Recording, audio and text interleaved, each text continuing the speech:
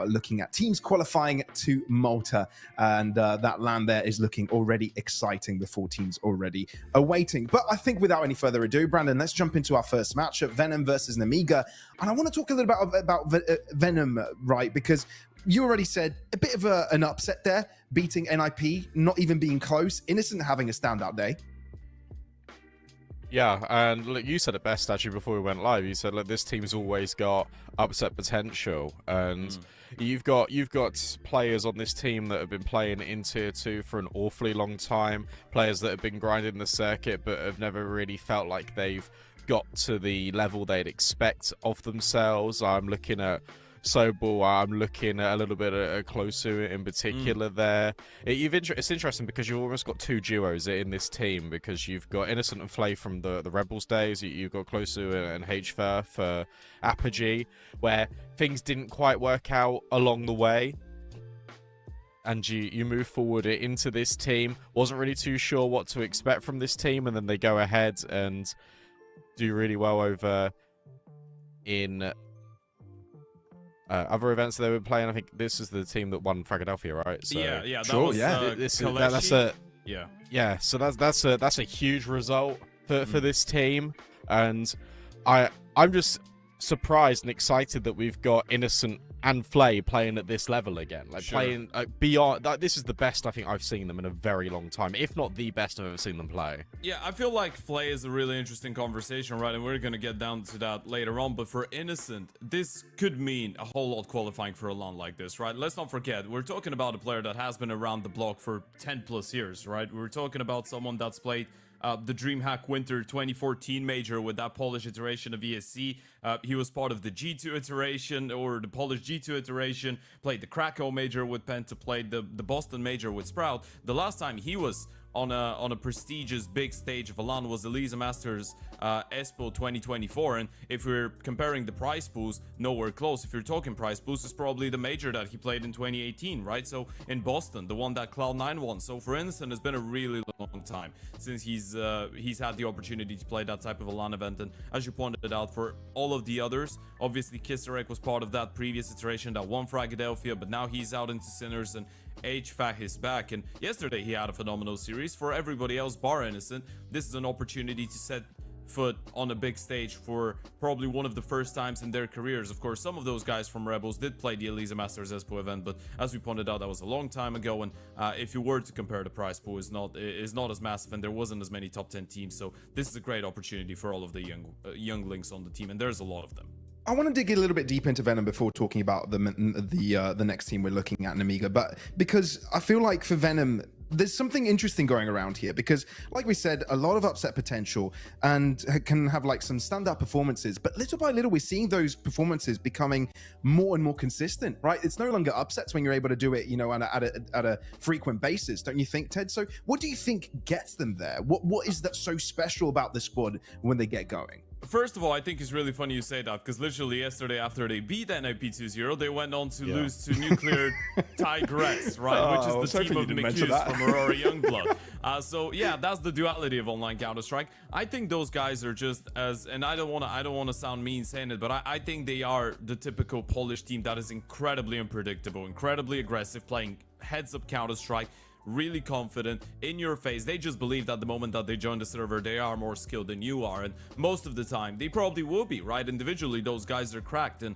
there's no two ways about it. It's all about maybe at times being a little bit overeager, maybe not being able to show composure in important moments, but when it comes down to rolling and when it comes down to being the underdogs, this is the type of a team that could always surprise you. Because let's not lie to ourselves, if you're NIP or going into this game, you're not in a position to underestimate anyone, but you probably thought you were going to have a bit of an easier matchup in comparison to some of the other teams in the first round, and then you go into those guys and you realize they can shoot, they can run, they can disrespect us. Those are the things that they do really well, and I feel like they are a great team when they're in the role of an underdog. Yeah, look, keyword there, key adjective is sort of momentum, and firepower for this team, because the thing is, this is why I worry about Venom going into this game against Nemiga, because you're about to play against a team that's really structured, and you can get away with it quite a lot against NOP, in my opinion, because NOP have been very up and down recently. Let's be honest, so have Nemiga, but I think the biggest thing where I look at the two teams, and obviously we heard a little bit yesterday from Lear, is that accountability, and they know, hey, look, that we're not where we want to be, we're not where we want to be at right now, but we understand that it's communication, we understand that it's our structure just a little bit. If Nemiga play the way that we've seen them play in the past, and I'm talking the past being the very recent past, the first half of 2025, this is going to be a walk in the park for them, genuinely. We got some really good showings out of Sawalio yesterday, which I thought was fantastic. Every player did pop off in their own way. Xanta was undeniable on Ancient, and I look at this and I think, yes, Venom can play well if they're the underdogs, but I don't think they're going to disrupt this team in Nemiga today. So, Ted, at the same time, I know Brandon already mentioned yesterday's match, and the strong parts from these individuals, but there was one small thing that, kept in my mind. We were constantly looking at ENCE having great starts, but it also comes in contrast with Nemiga having slow starts and having to, come back. You've got the positive of, being in the game and not letting go, but at the same time, it will come back to bite you if you don't get things rolling in the right direction. You know what's the one thing? I feel like if you're drawing that line, Venom is the type of team that could start really well and that could carry on with the momentum. As Brandon was pointed out, they are a momentum-based team, right? They are momentum-based players. But Nemiga did show that they are incredibly solid when it comes down to important rounds. And this is something that Lear brought up in the interview as well. Apparently, you're bringing in Sawalio not to be the star, but to be that extra level of security, right? That insurance in important rounds. And he has been, right? Individually really solid. He's quite a passive rifler, but he's been producing a lot of multi-kills. So I feel like, as much as it is pretty disappointing probably from Lear as an IGL to know that his team has always been starting, was starting with big deficits, it definitely is nice to know that you are experienced enough and you have reliable enough players in the latter stages of the game to deny the enemy team from closing out. I do agree this could be an issue for Nemiga, but I feel like you're not facing off against a team that's not gonna give you an opportunity to get back into a game, even if you do have a slower start. And still, I agree with you. I want to see a little bit more confidence, and I want to see a little bit more assertiveness when it comes down to the game plan and the start of the map for Nemiga today. And often that has to do a lot with the map pool that you've got in play, isn't it, Brandon? And looking at the Veto, jumping into it, what is something you'd expect to make the lives of Nemiga easier? I think the thing is with their map pool in general, Nemiga, that they can take this in a multitude of directions. You've got Train that's open. This is really spicy. Wow. So Nemiga pick Overpass. They've only played it once. Venom have played it 3 times, have lost it twice, and this is a little bit of a curveball thrown in by Nemiga, but I really don't mind it, because Nemiga are a team back in CSGO, back at the start of CS2, where they would just play Overpass anyway. So it's one of those where I feel like it is fine for them. Ancient being picked by Venom, this makes a lot of sense, even though, again, you're playing into opponent's strengths. You've got to play into your strengths. 83% win rate on Ancient in 12 maps is no joke. And then Train as that decider. I feel like Nemiga really have won the Veto here, because every single one of these maps is a strong point. And when you take a look at Overpass and Train, Overpass, sure, not the biggest sample size for Venom, but Train, there's 11 maps played and they've only won it a third of the time.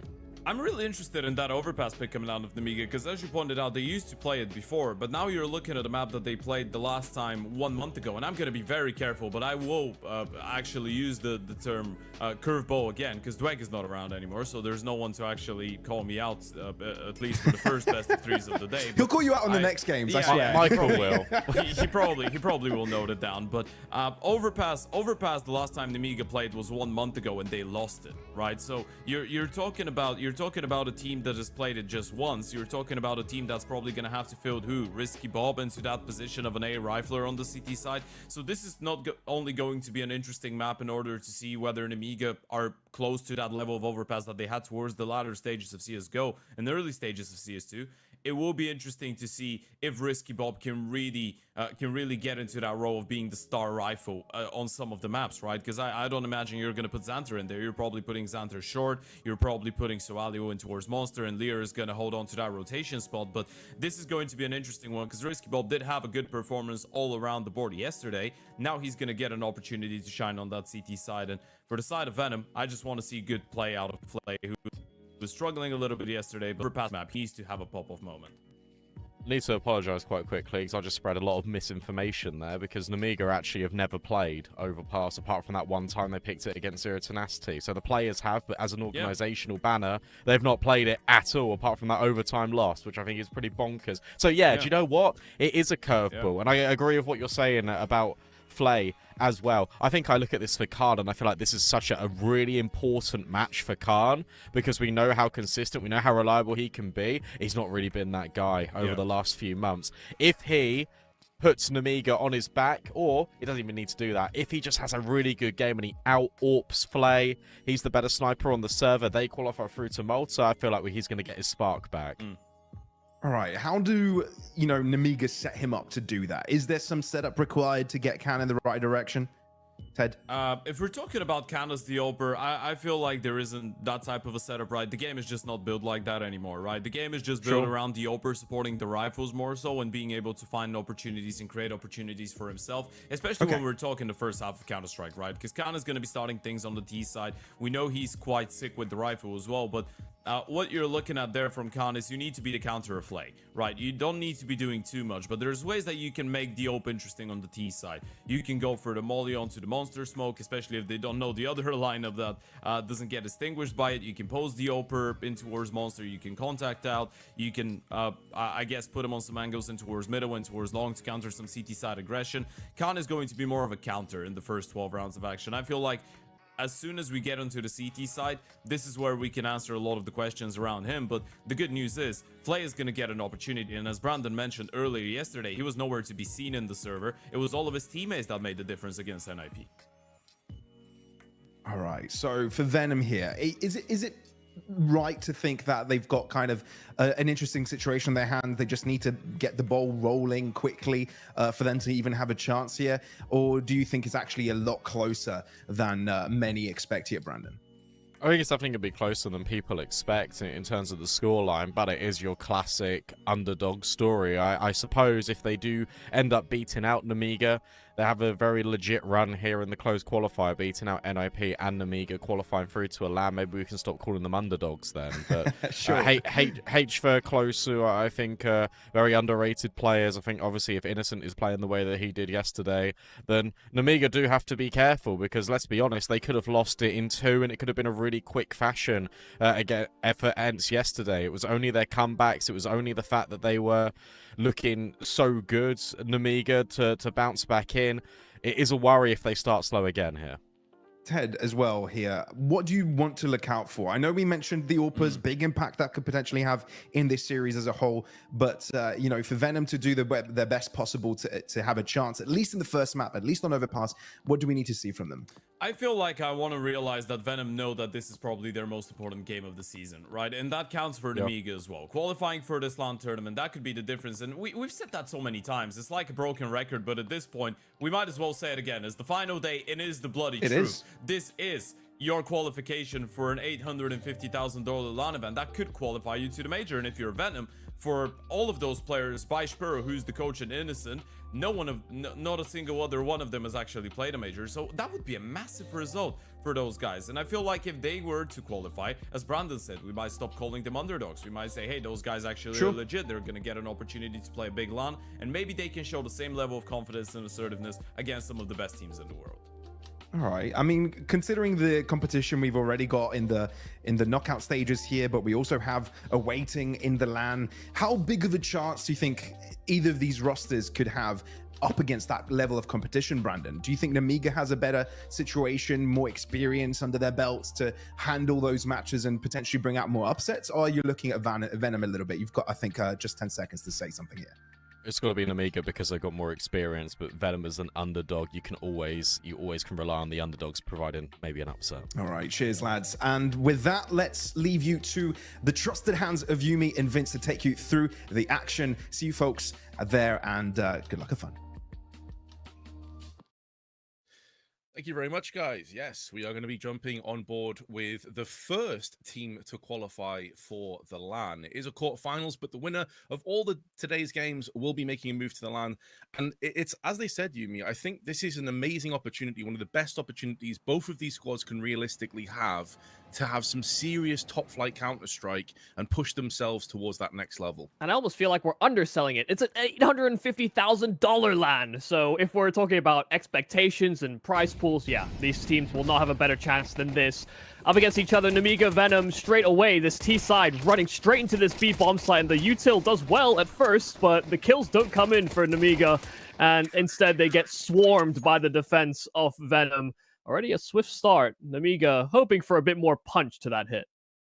Definitely. It felt a bit flat, didn't it? Like, they had the utility, they had the positions, they had the pieces in place, but they just got thwarted almost instantly with some quick fire headshots. And I did get a chance to cast Venom yesterday. I got a chance to see them really surprise a lot of people with their win against NIP. More so the nature and how they beat NIP. Like, they mentioned on the desk that it was a 13-7 on Dust 2. That was with NIP picking up both pistol rounds and only getting 2 rifles against them in the entire game. They got absolutely destroyed. So this Venom team comes into this game with some serious confidence, and right off the bat, another aggressive push, this time through Connector, and it's going to be more of the same. A complete shutdown, just the one loss of life in the form of Flay, but it was an anti-eco, so let's not get too carried away about it. Yeah. And Nemiga weren't doing anything too fancy there. Understood that they weren't going to invest too much, and so just ran in with the pack and hoped to do as much damage as possible. Venom are not going to be too concerned with how that round played out. They understood just how Nemiga were going to approach it. And I think, this is also going to be a bit of a clash of styles. I think Venom, people have talked a lot about Innocent and Spiro, the influence that they have on this team. There's a very traditional style that Venom like to operate around, where it's, single to second round staging into maybe a late round fake. But that's about as intricate as the strats get. So far, I mean, it's just fundamentals, and I think that's what they brought up yesterday against NIP as well, is that fundamentally Venom played a pretty solid game. 100%. We were discussing how it was like no frills, nothing too flamboyant. It was just rock solid executes over and over again on Dust 2 in particular. And then that Nuke win was also quite a surprise, but neither of those maps will factor in this best of 3. Overpass here and a potential quickfire 3-0. I mean, there's so much damage inflicted to Nemiga. And whereas the previous round we're discussing, it's an anti-eco, it's no big deal. Well, this is full rifles, and it's more of the same. And they're full distracted by what HFA's got up to. He's gotten his 2 kills up from Connector. He's pushed through through Connector, and Lear's behind him, chasing after this ghost. And they're just going to bleed a lot of the time off the clock. HFA's even found the bomb, which is outside of Nemiga's possession. So already starting with 2 men down, and also not having possession of a very important piece of this T side. HFA has so much information. He's done everything for Venom in this. You can hear footsteps as well. And with only 30 seconds left, they're going to have to run straight to the A site. They do have Khan as a forward intelligence gatherer. And HFA will go down. At least a bit of intel onto Risky Bob's position. They should save. Yeah, I think they're setting up to save as well, Yuumi. I think you're spot on. They just don't have the time. Yeah, and as soon as they realized, they made sound cues running away, and Risky sort of plants his feet and checks to see if there's a flank. As soon as they realized that flank was coming via Risky Bob, they knew that even if they tried to barrel to the A-bomb site, they'd be running into a stack. So, yeah, good understanding of how that round was developing, but they just lose track of it completely. And, I briefly mentioned the idea that it's a clash of styles, and I described Venom, but for Nemiga, it's very different. And I think the map pool is interesting in that regard. Overpass is a map where you actually do want to take, fast control of areas. It's actually a map that's maybe a little hard to play on that T side because CTs have so many options and there's so many sort of reliable fallback patterns that they can use. For Nemiga, they will want to run in with sort of area control early on, and I think it's very indicative of the maps they used to play. Whether that's Anubis or, whether that's Mirage or Ancient, those are maps that very much lean into this style of taking area and then sort of pitch and pivoting. They're very much a mid-round pack-based swing team where they don't necessarily go for traditional executes. They like to catch you off guard and catch rotations and then take advantage of that. So it's something that I think Venom will have some difficulties with. Maybe not necessarily on Overpass, but when we get to Ancient, it could be a real problem for them. But I imagine Venom know that, and they're doing a great job so far of picking apart Nemiga before they even really get started. Yeah, it's another round. They just hemorrhage a player in the first 10, 15 seconds. And H for 9-1, by the way, has been a real nemesis over on Nemiga. This time it's Innocent, who had a phenomenal series. They did touch on this on the desk. He was in fine form. Interestingly, in the winners interview afterwards, he explained that they played a friendly to warm up against 9 before that game started, and he was 1-21 at one point, and he was like, "Oh my god, it's all gone horribly wrong." And then he just pops into the official game and just wrecks everyone. So it goes to show that he's able to bounce back pretty fast. Yeah. Well, I mean, it also. Well, I mean, there was the discussion of Venom beating NIP yesterday and then losing to. Sorry, let me check my notes. Nuclear Tiger Esports. So it can be a tumultuous time in online Counter-Strike. Get the highs and the lows in the same day. Man, speaking of one of the low points, and not really to rag on him because they obviously won the game, Flay did have a bit of a rough one, so I'm expecting to see more from him today as the flashes start to come through. Proceeding on the push, 22 seconds on the clock, and Sobol in a good spot. Another player that performed very well yesterday, especially on Nuke. And now Innocent forced at arm's reach, trying to force the bomb plant down. It will be denied through the smoke of Sobol. Goes in for the spray alongside Klosu. And it does seem as if this round is going to fall into place. A little bit shaky at the end, but the end result is the same. And Venom continue their winning ways. Nemiga have to take a timeout, I think. The way that they're playing, you can tell they're not communicating and they're not hinging off each other properly. Even in that post-plant opportunity, they smoke mid-site and the bridge is open for the plant. They've got Swalio on short, and they just don't cover the planter. That's the only way that they get a foothold in the round, and it just seems like they're not talking about what's open and what has to be covered, what their win conditions are in that moment. They were starting at a deficit. It wasn't a likely winnable round, but it didn't seem like they're giving themselves the best opportunities to do so by the way that they're playing their positions. Now, this is a half buy here from Nemiga, so they're hoping that they can burst into a bomb site. Usually with these types of buys, you're looking at a deagle if you want to try and pick a team apart. With Tex, trying to get up close and personal. Yeah, exactly. It's that swarm mentality. And Innocent has now spotted 2 players on short, so it stands to reason that you'll have a pretty good idea of what's coming up. Of course, the IGL on Venom. 31 years of age, been around for a long time indeed. Sobol smoked down affords him to force the issue as Klosu does take out the first kill with a flashbang alongside it. Risky Bob getting it close with the Tech 9, but the spray is good. And the Polish team may concede the bomb plant, but Leon now finds himself in a 1-on-4 with just a Tech 9 by his side, and they're going to have a good idea as to where he is. They have eyes on the monster peak. They know he's behind pillar or barrels, and although he does take down Innocent, 3 more players where that came from, one of which is low in the form of Klosu. Orb shot does ring out, not quite connecting. Another headshot comes in, and hold them the line for a second here. He might pull this one off. Not quite, but the damage he's inflicted is severe. Oh my days. I was not expecting Lear to get anywhere near close to that. And it only needed one more headshot. With Flay closing that distance, I got nervous. But that is going to shake the confidence maybe slightly there from Venom, who have been doing a great job of sort of decimating Nemiga before these rounds even really get competitive. Even in this moment, they found themselves in a 4-on-1. It's only of the efforts here of Lear that give any sort of hope to Nemiga whatsoever. And hopefully that could spur the troops on, because so far Nemiga have fallen very flat. Venom looked comfortable in the way that they've started. They've looked great on their multi-kills that they're getting on the bomb sites, hell, even from connector at times.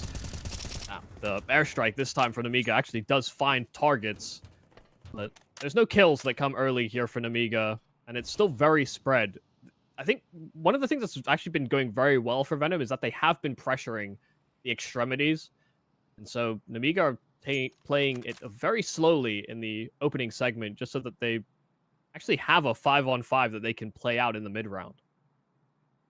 Right, yeah. H4 was so aggressive early on. As we discussed, they were losing players early doors often, but this may backfire.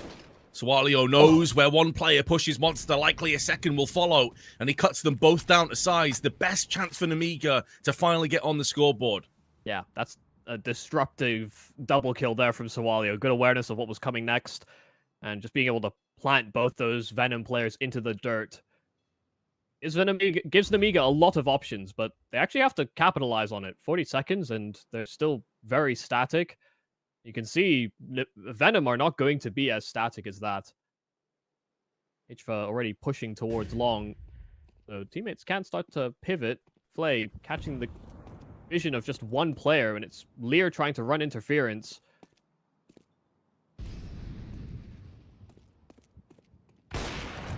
Well, such an awkward engagement, isn't it? Like, that encounter is a bit of a nightmare for Lee. You can see what he's going for. He was anticipating that there would be a player around bathrooms, but clearly Venom were basically half-tapping out of that round, stacking more on the A side. If it was a push into them, maybe they can win. If not, they save. And this also is a culmination of that previous round where Lear nearly picked off the 1v4 clutch. Their economy not quite in the crazy shape that you'd expect from a team that was leading 5-0, and it can quickly get into a very awkward place in the CT. So they're going to just hold fire with the AWP and the M4. Does mean that Nemiga will get themselves onto a one-round position. Better late than never.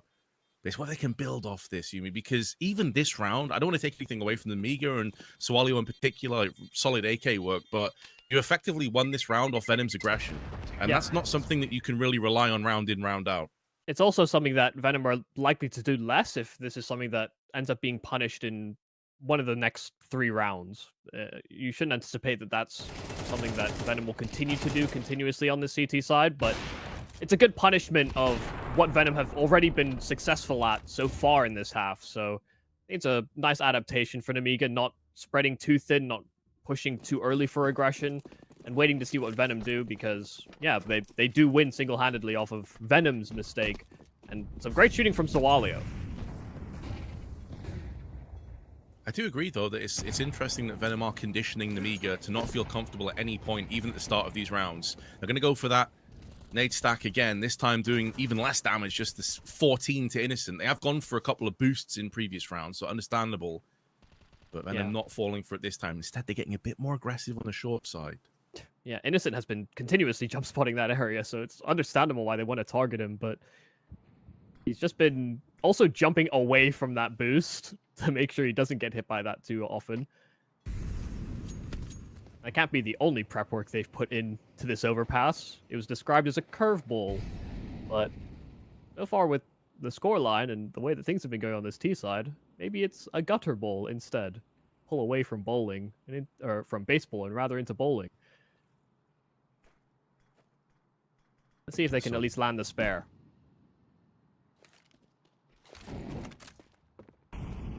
Yeah, the option's not looking too fantastic, are they? And Nemiga being mollied out and forced away again, and they do have a couple of forward positions.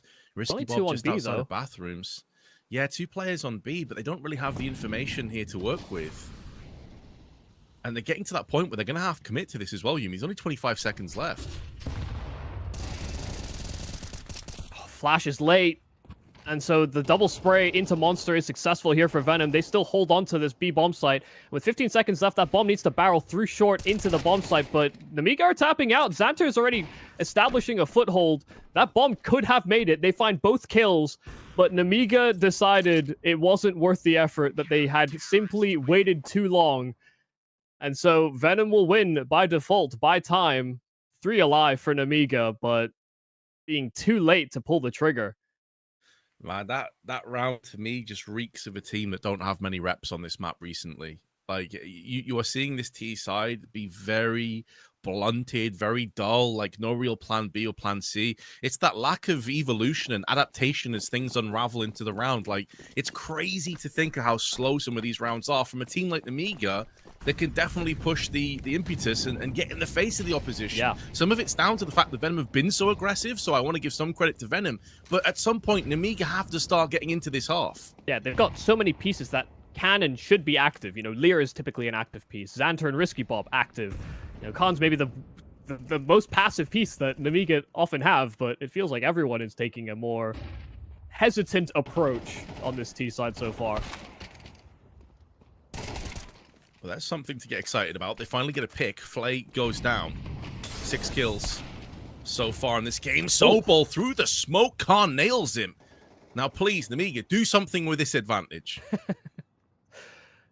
Well, given the way that they have been playing, a minute left on that clock, they will bleed this next 30 seconds. I'll wait to see if Venom push something further. HFA is being fairly active inside of the bathrooms, so he's trying to clear for something, get some information, and make sure that his teammates can get in the right position. And Xanter caught on bad timing, turned away from the front of bathrooms just as HFA pushed, so it's back to 3-on-3. That advantage Nemiga had is now squandered.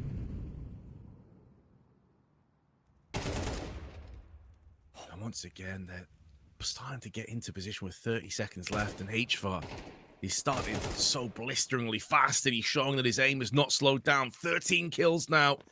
And although Khan is perched up on Banana and maybe gets the drop on him, once again, time is a factor. 15 seconds left. Khan does nail the shot, finally feeling like he has to just push forward. But another has joined, Innocent behind the truck. And you don't expect him to miss out on this one as they're tapping him through the smoke. And it's Innocent that puts the final nail in the coffin. Oh boy, Yumi, this has been a very rough T side to watch so far. It is far from inspiring. It's actually quite sad to see moments like that because, you know, Nemiga are a team that, you know, I tried to characterize and describe the way that they like to play typically, and I think we will see that later on into the game, but I think you're right, and, you know, the desk definitely brought it up as well. The idea that Nemiga were throwing this in is a bit of a curveball. It's a map that they don't have a ton of experience on. You know, when you think about these players on Nemiga, most of them got their careers started off during COVID or just slightly afterwards. Whereas, you know, you compare that to the likes of Venom, some of them started as early as 2013, 2014. There's different levels of experience and different levels of experience on this map in particular. And to see moments like that where that characterization I describe of Nemiga being more pack and pitch pivot, they simply play individual fights, and HFA is having a fantastic map. You know, he picked them to pieces in that mid-round, and he got isolated duel after isolated duel, but he hit instant headshots that Nemiga could do very little about other than space themselves better to trade, which is, again, one of these things that just keeps on breaking down. And once again, it's Innocent, actually, that strikes the kill feed immediately. His jump spotting over at B, it finds a kill in connector. So once again, Nemiga working a little limping and a little sad. See if they can redeem themselves again. We need basically the only round we've had was Sawalio locking down the monster tunnel on a Venom push. That's all we've had from Nemiga so far. Exactly, yeah. And the other very sad statistic, especially adding this round into it, is that so far Nemiga have only got 2 opening duels going in their favor this entire map. One of which was that Sawalio double, and then Khan in the previous one with his AWP. And apart from that, it has all been Venom. The opening 2 picks in their favor once again as the smokes and molly start to get traded out. But the wraparound from HFA, he's been so active in this bathroom area, and he's about to pivot and pounce once again. Oh, he's going to see both, but Leah is watching the back. Does give them a chance. They've still got a foothold on this B bomb site as well. Sawalio has crept himself towards the end of that monster tunnel. And as the reinforcements for Venom get back into this B bomb site, they were anticipating A at first. Flash out for Sawalio, needs to get this kill, but Sobol manages the duel. 24 health, and Khan smoked off on short. Means Lear would have had to front charge in through that monster tunnel, but with low time and low health, he didn't fancy his chances. It's another round where Nemiga will call it quits. Oh, it's devastating. Devastating to have to save this many times on the T side of Overpass. And one area that has been a little bit surprising that we haven't seen more impact on is connector early on from Nemiga. Like, you were talking about this almost tug of war element of Overpass where you need to be kind of going back and forth and forcing rotations out, forcing utility. Having connector helps a tremendous amount in that regard, and yet Nemiga aren't really fully exploiting that. Venom haven't even really bothered to push in there for the most part either. So it does surprise me a little bit. It's been very sort of lopsided on we're going to hit bathrooms or we're going to hit through on the monster side.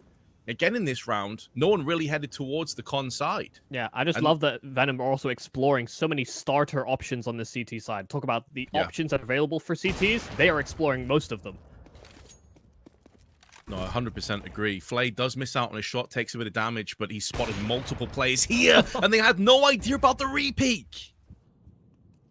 Look at HFA still being active as well. They're setting up util. Khan is prepared to throw flashes or smokes from party. The only party that seems to be being had on this map is in the Venom camp. HFA finally swarmed, but spots a number of players inside of the connector, and so reinforcements can get into that B bomb site no problem. An incendiary for Closu as well. He has reinforcements. Sobel will join him. A smoke that can segment the site. Nemiga will begin their approach out from that monster tunnel. Sobel can play close to short. He spots the shadow, and Xanter comes in with the double entry. They have relied on double kills. They've relied on multi-kills so far in Nemiga. And here they get another one that will plant them a likely second round. The money in position for Innocent to feasibly go for this. Spots the first, takes down a weakened Xanter. That second kill that Xanter picked up must have been lightning fast. It looked like he flicked straight to the head of the second player, but the problem here for Innocent, as good as he played yesterday, he's not quite been on that same level so far, and the post-plant positions are very strong for Nemiga. And there it is. He may get practically everyone down, but Sawalio will stand tall, delivers a second round for Nemiga. May not be good enough, but at least they're still fighting. Yeah, and we could say Innocent hasn't really done all too much this map, but he also hasn't been required. A lot of the fights have been towards the A-bomb site and have been via connector. The decisions that they've been making on the CT side have really been where Innocent has, I guess, been having his impact. And even there, he makes it a very, very nerve-wracking situation for Nemiga, even in the 3-on-1. If they can salvage this into an 8-4 half, there is still hope here for Nemiga, even with their pieces not necessarily being the sharpest. Actually, the type of map, even though in the last outing, Khan didn't necessarily have a great game. I think Brandon brought it up on the desk, the idea that Nemiga have only played one official on Overpass. That game wasn't great for Khan, but stylistically, this type of map, and to be honest, the current map pool is designed for AWPers like Khan. Supportive, lockdown AWPers. I actually think Khan should thrive, but hasn't necessarily so far. Smoke down as the push comes in, and it is the opposition AWPer this time that goes down without much of a fight. Two very clean entry frags, and that's basically the round done. I don't see Venom going for this, so they're surely going to save. But here's my question, Vince. Where was this punch that Nemiga have finally displayed to us this whole half?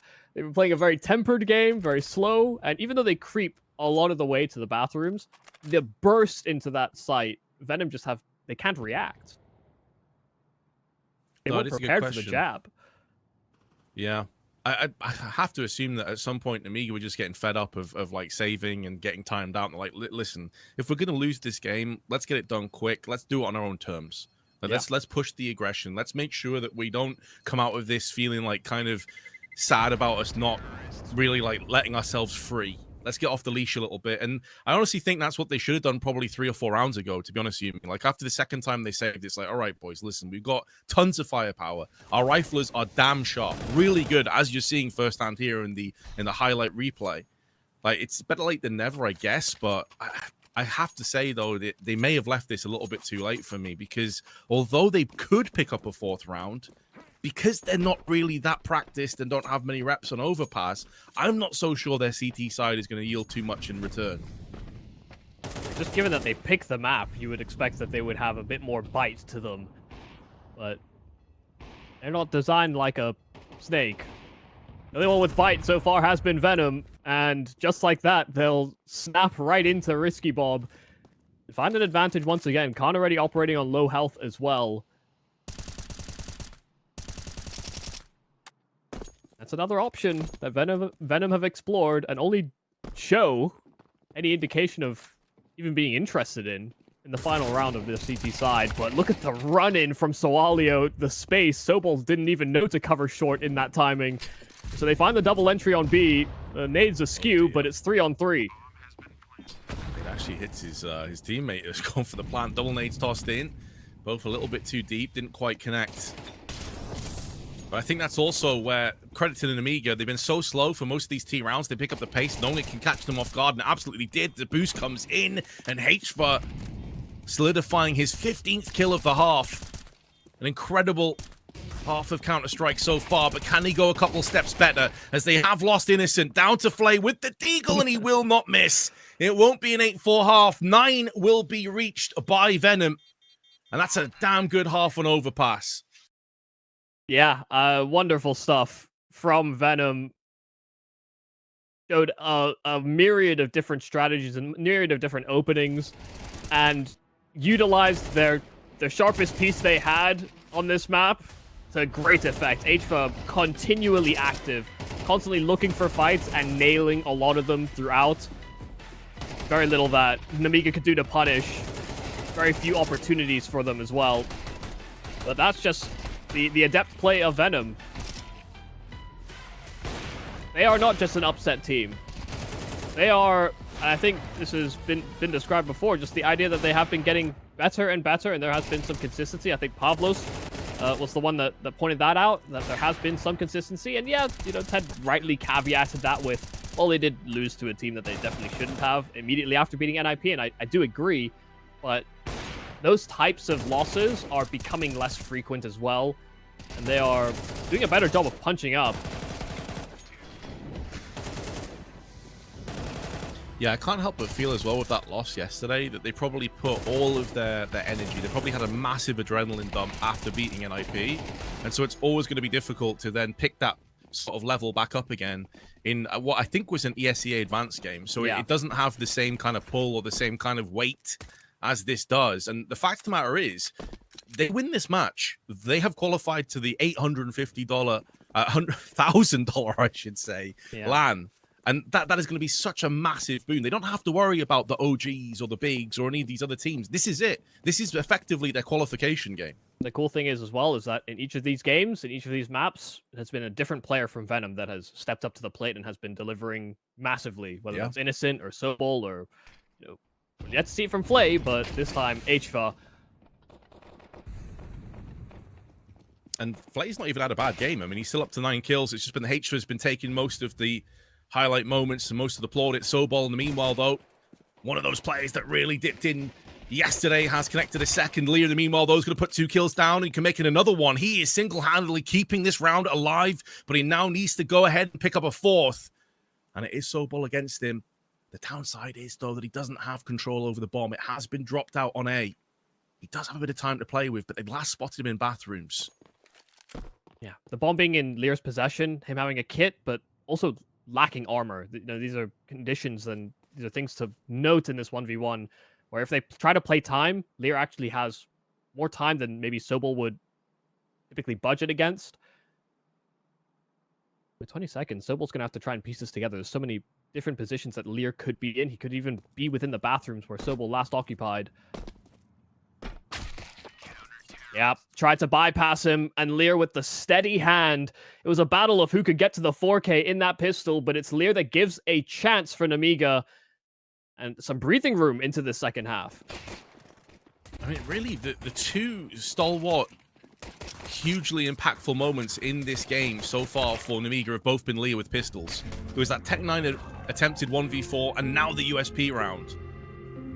And he's trying to rally the troops. You can see him clapping and cheering and really trying to get everyone motivated and on the same page.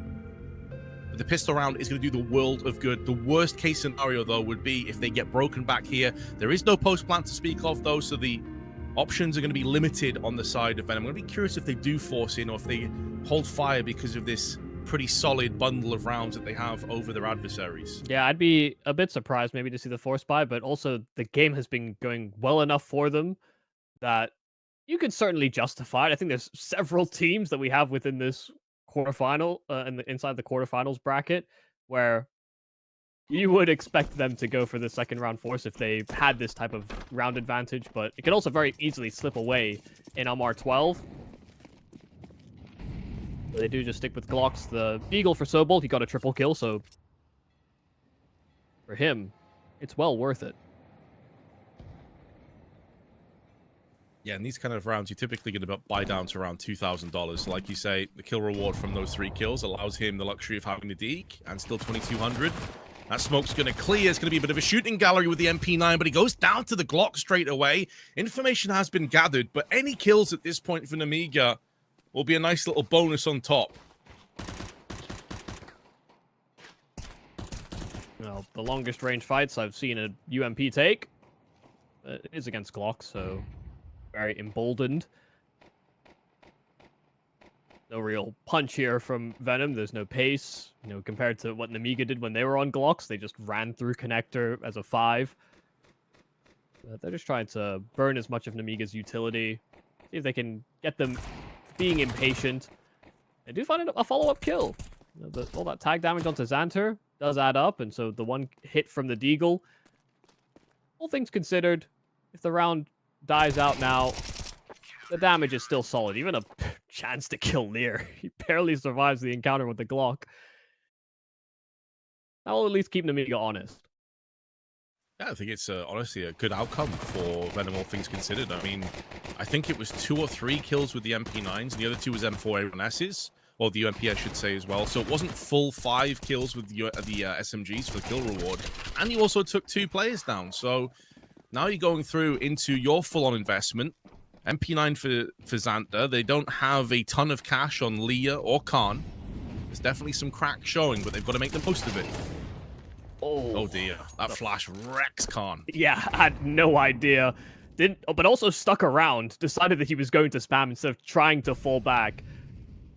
So, may have been ill-advised, but caught a glimpse of a player before the flash and thought maybe he had a chance. Closu taking damage inside of the incendiary. Or inside the Molotov in connector. Walio doesn't actually chase after him with a spam. This will be a deficit start once again here for Nemiga. They will try and salvage, but there's no sudden moves being made here by Venom. And they're a team that often like to do round staging very traditionally. Compared to what Nemiga were doing, they were very brute force in their approach sometimes. It cost them, but a nice play from Sobol. Here's the step over that wood wall and times his peak to perfection. So they start off 5-on-3, where they've got a number of different possibilities. And Sobol just needs to stay alive. Xanter's going to throw that grenade out. That's going to be him dead the same way. He gets caught. Sobol goes in for another entry. All headshots, so clean. And they will make the most of it. Well played, Sobol, but Venom now up to double digits. And you can see the difference as well. Like, on the opposite side, when Nemiga were in these T rounds, holding back, trying to play the time, they weren't being proactive with these peaks. They were sat in these passive angles like Sawalio got with his double kill, just basically sat there waiting and hoping that Venom made mistakes. You see Sobol different. He's proactive. He's trying to take peaks. He's trying to catch them as they go into transition. And I'd say, you know, part of that is a confidence game, and part of that is just also the types of mistakes that Nemiga are making. You know, making a step at that wood wall is a mistake. That's not something that anyone that's a tier 1 anchor should or ever would do. And you know, Sobol does a great job of punishing that mistake and amplifying that tenfold with his follow-up activities over on that B-bomb site. Yeah, you're right. No, Nemiga never explored that type of option, never tried to take those types of fights, but again, it goes back to that confidence angle that we've been talking about so far in this map. A lack of experience. And I think also maybe just the idea that there's a fear of failure. You know, I think Nemiga understand their position and how it's been maybe slightly deteriorating, and some of that's not even necessarily their fault. For many of the different iterations this lineup has gone through, from when they had Flamus and then picked up Jouet to kind of replace him, sort of. You know, Flamus more of an entry, and then Jouet more of a late round piece. But that's where Xanter and Risky Bob sort of pushed themselves into the fold. And then we had the crazy major from Jouet, where he was actually, you know, entering a lot more than he ever typically did. And then the whole team gets shaken up again, and you know, Sawalio comes in. Some of it is due to roles and the way that they're having to chop and change pieces. But I think that what is clear so far from the way that we've seen Venom play so far in this tournament is that their identity and who each player understands themselves to be is, I think, more aptly defined. And they haven't had to go through that identity crisis that I think Nemiga find themselves currently in. Yeah, I think what's really helped Venom as well is that, you know, you did touch on it a bit earlier, but they have Sparrow as a coach, a guy that's been alongside Innocent for such a long time over his storied career. We did discuss the different sort of roles that they have in the team. Sparrow is trying to take these younger players under his wing and allow Innocent to focus on the actual sort of strategic elements of the game, and I think it is showing. Oh, that's a hell of a wall bang, though, from Leah. Does give the advantage. A lot of damage also done to Flay in the process. Yeah, it's a lovely way to start. And we're just about to set up for double nades from that position. I mean, Nemiga did themselves on that T side, but didn't get quite as devastated. Maybe we've painted a very doom and gloom picture here for Nemiga so far and their attempts to make it to the Thunderpick World Championships. $850,000 LAN tournament is an opportunity that will only come every so often, especially with the way that, you know, players and teams break up. You know, there's a lot of talk about Lear as an in-game leader and how much of a sort of prospect he is. Just to say that if I stick around long enough to get another swing at something like this. They're about to receive. Good counter flash is tossed in, though. 25 seconds. And Venom will be pushing forward. There's no second guessing themselves. They're going to get straight in the face of Nemiga. A swarm of smokes in place. Risky Bob can't really effectively deny this bomb plant. Try as he may, Innocent using the truck as a bit of a reprieve. The bomb now successfully planted. Molly down onto the dumpster will stall and stymie this retake for a few more seconds, but now the smokes and fire begin to fade, and it's Sobol that needs to pick up the slack. They know where he is now, but he's going to try and bait in this crossfire from the bank truck. Or maybe he's not required after all, because Sobol's doing it all alone. We saw clean entries in a previous round, and he's going back in for more, but it falls upon Flay. Bit of a weak spray, but finally gets his man. Knows exactly where the bomb is, trying to bait out Swalio, who's sticking on that defuse. And the wide swing from Flay will yield the round and give a huge advantage now to Venom. Oh, Sobol on this T side has been a force to be reckoned with. From his activity on the pistol round, to his lurk from Monster, this time the entry to B. Just the amount of multi-kills he's had so far. That might be his third triple kill this map. Or rather, on this T side so far, and we've only had 5 rounds of play. That's incredible. And where HFA was doing everything on CT, Sobol is doing so much here on T. A chance for Flay over on the Monster Tunnel. This could be the knockout punch. Sobol is creeping so close. He's ahead of the smoke. The flash is perfect. And so it's a double kill here for Sobol. Another triple could be on the cards. Molotov out of the barrels. He hears the tag and he'll finish the job too. Venom breaking straight into this B bomb site with more punch, more vigor, more grit to their teeth than Nemiga have offered up all map long. Venom biting straight away into this opportunity. Nemiga picked into Overpass. They went for this curveball, but it has been completely missed out on. A 13-5 victory here for Venom. They don't even make it close. Man, that you nailed it in that last round. The difference in the setup, the difference in the conviction of the T sides really showing its hand. Sobol, couple of simple flashes. I said before, yesterday, no frills, nothing too crazy, nothing too complex, just straightforward Counter-Strike is what effectively won them the game against NIP, especially on Dust 2. And it's rounds like this. At no point do we see Nemiga have this kind of play in their locker. And when you consider the talent they have on their team, why not? Yeah, there's so much that we have to wonder about with Nemiga, but we're getting a lot of clarity about Venom and who they are. They've demonstrated us great, solid Counter-Strike, but also that they can play that pacier game, especially when they've got a lead to play with. Indeed, we'll hop over to the analysts and see what they have to make of that very one-sided game.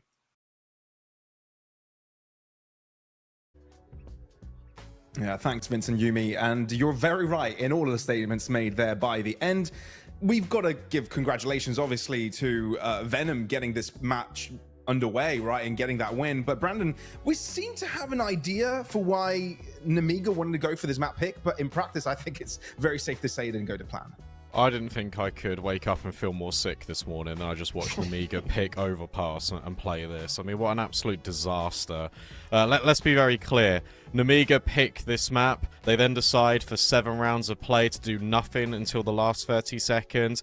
It's really clear they don't have enough game time on it. We're having a discussion in the green room, and I'm saying, why on earth are they picking it? And Ted can have a little bit of a back and forth with me because he says, look, they just need more playtime. Why on earth are you deciding that this is a good time to pick Overpass when you are qualifying for an 850,000 land tournament, especially when your results have been incredibly rocky? You decide to go for a pick that you have played once in CS2. You've decided to go for a pick against an underdog team, and you do nothing. It's not even like there was variety. And I think Yumi nailed it best. And look at the way that Venom play. They've got so many aggressive openings. They've got so many different things that they can do. And what did Nemiga do? They just sat in their spawn. They tried to do absolutely anything for the first minute. It didn't work, and they just reverted into a panic state. They had no idea what they wanted to do. They left it so late, so many times. It was a damning performance, and this is a stark contrast from what we saw yesterday, and I'm deeply disappointed with this from Nemiga.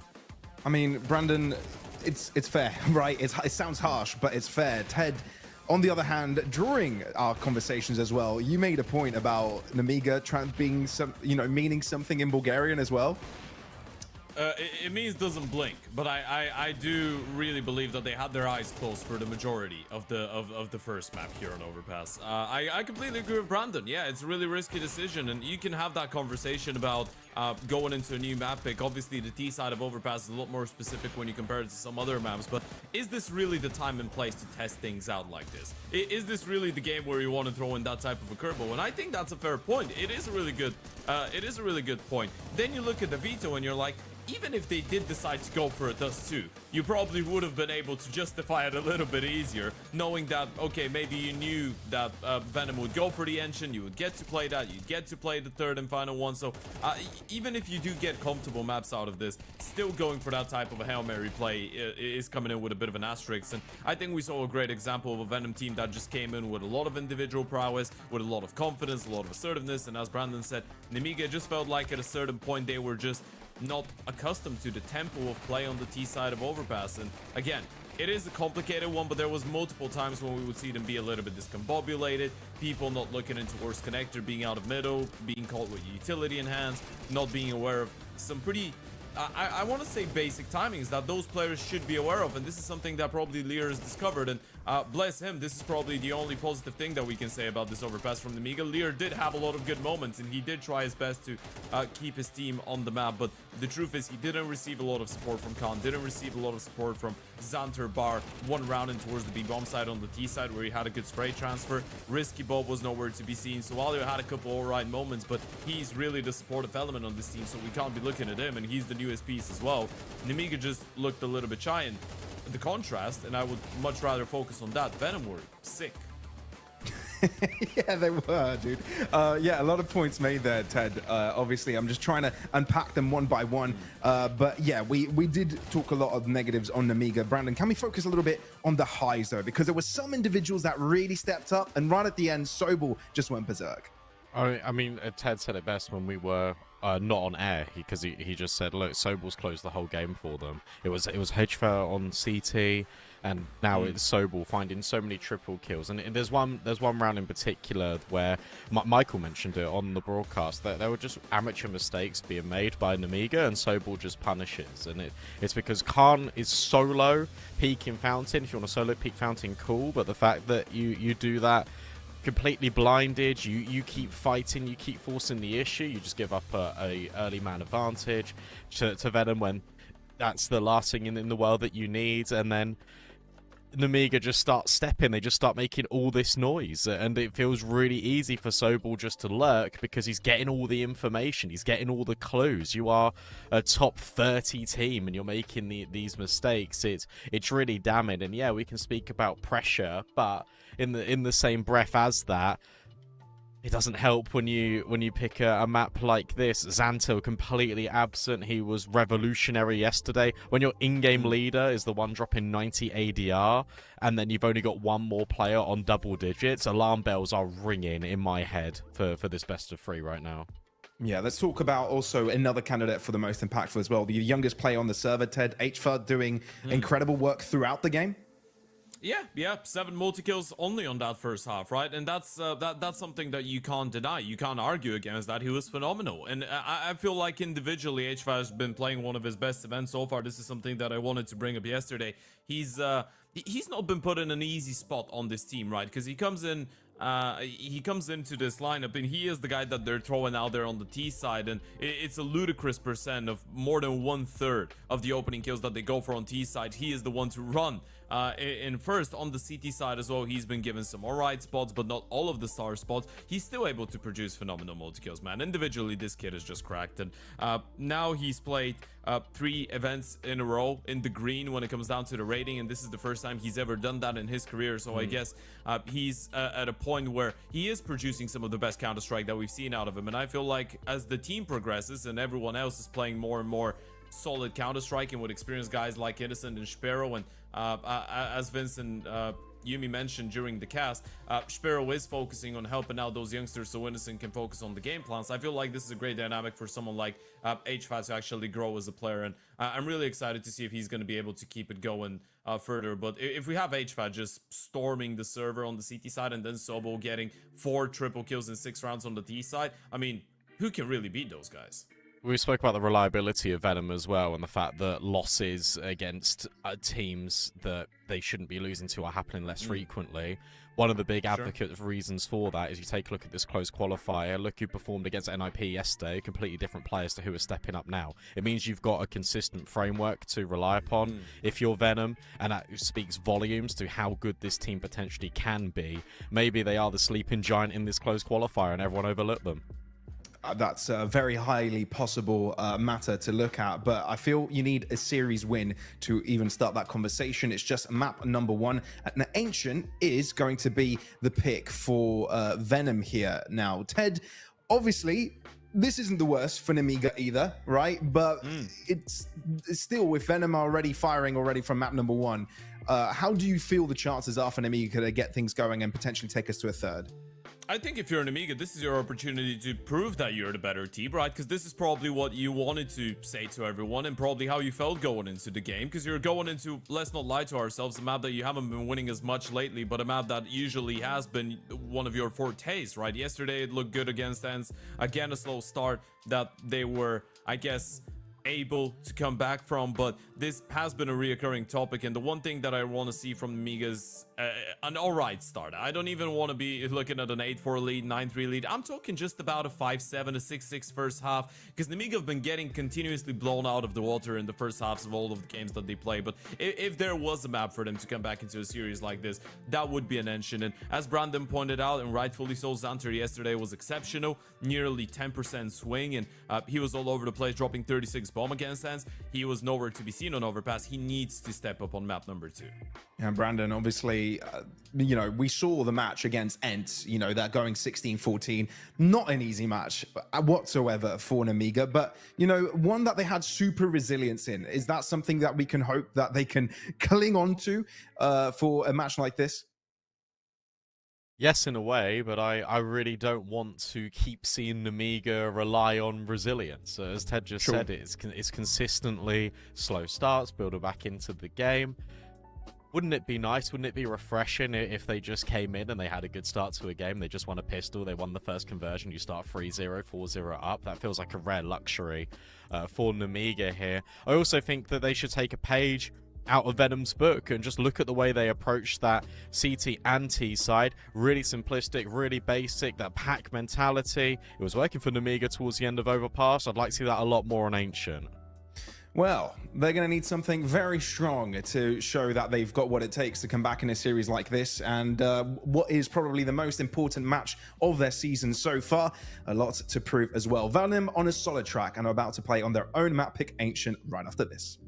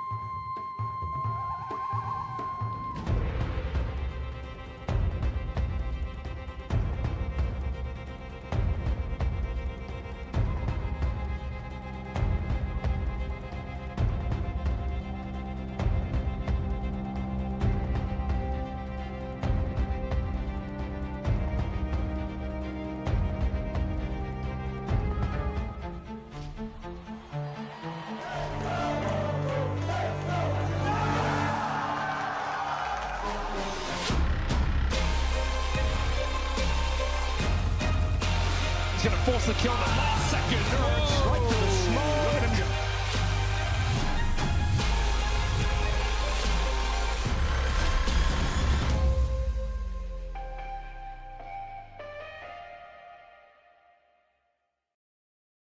A flat Nemiga overpass sees a 13-5 win for Venom. They're one map away from securing their spot at an $850,000 LAN tournament. The only thing that stands between them is Ancient. This is a map that Nemiga have a lot more reps on, though, Yumi, so I'm expecting to see a different look from them here. It's a map that they've definitely looked good in previous iterations of the roster as well, so I agree with you. I'm expecting bigger and better things from them, but Venom have been no slouches. It's been their best performer in their continuous online play and their grind on up. And in this pistol round, they start on this T side and find themselves into a vacant A-bomb site. Yeah, no early loss of life, meaning Nemiga are going to have a solid chance of a retake, but they have taken a ton of damage now. Xanta down to 11. They've got the kit, they've got Julies, and Sawalio's putting those to use. It gets awkward as Xanta comes through. He may be on low HP, but they're still stinging that tail yet. And it falls upon Flay to try somehow desperately to salvage this round, but the bomb is being fully defused, and he will not have a chance in it. A bit of a disaster through on Temple. It looked pretty good for a few moments on Venom, but that retake was brisk. Yeah, good understanding of what was going to be a priority there for Venom as well in that after plant. Once that Molotov was faded, it went for a Temple heavy setup. When you're in 5-on-5 on that A-bomb site, there's actually, you know, your post plants can be good, but they can also be flushed out in ways that you kind of can't trade or hinge off of other post plant positions. And so Nemiga targeted certain areas, just as Venom were as well. Once all that util had faded, Venom needed to take a fight just to have greater security. It's a good start for Nemiga and a better start into the following round as well. Clean opener out from middle, especially as it's a Venom force buy. They smoke A main, and they walk away from it. Khan caught off guard. It's actually Sawalio that loses his life walking in from CT. And so as Khan and Risky clear things up on that A site, Nemiga have no issues shutting down the force. Oh yeah, perfect 2-0 start. And they were bringing this up on the desk. Like, wouldn't it be nice if Nemiga could finally get off to a winning start? Pistol, convert some rounds. It's looking like that's going to happen.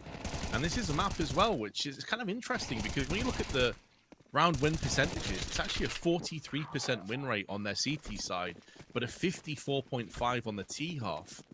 So the best is yet to come, perhaps. And when you look at some of the results they've had, and one of the reasons I said I really do expect a much better performance here, they have wins against ENCE, G2, a narrow loss, 13-10, but they've beat PARIVISION, OG, and Pain on this map within the last 2 or 3 months. So that's a lot of big names that they've taken down here in Ancient. Well, fortune seems to be favoring the bold at the moment. Nemiga playing a little bit more forward than we saw them really ever display on that overpass. Of course, Ancient is a map where, by default, CTs are encouraged to be more active. You know, you want to be disruptive on B lane and fight for mid control. Not always, but you want to make sure that the T side are working for it. Actually, maybe the only map we have on CT where CT fighting is actually the meta. Oh, for sure. Yeah, you kind of need to take those early engagements, take mid control, try and get through into cave. I'd say Overpass definitely has those capabilities as well, which you saw Venom really utilizing. But I do agree with you. I think you have to be proactive on the CT side, and so far Nemiga are doing just that. Sure, it's an eco round, but this is going to do the world of good to their money, especially if they can get through without any casualties, which is exactly what's happened.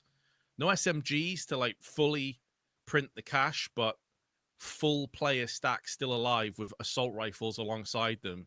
Good start for Nemiga. Finally, a 3-0 lead they can play off. I think what would be hilarious is that if we had, you know, worked off this narrative and talked about Nemiga and Venom and, you know, why did Nemiga pick Overpass, but maybe, you know, when I looked at the veto, I did think there was a possibility that maybe the picks were the wrong way around, because I do think Nemiga love this map actually, but yeah, you know, Venom have almost, I think, given themselves, given Nemiga a second chance on life, given how poorly their own map pick went. Rio start, and oh, the lineup for Xanta inside of the smoke. They wanted to burst. They were getting ready to just immediately angle past that smoke, and they get destroyed. Don't even get a fighting chance at it.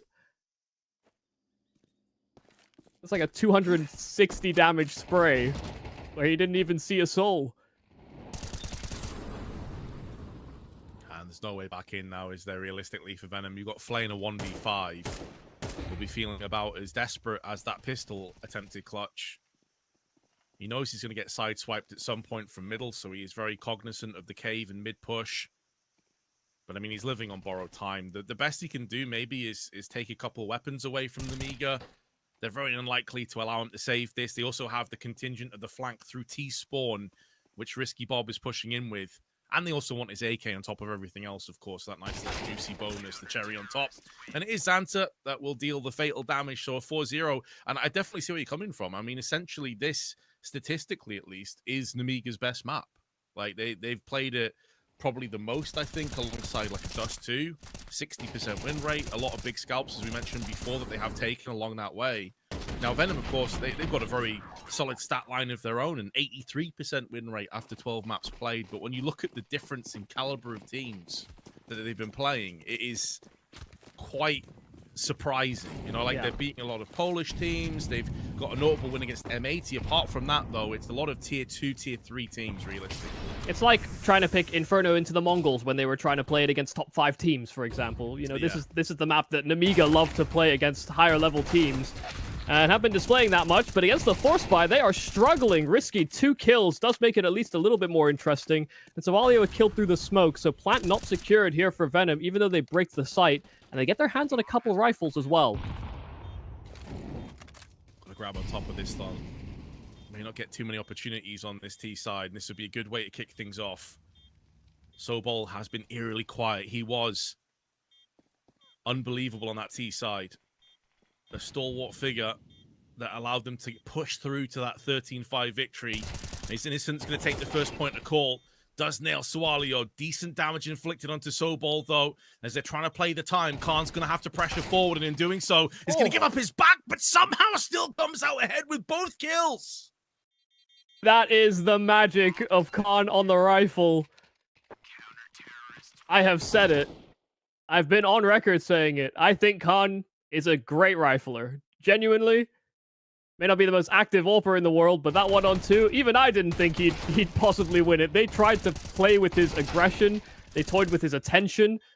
And he managed out of the situation. He had info on both players and did not get caught off guard. The flick to Innocent is disgusting.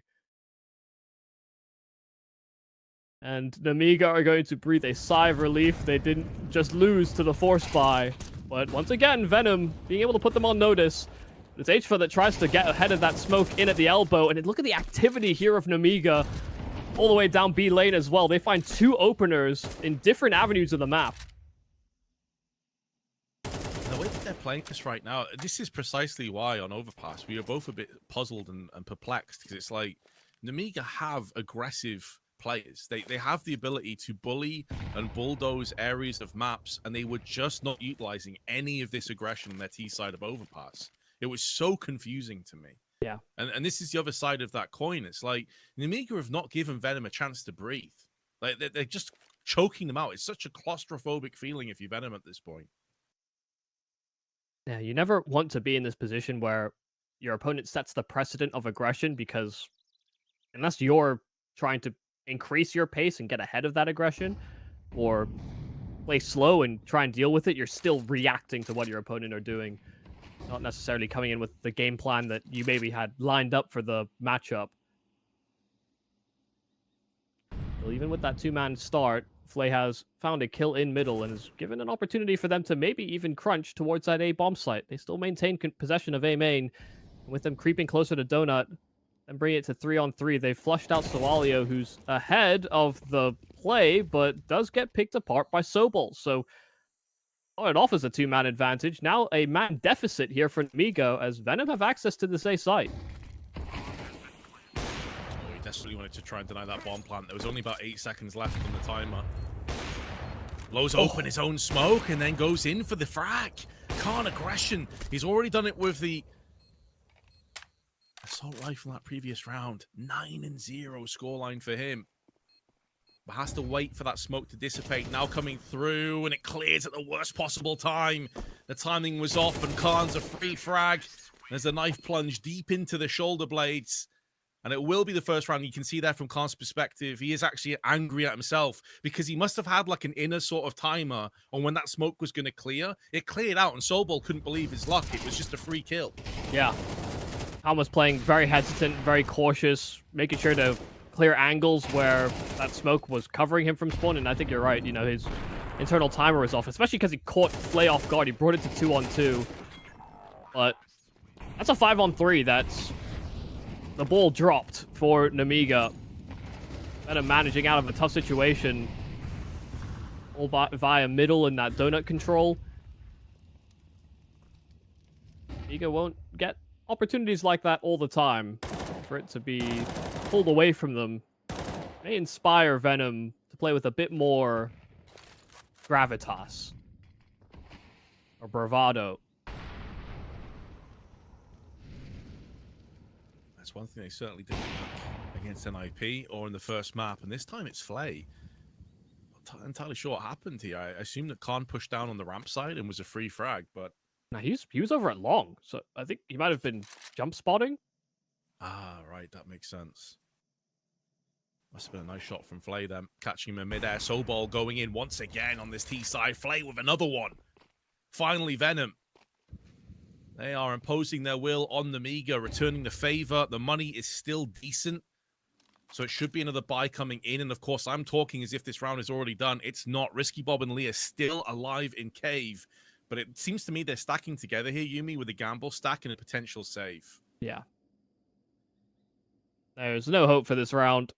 That A-bomb side is typically the one that's seeded on CT sides, especially if you're going to lose players over on that B-bomb side. And when you lose the anchor, yeah, the round is done.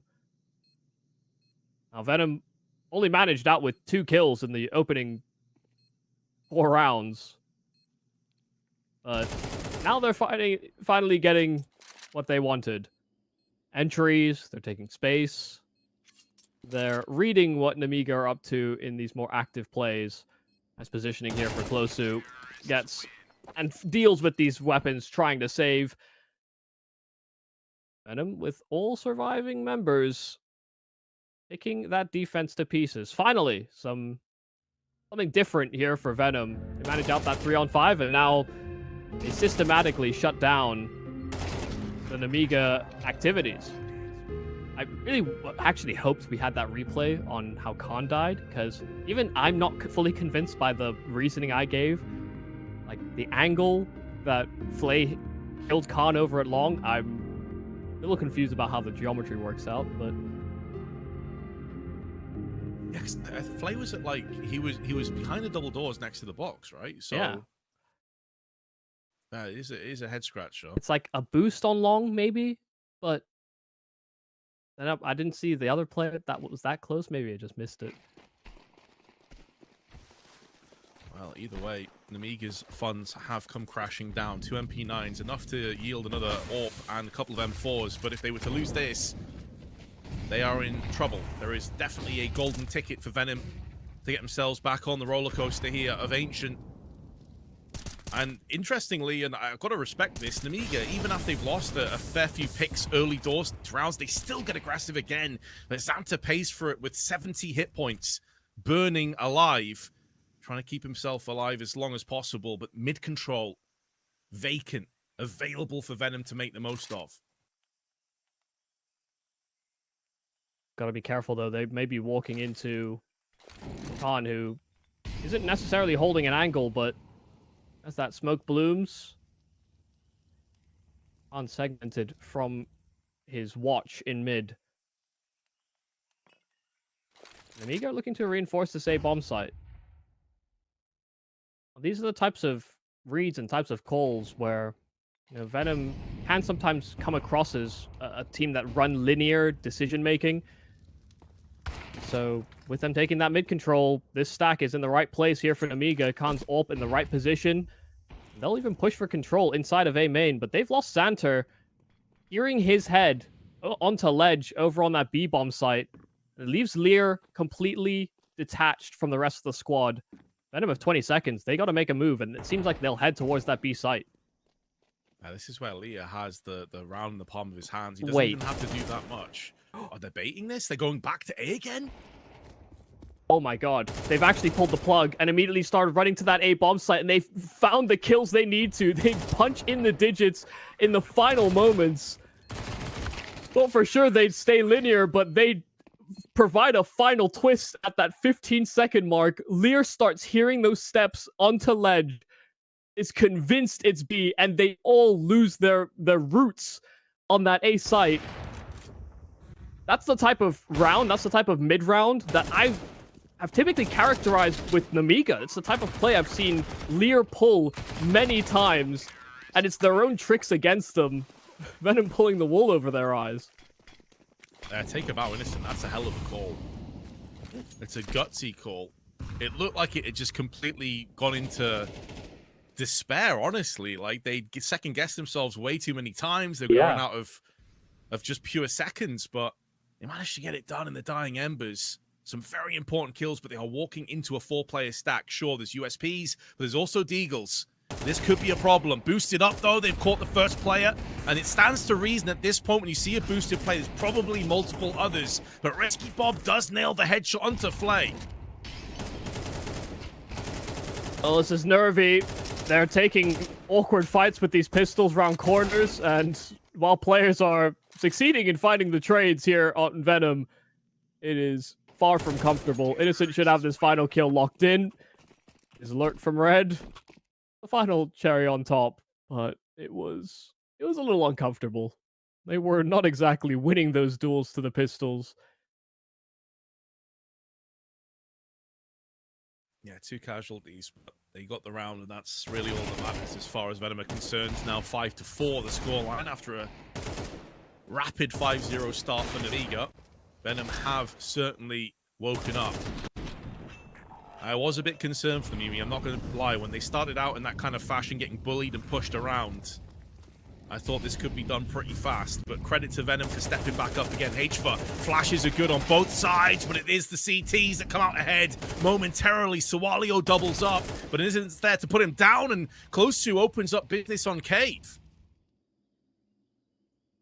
Yeah, it's that final kill into Cave that really tips the scales, not only for the numbers game, but also just positionally. You see where Nemiga are Khan solo on that A bomb site trying to lock it down. Xanter playing deep into that B bomb site. Neither could be that reactive off of all that aggression that was mounted. Middle was a very clear target for Venom. They wanted that ledge player to link up with them. They had 3 players ready to fight at the elbow. And had they not had that third man, Sawalio probably maintains control of mid. This call was from spawn, the initial target. While Nemiga are positioned in the right spot to address them on this B bomb site, they need a multi from one of them to pull through, and it has to be Xanter. He's the only one ahead of the play. Oh, they heard it. They heard the Molotov singe his toes just for that one tick. I thought the second molly was too deep. I thought they were actually going to get baited into a false sense of security. But as soon as they heard that little burn, it was done, and Khan, oof, that's a shot you can't miss. Yeah, that's a shame there for Khan, actually. He sees the player, he sees him running, swinging for Red Room, but that player almost stops on a dime, actually lining up his pre-aim. And it messes up the save. But yeah, they were fighting from behind. Venom doing a great job of having enough members in position and ready to react off of that mid gambit that they wanted to go for. And so just like that, Venom have tied things up and put themselves in a position to snatch at that lead as well. Venom will be dealing with a Nemiga on a force buy. These MP9s, given all of what we saw from Nemiga, all that activity, the precedent they set on the CT side, the weaponry that they have, it's probably time for something similar.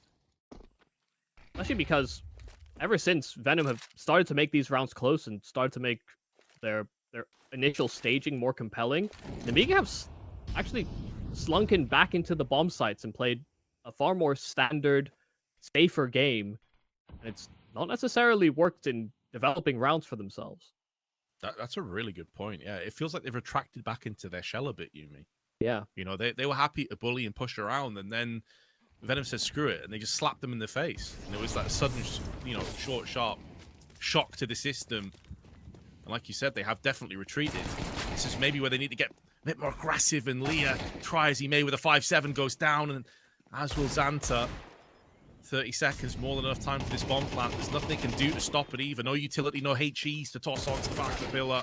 So it looks like it will be the lead being taken by Venom, not without casualties. Kana parting gift with a Deagle. That could keep them interested to go for the retake. They've got smokes as well, so they can section this site. They've done just that. That puts a lot of pressure on Closu. He goes down, but Flay is still alive, still kicking with the AWP. Smoke is going to be a bit of a reprieve, a bit of a sanctuary, but Khan passes the Deagle one more time. And this time it's Innocent on the receiving end. Flay bypassing the smoke, connects the shot. So important to connect that one. And because there's no kit, they've done enough. But can't save the AWP.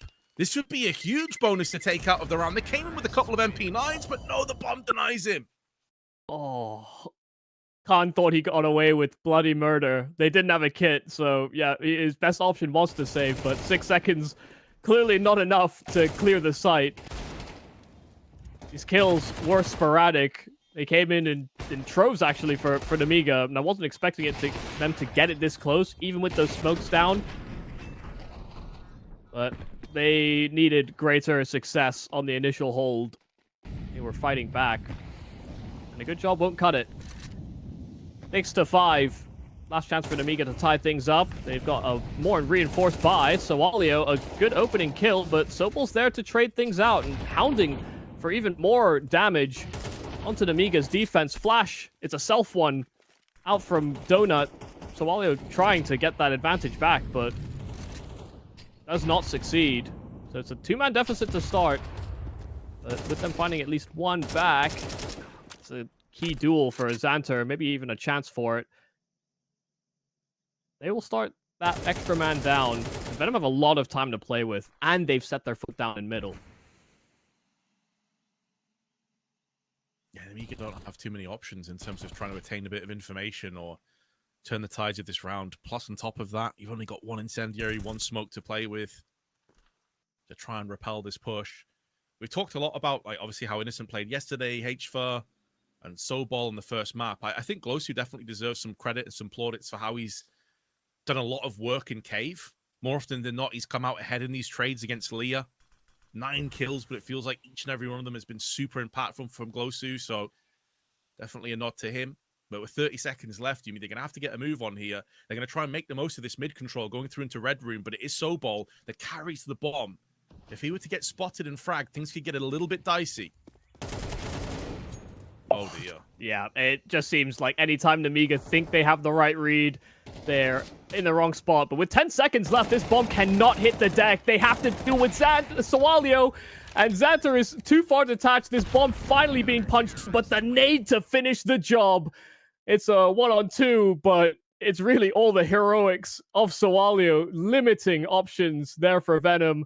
So Nemiga tied things up, 6-6 at the turn of the half. From a solid start to that half to finally towing that line towards the tail end of it. Such a good hold at the end, isn't it? I mean, you'll be bitterly disappointed if you Venom, but try to look at the positives. You were 5-0 down at one point. This looked like it was going to be an incredibly fast map, and you battled back to win 6 in a row. 6-6, not a bad outcome, all things considered, but I will remark again, Nemiga typically have a pretty significant win percentage increase on their T side. It's up by 15 to 20%. So this is normally where they do their best work on Ancient. So although Venom have brought themselves back into a chance, they've sat back at the table, they've got to be very careful at how the second half starts. Yeah, and it seems silly maybe that, you know, I'll even say this, but I actually think sometimes the best times Nemiga look on T sides is when Khan doesn't have an AWP. You know, there's a lot of sort of static play. He's definitely a punish AWPer, and Venom are going to be as active. You know, I'm expecting them to set that precedent on lane, to be active from Cave, to try and fight for mid control. You know, the same thing we see a lot of teams do on CT side Ancient. But when Khan has a rifle in his hands, Nemiga feel almost emboldened to go pacier, play faster, and that's where, you know, players like Xanter, Risky Bob, Lear, all these players are far more punchy. And this T side though, A side split, heavy in from Donut, but with Lear throwing Util out from A main, Sobul's picked him apart, and it makes it more difficult for them to actually approach from Donut. They'd be stuck in a crossfire between CT and A main. And so Nemiga pull the plug immediately, try and reroute back into that B bomb site. Innocent is still keeping a watchful eye. Yeah, they have the right kind of setup as well to go for that retake. Sobol has a kit. And he is wrapping around at this point, starting to make a move on the long flank through on T-spawn. So it looks like they will yield the bomb plant. That much has pretty much been solidified at this point. But Sobol finishing off a weakened Xanter. An important kill as well, because keep in mind, if he went down on that flank, that's the kit that goes with him. Things start to get a little bit sketchy, but no longer the case. It's so clean on the approach from Venom. Headshots are plenty delivered by Flay. He's up to 10. Sobol on 12.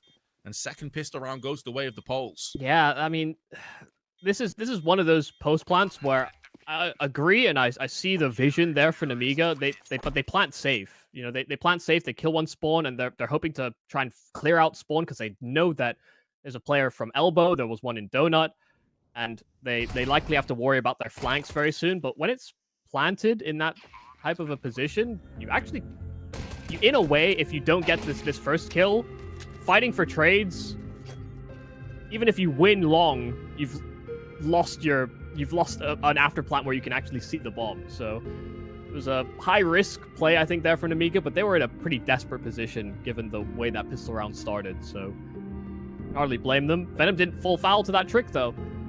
Again, another multi-kill up from Sobol. He seems to be a hell of a pistol player, really, for Venom. Yeah, really clean, isn't he? Like, even the kill he got onto Leah, he kind of flicked across his screen. It's not an easy frag to pick up, but he made it look like it was a very straightforward routine kill. Yeah, made the perfect choice as well. It's the one out of the 5. And in doing so, it will be a force buy. As Glosu saw him occupying cave on that T side with a lot of success. Now he's going to be ready to receive as the Tech 9 pushes through him. Oh, he'll be disappointed he didn't get at least one frag from that. And considering they've also conceded the kill on the B site, it probably is just as safe here. It sucks if you're Venom, but you've got to get at least an even trade on that approach. Yeah, they don't even have the security of having a fast rotate. You know, they're still setting up in the typical staging for mid, and they were still hoping that they could get their wits about them, about how to play the mid round. But Nemiga going in with some pace just cuts down any chances. If Venom had at least had a player from spawn, they might have given it a good old college try. And not to be. So just like that, the force buy from Nemiga, netting them even Stevens at 7 apiece.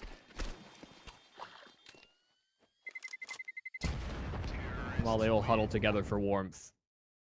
The words of encouragement, no doubt, down the microphone for Lear. Because he's getting far more influence from the rest of the squad. I think it was something that Brandon brought up, but the idea that Lear was kind of on his own on that Nemiga overpass. Didn't have much impact from Xanter or Risky.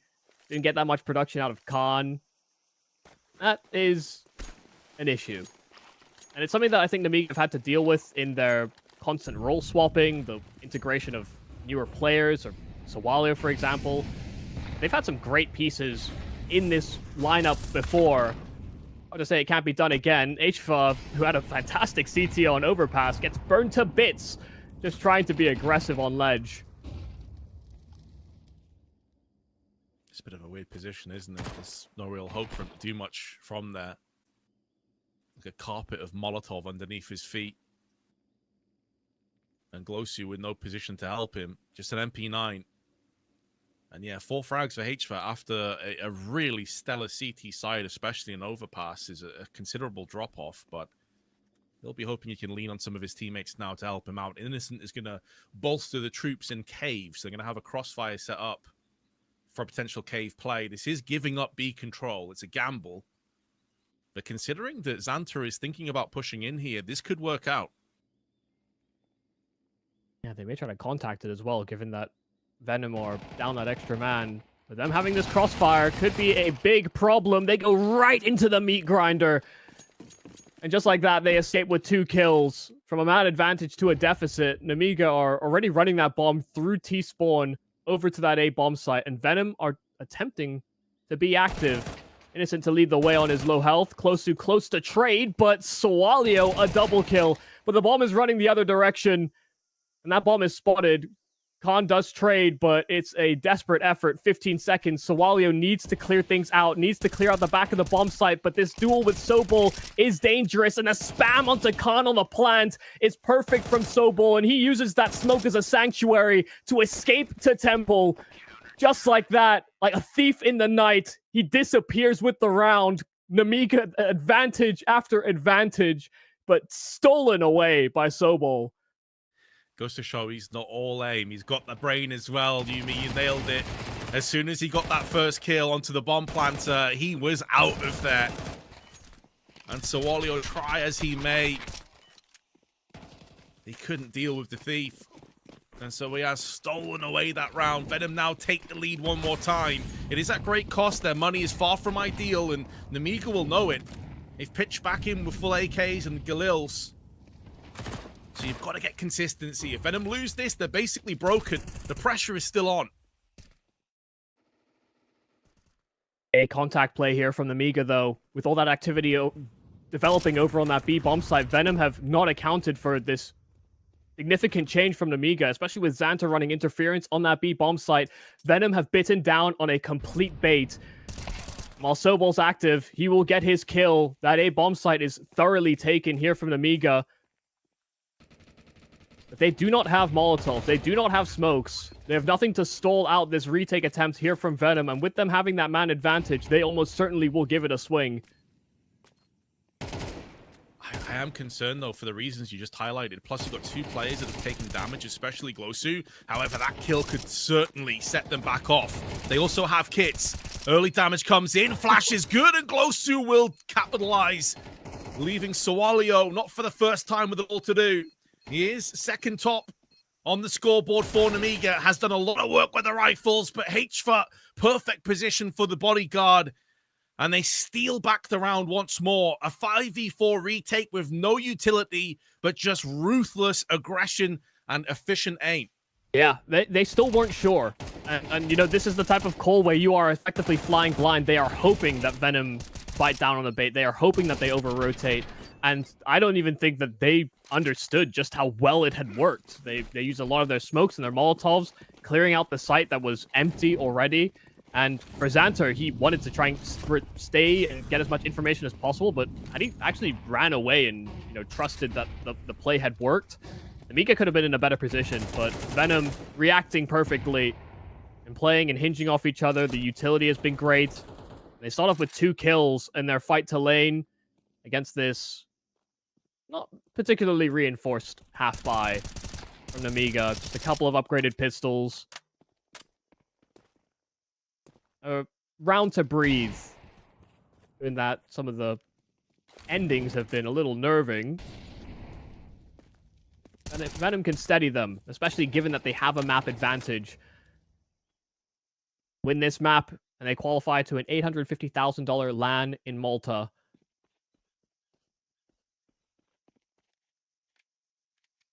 They most certainly will. And Venom will be very aware of this, but they've got to keep their eyes on the prize at hand, and that's just getting across the finish line. So often, especially at sort of the tier 2, tier 1.5 bracket, teams get so close. They take their foot off the gas, and they end up getting punished by someone like an Amiga. So Venom have got to just keep themselves consistent. They're in a great position right now. 10-7 will be the lead. There's no way forward. Khan also wants to die before the time runs out. 30 seconds left on the clock. He will fall prey to the M4A1S. 3-round lead here, Yumi, but there will be another buy coming back in. I've got to say, though, I've been very impressed with Venom. You know, coming into this event, probably one of the teams that very few people expected to even be in this position when they saw the draw against MIP. And yet, not only did they beat NIP, they're making a really good account for themselves here against Nemiga as well. Yeah, and there's no better time to climb the rankings and, you know, slide your way somehow into invite range for some of these bigger tournaments. Right now, I mean, we're in a crunch in tournaments, as there are many scheduled, you know, smaller lands especially, that line up and are prior to that invite to the major. And, you know, for Venom, it's quite a distance to climb from 50 odd in position to get up into, you know, they need to be effectively in the mid to early 20s. But they continue to get upsets, and there are teams that are certainly struggling right now that are within that range. There is no better time to show that level and show that form. Oh, trade from HVA on point. May have had a slow start, but he's starting to pick up pace now. Leah and Khan with a couple of lonely Galils have to try and somehow bypass this incredible pressure that's being applied to them from the Polish team. I mean, they do have access to A. To be fair, Khan is starting to make moves out on A main side. He's going to find it's by and large free. Flay is close. He's back at CT spawn, playing very passive. But the bomb's not quite there yet. Leah still needs to make a move across. They're still going to need a hero play. Even if they get access to this A bomb site, there's a reason so many teams don't start a player on this A bomb site. There's a reason they don't necessarily always fight for it in mid rounds. Venom are angling for a retake. They're allowing them space on that A bomb site. And while Nemiga know that this is maybe a poison chalice, perhaps Lear or Khan can provide the antidote that Nemiga need. Yeah, it's going to take a little while before they even get close to the site, because they were mainly stacked over on B. So already a third of that bomb and nearly a half of that bomb fuse is ticked away. Smoke, Incendiary, and HE, they can cordon off a couple of these areas. As the smoke's going to be tossed down onto the site, they're leaving this incredibly close, though. It just takes a well-placed spray, and things can come raveled apart. Leah, round the side, going to get the drop on the first player, but it's not going to be able to deny the bomb plant defuse. It's a valiant attempt, considering it was a 2v4, but it will still go the way of Venom regardless. Yeah, I mean, it's a risky play for Lear to make. From Donut to wrap around to Red, he's hoping that Venom don't play with that pace, and he was on the money, but effectively he needed Khan to play first and try and stop them off of getting that defuse, and by the time that he dies, Lear hasn't slid out far enough from spawn that he can actually threaten that diffuser either.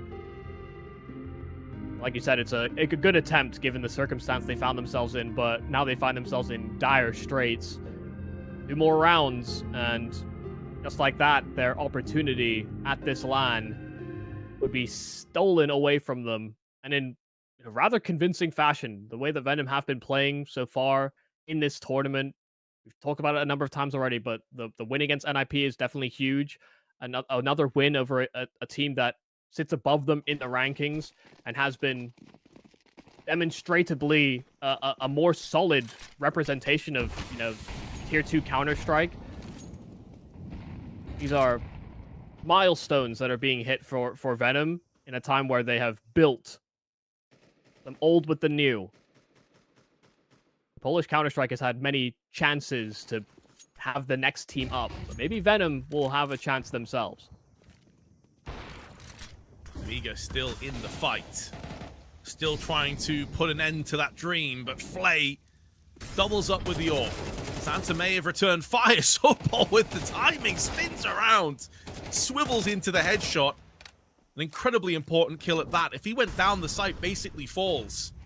But there is still a way forward. A weakened Sobol will back away and now allow his teammates to stand tall and deliver. Glosu and Innocent up close on Temple and CT respectively, but the bomb is still yet to get planted. Yeah, they may leave. They're going to try and hunt for this player in Donut, and once they realize that they've spent way too much time doing this, by the time they actually get into a planting position, CT will be unsmoked, and look at the link up here from Venom.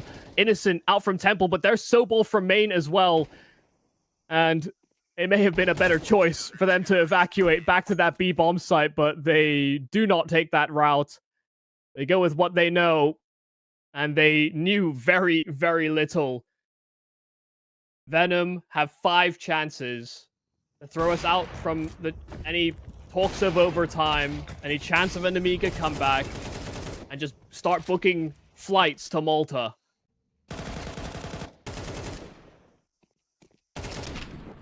What makes it so impressive as well is like they've played against NIP and Nemiga. They've yet to drop a map. The most rounds they've conceded was against NIP yesterday in an overtime. They went 16-14. Apart from that, the teams they've played against have not got double digits against Venom. Oh, Glosu, salt to the wounds. As if it wasn't painful enough already. Just shot straight through the smoke, and Nemiga are going to try and bypass through on the main side. They still have Sualio in middle. A ton of damage, though, to Risky Bob, who may be able to force Sobol out, has a smoke to extinguish the Molotov. All the pressure directly applied to Nemiga with counter flashes tossed in. They're going to close the gap and try and get this bomb planted. They need this. Risky's Molotov will buy them space, but they don't urge the plant. They don't rush it, and they disregard an angle in Donut. H for fantastic damage. Everyone within a bullet of their life. They need greater mileage from these Nemiga members, but they are completely pincered. They are trapped. They don't have main control. They have nothing. But they'll need to fight for something. They'll need someone to make a move, and it will be Sualio that attempts his move out from Red Room, but it's being accounted for. It's being looked at by Innocent, but only for a moment. And as he steps forward, there won't be that flank. Khan has some safety now in spawn, but they're both in that same angle, and that bomb will not be planted for them. There are kits available here for Venom. They can simply jump on it, and the members of Nemiga need to run them down. Khan gets his kill, but Sobol gets off the defuse for the refrag. They will book their tickets to Malta. Venom, our first qualifying team, straight through. And like you said, Vince, they don't drop a map on their run. Incredible tournament qualification by Venom against all the odds. Constantly regarded as the underdogs. Maybe we have to change that narrative a little bit at this point because they have proven themselves several times over. And it's confidence. It's good fundamentals. There's a stoicism as well to Venom in rounds that look desperate. They make confident, decisive moves that will bring them back into some of these moments. And the teams they face, despite their grandeur, despite their expectations, have not played with that same level of judgment on these significant moments in games. This might be, and this is actually not even might. This is definitely the best this roster has looked. It's the best honestly a Polish squad I think has looked in their convictions throughout this qualifying route. And they're getting a chance to qualify for an $850,000 LAN. Those chances are very fleeting. But we've talked enough about it. Let's see how excited our analysts are to discuss it as well. There is hope for Polish Counter-Strike still. Boy, what an exciting match. And look, for Venom, Ted, it looks so decisive, so clean. It didn't look like they struggled at all, always in control. No, absolutely not. Going into this qualifier, we thought maybe there was going to be some other teams that would have an easier time, right? Teams like NIP, teams like PARIVISION that are not out of the contest just yet, but M80, OG maybe, ENCE you could make a point for. No one was thinking about Venom, right? And those guys just come into the qualifier. They don't drop a single map. They play great Counter-Strike, as Yumi and Vince pointed out, playing up in the faces of everyone, just like they are the favorites. And like the difference between them and their opponents is actually massive. And you know what? Today and yesterday, the difference was quite big. And Brandon, obviously, look, I mean, coming into this one, coming into the tournament as a whole, I don't think we had Venom regarded very highly, but they proved there is consistency to their madness. Yeah, they looked really solid, and I think Yumi said it best, right? Stoic. In a lot of the rounds, it always felt like things were completely in control for Venom across both maps. The Nemiga, they start out strong, but Venom always feel like there's always a competitive edge in some of these rounds, and I want to give such a shout out to Sobol, because Sobol has just the most unbelievable series. I think this was one of the best series I've seen Sobol play since 2023 when he was in Honoris playing with Taz and Samay, and those guys looked like they were the next up. It looked like it was going to be Sobol, it looked like it was going to be Samay, so maybe Samay went over to Sangal, but Sobol never really made that next step. but he's still in the domestic routes, and now he's playing an $850,000 LAN off the back of his own hard work. Ted, let's break down the play a little bit here from Venom overall, right? What really worked so good for them? Because look, you could take these individuals into account, but it just felt, you know, where did this control come from really from them? The interesting part is that I think we saw a better adaptation coming out of the Venom side of things than we did from Nemiga, and this is something that we were discussing here in the green room as the game was going on. The first 5 rounds on the CT side, Nemiga were playing heads-up Counter-Strike into their faces, knowing that Venom is a team that likes fighting middle and lane on the first timing, right? But then Venom slowed things down a little bit. They start going out a little bit late and play pretty standard Counter-Strike, right? Break some of the smokes, go out with late flashes. It didn't really feel like Nemiga were there to realize what the adjustment was like, right? And I feel like this is the thing when it comes down to Venom. You let them get 4 or 5 rounds on the T side, they're just gonna completely start running over you. From the point where they're able to get a couple rounds like this, they will just start running on first timing again, but it's all about gaining that confidence. And I feel like this is something that Nemiga were not really there to match up to. I don't really feel like Nemiga believed in themselves as much as Venom did. And I think it was obvious by some of the plays that the individuals were going for. And when you're good individually, when you're feeling it, and you are risking so much, it will be an entertaining game. And eventually, if the team on the other side is showing any hesitation, which Nemiga did, you will just stomp them. And that's what happened.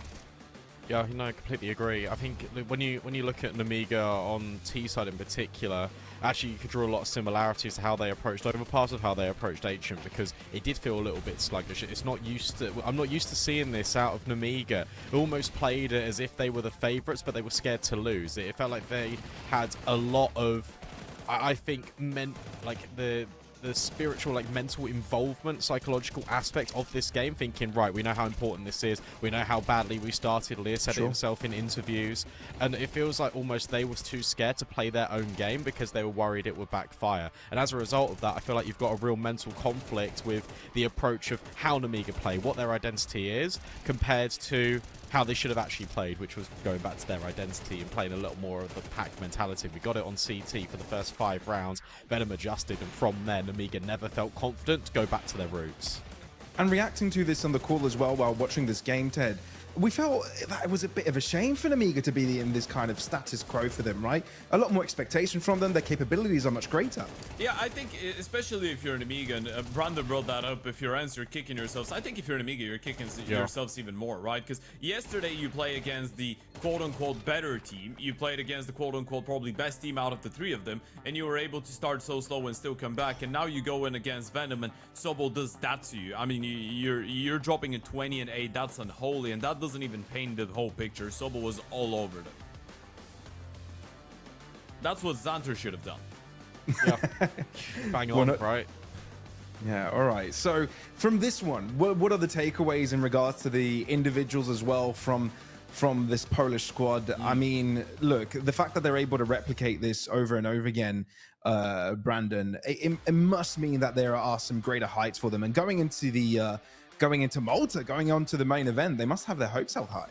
I would assume so. I think, look, the thing is, as always with Venom, no matter whether it's a qualification to a LAN event or actually attending the LAN event, you've got nothing to lose. You've been winning the whole time in terms of scaling the VRS rankings. But now you look at this, you've got a minimum of 20,000. You win one best of 3, suddenly the prize pool jumps up over double. So I think what was fantastic here for Venom is you've actually made that step. You qualified through to the LAN. Last time they were on LAN, they won the whole event. And I know you can't compare you can't compare Thunderpick to Fragadelphia, but you take a look at this for Venom, and they've got to be feeling confident. They've got to be feeling so confident. And as we said on Overpass, and I'll echo it here on Ancient, bar Sobel, Flay had a brilliant game, Closu had a brilliant game. All of these different players are now stepping up for Venom. It makes it a lot more consistent. Yeah, I guess what you could say is that they be staying winning, right? And I get my Gen Z lingo out of Anders, everyone, so just make sure you hold them accountable for that. But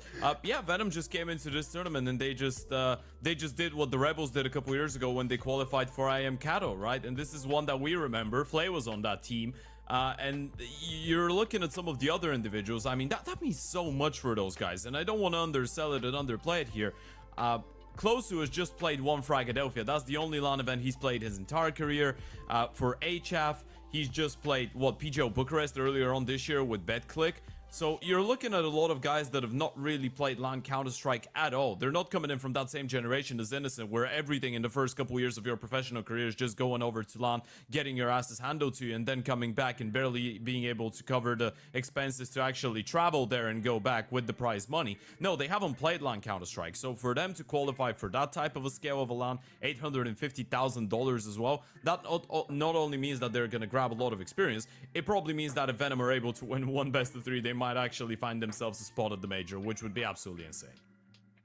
Well, we're now also bidding farewell to Nemiga at the same time as they've been knocked out. It only needed a 2-0. Brandon, what are your thoughts on the longevity of this project? Do you think this was a little bit of a one-off? Because we saw some shakes yesterday from against their play on ENCE. We knew it was a bit of an upsetting showing from ENCE as well, but, you know, some of these mistakes and so-called shakiness, I guess is the way to describe it. There were signs of this a couple days ago. Yeah, so shaky Bob, really, if you will. Oh, Look, it's difficult because on one side of the coin, you want to say maybe Nemiga just need a little bit of time off from officials, given how important every single one is. And again, not to twist Lear's words, but he literally said in the interview yesterday, we didn't start off the season very well, and it's our own fault that we're currently in the VRS position we're in, because I think they did very well at the major. I think they exceeded expectations. So Okay. you take a look at this for them, but on the other side of the coin, you want to say what made Nemiga brilliant. Well, it's the fact that they were playing so much Counter-Strike and they had that consistency. Well, it seems we've got our interview ready and we've got Innocent through everything that went on in that series. So welcome to the broadcast, Innocent, man. What an excellent game. Not only what an excellent game, congrats as well for your qualification to the Thunderpick World Championship. You're going to Malta, man. Hello again. Yes, we are pretty happy about the final result. Today was a bit different than yesterday, but it was still banging. You say it was a little bit different. Everything seemed to be working out for you guys still. Talk to me a little bit about the vibes on this team. Obviously, this is a massive event that you qualify for, and that means a whole lot for you because it's been a while since you've played that type of a LAN, right? For that type of money. But you're looking at some of the youngsters on the team. Speak to us a little bit about Close2, about HF. They are the guys that haven't played a lot of LAN Counter-Strike. How do you feel like you're getting on together, especially with the newer edition of HF? Yeah, it's gonna be pretty interesting. I mean, you know, at this tournament, it's always like there is a saying that we only can do some stuff, but we don't have to do stuff. Yeah, so like we're obviously heavy underdog, and I think for Close2 it will be his second international tournament. Yes, for both of them. Yeah. But Hwach was already at the bigger event, right, with Apogee. Close2 was with us at Philadelphia, and it was his first, and he actually played much better than online, I think, and he actually did a lot of good stuff at this tournament. I do believe he was our second best player there, and yeah, I think it's gonna be a bit different, obviously, because level of the teams will be different, but I can only hope that no one will choke and we will have a lot of fun. It's a shame that it's not really counting towards the major anymore. So we have to, you know, grind the points at the LANs. But this is fantastic, and it's a great start for the new organization as well. So I guess they are happy to invest some money in us and building this team with us. It's fantastic. I couldn't be more prouder and happier right now. But you hit the nail on the head. It might, whilst it is a little bit annoying for you with obviously the VRS cutoff, it's a step in the right direction, and it is most importantly LAN experience for the new guys. I want to draw back to what you just said, because you said it was different to yesterday. Can you go in a little bit of a detail here on today's match against Nemiga and how you felt in both of those maps? I do believe that yesterday there was a lot of stuff. I think NIP was playing pretty crazy, I would say, on Dust, and like basically like a lot of runs won themselves by just waiting or so. And today, and obviously yesterday, I had I was having a pretty good game, yeah, and my calls were mostly perfect, I would say. And today it was also like well called game and stuff. I felt really good in the IGL environment. Let's say I wasn't as good as a player I was before, but the rest of the team played lights out. Flay played crazy good again. So it was he had a step back for a couple of games, but now he came back when it mattered the most, which is fantastic as well. And I think we just played with a great composure today, and we closed out rounds that we had to close, and we actually grinded rounds that we were not supposed to win by just good communicating, reacting well and doing some individual moves. So I think today it was most of the time it was perfect CS from us. So I think it's great that we can still play like this when it really matters. Because yesterday we lost ECA Advanced, by the way, to We noticed. worst team, let's say. But but to be honest, I even said that before the tournament that it could be like this in the ECA, that we will lose 2 games early and just bomb out, because it's completely different CS than like better teams. So we are okay with that, and it doesn't matter. It would matter if we lost this game, but since we won it, then I don't give a single Butterfly. damn about the about the yesterday game. Lastly, because we don't want to keep you for too long, but it's really nice talking to you. But talk to me a little bit about the dynamic between you and Spero on the team, because obviously you guys are the veterans, and you've surrounded yourselves with next generation players, so to speak. Although Sobo is a little bit more experienced at this point, but what is the dynamic like between you and him as an in-game leader and coach? Considering you've known each other for so long, you've played a major together. What was the entire vibe there? Yeah, it's fantastic. I don't want to shoot it, but yeah, I can do it. I'm pretty sure we are like best friends, I would say, like in real life as well. So like we have a great vibe with each other. We agree with the 99% of the stuff we do, which makes it a lot of easier to actually work together and build up the same team vision. Yeah, it's fantastic. I even mentioned it before that Trevor takes a good care of like a background preparation and working with the players, while I also use obviously his analysis and stuff like before the games, but in the game I feel like I'm the king of the server, which just makes it like work is correctly divided, I would say. And like he's not burned out and I'm not burned out at this, and I think it makes us play good. But obviously it's just the beginning of the team. We still work on the roles. We will have some issues in the future, obviously everyone does.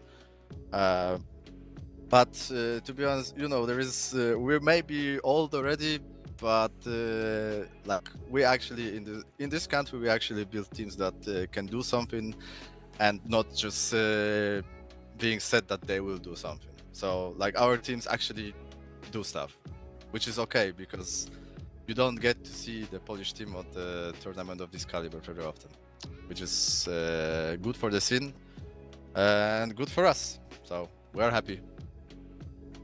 Love to hear it, man. And hopefully we do see whether it's your team or another Polish team continue their appearances at that level of play. And it's really nice to hear you've got a nice work environment there. So again, thank you for joining us on the broadcast, Innocent. It's been lovely to hear from you, and best of luck in Malta, man.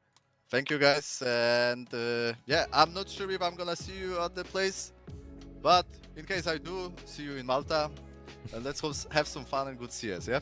Hell yeah, man. Hell yeah. All right, take care, bro. Have See a you good guys. evening. Thank you. Thank you. I love that I said it, have a good evening while it's just the middle of the day. Local time 12 CST. It's only 1 o'clock for me. Anyway, what a brilliant interview, Ted. Yeah, I think we've just found ourselves a hidden gem. I think every single time we have an interview, we should be getting Innocent, right? You just give him one word, you're playing associations, and he can just go for hours and hours. But all jokes aside, I actually love it. He's given us a lot of insight, and you can tell that he's sincere with everything. I feel like he does seem like someone that's really level-headed, and as far as he's happy, I think he realizes that he's been there before, and he wants to hype everyone up around him, but he doesn't look like someone that is acting like he's done the job. It really feels like he knows there's a lot more work to be done, and I really like that because the potential is there, and I think they're on the right path. Brandon, any final words here? Obviously, this match was pretty impressive by Venom, but if you could, you know, give us the summary and what to take away from it as we go to a break. I think we've got some time until our next match. So what should we be left with? Well, one final thing just about the interview. He reminded me an awful lot of, you know, those like newly promoted Premier League managers in football, where he just sort of gave everyone their props and everyone their praise and encouragement. And look, you need that out of your in-game leader, let's be honest. Like, as you say, Ted, level-headed, but also giving respect to everyone. That's what builds a true underdog story. And after that interview, and obviously after seeing the gameplay against both NOP and Nemiga, I'm now rooting for them. I really want them to do well, and I hope this isn't just a flash in the pan, and this is a good qualification attempt to actually answer your question, to stop tangenting every single death segment, Pavlos. Venom played incredibly good Counter-Strike. It actually felt like they were the favorites for the majority of the series because of how composed their gameplay looked. From a macro level, they were doing everything perfectly. There was so much variation, especially on their opponent's map pick, and all in all, it gave us a lot to be excited about. It's a shame for Nemiga, but the better team won today, and we're going to see Venom in Malta, aren't we? That we will. Brilliant people, brilliant players. That's what we take away from Venom as we head into our next match, folks. 9Z versus PARIVISION will take place soon. Don't know how soon. We'll have a little bit of break until then because I think the match is scheduled in about an hour from now, but you should expect the desk to go live in about 45 minutes. But folks, see you there in a bit. Go have your lunch and we'll see you then.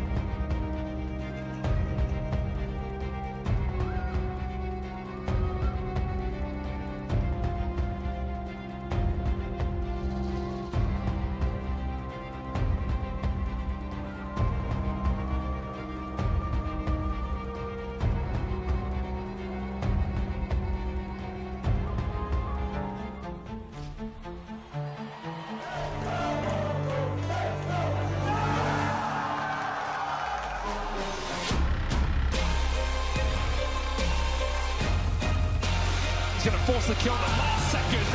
Right to the smoke. Look at him go.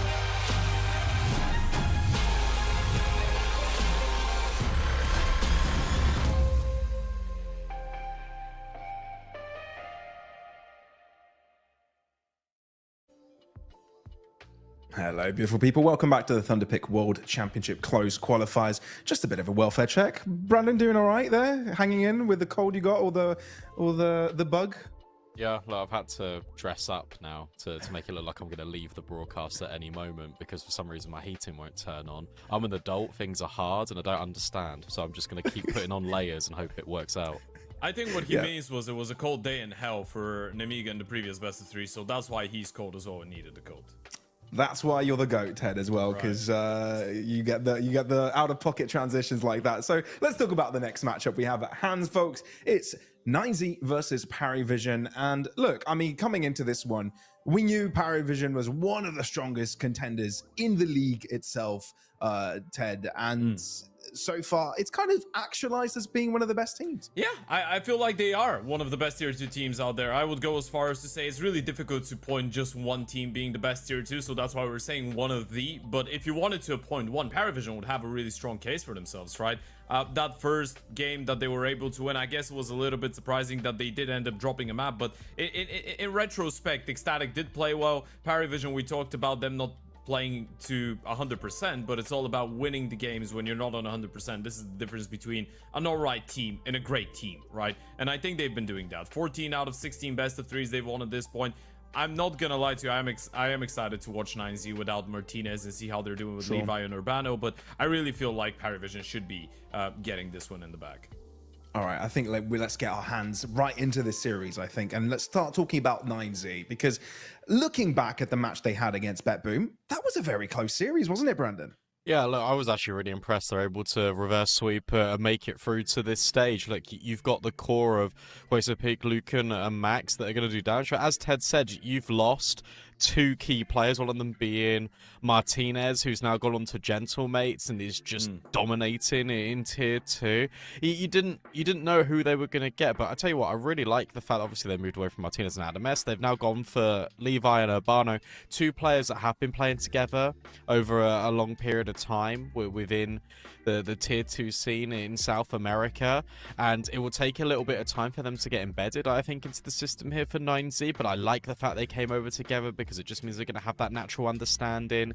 It just means that it's going to take, I think, a little bit of a shorter time for ENCE to fully integrate them in, which I think definitely helps for a team that is trying to push for one of these major spots. Sorry, I was muted there. But Ted, you obviously you were talking positively about these guys as well as we were talking behind the scenes for a bit.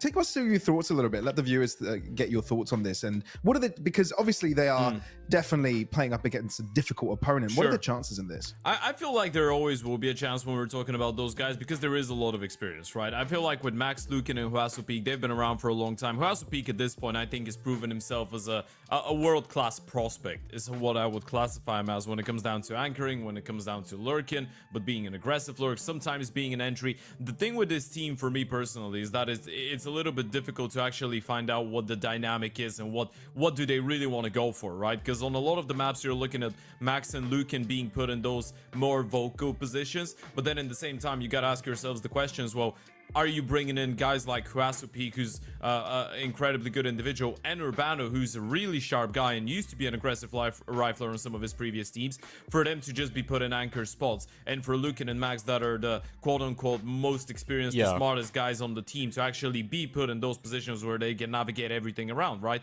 And the main question for me here is, can Max and Lucan be aggressive enough? Can they take enough space efficiently enough, considering Levy is a bit of a passive oper as well? Yeah, look, I actually have a question for you now, Ted. We get a bit spicy on the desk, right? You said that you said that Thunderpick is a bit of a prospect. At what point does he stop being a prospect? He's been on this team like 2 years now. What have ENCE really achieved in that time? Yeah, they've won a couple of domestic things. They came second. Top 4 at IM Dallas. Yeah, apart from that. That's one thing in 2 years. Look, we can have that conversation, and I'm gonna counter with not a specific answer for Huasopeak. I'm gonna say Dumao and Lado were prospects for how many years before they actually broke through the major in Austin, right? Sometimes it just needs a little bit of time, especially when you're coming in from a region like this, especially when you're apparently not really willing to go international, when you're going through a lot of rebuilds, because we shouldn't be overlooking the fact that 9Z as a team has been going through a lot of turmoil, right? But one of the only constants when it comes down to individual performance has been Huasopeak, and was Martinez as well before he left, right? But Huasopeak is, I feel like, for a long time been consistently the best rifler on this lineup. And I do believe that he still is someone on incredibly high quality, or of incredibly high quality, considering he's, again, playing anchor spots. He doesn't get all the freedom in the world. Sometimes he does, sometimes he doesn't. As we said, it's a bit of a mix depending on the map that you end up on, but he's still able to put on really consistent performances. I like that back and forth between you guys. Nice to have a little bit of a debate going on, but let's debate a bit more about the CIS team on the server, PARIVISION, because look, all of us took our turns counting how well these guys have done in the recent past. Brandon, you were the most recent one to confirm their streak of success, haven't you? Yes, look, I love this team. I really love this team, to be honest with you. I've been watching AW for the longest time, ever since he was back in DMS. I've made a number of content about him where I think that he is next up, and he provides an awful lot of stability in this team, for a team that has got, in essence, a lot of opening players, but that also means you've got a lot of players that can really influence rounds. Nota has been stepping up in a really big way over the last week when it comes to best of threes. Gasello has been consistent, and Belchanok's always reliable. Not even spoken about Jame, who is smurfing, in essence, in tier 2. He is always such a threat, and that's where I start to worry for 9Z in this matchup specifically, because we know the level that James is going to get. We don't really know what 9Z are going to look like in the AWPing department. Ted, do you have a backup for this as well? Because obviously PARIVISION have got layers to them as well. It's not just James Mastermind. He's got a lot of players to rely on. I think it's just a really it's a big shame. I think now people are starting to realize, but it is a bit of a big shame that people on the higher level of competition are not realizing what Jame and Dastan are doing right now, because they're doing an Avanger number 2. Right, Jame and Dastan have just surrounded themselves with all the youngsters in the world, only that this time Jame is a major winner. He is a major MVP. He's got all that experience. He's bringing it into tier 2. Apparently, individually, he's far ahead of the curve when it comes down to tier 2 and tier 3 Counter-Strike, which is supposed to be how things are when a tier 1 player goes down a level, right? He's not supposed to be struggling. He is supposed to be a lot better than a lot of the guys around him. And then he surrounds himself with so many aggressive riflers, so much firepower, and a lot of guys that have an opinion for the game. And he is molding, with the help of Dastan, into becoming really versatile riflers. And we had a bit of a chit chat about it a couple days ago. Guys like AW, like Belchanok, JiJieHao, and Noda, all of them have been incredibly aggressive riflers and entries and stars in their previous teams. All of them are shifting into being more team oriented, but still holding on to that X factor. I want to go back to a point that we spoke about last time we saw PARIVISION here at the Thunderpick World Championship qualifiers just a few days ago, and that was, we really feel like Jame has been sort of misrepresented in the scene, and I feel like underappreciated. I want to actually turn that point on its head now, and I want to say I really love the fact that these players are buying into the project, and obviously you have to with the major winner, the pedigree of Jame and Dastan, but it's so important for players that are so incredibly young to actually have belief in the system, actually have trust in the process, because AW in particular I think has changed a lot of the roles that he was utilizing. We saw an Ancient, again, that swap between him and Casello over in towards the B bomb site on CT. So what I love here is the fact that we have got a team that is willing to adapt, willing to mold, even when things are going right, to an excessive degree. Yeah, I feel like as well we're seeing a little bit of depth in terms of when we get to find out what the character of the players is because or based of their positions. AW's constantly, even though he's not the most aggressive rifler in the world right now when it comes down to attempted entries on the CT side, he's constantly been put in those spots where he can be vocal, where he can speak. Same for JiJieHao. So you're getting a bit of an idea that Belchanok and Noda could be those aim stars of the team, but then JiJieHao and AW are probably the guys, and again, this is us making educated guesses, but the guys helping out Jame a little bit more when it comes down to comms and the calling department. All right, time to talk about maps here, because obviously whoever plays up against PARIVISION, they're going to have a hard time, Brandon, right? They've been winning everywhere. So where's the weak point that 9Z can rely on? Train, probably. Like they picked it against BetBoom, another team that I'd argue is on the same level as PARIVISION. If not a bit below because of the consistency, but that went very well for them, especially on the CT side. Levi, in particular, had over a 10% swing, and he had a 2.05 rating on the CT side for 9Z. And that is 9Z also ending the half, 7-5 on train, and they just completely blitz. BetBoom, like 13-10, it's not even close. Peak has a great game, as we were speaking about. Lucan wasn't even required, and I think that's the scary point. And that was always going to be the conversation for me as to, with 9Z, get this duo in of Abano and Levi, what is it going to look like for them if they're embedded in quite well? And XW7M played a lot of train. It makes sense for them to go to this map. Ted, what are your thoughts on this? I feel like it was pretty expected. I think Ancient is going to be interesting because obviously you're looking at some of the stats for 9Z on it, and you're going to say, well, it looks like they would have picked into it. The thing is, the asterisk, 9Z have actually not played Ancient against a non-South American team before, right? That's going to be their first time. So it will always be interesting when we're seeing that type of an organization come back to playing a little bit more internationally. And I say come back because a couple years ago, 9Z was the type of an org that is now, let's say, paying gaming, right? They were playing majors, they were playing tier 1 events. It hasn't been the case for a while, so I feel like it's going to be interesting to see what the level that they can bring forward is on Ancient. And yeah, as it comes down to train, I think Brandon hit the nail on the head. It was to be expected. The train looked really good out of 9Z. ECSTATIC were able to take it against Paris, so there's probably a couple things that you can learn and see that ECSTATIC were able to exploit. And if we go to a third and final map, I'm going to be really interested to see that head-to-head between James and Levi. Is it safe to say, Brandon, that these two teams are a potential major matchup in the future, right? I feel like PARIVISION is in the right trajectory. 9Z are doing great stuff in South America. Is it right to believe that there's something like this on the horizon soon? Yeah, I think that's a fair comment.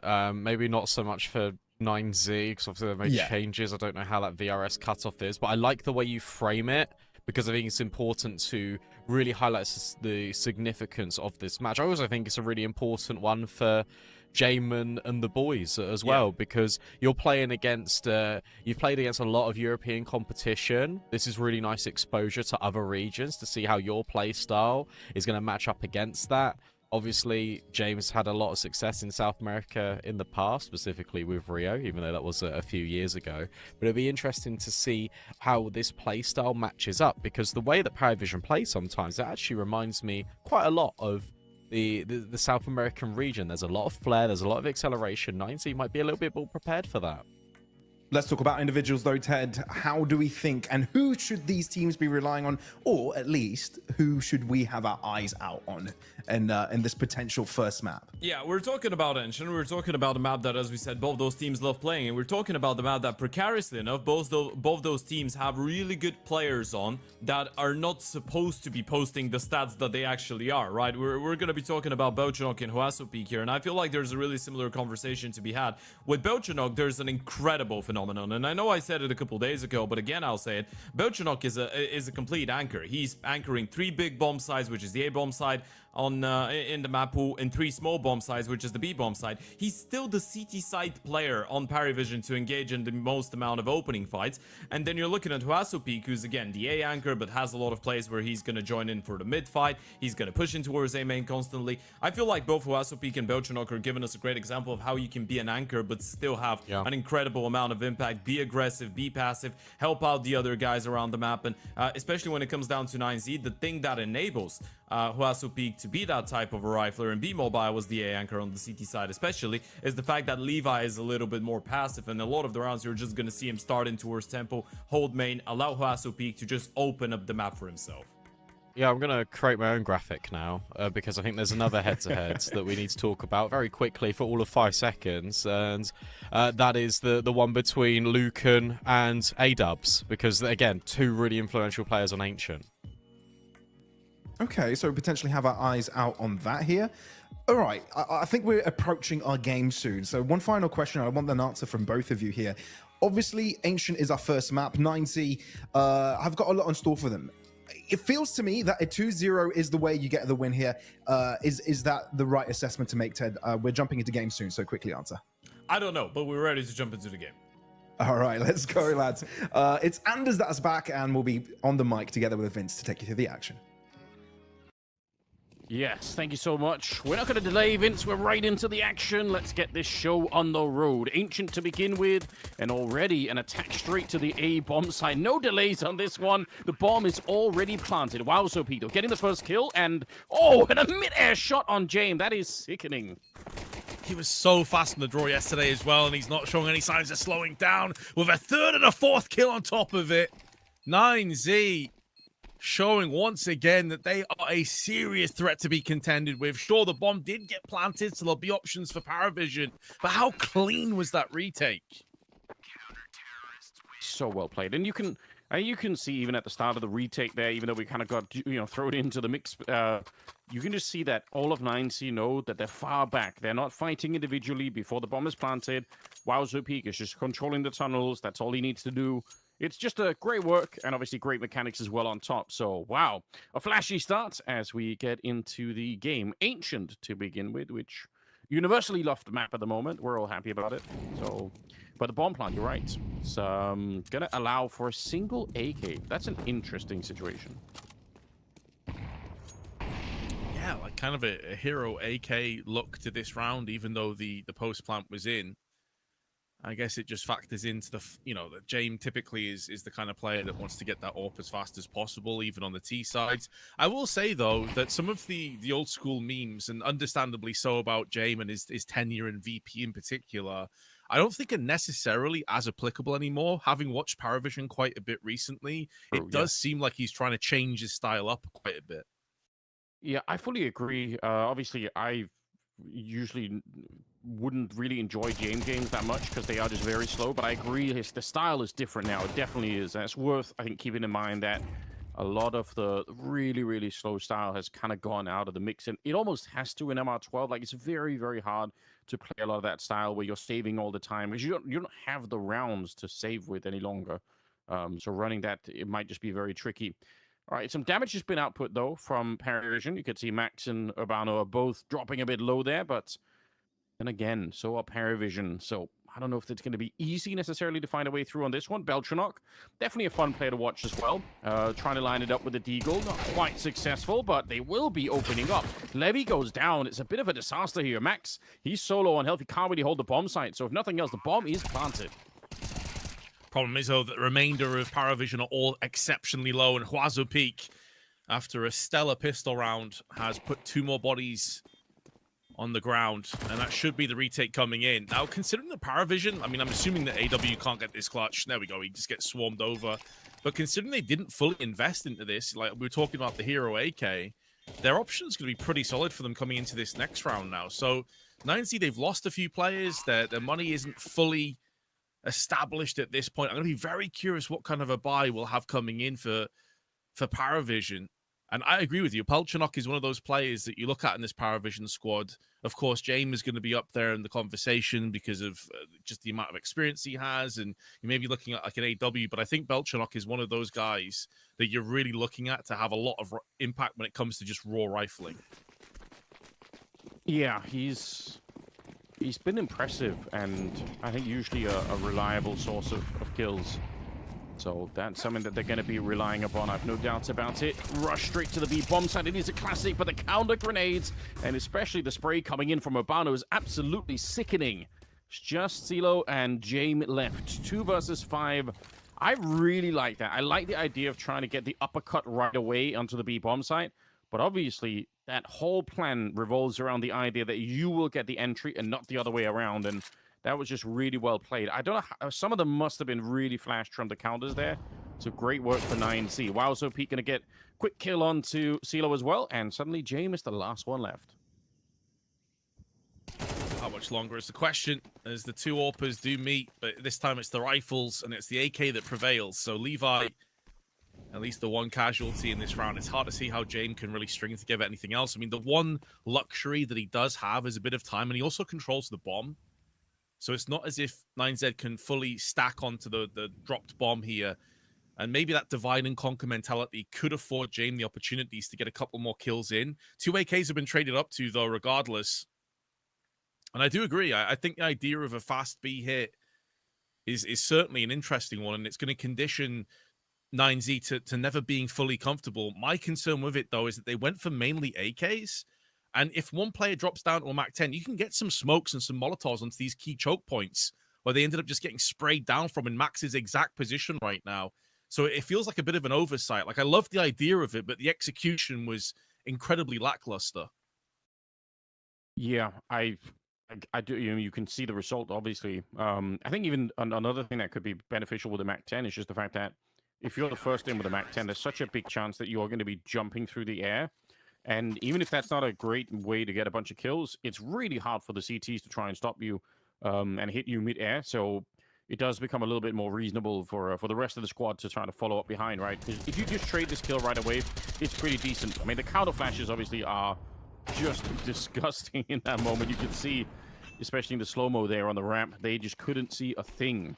So that's a pretty hard stoppage. But yeah, rushing the B ramp, I think it works a lot.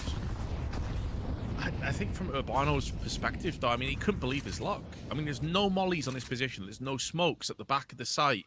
True. Nothing to even cordon off like a cave peak. It's such a ballsy play, and I can respect it. I can respect the gusto behind it, but it's so one-dimensional. It feels like a coin flip in your first rifle round.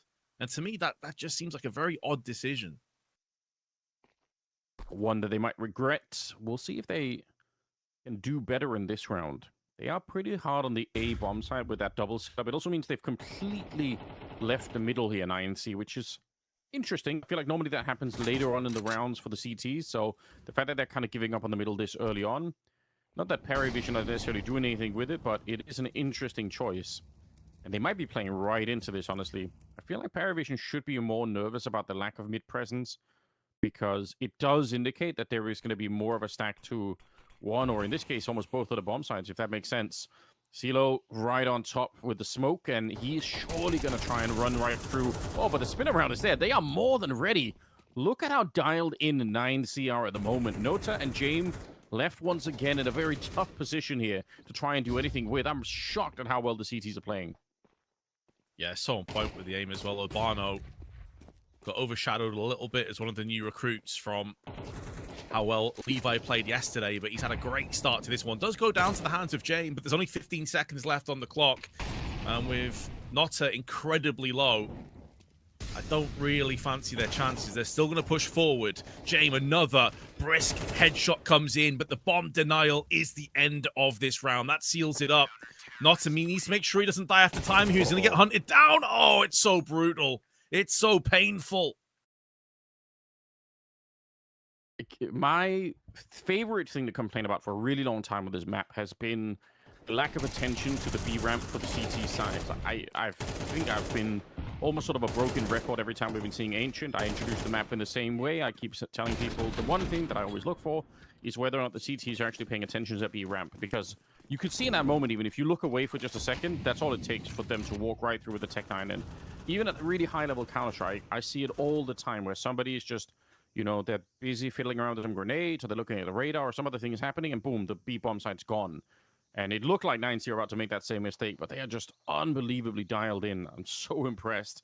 Levy and Luke haven't even had to get any kills yet, but that might change, as this is a really big position for Levy and hard to escape. Flash on over. I'm actually surprised that he even makes it this far back. He could have got killed already. Lucan, right as the smoke pops, is going to take down Belchanok, so a 1-for-1 trade that might set them up for a bit of a bomb plant here. Levi's still alive, though. Molotov down's going to force AW out into the open, and between Nota and AW, just 20 HP. And Zelo's going to have most of the impact, most of the heavy lifting in this. He's got 2 kills to his name. We'll have to go above and beyond, and Zelo's been put where he stands in the dirt. Nota on 15 HP can do little but back away. Deary me. 9Z look like they've came into this game in fine form. Like, PARIVISION just can't get into these rounds. They are so hyped up, aren't they?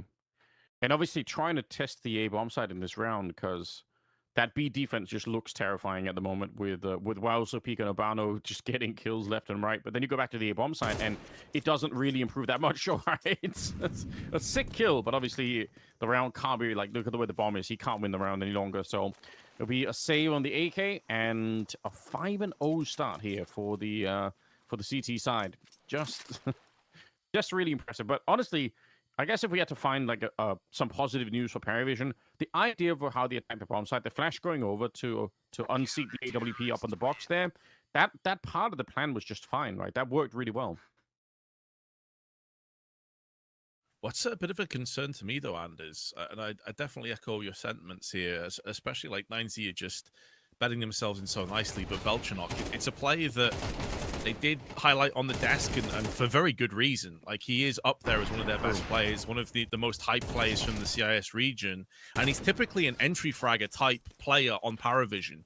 0 kills so far, minimal ADR. To put that in perspective, by the way, he has an opening success rate in his previous 3 months of 53% and takes the vast majority of those opening attempts for PARIVISION. So when your entry fragger is struggling this much, it's going to bode horribly. And speaking of which, Notta could have had both, but instead he gets nothing. How has he missed out on that chance?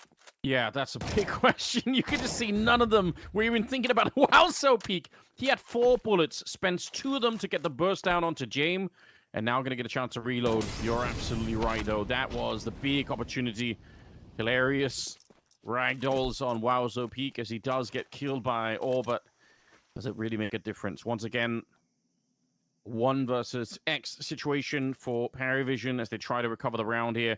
Levy with a potentially very dangerous situation. I don't know if I love this, but so far he's still alive, being hunted down by the Tech-9. I think he brought that on himself. He's still in with a chance, though. 45 seconds. Has that bomb, and he's going to plant it straight down. Both players are healthy, but he has the right weapon for the job. He has no idea as to where both these players are, though. Now it's just spotted at least one. I'm not sure if he saw both. Max does take the shot. Drops down to 35. There's a way forward here. It would take a heroic effort from AW, but the smoke is going to completely wreck him. Blows open the smoke, and the AWP is there behind it. The weaken Max has now been finalized. Now, Urbano does have a smoke, and he also has a kit. Tickles it out, draws AW into the open, but he's not fully falling for this one. As he tries to get round into the smoke, he will be put down, and with the kit, there is enough time. It's a heroic effort, but 9Z continue their winning ways.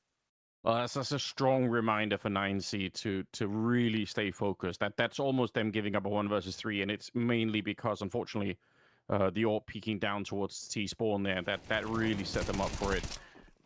Nicely played, though, for all in the 1v3. That's super hard to play those rounds, and yeah, if he had any more tools there to try and open up more smokes or anything, it would have been real interesting, but he just obviously didn't. So, yeah, scary stuff, but for 9C, though, if you're gonna, like, that kind of a scare will also really remind the team. Like, they obviously know that they made a bit of a mistake in that 1v3, so the fact that they make the mistake, but it doesn't cost them the round, that's the best kind of mistake I think you can make, because everyone is going to be even more dialed into this stuff now, and they're not going to do that again in another 1v3, I guarantee it.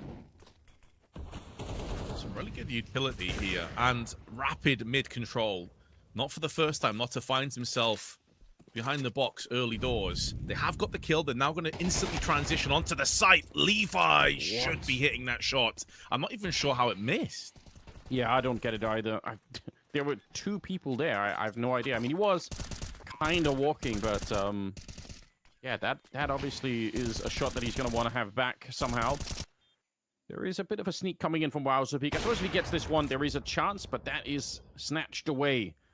Tilo picking up the kill, and the rest of them will walk away. So there was a definite plan there for 9C to retake the middle, in the middle of the round. But obviously, by the time they're busy doing that, the B-bomb site's already under attack, and Levy loses that first fight. But you can see that, I think if they'd had 10 more seconds, they would have realized there were no PARIVISION players in the middle, and then they would have rotated over to B much, much quicker. So just a slight missed timing, I think, for the CTs to be able to get into a better spot.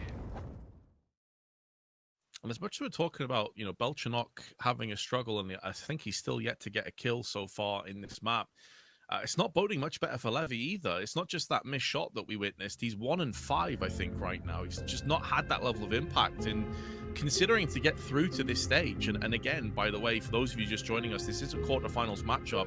But each of these quarters today, the winner will advance to the LAN event in Malta for $850,000 LAN event itself. And when we saw them against BetBoom yesterday, Levy had an unbelievable just series. It wasn't just one map. Like, he finishes that series on a 1.34 and a 93 ADR over 3 maps, and he just hasn't arrived yet.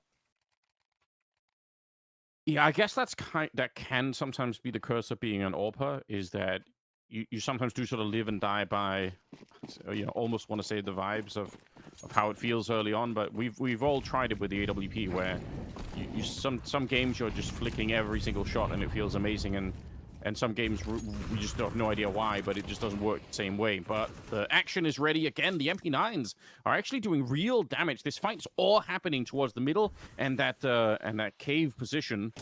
Wowzo Peak here would love to disengage.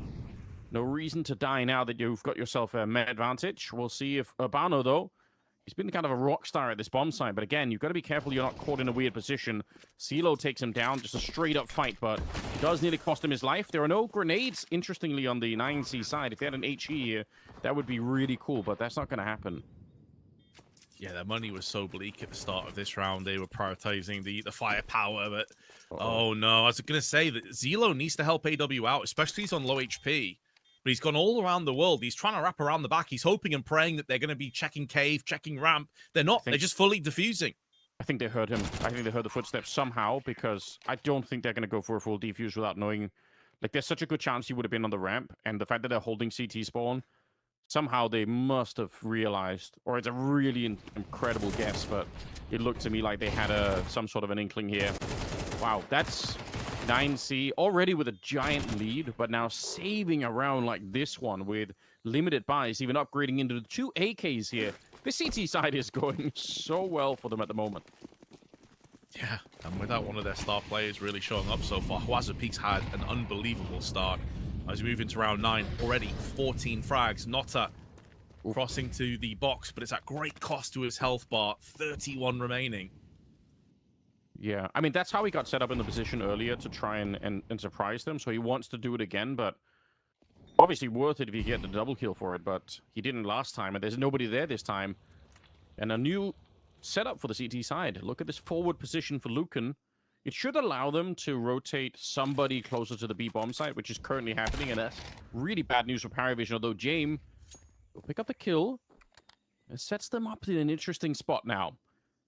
Urbano, and he's got some backup here, but they're just one by one walking into the scope of James, and he will happily oblige.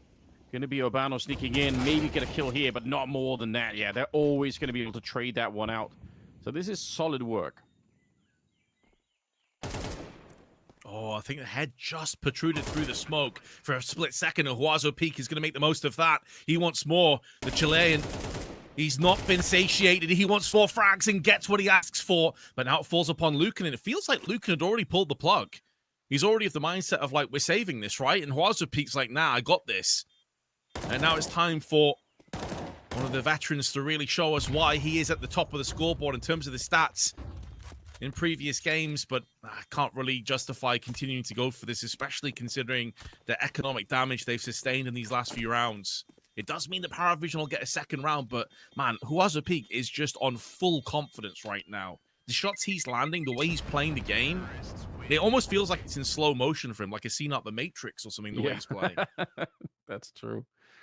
What a luxury that would be. I feel like I'd be so much better at Counter-Strike if I had that ability. But yeah, good stuff here. I think you're right, though. I don't think they really were thinking about going for the retake, but then Wowzo Peak, obviously, he's been so sick in some of these games. I mean, there is a chance that he could have won this fight against CeeLo, and then obviously it would have been down to the 1v1, so kind of a nice attempt. If nothing else, it cost him a lot of money, which could still be a factor here. Oh, we're going to run boost into the middle. That's really exciting. Spins around. Look at the protocols coming out here. He will get shot in the back eventually, but the fights continue. Trades are in. It's CeeLo to finally turn it in favor of PARIVISION. It's just Urbano left. And they know where he is. Obviously, they know he's the B anchor, so they're going to be able to guess this no problem. He should come through the smoke, though. Might as well give it a shot. Otherwise, there's no chance he wins the round. I appreciate the fact that he actually tried to do that. But yeah, CeeLo, kind of a hero in this round. Man, that almost feels criminal. How smooth that was for Lucan up on the heaven position on Catwalk to get a kill, but then get nothing after that point. Like, that is such a slick move. You can say, as you mentioned, like, the protocols were there. They had multiple players in mids, but unable to really do anything with it in the end. I'm kind of surprised that came out quite one-sided in PARIVISION's favor. Yeah, it really was all down to that, wasn't it? Well, look at what it means, though. PARIVISION themselves, remember, they didn't have a lot of money coming into the last round, so winning that one is just so important. And now we're down to just USPs, all of them stacked up in the A hallways. A chance with PARIVISION to actually get a fourth, maybe even a fifth, right? Because even then, the economy for 9C is a bit weird. So honestly, if they can make this a 7-5, what an insane recovery that is from where we started this game.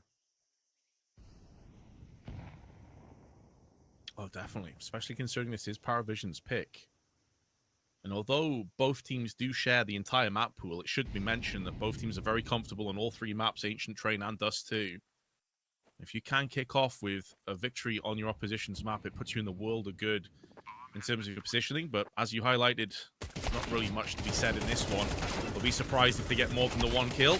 They have reached that mark, but AW will lay them down with the AK, and it does go the way that we pretty much anticipated. Wow. I mean, even at 4 rounds, just the way that this game got started, I am a little bit shocked to see PARIVISION. I'm also happy to see them kind of, again, the mental strength to stay in the game. I don't expect anything else. We are talking about a team that has Jame on it, so you obviously want to see them be strong like that. But really, I think an easy game to throw just based on the fact that you're getting pummeled so hard. But they've stuck in it. Jame is back in action here. Worried about another push coming in, and actually it's going to be from the other side, and I think CeeLo was supposed to hold that position for him. Jame kind of being left on his own a little bit here, and unfortunately he can't even make up for it. Aggressive move. Another variation on the defense. 9C, think about how much they've done. They've had the mid pushes, they had the A hallway pushes, now they're pushing outside of the B bomb site. There's so many different looks to this defense, and it's absolutely rocked them in this final round here. PARIVISION, they're still quite far behind. A brilliant start here for 9C. Just to put that in perspective as well, by the way, of how unbelievably strong a half that is for Hwazobi. He finishes this half with 7 multi-kill rounds, with 140 ADR, and what, 18 kills as well? That is an absolutely absurd statistical line. Like, just unreal. Yeah, that's that's a lot to deal with. But it was sick to watch, wasn't it? Just great Counter-Strike being played all across the board. Some good mental strength for PARIVISION. Honestly, I think even at this scoreline, look at how we're starting here. It's a, 6-0, I think 7-1 at some point. I reckon there's still a chance for PARIVISION to make it back into this map. I'm not going to count them out here. I know it looks grim and maybe a little bit deflating in some sense, but honestly, this is not out of the realms. Especially when they win that one round. We just saw the highlight from it with the MP9 jumping through cave. That must have felt to PARIVISION like, all right, never mind. Like this is a done deal. But they kept on fighting, and it put them in a very good position to make a bit of a comeback. If they can win the pistol round here, I think it's absolutely on. I definitely agree. I think you can never fully write Jame out individually as an IGL. He's such a tenacious, gritty player that's shown many times down, never out sort of mentality. So I'm not going to write them off. If they do lose this pistol, though, yeah, there's definitely going to be a few eyebrows raised here. We do have a bit of a tech issue. Hopefully it's going to be resolved momentarily, and it does give us a chance as well to just go back to, I think it was B-Dog said on the desk that there was like a second head-to-head that he's interested in, and it did involve Lucan. Well, in that first half, Lucan ended up with 4 opening duels in his favor. He didn't lose a single opening duel. That's more than the entirety of PARIVISION combined that Lucan picked off. Really impressive stuff. What you need. He did end up playing a bit of a colder position over on that side. A lot of the time, it felt like he was sort of out of the action. But if you get a chance to be a part of it, then he definitely did a great job. Round number 13. Second half is here. No dualies in play, just a single smoke kit on Nota. Always happy when I see the smoke kit combination in any pistol round because it makes me hope that there's going to be some late crazy defuse happening, and that's obviously why you purchase it anyway, just to give you the opportunity sometimes to win a round that is almost unwinnable. James starts off nicely, snipes away, takes down Wowzo Peak. That's a great player to get rid of. 18-7. So yeah, get him out, get him off the board right now. And I believe he also picked up a 4K in the first pistol. So not just an incredible player, but also very capable in the pistol rounds. A lot of damage to Max through the smoke, but they have cordoned off 2 of the areas. And bare minimum, it will be a plant being put into place. So 9Z now have a little bit of that pressure alleviated, but those smokes are going to start to dwindle away. And that's where you expect PARIVISION to go from strength to strength. They've got the kit in the hands of No10. They've got AW, who's fast in the draw. The flash is good, though. And Max comes in with 2 of his own, make it 3. Oh, they're just running for the smoke into the clock. It's not a good look right now, Max. With 1 more headshot, they just walked out, and it looked like it was a little bit too slow. That's actually a moment as 3 of them are coming through the smoke. I wish that the first guy would jump out of the smoke. It's not going to feel good for that guy, because you should sort of feel like an idiot if that was happened. But like, look at how they're just slowly walking up. It's such an easy shot for the Glocks. They don't have to offset that crosshair at all. They're just staying in that horizon line, and it's going to work out for them. So 9C winning the pistol round here. That does put a lot of pressure on PARIVISION once again, which they stood up to the pressure in the first half. Maybe they could do it again, but they're starting to really be in trouble here. And it's their map pick too, just to point that out. Train is the second map in the series. Man, what has happened to Belchanok, man? Like, he's one of those players that was so hotly touted as being like the next big thing from this region. There was a lot of prospects, a lot of teams that were rumored to be swooping in for him. He finishes the first half with 15 ADR, and he's currently 2-10. Like, I don't remember seeing him perform this poorly before. Yeah, I don't know exactly what's going on. I mean, maybe he was just in a bunch of the early fights there when they were on the T side and never really stood up a chance. I feel like we can always rely on him to do something, but yeah, it's been pretty tough here.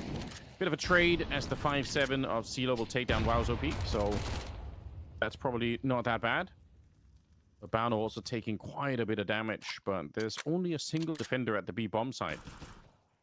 PARIVISION actually sticking to that A defense quite a bit more than I was expecting. All right, wait, they're going to boost up in the A bomb site, so that could mean that they will try and walk away from it. But they're so committed. They're really trusting in the read that 9C will eventually get back to the A bomb site. I doubt if they will.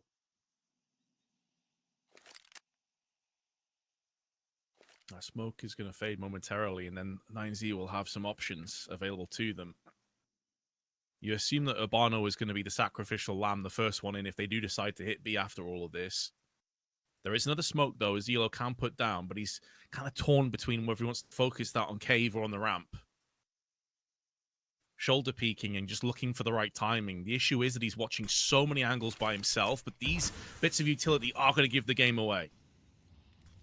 Yeah, they really will. Molotov up, and the 5-7, we do say it a lot, it's a really good pistol, but this is asking just way too much. The Molotov and the flashes on top, the utility, I guess we could say in total for 9C, just really impressive. And it's good to see. I guess I don't expect anything else, but even it was a weird environment. I don't know if you remember, but obviously at some point in the middle of CSGO, a lot of teams, even top teams, would lose to these kind of rounds just because they didn't use the utility. And then towards the end of CSGO, everybody learned, we're not going to be losing these kind of rounds any longer. We're going to, grenade every corner. We're going to be really careful. But then when CS2 came out, people somehow forgot, and they started losing these weird rounds again. But I feel like now we're swinging back, and everyone's remembered, oh yeah, it is worth it to throw, a couple of $1,000s of grenades into a bomb site just to not run into a mad 5-7 that suddenly gets like 2 or 3 headshots. Yeah, and the team that I think really did start to emphasize utility a lot more was Astralis. It was the Astralis era where they were so on point with their utility, often was like a 6th player almost, with how they would set up for executes, and it definitely did have massive consequences, or reverberations is probably a better word, in terms of how the meta of Counter-Strike was played. I think the volumetric changes to the smokes and the fact you can shoot through them and blow them open and things probably did play havoc a little bit with some of that utility usage. But yeah, things starting to get back to normal, I guess you could say. Yeah, and I think you're absolutely right. It's a good historical context. RIP Denmark. Belchanok. Sorry to remember. Around the corner, it is massively aggressive, so much so that it creates a bit of panic in the ranks of 9C with Wowzo Peak shooting Levy in the back. That is funny, if nothing else. This time they stack the B-bomb site for PARIVISION. I think it's fine. There's no right or wrong way to stack in these kind of moments. The best you can probably do is try to react to what's actually happening in the round, but it's not like you can know from the outset what's going to happen. So they're sticking to their plan, hoping that they can lure ENCE into this one. But honestly, it looks like they're rethinking it, escaping through the middle. This kind of stuff that we didn't really see a lot of it in the first half, I think, for the PARIVISION side. There wasn't a lot of attacking a bomb site, then falling back and going through middle, which Ancient is a really popular map for. Like, this is a really normal thing. PARIVISION were a lot more straight to the point. We're attacking this bomb site, and we're never really quitting that. Yeah, and I can respect that headstrong kind of approach, but when it backfires, it backfires spectacularly, and we saw that a couple of times, especially in that first rifle round, all rushing ramp and just getting straight up wrecked. So ENCE definitely have a lot more twists and turns in their playbook. And PARIVISION, they're all clumped together. I mean, typically you'd be thinking about, do we try and save some of these guns? But you're in a situation now, you're going to have a buy in the next round, and you're just running out of rounds, and it's like they kind of have to go for this. Yeah, that's a good point. Eventually, there's no more runway here. James going to get knocked out, unfortunately. A lot of bullets. Wow, so peak now up to 20-8 as a scoreline. So he is just doing a remarkable job in the server. Yeah, high fives all around. Everyone is doing real good on ENCE. But I do agree, like, you have to try and go for something there if you're PARIVISION. They do probably need... I mean, obviously, they need to win their first real rifle round, but they might need a round like this one at some point where, you know, it is a bit freaky. It is the random MP9 doing the work because, yeah, they are, with their backs to the wall, 11-4 in favor of ENCE at the moment. It's a straight-up A play. They do have two players in close proximity, Donut and CT, respectively, but it's more of a fake. They're drawing away the attention, forcing Zello to go and peek down middle, and that's to his detriment. Really good call again from ENCE. Scary, honestly, position there for James, and the jump up did not make me any less nervous. I feel like CeeLo, I don't mind that he went to look middle. I feel like he went really hard looking middle. Look at Wowzo peak. Yeah, the rest of the T side are freezing. This is great communication. You can actually look at the minimap right now and see all the rest of the dots there are just standing still, and they're doing it for Wowzo Peak, who's now in CT spawn. It would be tragic if you walked straight into that Beltranok holding towards the B-bomb site. This should be a round-winning play. The fact that he's found nobody yet in itself is just kind of bizarre. Like, he must be wondering what's happening. All right, there we go. Should be a free kill. He wants to do more than just the one. This is kind of risky. All right, I like the fact that he just goes for it there. Secure that kill. Now it's all down to Nota, who's playing at the donut position. But Wowzo Peak, this is not about mechanics. It's just about position in this round. Exactly. And this is where he has to temper that adrenaline of him being the guy, the man that could land so many frags. You've got to dial it back a little bit here because you are such an important player by almost being passive. Now he can start to activate. They have lost Urbano, but Wowzo Peak, he gets what he was waiting for, and that's the second kill in the round. Up to 22. AW in the meanwhile making moves, but Levy takes his head clean off. Finally starting to awaken. And yes, you can make the memes about James time, but there is nothing he can do apart from save this AWP. And I'm probably going to look into this a little bit more, Anders, but I think this honestly might be the worst map of Beltranok's career in terms of stat lines. It's got to be close. Yeah, it does feel like that. I'd be interested to have like a highlight reel of how he died in, in the game overall, because sometimes it, can just be the case. They did have a lot of rounds where they just tried to go really hard at A or B, and they lost like 2 or 3 players at the start. So I'm not trying to excuse it. I'm just saying that sometimes the context for it could be a little bit different. But either way, they definitely needed him. They need him to land some of those opening kills on the T side when he's entering into it. And they obviously need him now to try and just save whatever this is. A 12-4 scoreline in favor of ENCE, and then on the opponent's map pick. It's just worked out remarkably well. And there's nothing that they need to change right now. ENCE just keep it going forever, and it's going to be fine. It's not just the individuals. I've been very impressed with Max's calling as well. Like that last one, you fake the A site, you go and peek middle. Yeah, so Zello probably didn't need to be so aggressive. But you force him into these positions. Lucan, he desperately wanted that kill, the backstab, but Wowzo Peak, he's just greedy right now. He doesn't want to share any of these frags.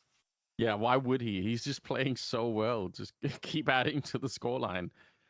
how do you shut this down? And you've got one player that's just so hot at the moment. But you are right though. I mean, there is more than that. Obviously, it's a massive help if you've got somebody who's just this turned on in the game. But at the same time, if you can, the rest of the calling from the 9C side has been really, really solid. So, yeah, a great mixture at the moment.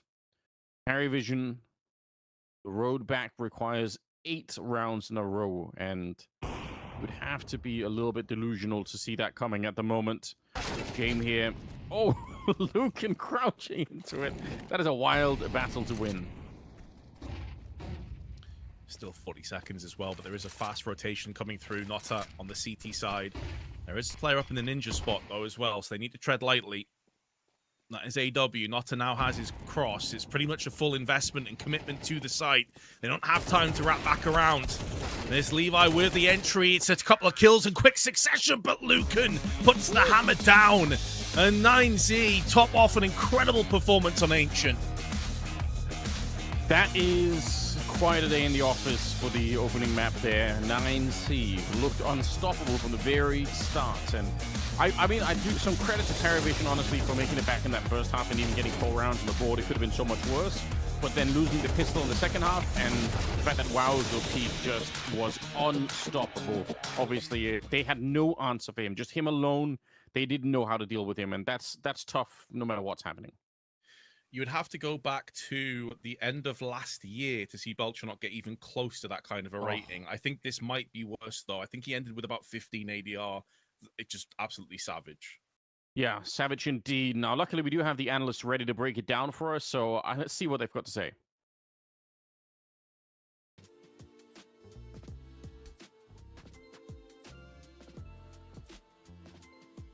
That does happen.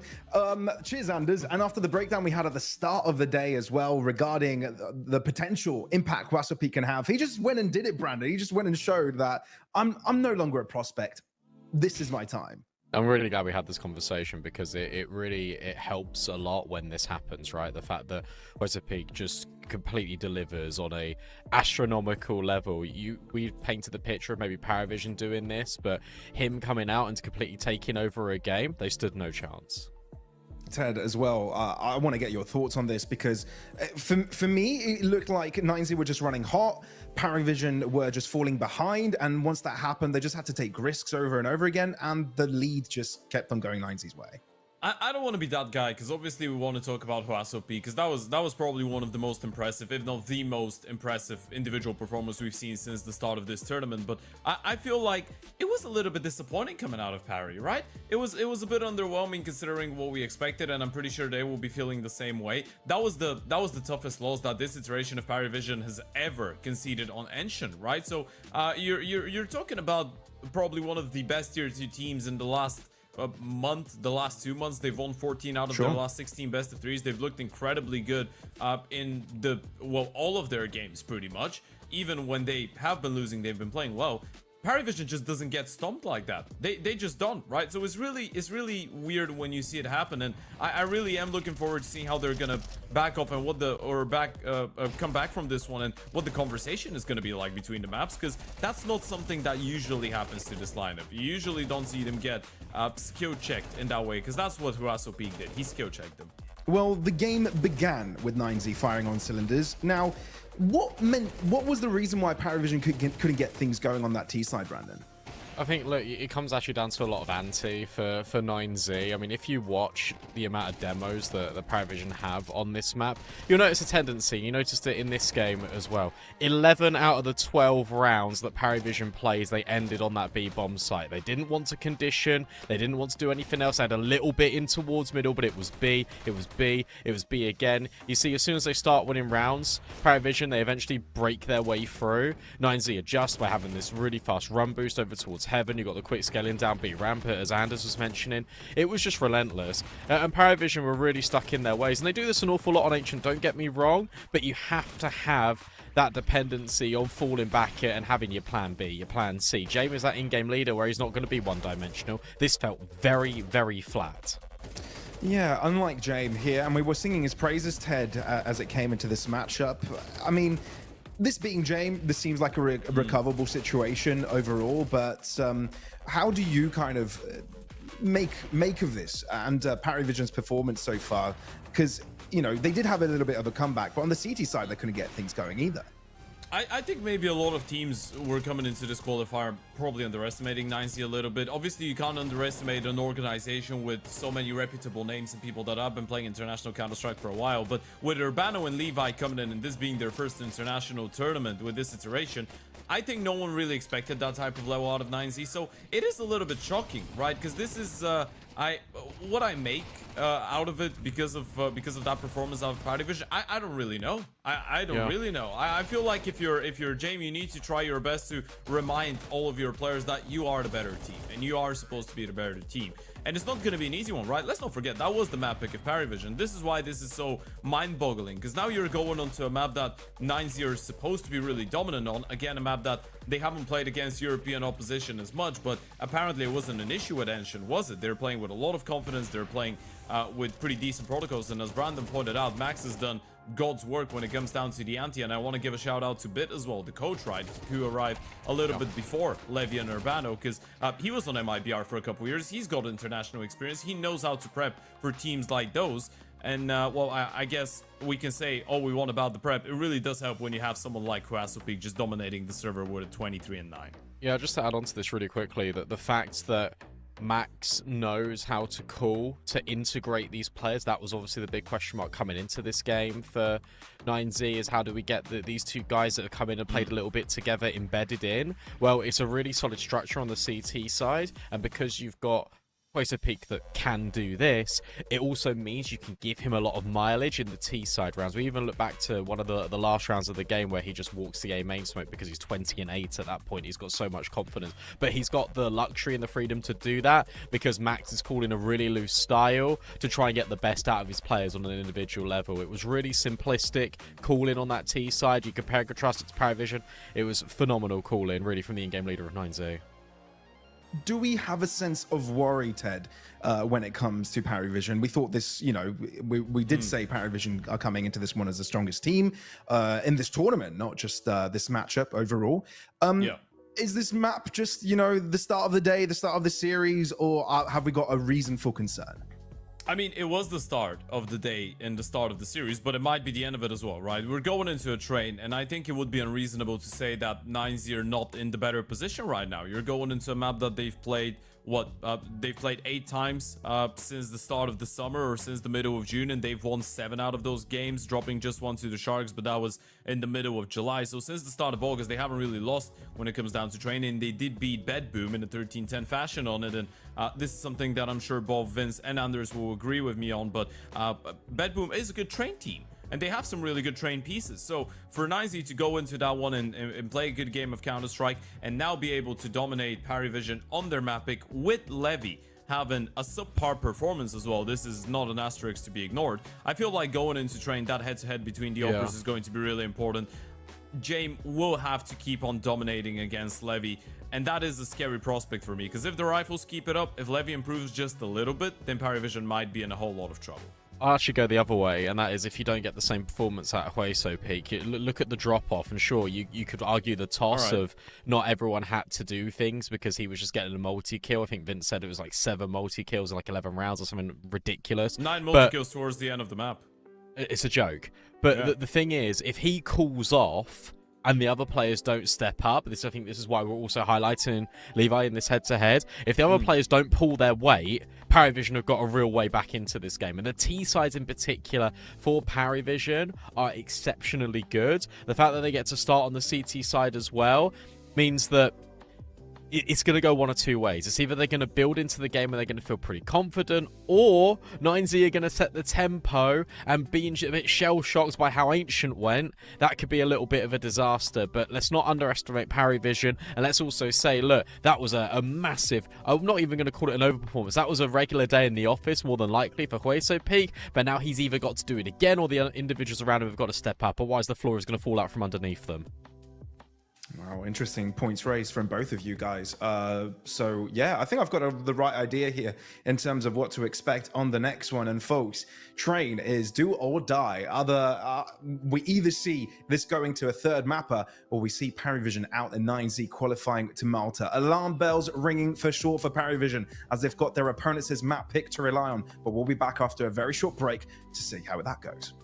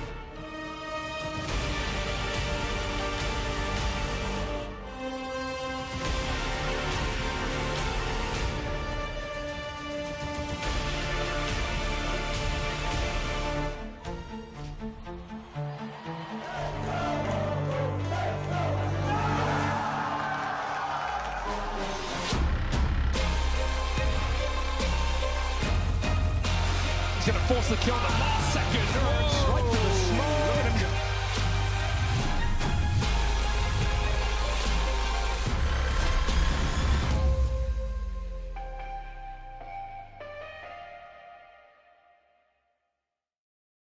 A dominant victory for 9Z sees them one map away from securing a shot at $850,000 in Malta in a very short period of time. And Anders, it was a bit of a shock for us. I'm sure it was for PARIVISION as well, but they're not done just yet. They still get the chance on train. It is a map that PARIVISION are proficient at. And so I don't want to write them off just yet, but there were a couple players there that were completely absent. Belchanok in particular. I just can't see how they can perform like that. Again, surely they're going to bounce back. I think they will. I think Belchanok's going to be better. I think PARIVISION will be more sort of tuned in for this one. Both teams, I think Ted was talking about this in recent history, have managed to beat BetBoom, who definitely are a proficient team on train, even if their T-side's a bit weird. So let's see how this one plays out. Once again, welcome, ladies and gentlemen, here.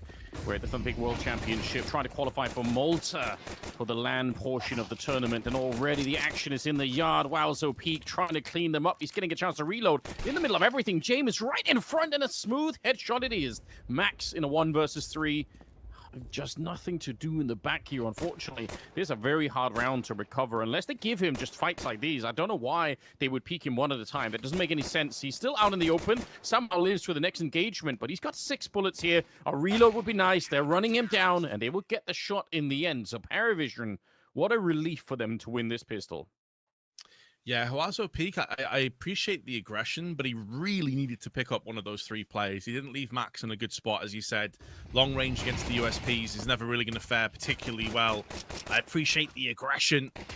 It's this kill pretty much seals it up and tries Max May. There was just too many players to be cognizant of. No plant either is another problem. So PARIVISION off to a good start. And here's another thing as well, Anders. I was looking into the stats a little bit of how 9Z have performed. You know, you mentioned about BetBoom victory before. They picked up both pistol rounds to win that game, and they barely won it 13-10. After winning the pistol on their T side, they were only able to pick up 3 rifle rounds after that point. So maybe some weaknesses on this half. Yeah, that is a strong point. We're experiencing some shenanigans. Vince, look the other way. I don't know. I don't know why they're doing that. See this. Yeah. Hide your kids. Hide your wife, as they say. So all right, little timeout.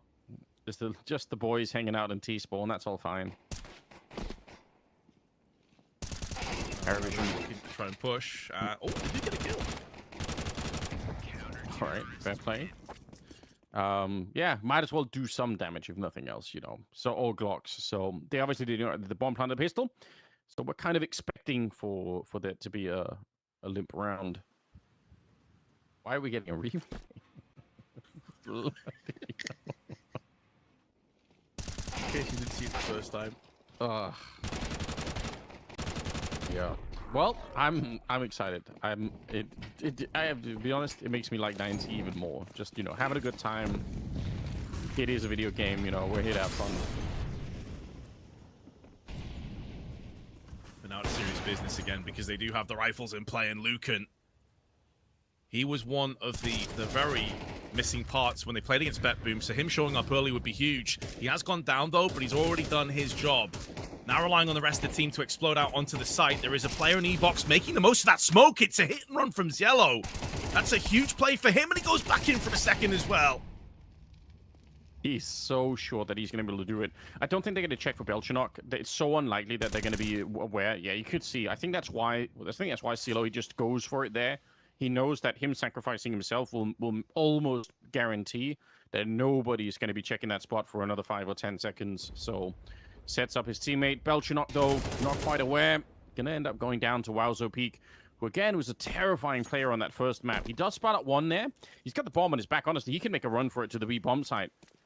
If he can win this in a 1 versus 3 towards the end, or even a 1 versus 4, I suppose, that would be quite something. It'd be devastating. He's going to run into the FAMAS, though. I think it'll just be in position in time, so he should be... Oh, he's not even going forward here. So bomb plant, I mean, it's a good start. Oh, there's an HE, though, on all. That worries me that we're going to cancel out any chance of a really, really fun 1v2. He's not using it, though. And at this point, he'll be scared to pull the pin in case he gets peeked. Which could end up happening. Qualification's in prime position here. Suddenly down to Jame. And although the first shots have missed, it's an AWP versus the AK. Qualification can use that hit and run mentality, but he misses his spray at the most crucial time. Honestly, that one, it's incredibly aggressive with Jame. Imagine the confidence he has to have to just run in there with the USP. Obviously, they know that he was low, but the fact that he missed the spray on top, there was a chance that Jame was going to die there. Yeah, I think what kind of forced his hand was he had no kit. So he knew he had to get there quick. Otherwise, just pure timing was going to work against them. But what an effort from Qualification. I mean, you kind of just assumed the round was done at the point where Belchanok strikes from the pop dog area. That's really going to bring the economy down several steps. As they do go back in for a force. Still a 3-0, but signs of life from 9Z early on in their T half. I want to read you some comments of what happened in that second round where we had that weird timeout in spawn from the Twitch chat. One of them says, "Coach put me in. Where do I apply for this?" Is another comment. And the third guy said Diddy party. So there's a lot that we managed to cover in a very brief span there. I shout out to the people in Twitch chat for, for having a sense of humor. I appreciate that. All right, we've got 2 people defending the B bomb site. And that's one more than you would normally see. So PARIVISION probably well set up for this kind of a play. They do have the A main position on lockdown too, and that typically does allow you to rotate a second member into the B site. I like everything about this so far. Yeah, Jame with the AWP is elsewhere, though. He's not going to be a B. Yeah, having this forward position is super valuable from Yellow, but are they going to get caught from the timing? Because this effectively is a 5 versus 2 for the next 5-10 seconds, especially if 9Z fully commit behind this, which they're exactly doing right now.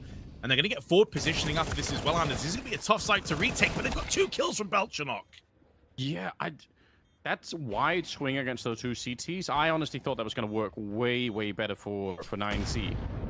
Not the best position, I think, for PARIVISION, but they made so much out of it. It's hard to really criticize. Urbano ends up going down. It's just Levy here up against the wall. It's a very nice shot on the follow-up to take down Nota, but the flashes are in, and they know exactly where he is. That bomb is not far enough ticked. He's going to have to survive a lot longer, and Jame will not let him.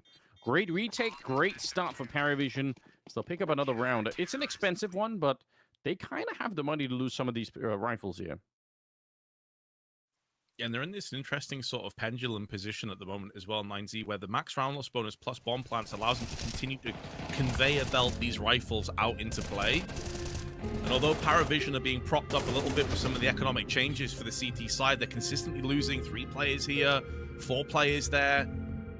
So yeah, I mean, they're 4-0 up. That's great, of course, especially seeing as they've effectively equalized the amount of rounds they just won on Ancient, to put that in perspective of how one-sided the first map was. But you know, at any given moment, if 9Z can string together a round, 2 rounds, economy gets broken and they're straight back in this half. Yeah, that's got to be the dream for them here. Try and see if they can bring PARIVISION down to that level and make a bit of a run of it. Eastside Train. I mean, we had obviously the horror show of BetBoom disappearing from their own T side on Train. That was kind of grim. Curious if 9C will have something more impressive to show us. Sure that they will. Lucan lurking at the edge of the smoke is a good start, and now through the smoke he takes down CeeLo. It gets better and better. A late kill from beyond the grave. It's Belchanok getting Urbano, but the rest of them are dead. Lucan taking 3 of them. That is just a very concise round. Such a strange round as well, isn't it? Like, just out of nowhere, just sudden dominance. After battling back and being like 1v3, 1v4s with Qualification trying to lift the weight of the world on his shoulders, this is about as straightforward a T round as you could ask for. Very well done. And this is where some of those issues that I was highlighting just before kind of come full circle. There's a player below $500, so he's in real trouble. A couple around 2,000. They're going to have about 3.5K to play with here. So be very curious to see, like, do PARIVISION go all in? Do they hold fire with a half buy perhaps and wait for James to get a fully established AWP back in again. Definitely decisions to be made, and hence the tactical timeout to get on the same page. I mean, I think it's a nice thing to take these early timeouts before things kind of get off the rails. Like, you've had a good start, but you don't want to let the other team back into it. Like you pointed out, the money situation, if PARIVISION ends up running out, that's really when ENCE can announce themselves back in the half. I'm sure that's what they're thinking about too. We're already seeing the FAMAS there instead. Belchinock on the Deagle. He's doing much better, Belchinock, so far, so that's got to be a relief for him individually. Obviously, he's not taking over the server yet, but just not the struggle that we really saw on Ancient, which was dreadful. Yeah, he finished the game on 2 kills, I believe, with about 15 ADR, so he's already significantly improved. I mean, the problem here for PARIVISION, though, other than the aforementioned ones that you just highlighted, is a complete lack of utility. They're all centralized on James. Oh, nearly getting the drop. Counter flash tossed in with an incendiary. Urban's taking damage as well, and PARIVISION have remained healthy. So a really solid start, all things considered. There was a chance there, I think, for that to go much, much worse for ENCE. Both, they could have walked into the AWP. A nice little jiggle peek from Max. But the FAMAS as the follow-up, they didn't see it coming, and that could have cost them almost everything. Belchinock just jiggling the corner with that Deagle in hand. But you're right, they are really worn down already on the ENCE side. 3 at Ivy and 2 in main. There's 5 people at this bomb site, Vince. They've got nobody at B. PARIVISION are so all in on defending this. I mean, if this doesn't work, I don't know what will. Going to be a good start. Headshot onto Wowzo Peak. Max is not long for this world. He was solo on health. Belchinock even getting a kill. Lucan just lining him up back here. It's a 4th kill. He almost swung for the ace. That would have been sick. And it still was good enough to maybe get them the round. 17 seconds left here. Levy, he's not quite checking that all-off position. And, oh, he nearly catches him in the air. 10 seconds now and going straight for the bomb plant. Or up on top of that diagonal train. Let's see what Levy could do. He was missing a couple of shots on Ancient, and he's not got the advantage in this one. Look at his head just showing up. Or with a chance to reposition and get the reload in as well, trying to hunt him down from behind the train. Levy sees the shadow and the flick is in. What a round coming up from ENCE. I mean, the clutch at the end is great, but that's Lucan. That's 100% Lucan. And it's kind of been teasing and just sort of like dangling by a thread of, this guy's really good. He's the top stats player. We haven't really seen him show up, but there we go. This 4K is worth so much. In the grand scheme of things, if ENCE bring this back, take this map, that could be the moment that set it all up. That, you know, that's the definition of a one-man army, isn't it? He just broke open that whole defense. You could see the reaction from the team, and then the follow-up damage to the economy for PARIVISION. They had almost nothing going into that last one, and as a result, they'd stacked the A-bomb site with 5 people, and still it wasn't enough to stop Lucan. You can see the result. USPs, Deagle, 1 smoke. ENCE, hyped, momentum-based team. We saw it yesterday. And again, with this stack, Max is going to be slowly maneuvering his way out there. The 1 Deagle in play has rattled his head, but they're not able to retrieve that AK just yet. And we're smoking off main. You can see what they were looking for, PARIVISION. I like the idea. They just don't have the weaponry to really back it up. Wild spray from Urbano, I've got to be honest, but in spite of being low on health, he's found a triple in this one. That second kill that he sprayed just looked like he was moving, the other target was jumping back. There was a lot going on. All right, I've got a couple of people running off the screen. So maybe food arrived. You know, they just found some app, ordered some food. Somebody had to go to the bathroom. Either way, it is going to be a little bit of a timeout here, presumably, before we get back into the action. ENCE, though, thoroughly back into this first half and looking good. No doubt. And that was one of the concerns that I raised earlier, is in that BetBoom game, who are, as you both said, like a solid team on train, they struggled to pick up rifles. 2 of their 4 rounds they got on the first half off the back of the pistol. So they really struggled past that point. So I think this is great news if you are ENCE, that they're not just going to get capitulated. They're not going to collapse. Both players have now returned, it would appear. So I think we're going to be good to go very shortly and see how this half concludes.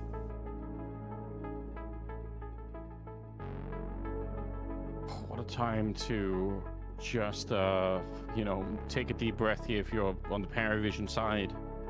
It's a really good start to the map, obviously. Everything was looking good. They look fired up and ready to play train. But letting the opponent back in already. Remember, this is the map pick of 9C. They wanted to go for this one. So, they look comfortable once again. They've got that same kind of tenacity that we've seen in some of their other games where they don't show up slow. There's no, you know, warming up into the game kind of atmosphere. They are just ready to play. Yeah, at times like this is really where you're also going to see what kind of resilience PARIVISION have. You know, you just got battered on the first map. You were in a commanding 4-0 lead. You've lost a clutch that should never have been. How do you bounce back from this?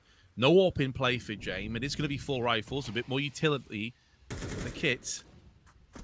And I want to see how PARIVISION can weather the storm here, because realistically, sure, 9Z don't want to lose this map, don't get me wrong, but they do have that buffer, that nest egg of already being 1-0 up. If they lose this, it's not the end of the world. Yeah, that's a nice little reminder. No turret here with the FAMAS. They get dropped down a grenade so you can try and blow it up. We're going to re-smoke this position. That will really slow down 9C, or it should slow them down a little bit for another 20 seconds or so. Grenade around the corner too. And let's see. Ooh, that's a failed Molotov. I think it gets extinguished by the smoke. Otherwise, Max would have been in a lot of trouble there. That would have been really awkward. Exactly that. You nailed it. And Max kind of walks out like, really, mate? Really? No more Molotovs for you. I think it was Lucan as well, right? Maybe just stick to AK work, bro. Oh, no, it wasn't Lucan. Pardon me. Sorry. I've thrown him under the bus. He was in main. It's not even him. Yeah, it would have been Obano, I suppose, who's out there with him. But regardless, yeah. Levy playing this position alone is super risky. Missing a shot here, or not even get a chance to get one, I suppose, ends up going down. But there is nobody really exactly on the bomb site. This flank coming in. Let's see if Lucan is ready for it. 2 people walking up the tunnel, seeing if they can get in behind it. Max getting that kill onto Nota is huge. Lucan does get caught. The bomb is planted. Not quite in the default position, but or staying alive for another kill back there could be everything. Wow, Zopeak. Low on health and in a bit of an awkward position with the AK, to be honest. His teammate not quite landing the spray there. Obano, that had to be a very fast kill for this to work out, and it doesn't. So, PARIVISION with a good retake. 5 rounds on the board. Yeah, it did seem a bit off with Levy's push, but the point was, I think, to try and draw away some of the attention from the B site. There was only around 20 seconds, 25 seconds left on the clock when he did die in IV. So I was trying to sell a fake, a bit of misdirection, perhaps. Also, to be honest, if I'm seeing the AWP coming up Ivy like that, I'm not really thinking the attack. I'm thinking, oh, there's probably another rifle behind it, and you know, they're going for some sort of main play or something. So yeah, it's not necessarily a bad read for PARIVISION to not be on the B bomb side, but that flank coming in the Pop Dog tunnel is obviously pretty sick on top of it. So still some money left there in the 9C coffers. We'll see if they can build something more behind this.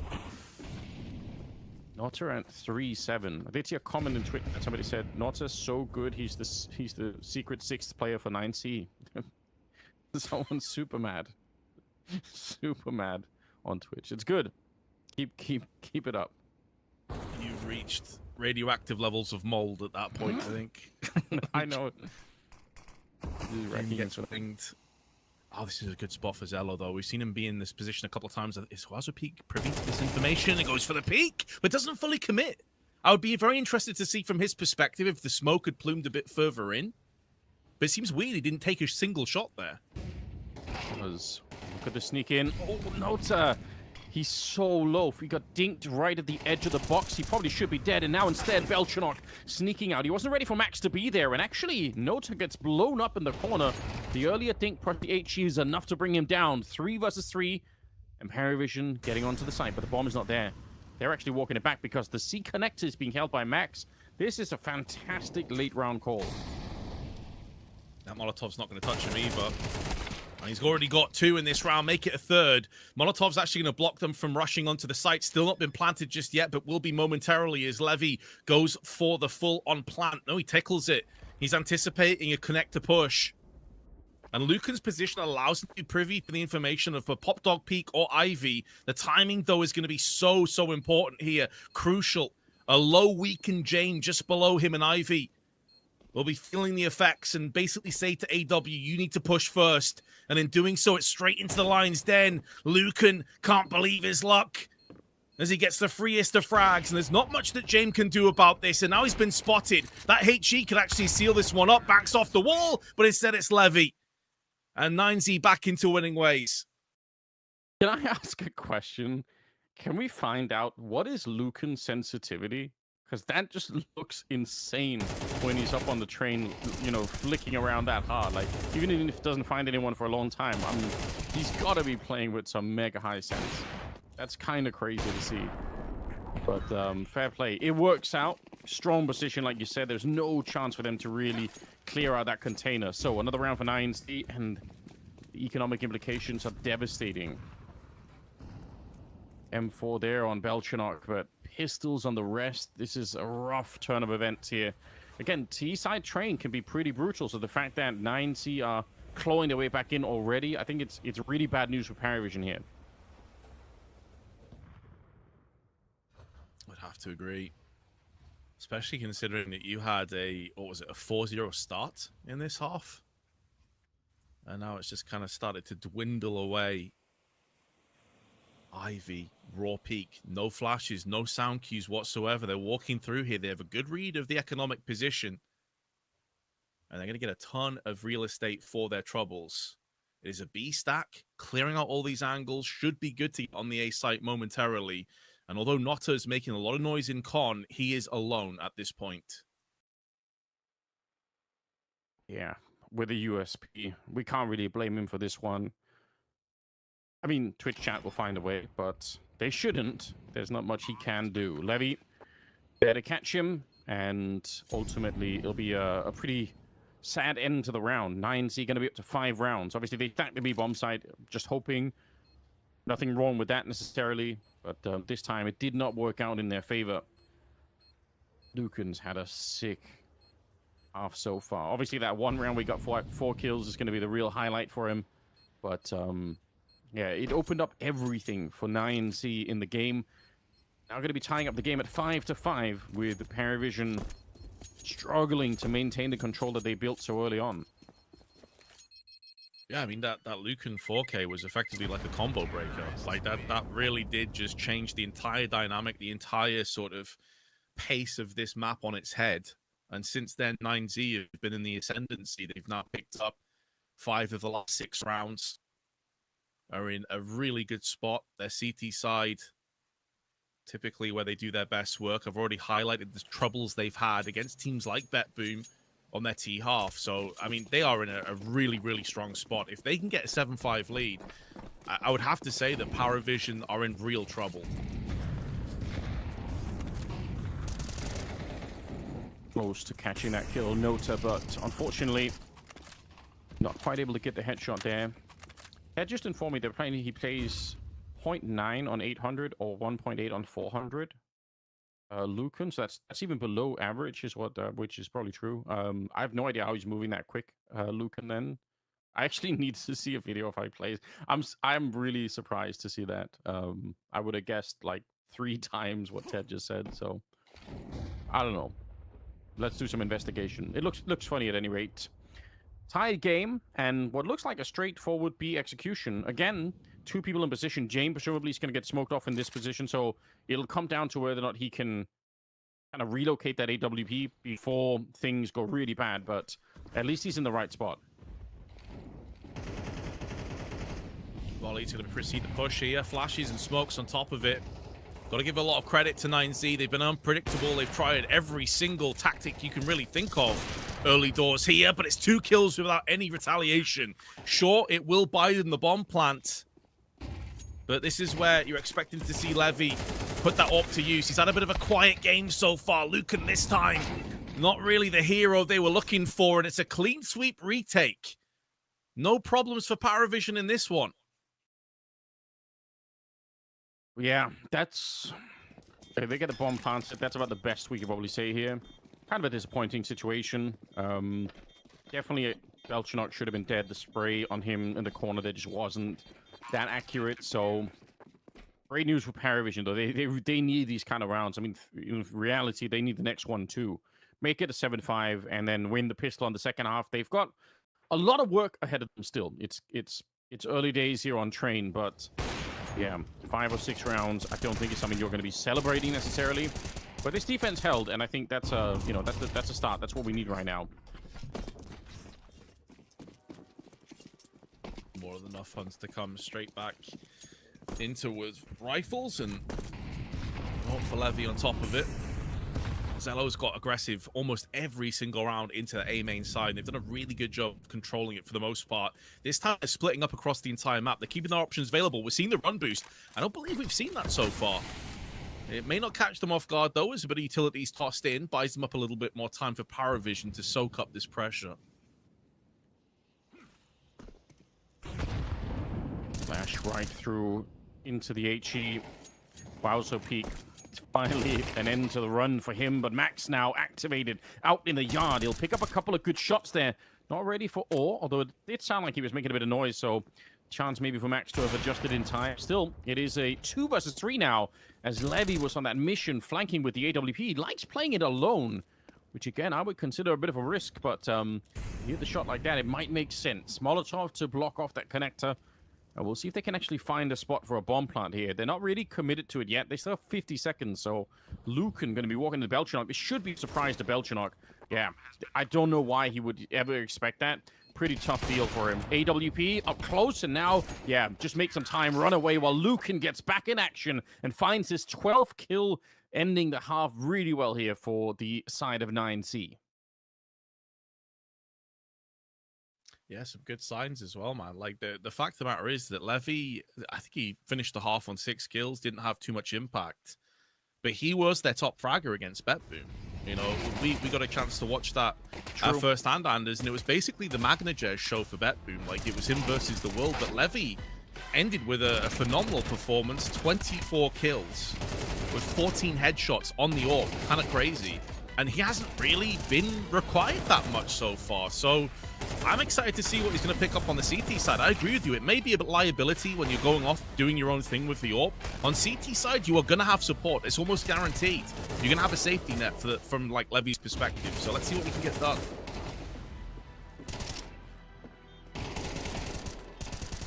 I mean, it's only a liability if you miss the shot, right? So maybe that's just his mentality. I'm, you know, going to try real hard not to miss at all. I appreciate it. I mean, I like the idea of it. It makes me nervous every time I see it. So overall, interesting scenario. 9C with a pretty decent first half here. I think you're going to be quite satisfied to split the map down the middle, opening up. And yeah, at this stage, it's going to require a lot of work for PARIVISION to bring it back. Pistol round would be quite nice. We'll see what they have in store for us as we get into the second half. There are a lot of interesting tricks on Train that have yet to be really properly used. I'm still shocked. I think on day, 0 of the map being out, I basically recorded a video showing how you can Molotov the default plant on B from back in the B hallways. And it's so easy to do, and yet nobody does it. And I have no idea why, but I think in a pistol round, that's an obvious choice. The chances that they have a smoke towards the end are somewhat low. So yeah, just keep the Molotov alive and burn out that B bomb site. It's legitimately one of the easiest Molotovs to throw. Oh, well, we'll see, Anders, because AW has picked up a molly on that T side. So maybe you're telepathically connected, and he's going to go ahead and show us why it's such a powerful position to utilize. And it seems like they will be headed to B as well. So let's see if this works out for them. If I read the future like this, I'm buying a lottery ticket or something. But I don't know. I've got my doubts. Flashes are going over. There's already 2 and a 3rd and a 4th member rotating in. So 9C are in a pretty powerful position to hold on to this right now. And I think PARIVISION are kind of realizing, yeah, we did get spotted very early, and we don't actually have to commit yet. So sometimes even just delaying the push here can buy some time for the rotation to slip away from the B bomb side. They have to eventually go back. So you could already see it with Levy stepping into connector. This is all just from waiting. That's all PARIVISION have had to have done for now. Just wait it out. Yeah, and they only saw the one player up in B halls. So it's understandable why they've started to kind of fall back a little bit. They had 2 players of their own 9Z. Now they're going to realize, oh, it actually is B after all, and they've cordoned off a couple of these areas, mollying off onto the corner, but Urbano with 2 slick headshots. That second shot didn't even look like it was close, but he still got it. Oh, he's back for more. He wants them. Trying to click away. It's 4 headshots. Urbano, please. That is savage, to say the least. Give that man all the high fives he wants. He's earned them. 4 super clean kills. I was gonna say, and they give him the defuse as well. There you go. He gets the honors. Give him some of that round 2 treatment in the timeout. High fives aren't enough at this stage. Oh, man. Coach. Yeah, exactly. Oh, this is so... I like the... I don't know. The effort to satisfaction ratio on the USP is still just so high, isn't it? When you hit those shots, you just absolutely feel like a god. Well then, what do you say about this? Although we're kind of focusing on 9Z and how incredible that is, like, just spare a thought for PARIVISION as well, man. Like, you're mapped down, a huge tournament, a huge opportunity is available for you. This is James' project, his chance to get back to that top flight of Counter-Strike, and you've lost the second pistol in that kind of a stature. No bomb plant. Oh, sorry, they do have a bomb plant, but no force spy behind it to try and bounce back into this round. Like, you're in real trouble. We discussed this before. You lose the pistol, and suddenly this starts to vanish before your eyes. It's looking grim with James on 4 kills, Nota on 3. Nuke out here now, getting pressured a bit. He did get dinked for a second. Still fighting pretty well. I mean, 2 kills like that's respectable. Stops them from picking up the M4. Not that I think they would have had a chance to reload it really anyway.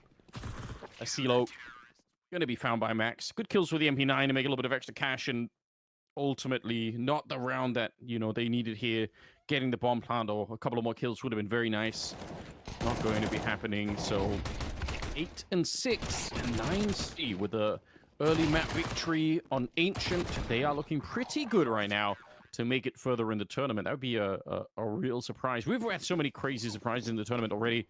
I think Venom beating NIP and then, you know, winning earlier in the day. They look super sick. And 9C certainly look tuned in as well. Oh, yeah. This has been a tournament to just remind you of how incredibly turbulent and chaotic the Tier 2 bracket and Tier 2 scene truly is. You can't take anything for granted. No team is a guarantee. And although we've been discussing how PARIVISION are in real trouble right now and things are looking bleak, they still can claw their way back. I think it's more like the case of how this game has gone. They went from a 4-0 lead where they could do no wrong. Everything was looking smooth sailing. It looked like we were headed to Dust 2. To suddenly from 4-0 to 8-6 deficit. And now you're on the T side where everything starts to just swell and swarm on top of you. Levy spots players, decides not to throw the smoke, instead stands his ground and will deliver with a couple of kills. And although he goes down, he's done his job. Yeah, I don't think Nota was expecting him to swing all the way around the E-box then. He thought he was going to repeat from that same side, and he just took the wide swing. He knew he was going to die there, Levy, and he decided, no, I'm going to take a couple of people with me. That's such a great situation. And not throwing the smoke, I mean, that saved his life. If he would have tried to throw that, they would have been on top of him. CeeLo spraying through. If he could have landed that headshot, you never really know. But he's not out of the woods yet. A bullet touches him, and he's going to be dead, especially with a headshot like that. Close round in some sense, but fantastic work from Levy at the start. And I'm already seeing the potential comments in Twitch. You know how this happens sometimes, Vince, when Twitch chat sort of, you know, they just find commonality, find one player to hate. Right now, that's Nota, and everyone's getting their digs in, you know? He's already down, guys. He's already on the ground. Gotta give him a break, you know? Put the boot in. Get the pitchforks out. They are. They absolutely are. Yeah, 3 and 13 is a rough look. But Nota, he's gonna fight to the bitter end. And it could be sooner rather than later, because once again, Not much to play with in this round. Belchanok with the hero AK tries to put on the cape, but it's been ripped away from him. Oh no. That HE is damage. Oh no, who else but Nota? Bad luck, Brian. Yeah, there's not a lot they could have done there, unfortunately. Or gonna pick up a kill. Headshot, need about 5 more of those or 4 more of those for this to really make sense. Max forward in the corner, or trying to see if he can push his way forward there. Looked like he was bumping into the train for a second, but it's all good. They'll make their way for the round with no casualties on the CT side, and yeah, the position just keeps getting better here. 9C, they are not looking to slow this down. They picked the map, and their T side, it was a rough start, but once they got going, it looked like they knew exactly what they were doing, and then the follow-up here on the CT side has been pretty much flawless, or exactly flawless. Which always felt like it was a distinct possibility. Like, when you compare their win percentages on T to CT, it's 41 on T side and 67 on CT side, which I'd imagine is quite similar for a lot of teams out there. Train can be a pretty strong CT-sided map. It can be rough to get yourself in on that T-half, and man, Urbana nearly just lined them up for a double spray through the head. Although Levy comes through with 1, it is only a 1 and done, it would appear. Nope, he's landed the headshot. Somehow, someway, Zello goes down, but it is one of the best chances PARIVISION have had on this T side, and it just got a little bit sweeter with James Orp. Yeah, you're right. Nice couple of kills coming in from James. And they know where Lucan is in this corner, so doubt he can find his way out of this one. See if they can find a way to peek him at the same time, or just avoid him altogether here. James pushing forward a little bit. It is risky. Grenade comes out, but he's not going to be able to kill anyone, and he's dead either way. So, good take. I definitely thought Urbana was about to spray both of them down, and that would have been quite something.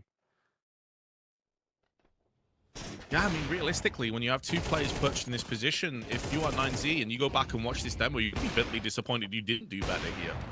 Like, Urbano could have had 2, but you expect him to at least get the 1, and then with Levy's Overwatch provided from the AWP, it should be at least a 2 for 2, maybe a 3 for 2 trade in your favor.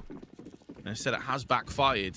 And although there was tons of cash, now you're looking at only Max over $1,500. The rest of the team is down to their last few pennies. And it forces MP9 in play for Huazopeak. So, PARIVISION, yeah, it's looking bleak, but if they win this round, Anders, they are straight back in this.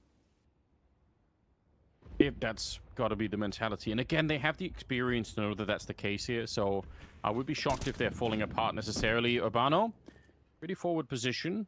Does spot out James, and actually even just falling away from that one, he actually got some damage onto him. James, though, not ready for this. At least he didn't have the bomb, but that is disastrous. You can see from the knife out there, he was not at all prepared. Lucan goes down as they push onto the A-bomb site. And you know what? This could still be turned into something interesting here for PARIVISION. The thing is, with Huazopeak's push, they're going to anticipate an A-main play here. But Max still gets the drop anyway. They look for the boost-up position. They've now traded the AWP in their hands, but Levy missing out. That could be a costly miss, especially as Max has been splattered. Yeah, if they find that kill, I think it's chaos immediately on the A site, but they've slowed it down. There is a flank coming in as well, or a rotation for the C connector for Urbano. If he can open up and get Belchanok, it might be on once again, but it's not going to happen here. The MP9 of Huazopeak is a nice shot, but they're really running out of time at this stage here. That bomb plant, oh, wait a minute. Oh, out in the open. Yeah, they can't get to it in time. Still going to be an expensive affair for PARIVISION. I suppose that means something, but not enough to win the round here. It will be PARIVISION that picks it up, and that gets them a step closer. I think with that couple of saved guns and the fact that Max is on around 3.5, 4K, I do believe they can scrape together another purchase here. So it does give them an extra little bit of juice out of the squeeze, as it were, and now they can try and bounce back with authority. It keeps throwing me off. I think it's Huazopeak that's playing and he's like got his legs crossed. It just freaks me out. I don't know how people can do that. Yeah, I don't know either. I just keep seeing his bare feet. It's like I feel like I should be paying for this or something. Well, listen, whatever content we can bring, you know, people are entertained by a lot of different things. So I appreciate that, Vince. You know, it's not you're probably not the only one. We've definitely had some different variety action. Obviously, that timeout from earlier definitely had some different vibes, and a lot of people are absolutely enjoying the fact that Nota is getting bullied at the moment. So, you know, There's something for everybody here. You've had some good Counter-Strike as well, if that's what you're into. Lucan, though, oof, from riches to rags. I understand the aggression, but it's not worked out. There's a lot of damage inflicted to PARIVISION, though. Zello and Notta both struggling to survive. Huasano Peak through the smoke takes down Belchanok. A lot of weakened players on the server, and so much time left as well allocated to the Ts. They don't have to fully commit to A. Notta walks into Wowzer Peak down there. He was already low on health, but it doesn't matter. The straight headshot from the AK. Ivy push is gone, and with Tilo being low again, it's looking really tough in this one. James has got the AK out. He's got some health to work with. Now, James obviously is a really fun character in these kind of rounds when there's enough time and he can sort of move around and play the round slowly. We know that he does enjoy it. So see if he gets an opportunity to maybe have a bit of an impact. Wowzer Peak's looking already. Never mind that. James walking into it. It's a third kill for Wowzer Peak in this one. Could be enough to seal the deal. Again, that last round that they won, PARIVISION, a single person survived. So they're in a lot of trouble when it comes to the finances. Free kill here on Wowzer Peak. It doesn't bring them that much closer, unfortunately. Levy going to be there with the AWP ready to take him down. So 9C, another round on the board. That's one thing, but significantly, it's the money there on the T side. I wonder as well, Anders, to just pick up on a point that you raised there, and I do agree with you, that James is so cerebral. He's so good in these kind of like mid to late rounds where it's a 2v2, a 3v3, some scrappy decision making needs to be made. I wonder how much that reputation precedes him when he's playing against teams, and they almost anticipate that he's going to go for something like this.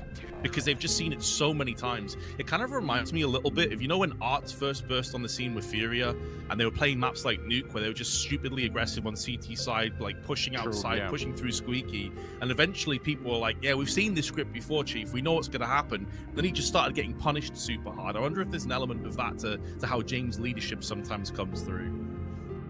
Yeah, I think that is a good point. Like, you do sort of develop a certain reputation.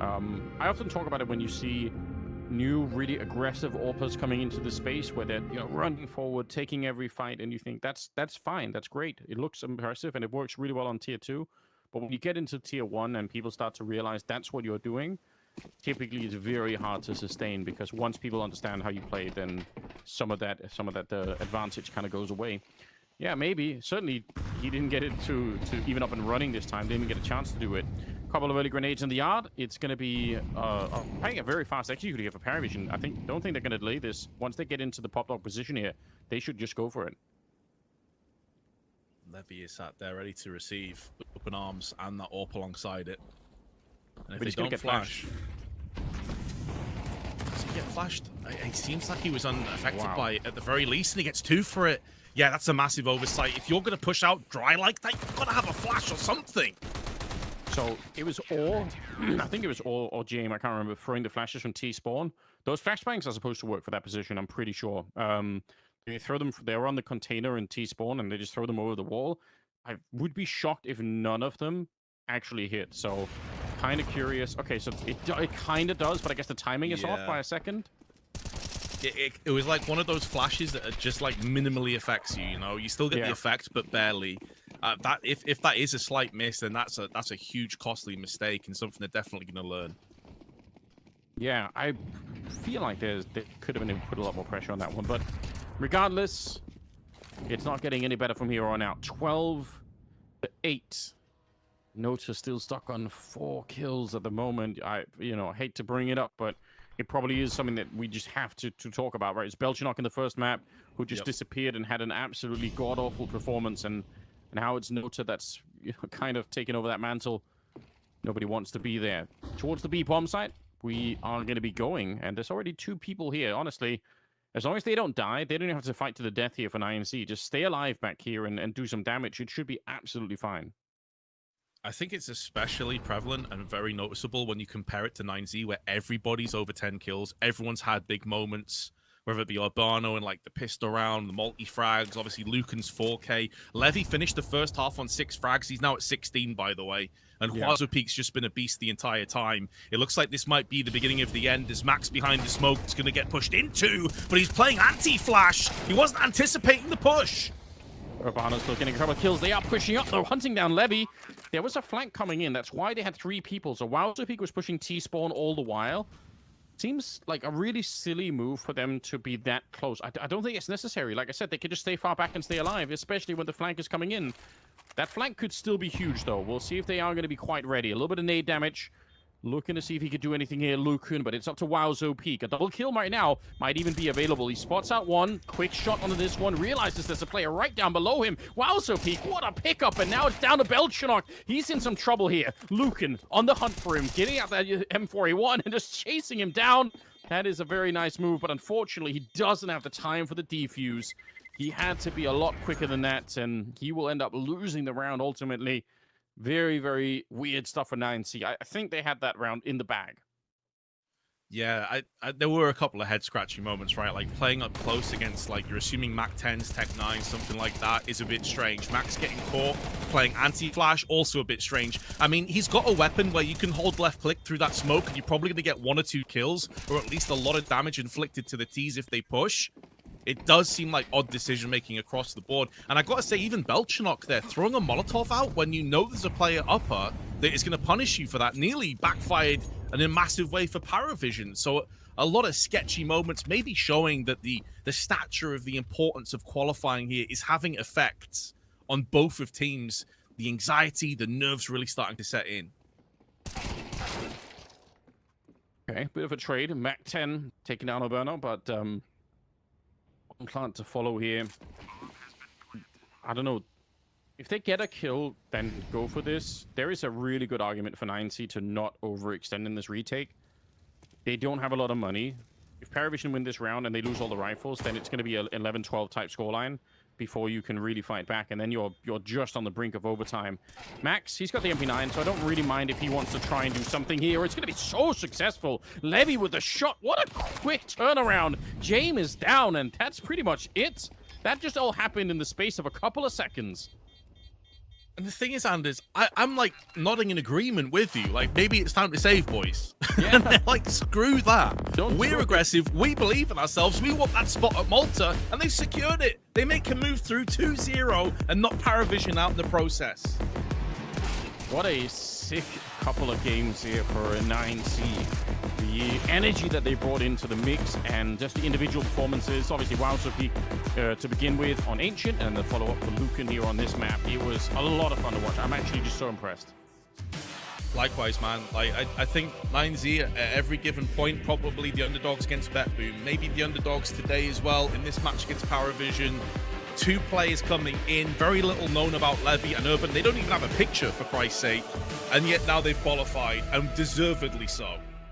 Yeah. There are some of these teams here in the tier 2 space that are so fun. Like, this is a good time to, if you haven't seen a lot of 9C in the past, or Venom that played earlier in the day, a good time to buy stocks in some of these teams, because they are just a lot of fun to witness. They really are.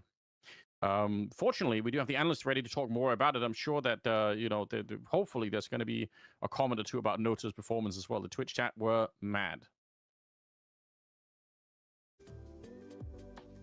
We were going mad, Anders, from that start of the game till the end of it. What a brilliant performance from the 9Z players. And look, it seemed like it meant a lot to them, Ted. You could see in the cams later how happy, how emotional they were from getting that locked in. Look, we're downplaying everything here because it's a chill online event, at least for us, right? We're having a lot of fun. It's exciting. Counter-Strike. This is $850,000 we're talking about. This is a lot of money. There's a lot of tier 1 tournaments out there that a lot of legendary names when it comes down to tournaments that are not giving you even, I guess, twice less than that, right? That are giving you 200, 250k. This is a whole lot of money. And for those guys, the fact that you qualify for that type of a LAN is an excellent way to, I guess, prove to everyone that you can make it out of your own region without Martinez, with a couple newer additions, with a couple guys that have no experience whatsoever. For goodness sake, Levy has never played a LAN event in his career. His first LAN event is not only going not to be in South America, it's going to be for nearly $1 million. His first ever LAN. Ask Innocent about it. The first LAN he played was probably, I don't know, you get 2 gums and maybe a dinner, half a dinner, a train ticket, something like that, a keyboard at best. It's nuts. It's nuts. Brandon, I'm going to let you react as well before we start breaking things down. I'm sure you've got a thing or two to say.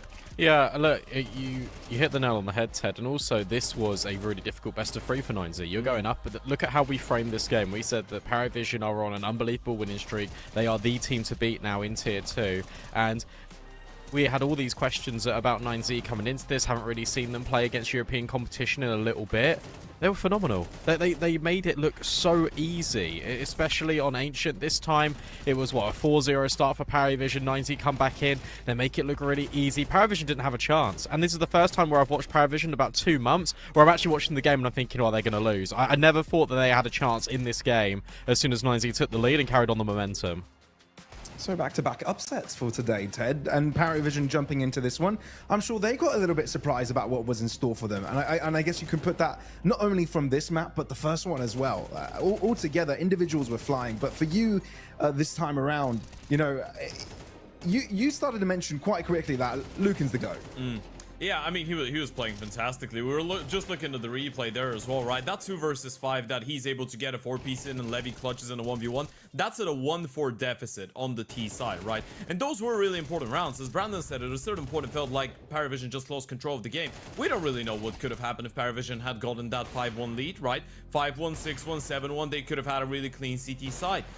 The thing is, Lucan was able to step it up in moments when it was quite key for them to get a couple kills and win a round. And this was one of the conversations we had before the start of the day, when Max and Lucan are getting all of those active spots around the map, and people like Huasso Peak can still deliver high impact moments, of course, but it's not really his job a lot of the time. You still need to see the freedom that is being given to Lucan actually materialize itself into some impact. And that was the purest form of impact, just getting kills every single time. Pure, clean, crisp headshots. We said it was going to be scary if the individuals of 9Z didn't step up around Huasso Peak. Every single player had monumental impact. It really felt like everyone was on the same page. And to be honest, even more so than in that Ancient 13-4 drub-in, because they didn't really have to have that much team cohesion. Here it was a really solid effort. Again, the calls were spot on from Max. I feel like the biggest thing with watching these 2 games, you can actually compare and contrast PARIVISION and 9Z, which you don't normally say this about PARIVISION, but 9Z were direct. They knew what they wanted to do, and they just go. There was no second guessing whatsoever in both T side and CT side. It just made it so difficult for PARIVISION to get on the same page, especially after stumbling in that 2v5. So Ted, help me understand this a little bit as well, because it did seem like PARIVISION did have a good start to the map as well. Got a bit of a streak going, and I felt like that's a bit of a theme today. We've had a lot of 4 rounds, 5 round streaks at the start of each map, but they couldn't quite hold on to it. I mean, it goes both ways, right? If we're praising Lucan for getting that 4-piece in a 2 versus 5 and turning things around, then if you look at it from the perspective of PARIVISION, they will probably tell you we had a 5 versus 2 and we can't afford to let rounds like those slip, right? When it's important. When you're 1 map down, you're playing against a team that's pretty good on the map that you're on, and it's not your map pick. You had a really slow and pretty much an AFK map 1. You need to be solid, and you need to win the rounds when you have a 90% chance to win them, right? It's as simple as that. You are the team that's more experienced. You're the team that has the more experienced in-game leader and the major champion and the good coach, and the team that has more experience playing in European online Counter-Strike. You are the team that should know if you don't take advantage of the opportunities. And I'm not even talking about taking advantage of opportunities that you're not supposed to convert. We're talking about putting yourself in a good position and making sure you're not letting 9Z get a go at it to actually get you out of that good position. PARIVISION should be a team that knows how to play when they're ahead and when they're in the driver's seat, but they just let it slip. You talk about major winner as well. I talked about the fact he smurfs in tier 2, completely absent, James, across both maps, to be honest. There's a few rounds here and there that he did single-handedly win for his team, but it's not that consistent impact, it's not that consistent effort. And if we've got to be putting praise on PARIVISION, we've got to give a lot of credit to Zelio, because he was so good. It felt like he was the only one doing anything. If he got a multi-kill, they won the round. If he dies, the round's over. Bit of that as well with AW on the first half as well, but you're right, at the latter end, there is a lot more of Zelio jumping in. These youngsters from PARIVISION, again, showing their potential here. Didn't end up going their way, Ted, this time around.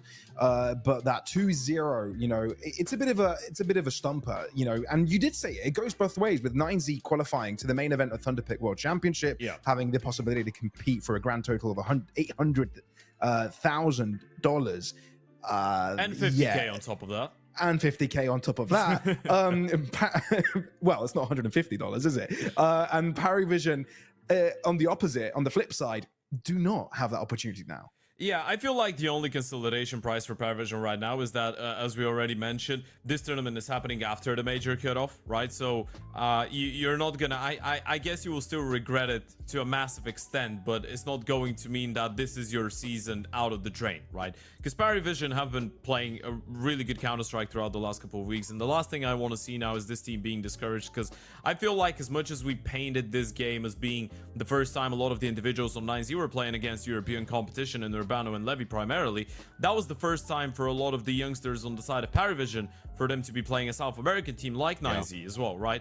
James got that experience. You can't say the same about AW, sorry, it's not quite JW, is it? AW, you can't say that about Noda to some extent. You can't say that about Ziello. Beltranok has been around for a little bit longer, but still not really that drilled when it comes down to that type of competition. So I guess there's a lot of lessons to be taken away, and I still am not going to be downplaying PARIVISION. They still are one of the best teams in online European Counter-Strike. They just had a one-off series.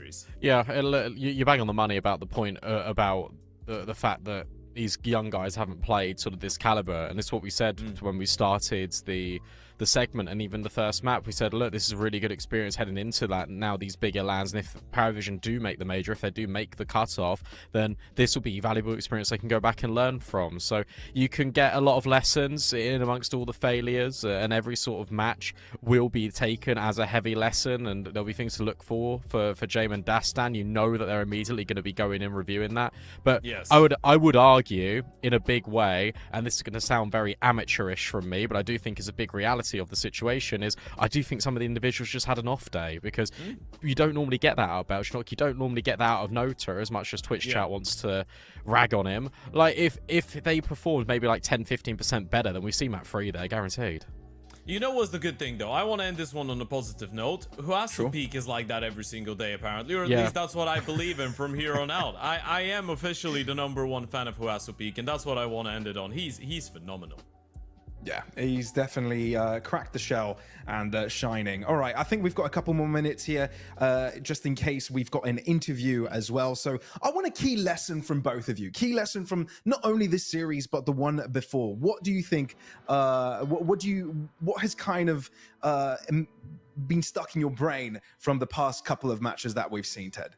I just said it, but I think what has been stuck in my brain is I love Huasu Peak. I love Fagio as well, but that's an internal joke, so I'm not gonna go deep into it. I feel like, no, on a serious note, I feel like this those couple of results have proven to us that the level of anything below the top 5, top 10 teams is incredibly close, right? It doesn't really matter if you're considered an underdog. It all comes down to if you're going to be present on the day when it's a really important game, especially in that type of a format where you just need to win 2 best-of-3s in a row, no second chances, no GSL, no nothing. It's not even 3 or 4 best-of-3s in a row. It's all about having a couple good days, right? And those are the things that make us realize how relentless online competition is right now outside of tier 1. It's really difficult to get into that circuit, but I guess this is why when a team makes it and we're so excited, because we know it's hella difficult. And 9Z, that might be the first step for them to make it in, and for the Polish side of Venom too. Brandon, key takeaway for you, key lessons from the halfway through the day moment, as we've already seen 2 teams qualify to Malta already? I think you've actually got to have a lot of mental fortitude to be a tier 2, tier 3 Counter-Strike professional player, because if you think about the amount of emotions that these guys go through on a day-to-day basis, where you've got so many events, you still got the uncertainty of how the VRS system actually works. You're a little bit dumbfounded as to, okay, well, do we actually need to go and attend these lands? Have we got to be specific about the events we select? And then the events that you do play and you have to run consistently deep. for PARIVISION to be on the cusp of qualifying for an $850,000 LAN, to then losing it, to then refocus themselves, leave bootcamp, go to LAN, that is incredibly worrying, to be honest. And I've got a lot of admiration for these players who are able to just do this consistent day in, day out on a daily basis. Well, we do have the interview ready, and it's with Lucan, the star of the show of the second map of this series. Lucan, welcome to the broadcast. Congrats on the win. Seeing your reaction from the cameras as well after the end of that one, it looked like that meant a lot. Hello. Thank you very much. Nice to meet you guys. Yeah, we are very happy to get this victory. And that reaction is because I leave CS, you know, I play in Sharks in 2019 and have one tournament in Malta, but was cancelled by the COVID. So I missed it. I want this tournament so much to play, you know. I'm very happy. Yeah, absolutely. You guys played a great event. I want to ask you a little bit about what that means personally to you, because you said you live and breathe Counter-Strike pretty much. The last time, and this is not us counting the challenger stage of the Antwerp Major when you were on 9Z, because obviously that wasn't played in front of a that wasn't played. It was just a studio event pretty much, and then it wasn't a big travel like a tier 1 tournament. The last time you played a tier 1 tournament that wasn't just the stage of another event was ESL Pro League Season 10. That was when you were with Sharks. Yeah. And that was in 2019 in Odense. So it's been a really long time. It's been 6 years, man. How have those 6 years been for you? What does it feel like to finally be back traveling to Europe for a big event? You know, it's a lot for me because I was living CS. Like I left playing competitive CS like 2 years. So it's been a long time. But as you say, that I play a big tournament like this. But I always know that if I'm came back and do the things right, you know, practice, do all you need to do to play in this level, I can get it again. So I'm very grateful that I have this opportunity again. I'm more with this team, so I'm going to enjoy it so much. So I'm very happy. Yeah, it means a lot for me. I wanted to ask you a little bit about preparation for this event, and you had to play against BetBoom and you played against PARIVISION. How much work goes in behind the scenes that obviously fans won't know about to get yourself ready for these matches, and how different is it compared to the South American region?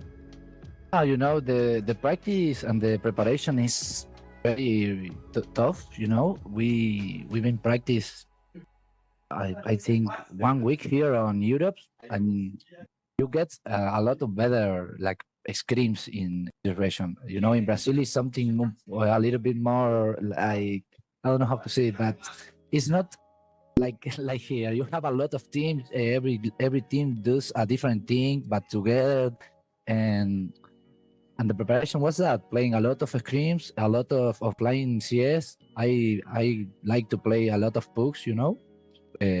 Because I think this game, a part of being a team play, you have to be really good individually. So I play a lot of books. We have our coach and our captain doing the preparation, the study, you know, a lot of these things. So we are playing like 12 hours per day for this. It's impressive stuff, man. It's impressive stuff. I want to hear a little bit more about how you feel the development of your teammates are going, right? Because I feel a lot of people have been hyping up Thunderpick for quite a while, and today it felt like he really felt better than I've ever seen him, at least. So, yeah, how do you think that your teammates are getting on? Because it feels like 9Z are reaching a really good point in terms of their individuals right now. Yeah, I think, as you say, the team development was so good this week. Is having I don't know that time, you know, he's like smashing people, they're making good decisions, and the team are complement with each other. And I think this was so good for Levi and Urbano that are new members of the team. They never been on Europe like this, so this always helps, man. This region is so good, and we can live here. We should do it as well, you know. But with this ranking thing, you have to play in your region, and you can stay here too much time. But it was so good for us. Yeah, you're talking about Huaso Peak. Lastly, or at least last question for me, I want to know a little bit about how you feel about Urbano and Levi on the team, because obviously they're newer guys. They're coming in from the Brazilian scene, so Bit probably helped a little bit with the scouting there. So yeah, what do you think of them, especially Levi for Martinez? I feel like was a big conversations because it's quite big shoes to fill, so to speak. Yeah, I think the two integrations help us a lot because they are Brazilians, and the Brazilians have this energy, you know, like they are always in good mood, cheering each other's, like open to learn for us. So that helped a lot. And the change for Martinez, for Levi, I think help us in the way like Martinez was more aggressive out. I think, yeah, he do it well, but Levi is like more chill to play, you know.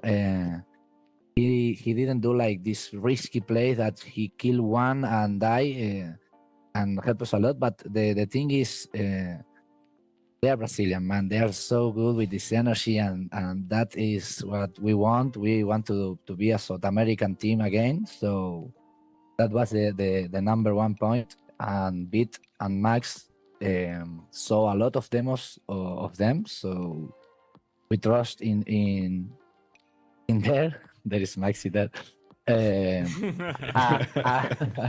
And what's so good for the team is we need that energy in our team. Well, thanks for the insights, Luke, and it's brilliant to have you on the broadcast for the interview.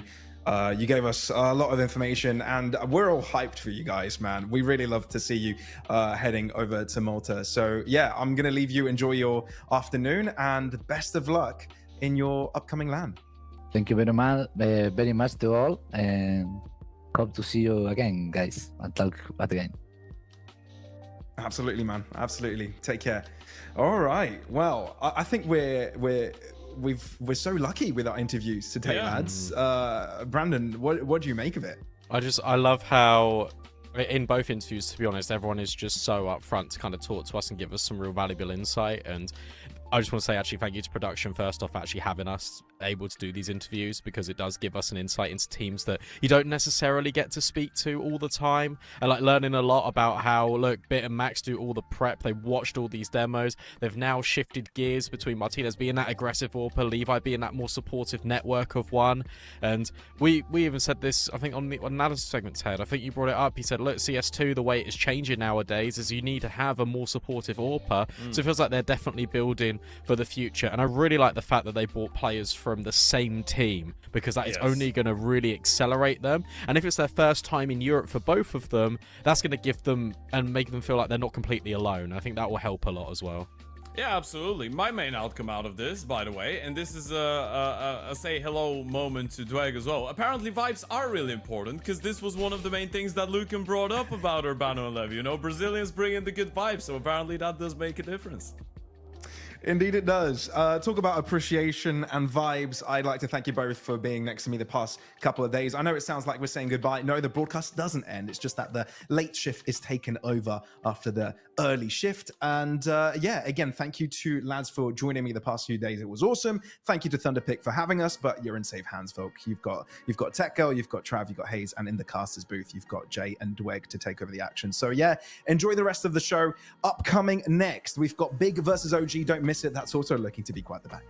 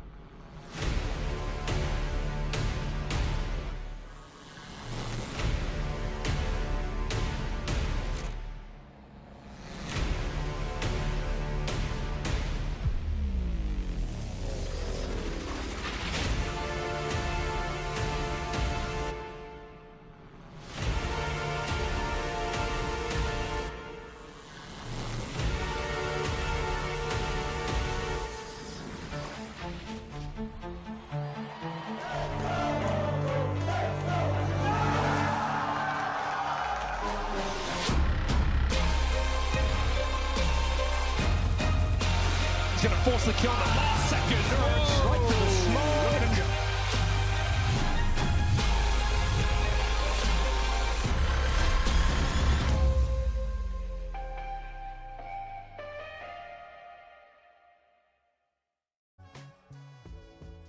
Welcome back to the Thunderpick World Championship close qualifier. 2 games remain, only 2 spots available at that Malta LAN, and we get to find out which 2 teams are going to be taking them. OG versus Big, and then we've got Legacy up against Imperial. Trav, do you have any thoughts though on what we've seen so far, the 2 teams that have already qualified to get to LAN? Crazy, right? I mean, these matches are what it's all about at this level. A chance to make a big LAN with a tasty prize pool and tasty VRS points. With the loss of the RMR, I think it's the main thing that's exciting for a lot of these teams, right, at this level now. I mean, the passion, the brilliant moments we see with all these players in person to qualify for majors. We've lost that now. Passion UA at Shanghai comes to mind, and all those memorable, emotional moments. This is the closest we get to that now. So yeah, qualifying for these big events is what it's all about. Yeah. And for 9Z and for Venom, that's a very, very unlikely qualification that they've been able to glean. Yeah, it certainly is. I mean, they're 2 of the 3 lowest ranked teams coming into this qualifier, guys, and they've claimed 2 of the 4 spots up for grabs. Really a fairy tale run. I mean, I know they both only had to win 2 games, but it still certainly exceeded everybody's expectations, and they fully deserved it. They played some incredible Counter-Strike. They haven't tripped over and fallen ass backwards into the qualification. They had to work really hard for their wins, and in Venom's case and 9Z, they did it particularly cleanly, so they fully earned that opportunity. What a vibe to get to see that new, I'm saying new talents. I know that for the most part it's players we've seen before, but we'll call them sort of new talents in this iteration on LAN up against the likes of Furia, the Mongols. Like, what a vibe that World Championship is going to be. But of course, that vibe can only improve when we find out who's going to be joining them. So let's get straight into the next matchup. OG up against Big. I'm going to be honest, Hayes, if I was a betting lady, I don't actually know where my allegiance would lie with this one. I'm finding it difficult to choose a side. I think that you got to kind of lean in the direction of OG, not just because they've been together longer as a team, but also because of the form we've seen from them recently, right? They've looked really good as a unit across the board. They just seem to be clicking on every level right now. All 5 players are in pretty good, if not really good form. So you've just got this unit, this group of really strong players who have, as I say, also have a decent amount of experience. I mean, I know the core 4 of Big have been together for a long time, but remember, they're coming out of the slump now. They're hoping this roster change they've made is now going to revitalize the team and get everybody going once again, get them trending in the correct direction. So I feel like OG are in a better place coming into this particular game. That's why I have them as my favorites, but you certainly can't take away from Big's chances. I mean, it's not all doom and gloom for Big, right, Trav? I know that was the picture that was painted on the first day of the closed qualifier, but they've done, I mean, it's just in the closed qualifier alone. Some of those comebacks, you got to give them credit where credit's due. Yeah, and I mean, honestly, like, fair play to them, because they would have been down in the dumps, right? The mood would have been horrible, would have still been horrible despite the change. I mean, I think it's not unfair to say that bringing Process back to the team is a bit like just putting sticky tape to try on the Titanic to try and save a sinking ship, right? Like, it's not something that's going to fix them and get them up into the top echelons of Counter-Strike, but even though Process looked good in the academy, he's looked okay in that game against Saw. I think Tabson often looks like the best player on the team still, though, which I think kind of does say it all when it comes to like the core rifling, the rifling core form. Crimbo isn't like kind of like the clutching, consistent phenom he was for a good period in the past, and that kind of gives him not much impetus when JDC and Hype to a middle ground form.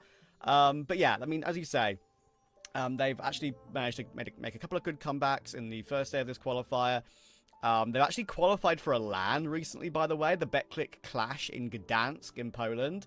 And that has a decent lineup of teams like TNL, Fnatic, ENCE, Nemiga, ECSTATIC. I think it does need to be noted that the teams they beat to get there weren't necessarily impressive. It was ESC and URB, AAB, a Danish team. Not sure how you pronounce that one. But yeah, like, they're making some progress, and at least they do have one LAN to play. They desperately need a second here today. I feel like there's still so much room for improvement across the board here on Big, maybe bar Tabson, like you say, Brandon Trav rather.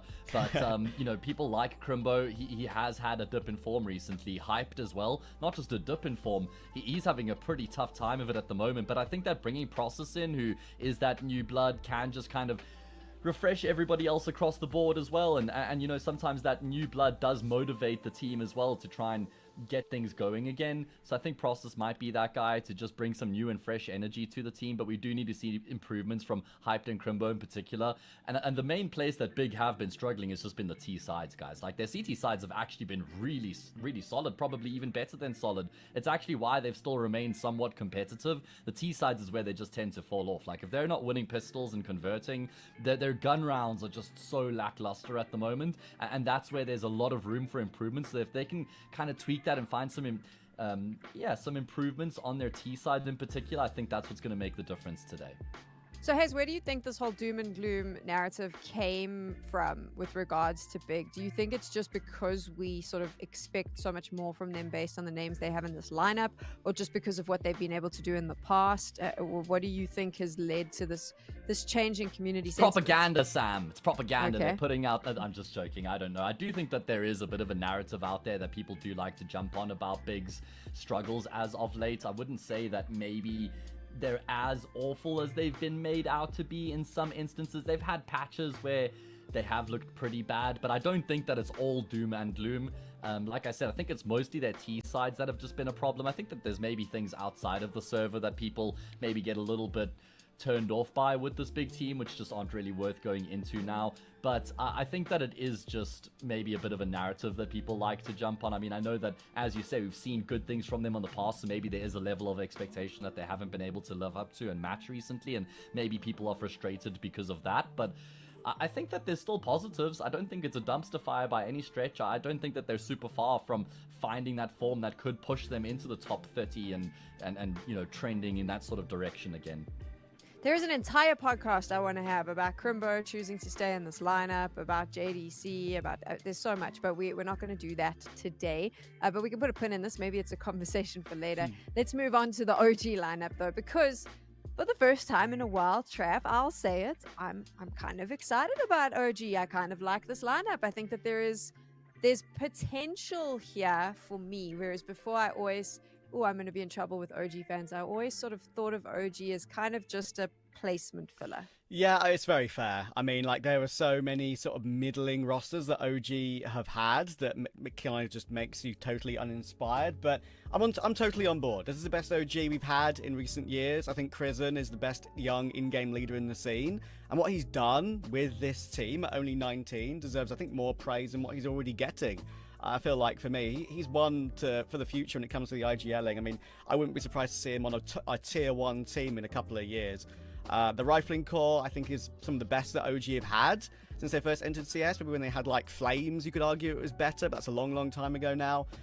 I think Spook has insane pop-off ability. His Swedish duo Adam B is incredibly reliable.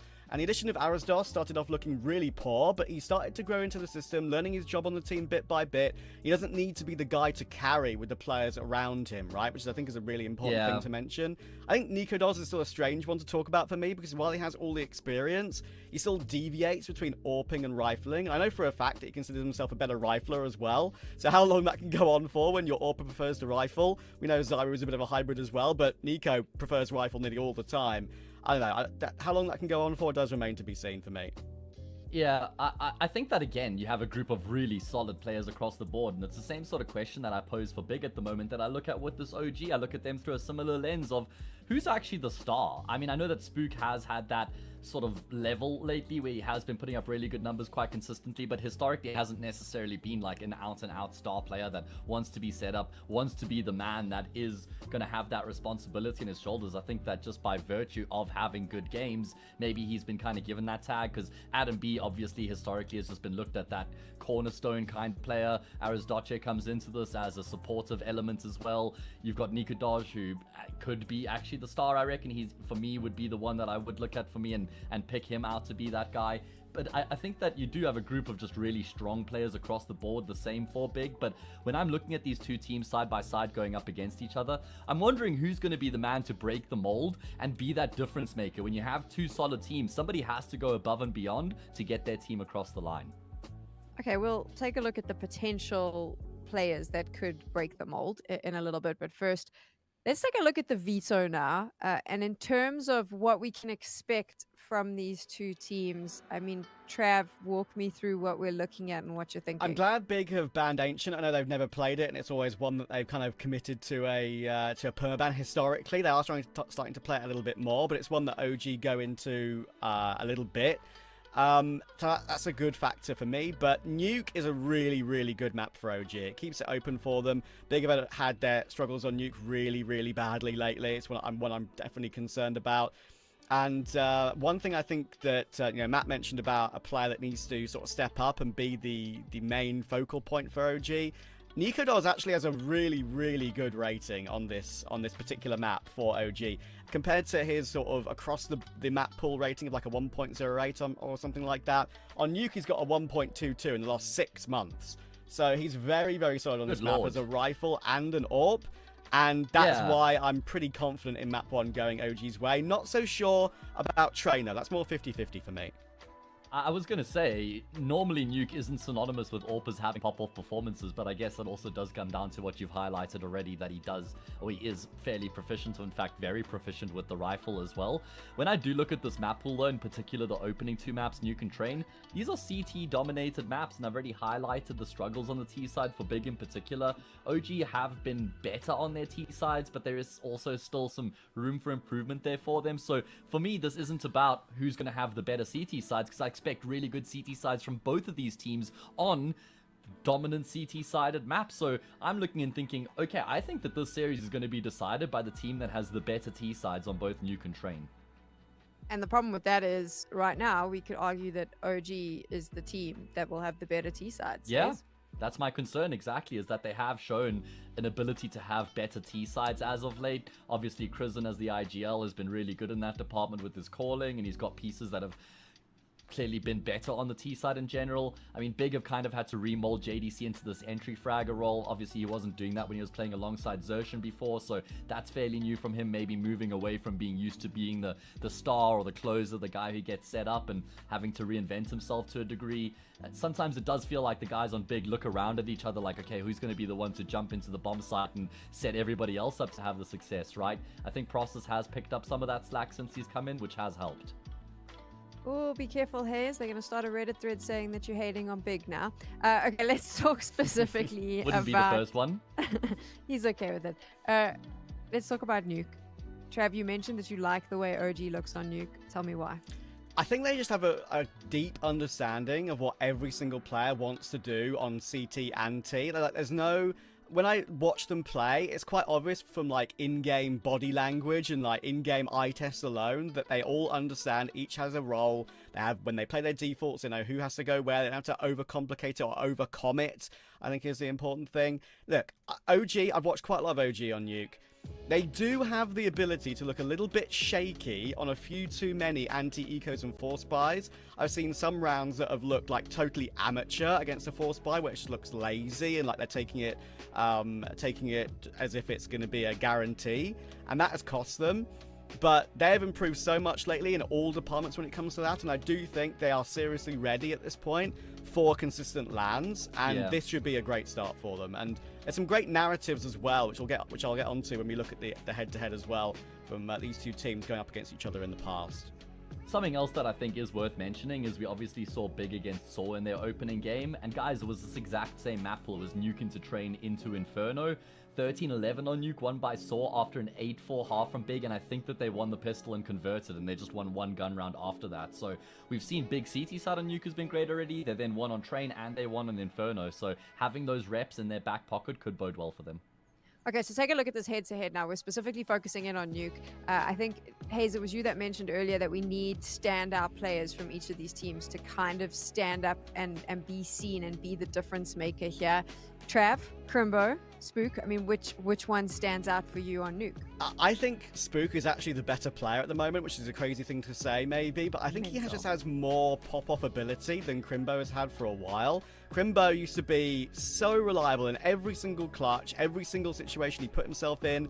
I think he was one of the best clutchers in like tier 1.5 at one point for me. He was just like every single 1v1 he would be in as like a late round player.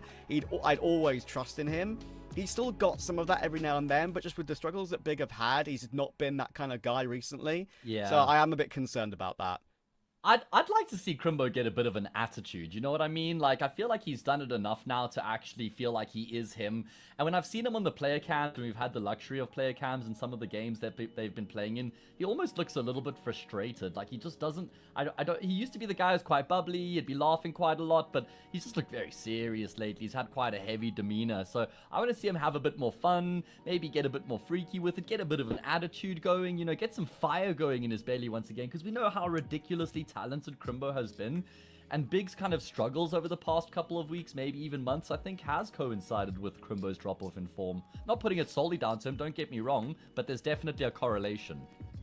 You know, for such a long time, I didn't understand why I think it was a couple of years ago, Crimbo decided to sign a long-term contract with Big, or re-sign, because at that point his stocks were so high, and I really believed that this was a player that could go and play in a top-tier team. Well, the rumor was Vitality, if you remember. And it just drives me... It drove me insane for a long time. It was the topic that I brought up every time we saw Big in a game, which was how could Crimbo do this? Yeah. And many analysts have sat and told me that, you know, he felt safe in Big and it was a good place for him, and this, you know, you've got to be comfortable with the organization, and I completely get that. But my concern now is exactly that, Hayes, when the drop-off starts, what happens to this player? Yeah, you're right, because his stock is now kind of tanked at that point, and he's not going to be looked at tier 1 organizations, let's say like a Na'Vi, for example, or a FaZe or something. You know, they're probably not knocking on Crimbo's door anymore, and he's going to have to get back to that level to maybe regain that interest. I'm just, you know, let's get the tinfoil hats on for a second, but let's run off with a bit of conspiracy because we got some time. Who's the other guy who's often been spoken about as somebody who could have had a career at a top-level organization for many years, but always decided to remain at home? tabseN, right? Like, he was the one guy who's often been looked at as like a G2 or potentially FaZe, you know, standard as well. And he always chose to stay where he was familiar, you know, try and play with his national team, continue to develop the German scene. So I'm not saying that tabseN motivated that decision for Crimbo, but it is a bit peculiar that the guy who was in tabseN's team is kind of followed in those exact same footsteps. But isn't tabseN just the best, Trav? I mean, that is, for me, he's...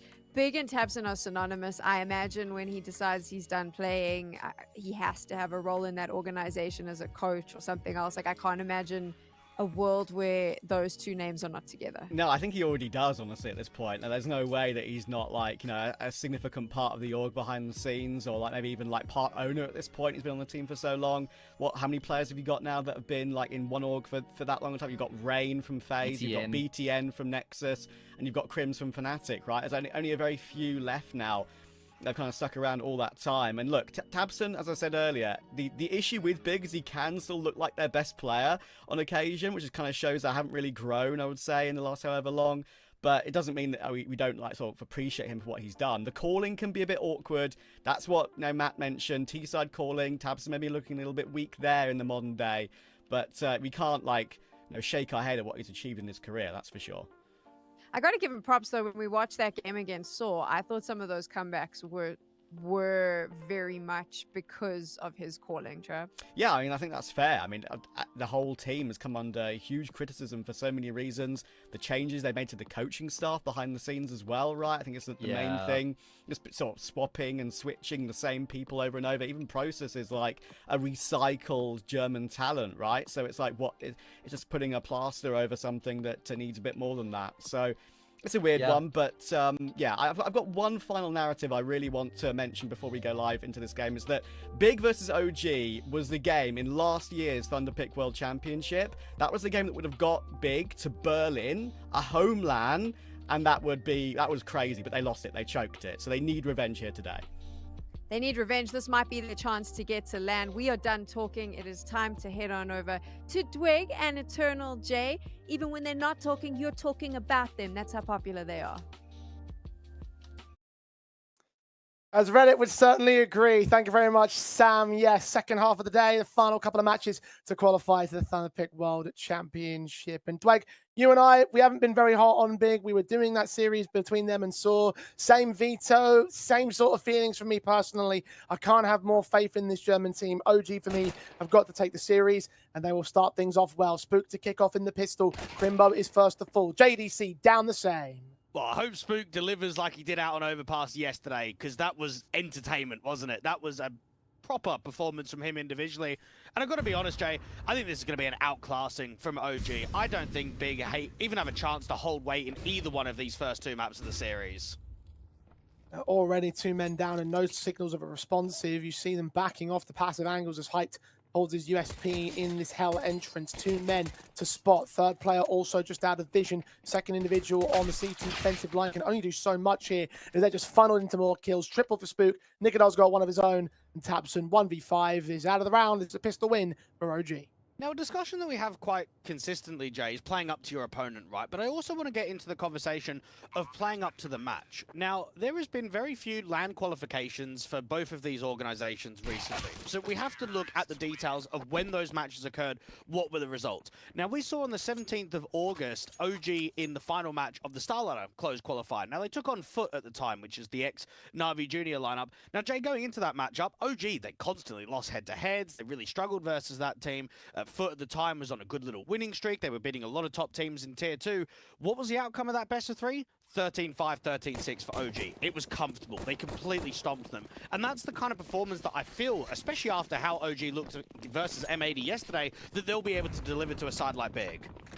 Delivered a thrill ride in that matchup in yesterday's proceedings, and they're going to try and deliver a thrill ride of pace right here against Process, who will get the first blow.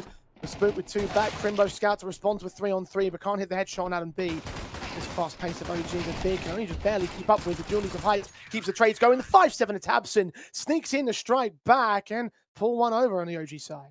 I'm not even really sure what that force buy is from Big. Do they have anyone outside? Do they have anyone A? Do they have anyone lower? Bro, everyone's at ramp. What a strange stack that is from the German side. And I get it completely if you're the T's. You've got your first player core under boost, your hell rotation, your third player on the ramp. You're just expecting that you can run down B, and then all of a sudden, there's 2 more CTs at lower. That is such a weird setup from Big. It feels like a pure anti-strat, honestly. Like, in what other circumstance would that work other than a ramp rush? Well, they had 3 players that were trying to go towards Secret. That's why they dropped 3 in the lower corridors. They probably want to get down there to the double doors area, get up to the Secret stairs, but against the ramp rush, you end up finding that all 5 of them are basically fighting against you. Well, for Big's benefit, they bounce back on an OG side. It will be on the force buy of their own. Upgrade pistols only across the T side board. Scout back in for Nikolas. And slow to the outside for these pistol individuals, bomb included. Tabson has no vision past the smokes. No HEs will be thrown. None are available to the CT side. This is a great opportunity for Big to be able to start off on the right foot on the CT side, get themselves with the economy in order, get a little bit of a round streak going, put pressure on the young in-game leader of Crizzen.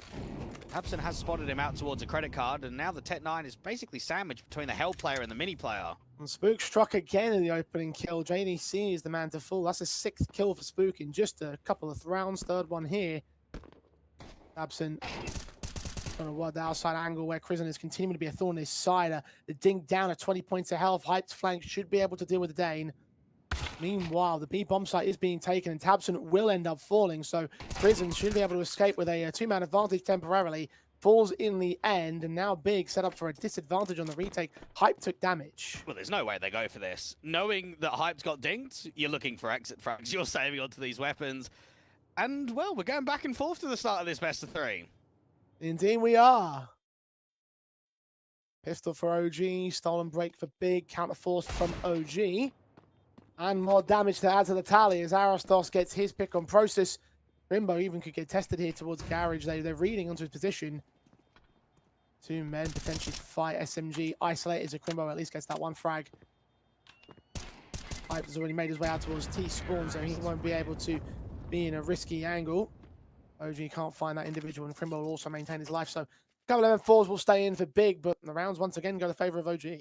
Now, for me, if there's going to be some performers for the likes of Big in an important series like this, it's got to be the veteran players, doesn't it? It's got to be your Tabson, your Crimbo, and your JDC. With the level that they've all participated in the past, this is a series that's a must-win. We're looking at Big at, what, 47th on the VRS? They're getting very few LAN opportunities. And right now, even with OG on the back and forth, these sort of resets could make it very difficult for the CT line if OG were to go 4-1 arm. Well, it's hyped, one of the newer pieces, one of the 2 pieces brought in over the course of 2025 that strikes first in round number 4. Nico's the victim. Right, struggles with that weapon over the course of this matchup. However, OG's advantage is turned back into a 4-on-4 with a trade back to Crimbo. Tabson on the lower bomb site is taking damage to his decon face. You know where he is, he just can't seem to hit his shots, but neither can the T's. I'm not sure how Kristen's got that opening kill. It looked like Crimbo was just napping out there. Anytime a T-side player is walking through a smoke, you'd give the advantage to Crimbo every single day of the week. Working so hard for that opening kill as the scout, and now it's back to a 4v4. Now, OG have full ramp, but they're not committing with it. They've got options to go down lower, wrap into hell. They're grouping back into lobby, which indicates an A lane. First contact for Hype, good bait there with the shoulder face. Counter smokes immediately up for process. That should at least stall things out over at the squeaky door. Maybe even change tact for OG. They are looking to lean into trophy room. There's a backstab also inbound from JDC. So the longer they take, the quicker Big will win this round. 30 seconds.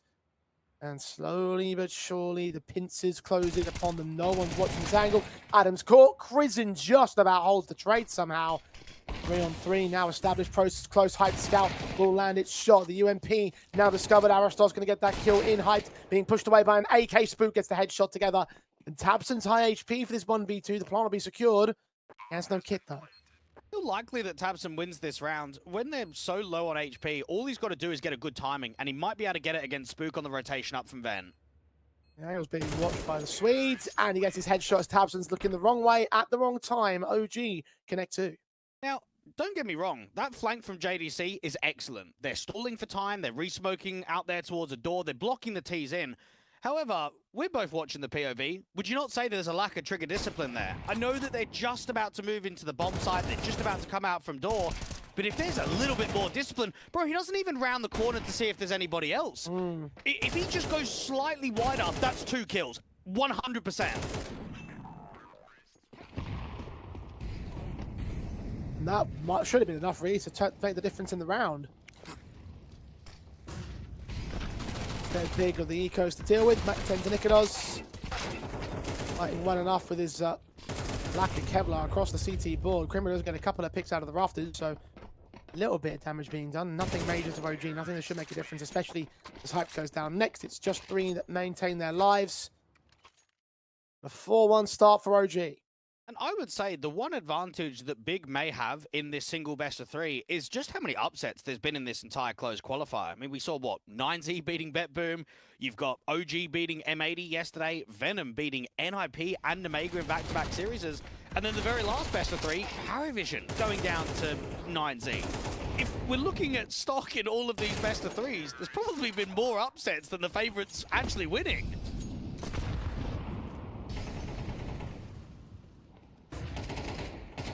Tabson forced forward very quickly. So many players to finally get 2 of them on the lineups. Headshots on Adam B. Spook must have taken a dink in that exchange as well. Well-placed flashbang from Hyped and all. And an advantage for Big this time when the rifles come out to play. Well, Big is certainly being active. We're seeing them make info plays, they're making raps. They're being quite positive to their approach.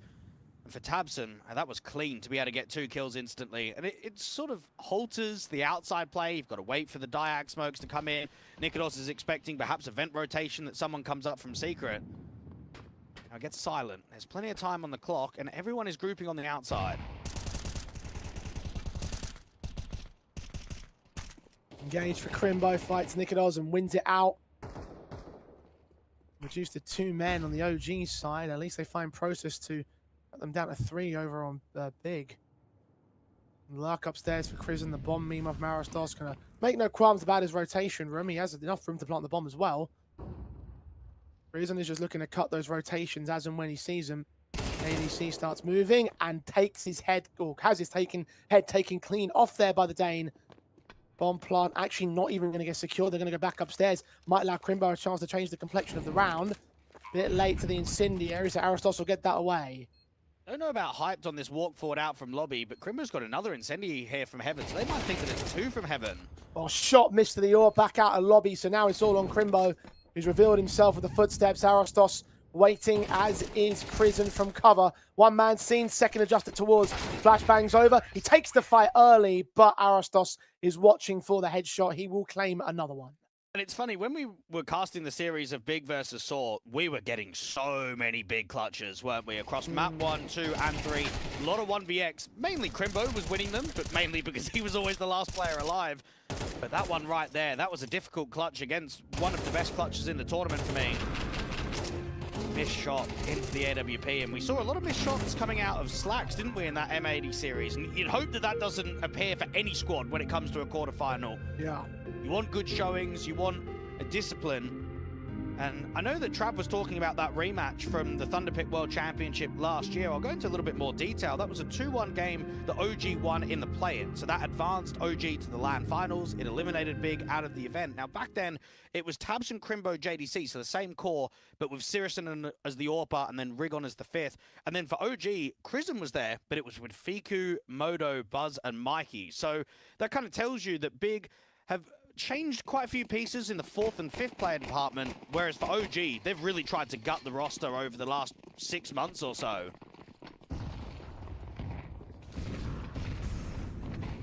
Only one man remaining from the last year, so OG at the pace with confidence now against the lighter weapon buy of Big. They've walked right past Tabson, who can get a couple kills out of this one. Once again, Sneaky is the captain. He does reduce it to a 3-on-3. We'll wait to see whether there's an opportunity opening up for this double doors player, but JDC's smart, knowing that once they do, they have to commit towards it. They're going to wait the process and go to get the position. In fact, Chrisen strikes earlier than that. Take the kill together, double up, triple for the Mac 10, an ace, in fact, for that man. It was going to be an eco anyway for Big, so they shan't be too disappointed with how the outcome looked, even though it was close from Tabson at the moment. Well, Trav was talking about it a little bit on the desk, that OG have had some issues with those anti-half-buy, anti-force-buy rounds. I wonder if they've come into this play-in game and they've tried to adapt by just pure pace. Look at what happened, what was it, the second round, right? After winning the pistol, they just rush round. You're now going into round number 7, you're 5-1 up, you know you're up against a Lights and Buy, and it's a rush again. Maybe they're trying to deal with some of the issues of what they've had in the past by just pure acceleration. I know that it's been close in both of those rounds, but that might just be what Chrisen is recognizing and what needs changing.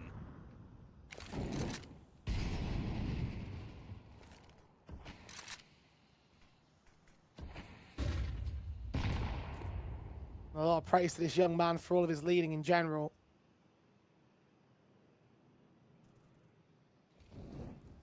Adam B is the first to fall to process. Actually takes 2 players out of the fold there. Not sure exactly how. I think there was a lobby extension up to the roof, in fact. Heights has caught Aristos, so those 2 players were boosted to silo around there. And that one flank angle, unchecked by all of OG, leaves Big in with the second round. Even though Big, you'd say, are a weak Nuke team, they still play a lot of Nuke. Last 3 months is featuring, what, 5 wins, 11 losses for them, making it a total of 16 maps. That's the highest out of any other map in the pool. So you expect, to a certain capacity, some good fundamentals. You're expecting some good timings. I think where we're going to see more of the issues and the difficult nature to convert rounds and be successful is going to be in that second half. So when you're down at this 1-6 score line where you've not had much of an ability to fight against OG, if you can bring it back to maybe around 5-6 rounds if you're really lucky on the CT, then maybe there's a contest in the second half, but I think it's very reliant on just how many CT rounds can realistically get gained.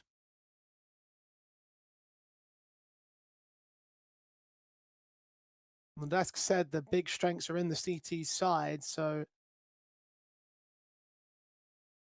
they've still got the chance to make it an even half if they go flawless from here, which, to their credit, they have done over the course of the tournament at times. The problem is, however, that OG will have already ensured that they will not be able to lose this half. They will not be able to gain a CT advantage. Ryan back will be real. See it from process perspective how that round come undone for Adam B and Nikodos. Dane again not quite ready to receive any sort of push forward as the fight got lost quickly. Big now have 3 AKs to work with now. Going forward, firepower aplenty. Can they keep it? Can they extend it? And they start getting a streak together, because it could well lead to a 6-6 half if they can get this rifle round. Process hasn't played many officials since joining up on Big. He's only been here for, what, a couple of weeks. The one map, which is the most played in the pool since he's joined, has been Nuke. So this is now his 4th official. So he can get a little bit more comfortable with how they want to play, what they want to be able to structure. My largest concern might be JDT, the door player, 1 and 8, and gave away an opening death within, what, 10 seconds of the round? That's an easy opening kill for OG.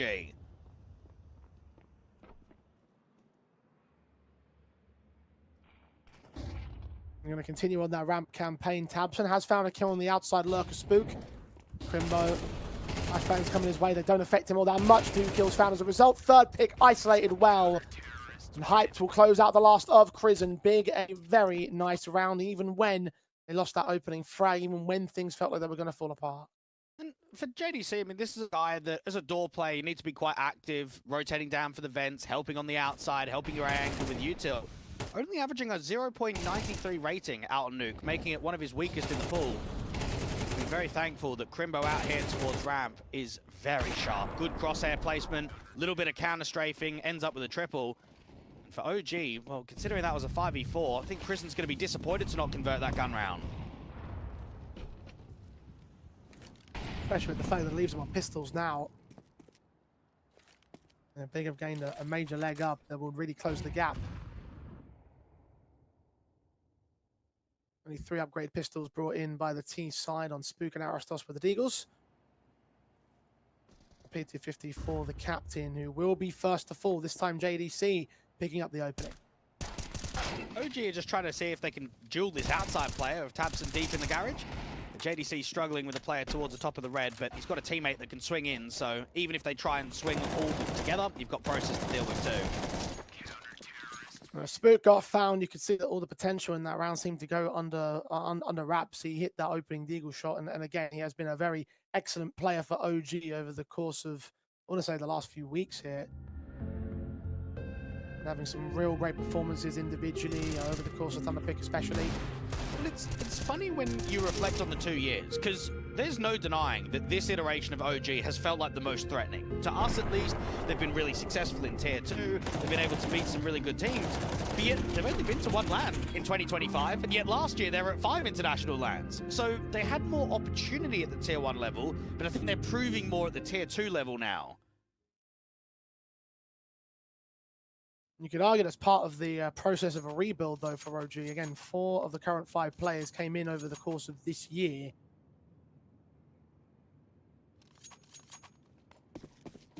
So you'd lose VRS ranking points, you'd lose a little bit of stability. Sometimes you will have dips in form. It's not like the year's been completely infallible for them.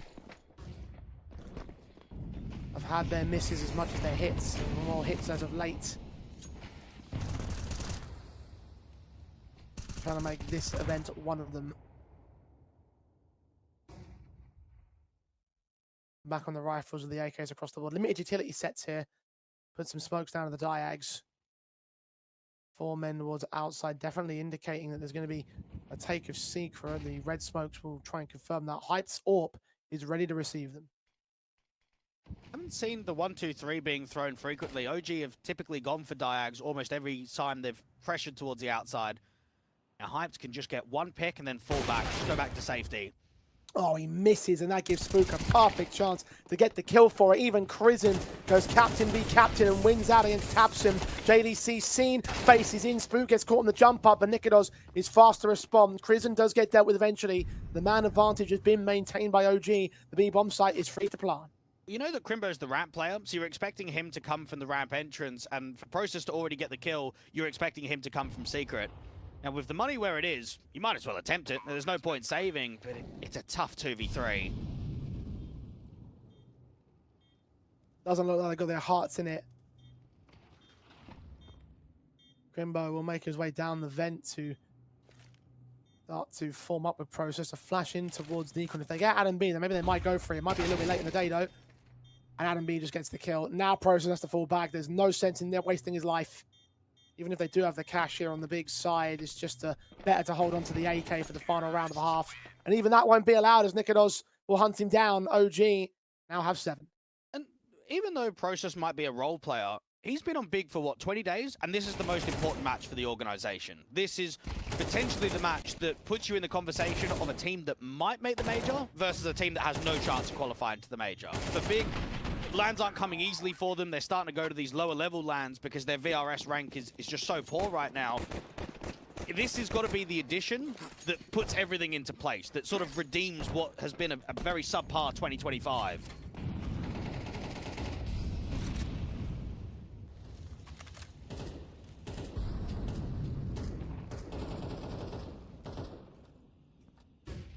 One chance to make that land qualification.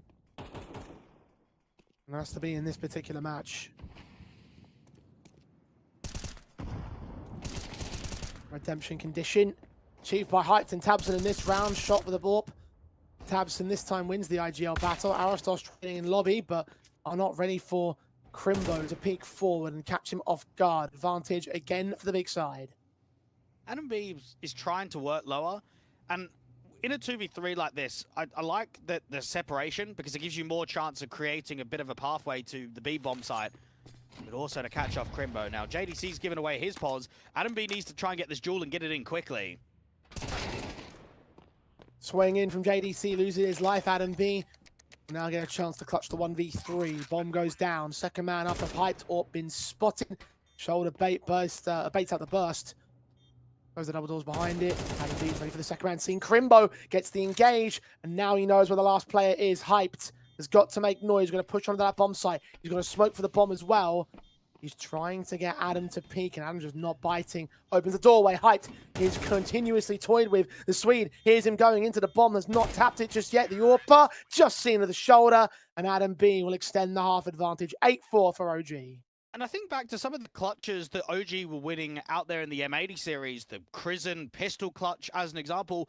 It went on to achieve so much more. It went on to 2-0 that series, and now I'm looking at a first half against Big where we saw, what was it, the Arostos 1v1 trading out the Heaven player on the A-bomb side, and now we've seen a huge 1v3 from Adam B down on lower. Mentioned that Crimbo was getting all the clutches for Big when they played against Saw on this map up, and oh, now they're going the other direction, this time for the OG side. It means that Big will not have much to speak of in terms of the CT half of things. And again, going back to that conversation they were having during the pre-matchup, the CT-sidedness of Big right now, down at disadvantage, that might be a concerning factor, especially when they have choked those massive leads that were gained on the CT side previously. Well, just reflect on the Saw series with some numbers. Big were down, what, 0-7 on their T side of Train? And then, yeah, okay, it was a good response. They ended up closing that map. And then on Inferno, they were down 5-11. Exactly the same situation. They came back, they had a really good round streak. But that's against a Saw side that has a new 4th and 5th player that's quite inconsistent online recently. OG aren't inconsistent. They're in really good touch. They've won 17 out of the past 21 best of 3s on HLTV. So I think challenging those deep and extended round streaks when you're down by a lot of rounds, it's just not going to be achievable to a squad at the caliber of OG. I know the style they're playing at the moment, they've at least stepped up their game by comparison to that opening best of 3, and they've at least kept it a little bit close at certain points, but OG have pulled ahead of the scoreline and move into the defensive half where they could very quickly and easily start to run away with this opening map. Big bringing no one towards the outside. Everyone's going in towards inner. And it seems as if it's fast towards ramp. This is going to be very aggressive. Flashes, electric decoys being sent in. Prison and Adam B just hold their nerve, hold their vision, get 4 kills, no trades. Lock them out, lock them down. Pistol win for OG. And for OG, they're playing in that Star Ladder 500k LAN event next week. Let's just put a picture in our minds. Qualifying to Thunderpick, 850k, going to Star Ladder 500k. Bro, their VRS is going to look really good, isn't it? With how they're playing right now, with what the potential is of them being, what, 30th on the VRS right now? Yeah, they're for sure going to be qualifying to the major. Especially considering that I take a look at the field of opposition they have at that Star Series event, and it's like, wow, I put OG within the top 4, maybe top 3. It could be a deep run, you're right. They might be out of the major invite zone as of this morning, but Imagine that may well change very soon. Blocks only for Big. Arshiko won the rifles out as soon as possible. OG do take a couple casualties to Crimbo. At least he's doing some amount of damage. Almost gets Arostos for the 3rd kill, but not to be. True test of the rifles for Big now. One round that they really have to win, else this will be a 12-4, 13-4 most likely. Now, when I look at Big in their map pool, they pick Train, they pick Dust 2, they pick Mirage, they pick Inferno. It's sometimes difficult to know what they're going to pick in every single best of 3. It's not for OG. They pick Nuke and they pick Ancient. Now, I thought they were going to pick Train against M80, but that was sort of external circumstances. When Big's permaban is Ancient right now, there is a lot of preparation that you can do for Nuke because you know that it's coming out. You've got 2 assistant coaches, you've got a head coach. But to me, individually, they've let themselves down, haven't they? I don't think it's been so much about the tactics. When you've got your door player that's going 4 and 12, when you've got your AWPer that's on single digits, Crimbo, the ramp player, your most supportive anchor piece, he's the only one putting up numbers. Individual disaster from Big that will only continue with Crizzen catching JDC. Another opening frag against that man. Process gets Adam B. The trade back for the Big side. 4 on 4 now established, and B bomb site is the target. They've already got players downstairs. Rotations inbound to join Spook. Counter mollies, trying to get ahead of the curve here. The M4 swings out. I thought Spook transferred that kill to the 2nd man, but Hyped toys with him back towards Dark. Arostos is traded, but Crizzen gets on top of the fights and gets OG that man advantage and the bomb. Crimbo was late lurking in lobby to cut rotations, and even though players were dropping from A into vents, he's not been able to activate.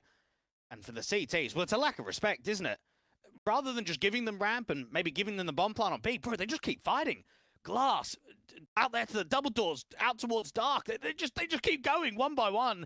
And now Crimbo finds himself in a very difficult 1v2, and he doesn't even get Nikados. OG at another round, and for Big, well, you're just running out of rounds. You're running out of chances in this first map. Indeed you are. Talk up half advantages all you want, but if you're down by a massive margin, you lose that pistol and just have no breathing room. You just don't get any other opportunities. Even when we look at the 3-match winning streak that Big have taken recently, let's be honest, Jay, let's add a little bit of context. They should have lost versus both ESC and SAW. They should have got 2-0'd by the Poles and should have lost towards the Portuguese. So while HLTV might say, oh, look, you're getting a few wins under your belt, you have to look deeper at those matches and realize it's a struggle. It's not easy best of 3s that are being pushed forward. You go to a step beyond against a team like OG and you start to realize how you may well be a lot more out of your depth than you might think. Well, we kind of ripped the series off when we were just casting the M80 yeah, OG game. I mean, we literally turned around and was like, these teams are not, neither of these 2 squads are going to be M80 or OG, and so far we're proven right, Blake. OG's map pick, so there's a silver lining at least for the German squad. They are going half buy, a call from Tabson. Really no ideal call to make in buy strategy here. OG have got such a commanding lead. If you try going to overtime, you're looking at 8 in a row. At least you give the Tech-9s a chance to try and steal, which Process will miss the opportunity to do so. JDC will at least open up in his stead. Arostos on the back of sight, getting a kill. Hyped is low, will fall back to the Portuguese player. Crizzen is involved, the USP is brought in, and all will fall for the T sideline. Map point for OG.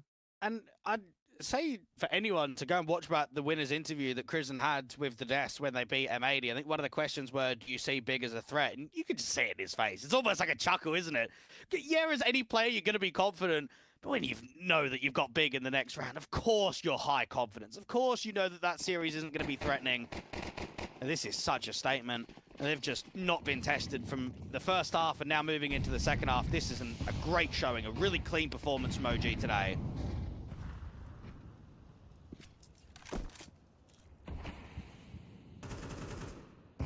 Eight map points. Big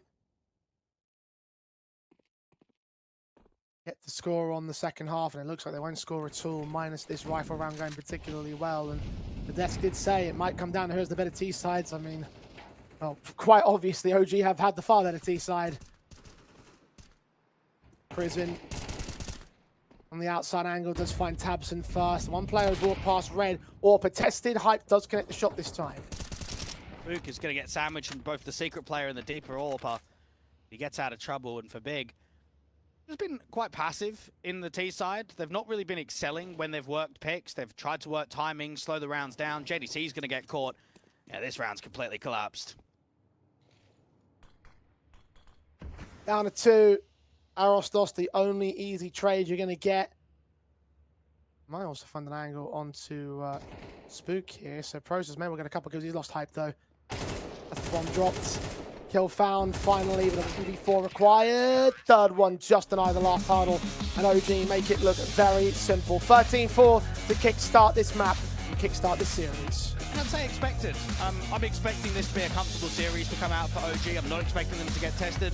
If you can 13-10, 13-10, the #1 comp in the team of M80 yesterday, then Big should be a layup in this best of 3.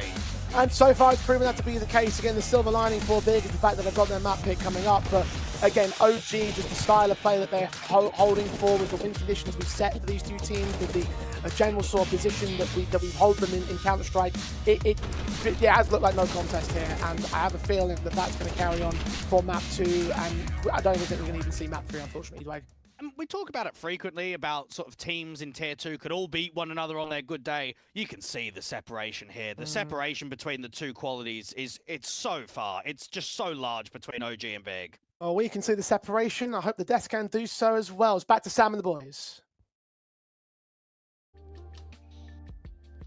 Thanks, gents. I mean, I don't really disagree with Jay and Twig there in terms of what we just saw on that particular map. There was no contest, Hayes.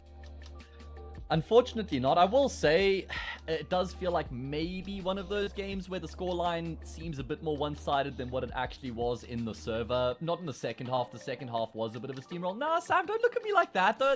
There were definitely moments where Big had 6 out of the 12 rounds. They had opening kills in 6 out of the 12 rounds in the first half. They lost against a 4-spy. They lost the 3v1 to Adam. They definitely should have gotten more rounds out of that first half. So I know it looks like a train smash, but I do think that there were quite a few close rounds in the mix there that went OG's way.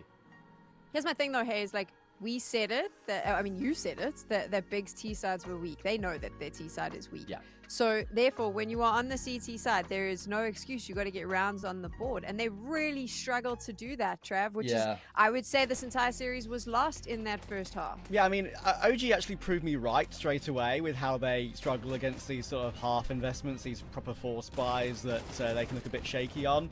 But you know what? Like, they fixed it straight away, right? They went a bit faster. Drake pointed it out. Like, they've been using a bit more pace rather than overthinking it necessarily in those sort of rounds. That seems to be working for them, especially on Nuke at the moment. And all the important rounds went OG's way, man. It's not just the obvious gulf in the defaults, the synergy, the communication. You can even see how much better the communication is just from watching the game. But it's also the late round wins as well, right? The Adam B clutch was huge. The Arosdos 1v1 versus Crimbo, that was in the first half, I believe. That one was massive as well. That's one of the ones Matt pointed out, right? That could have actually made the half like a 6-6, could have made it a lot more competitive. These all small things can matter, but Arosdos, it was an easy angle, playing below, behind the A-site silo, looking up toward heaven. You've got to hit the instant headshot there. You never know what angle the CT is going to swing from, where the head is going to pop up from. It can be hard to get that flick 100% accurate every single time, and especially in a high-pressure 1v1, but he did. He hit it against a guy that's usually the clutch man for Big in Crimbo as well. And ever since then, they kind of just put the hammer down and completely swept them, as we thought they would as well, especially on this map. This map is a very good example of like a weakness versus a strength. So why did they let this map through, Hayes? They had to ban Ancients. If it wasn't Nuke, it would have been Ancients, and it probably would have been a very similar result at the end of the day. I mean, OG looked so well-versed here on Nuke, right? I love how quickly they act and react, because they can sometimes bring a fast-paced tempo to the round, but Big were taking quite a lot of initiative on their CT side. We saw Tabson frequently looking to contest outside. There were the rounds where they were trying to crunch in towards lobby. Process got that key double. JDC was contesting door probably too much for my liking, I think, especially considering he wasn't in great form. I think he had to just change up from being the guy to try and find kills to the guy who's just controlling and keeping that control in his team's favor. So I think that OG actually did a pretty good job of kind of containing that initiative that Big were looking to bring to the table, and then very quickly figuring out, okay, they're pressuring outside, let's take ramp. Again, outside, let's take ramp. Okay, they're pushing from ramp, let's go through Squeaky. There was always some sort of a very quick solution for OG, and so like I said, I don't think it would have made much of a difference. Nuke or Ancient would have been the same result. Okay, so focusing in on OG, I mean, they've obviously won it. They won it in really spectacular fashion because the scoreline says so. We were not necessarily what we saw on the server. I mean, key takeaways when you're taking a look at them. If you were the opposing team, Hayes, what are you trying? Are there any weaknesses that you're looking at going, oh, we could potentially abuse that? I mean, like I said, the opening stages of the rounds were actually pretty good for Big. They just need to keep the screws a bit tighter going into the later stages of the round. I feel like when they got those opening frags, sometimes they would look for another kill to try and make it 5v3. Then that player would go down and things could cascade out of control from there. So I think the openings in the early stages in the rounds actually showed quite a lot of confidence from Big side. But then I think from there it's important to just slow things down a bit and try and use your advantage to finish off the job, play to the strength you've created. As far as weaknesses go for OG, I don't think that they showed many weaknesses or deficiencies, but I think it's more that there were positives for Big to draw on going into their map pick. Trap, for you, standout player from OG that you need to call everyone's attention to? Yeah, I mean, Crizzen top fragged, right? Sure, there were some eco kills, but they were important because the round actually was a little bit close. I think was it his ace that he got with the MAC-10 when Tabson played Trigger Discipline toward ramp and got 2 with a 5-7. Crizzen is, he's not like one of those players that is an excellent fragger as an in-game leader. In the higher level games, he can chop off a bit, but it just shows you that he does have the capability. Very smart. Playing way beyond his years, right, with how he goes about the server in general, with his individual, let alone his in-game leading. And yeah, I mean, I know this guy to be incredibly passionate, incredibly hard-working. I had a chance to meet him at PGL Copenhagen, for example, last year. And he was taking notes watching FaZe on stage, right, while he was in the arena. Like, this guy is looking at every single top team on how to improve his team. I have him here as the MVP because of his individual performance, but as you mentioned, his prowess as an IGL certainly contributed in a big way to their success with the reactions that they had on their T side, winning 8-4 on the T side while also calling a fantastic game. Fully deserves that MVP tag. Damn, I love a fragging IGL though. I don't know why. It just excites me. Let's take a look now as we move forward, because this is the big conversation that has to happen, right? Oh, I said big. How funny. Train, that's their map pick. And I'm worried. I think our casters, Dweg and Jay, they sounded worried as well. They were pretty emphatic in saying that, like, they think that OG is going to close this out 2-0. Talk to me, Trav, about Big's Train. Should we be concerned? I think that is the map where their CT does look a lot better, like we kind of been touching on as well. But the thing is that it was just an obvious gulf between them. I do think OG are going to have enough. They don't play as much, like Train, I feel like. They don't play as well either. Like, they had a couple of losses recently, OG, against BetBoom and PARIVISION. There's always an argument when you've played the team you're facing today before, which OG did play against Big on Train in ESL Challenger League about a month or so ago, that Big, it's easier for Big to go back, look at that, fix their mistakes, than it is for OG to continue to innovate and continue to surprise Big. So I do think Big have more of a chance here, but if you look at how OG have performed in this entire qualifier and recently in Tier 2, it's just 10 times better. And as well, like, OG don't lose in general to too many teams that are like embarrassing losses. They've lost a BC game when Simple looked really good. They've lost to BetBoom and PARIVISION, which are losses they've managed to get revenge on afterwards, right? Because they played each other so much in Tier 2. But yeah, I really do think that OG are going to have this one under lock and key, but Big will get closer. I don't want to abandon all faith on Big just yet. I know Dweg and Jay, Trav clearly as well, all on that 2-0 camp. I think that Big will have... I think they've got a chance of making this competitive and even forcing this to a third. I know we didn't see many great signs from them on the previous map, and OG did look sharp, but I want to believe, I mean, they were down 7-0 at one point against Saw the other day on Train. They then won 13 rounds in a row, 7-5 half on the T side, and then Fullis on their CT side to win 8 rounds there. I'm hoping that's kind of gotten them in gear, and they can fall back on the successes that they found in that series, on that particular map against Saw, and bring that to the table here on OG, but they have to be at their best. I'm looking at someone like Hyped in particular now, coming into this game with the Yorp. He's been lackluster, but that doesn't mean every single game is going to be a poor game from him. Even when somebody's in bad form, they will still have moments where they can deliver, right? And this has to be one of those moments for Hyped.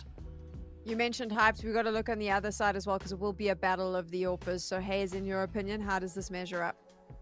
Not great for Hyped, obviously. I mean, if we have both players at their peak, then we could have a pretty cool conversation about these two players and what they bring to the table. Dodge is just a live wire, so he is the guy who can just kind of ride that wave of momentum, and he's just going to be looking to take fights more often than not, where Hyped is a bit more reserved, and when he doesn't have as much confidence, then he's not going for as many picks, and he can go into a bit of a shell, and that will be a problem on the CT side of Train in particular, because he has to be that omnipresent AWPer. He has to be the guy who's for an opening pick Ivy, gets a frag there, rotates, looks for a different opening pick the next round in towards Pop. He needs to have that confidence about him, which we know we're going to get out of Dodge. Yeah, and the thing is as well, is that Nico, I just think like there might be quite a lot of this game, especially if it's a clean start. We'll just stick with the rifle for a long period of time as well. I know Train is an AWPer's map, but it's less so in the CS2 version. I do think he's just a better rifler and AWPer. I do think the 0.89 that we can see there is a little bit harsh and hyped, but that's just, you know, it shows the Gulf in current form as well. And the thing as well, I was touching on how good Nico is on the rifle and the AWP actually on Nuke, right? And how the stats really read well for him. On both sides, it's like a 1.22 in the last 6 months. On CT, it's even a 1.29. He wasn't even needed on Nuke, right? So he just was a regular game for him, going like 9-9 or whatever. If he plays well and needs to play well on Train, I think he just will. So that is the thing, really. Is it going to come down, Hayes, to the same win condition that we had on Nuke, which is stronger T side wins this one? Definitely going to be a big aspect of it, right? Because we know that the CT sides for both these teams on Train are very reliable, in particular Big. I think they sport nearly a 70% win rate on their CT side of this map, so we know that their CT side is on lock.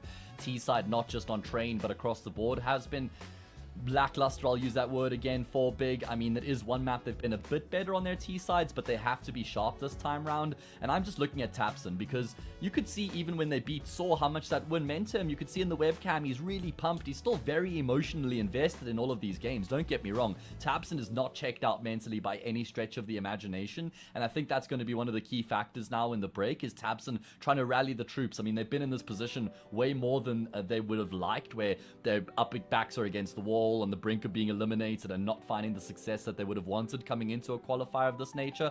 But that's why someone like Tapson, a leader of men, is going to have to now rally those troops, instill that belief, get everybody on board once again, get them all buying into the dream and the excitement of the moment, because as soon as the captain drops his head, everybody's going to follow suit. So sure, the T side's a win condition, but Tapson also just keeping everybody locked in and focused on what matters is also going to be key. Yeah, and I'm glad Dweg picked up on my point about last year's Thunderpick World Championship as well, because, you know, we were kind of a bit rushed for time at the end of that segment. So yeah, he kind of added a little bit extra that I wanted to point out about how it's not the same OG anymore, only Krizen's left. But that game, me and Matt casted that game last year in the play-in. That was the most horrid choke for Big you could ever wish to see. It was on Anubis. They were like, was it 11-7, Matt? We spoke about it yesterday. 10-7 and then 12-10, I think, yeah. Yes, so they had or like 11-10, leads. excuse me, sorry, Yes, they had leads on Anubis, and that would have got them to the play-in. Sorry, got them through the play-in to the Berlin LAN, home event, home 2. Big LAN. That was map 2. They go on to map 3 and get dumpstered 13-1. On Ancient, so, yeah. like, on Ancient. So that's the crazy thing. That was in the palm of their hand for such a huge event for them, and now it looks like another one is slipping away against the same opponent.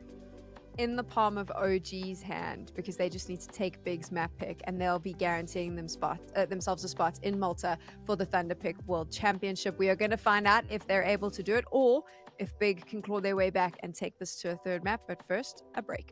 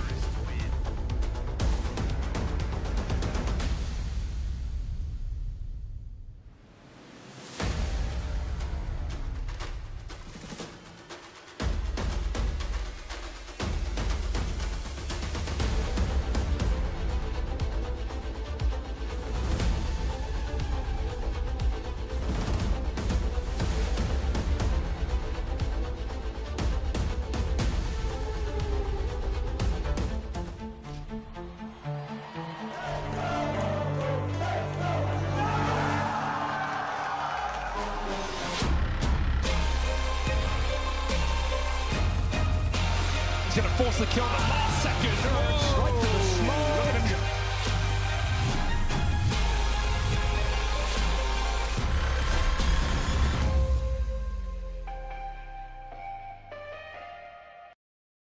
Train now on the horizon. They're going to have to work real hard if they want to take something back in the series and stay alive here in the Thunderpick World Championship closed qualifier, because that's what it's really all about. Like 2-0 up for grabs on the OG side. If they win it, they will be moving forward towards the land. Big have no second chances. And as we've said before the break, and as the deaths seem to iterate as well, like we have very little faith that Big are going to hold this one. Yeah, very little. Rostos going aggressive out towards the brown holes of the Julies, trying to get up close and personal for an opening kill. Pistol started aggressive and well for OG over on Nuke. Do the same here on Train with Nikodos can take first contact with his Portuguese teammate, falling away from the ramp entrance. He'll get to the heaven angle and fall all the way back to the back lines. And when we look back at the previous head-to-head that happened, what, just under a month ago, we had a 13-9 on Train and a 13-9 on Nuke for the side of OG. So Big weren't able to take a map. Got to wonder what they learned from that previous series and what they can adapt going into Train now. Spook struck first, Tabson down. JDC seen to the cross of Crizzen. Crimbo will at least get one of those trades back, and the bomb can safely get planted. But the 4-on-3 is set for a retake. At least Crizzen is low HP here. Adam B just trying to work the edge of this smoke. Process is in a very up close and personal position. And does the Swede recognize it? Will he check that corner? Focus on the bomb train and E-Box, and the red and Process will get his kill. So now we're down to a 3-on-3. Arostos next to task, and the Glock moves forward, gets another headshot. Process delivering the goods here. Crizzen can take height back, though. Nikodos seen and flanked, and Process continuing his press until Crizzen is forced to tap the bomb without the kit, without time, and without HP to resist the peek forward. Big will claim the opening pistol. Now, we have seen that even though the cores are different, Big were able to beat OG in a best-of-3 earlier on in the year. It goes all the way back to February during the IM Dallas EU closed qualifiers. Now, it was a lower bracket map, so Big was able to push the likes of OG out of the tournament. The one map that got won by the Germans to start off the series was, in fact, an opposition map pick. It was Mirage. It was a 13-4. JDC went 26-9, nearly 150 ADR and a 2.09 rating. He was very quiet out on map number 1, and I really want to see what he can do, because he's meant to be a takeover player. He's meant to be the most sufficient rifler on this organization.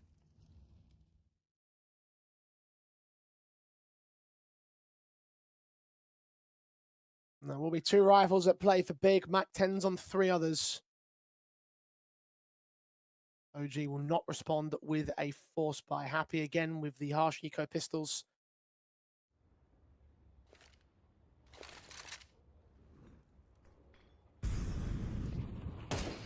USPs, P2Ks, that'll be about it. Rifles will be out for the next one. They were going to force back a steal when they got counter reset on the second round range at the start of Nuke, but no such need to do so here.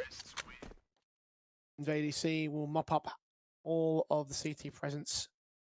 Easy pickings, as it was always expected to be.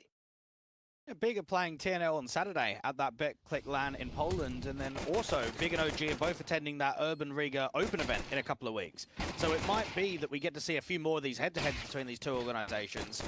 Start getting a feel of online performance versus LAN, where they really sit overall in the grand scale of Tier 2. OG with the opening rifle round would like to make a statement and return early. Spawning come with their automatic weapons. Big playing bonuses in this round, and Mike 10s may work well against Spook, who's without Kevlar on the helmet. 2 players on the B defends bomb. Hasn't committed the brown halls. At least 3 players are there for Big. No major move early. They are playing the defaults out, hunting down the OG individuals. Try and pick them apart. And you might look at Train and say, oh, OG aren't going to be very good on it because they don't play it. Well, what about Overpass yesterday? We went into an M80 series of a map they very rarely play. They've only played, what, 2 officials on HLTV, and that looked comfortable at times. They were able to recover a really slow start into what was a really good end of the map. Train might not have many officials, just 3 wins and 3 losses in the last 3 months versus 7 wins and 4 losses for Big. 2 players down on B, very slow. Not a lot of counteraction here for Big at all.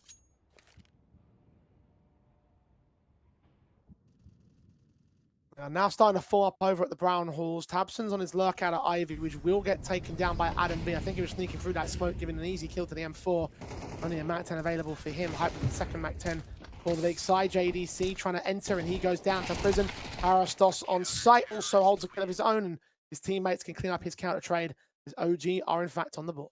Now, you know, Jay, I love VRS. Great system. For Big, they've played at 8 international lands in 2025. Now, this includes tier 1 events like IM Katowice, IM Melbourne, IM Cologne, PGL Cluj-Napoca, PGL Astana, and recently the Fisher Playground. However, in all of those events, Big were invited directly through VRS rather than qualifying. And now we're seeing the VRS decay, aren't we? We're seeing the team struggle getting down here. You are very rarely ever going to get a VRS invite again. So all of these online qualifiers and closed qualifiers, it's going to have to be something that Big play in frequently. And we always know that their LAN form at the tier 1 level is so much more consistent than their online form is at tier 2.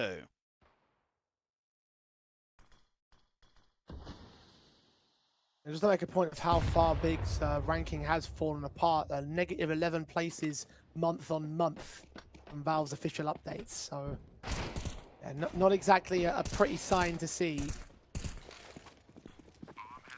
At least they'll go positive on economy, because they half bought into this one, not even half by actually, kind of like Eco with Deagles. Got a bomb plan out of the B bomb sign. Done a hefty amount of damage to several CT players. JDC is going to pick up a kill on Crizzen. Hype's getting up close and personal as well. His Glock revealed. Spook trying to hunt him down, trying to take him out. He takes a lot of damage in return.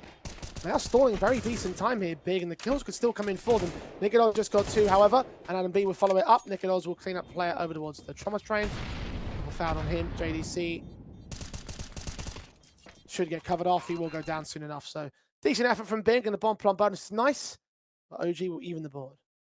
We've had a couple of rounds where Tabson on the lurk has been unsuccessful. Now, you have to look at it and say, well, one of them was a gun round and one of them was an eco. So I don't think you can criticize that, but it is something to keep an eye out for the next few gun rounds. If we keep seeing these deeper lurks from Tabson, are they going to be successful? Is he cutting rotations? Is he creating impact that's going to make a difference on the round?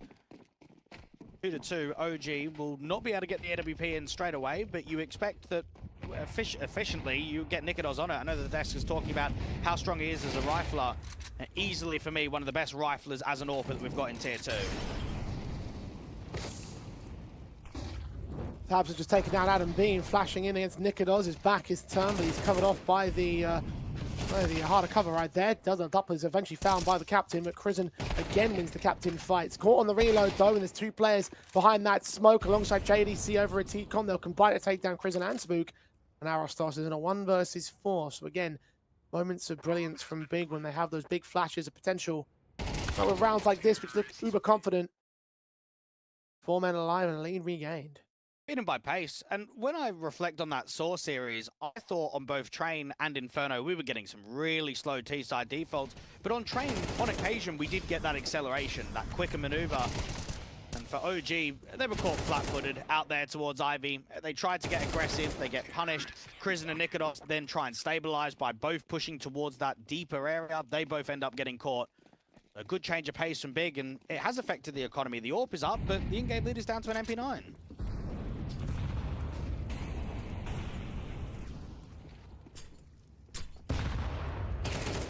JDC tag low, Crizzen charging forward into T-Con. And Spook will get the trade back onto his forward player. So 4 on 4 with HP over Tabson is established. Split play seems like it still wants to come in quick though. Incendiaries will stop them. This is good information from OG. They know that it's heavy in T-Con and they know there's a lurk aggressively out here towards Pop Dog, so a resmoke can go down. Now it just starts to stabilize the round. Spook and Adam B have to maintain Ivy, T-Con, and Pop Dog, while there's a rotation of a second player to get out here to help out Rostos on B.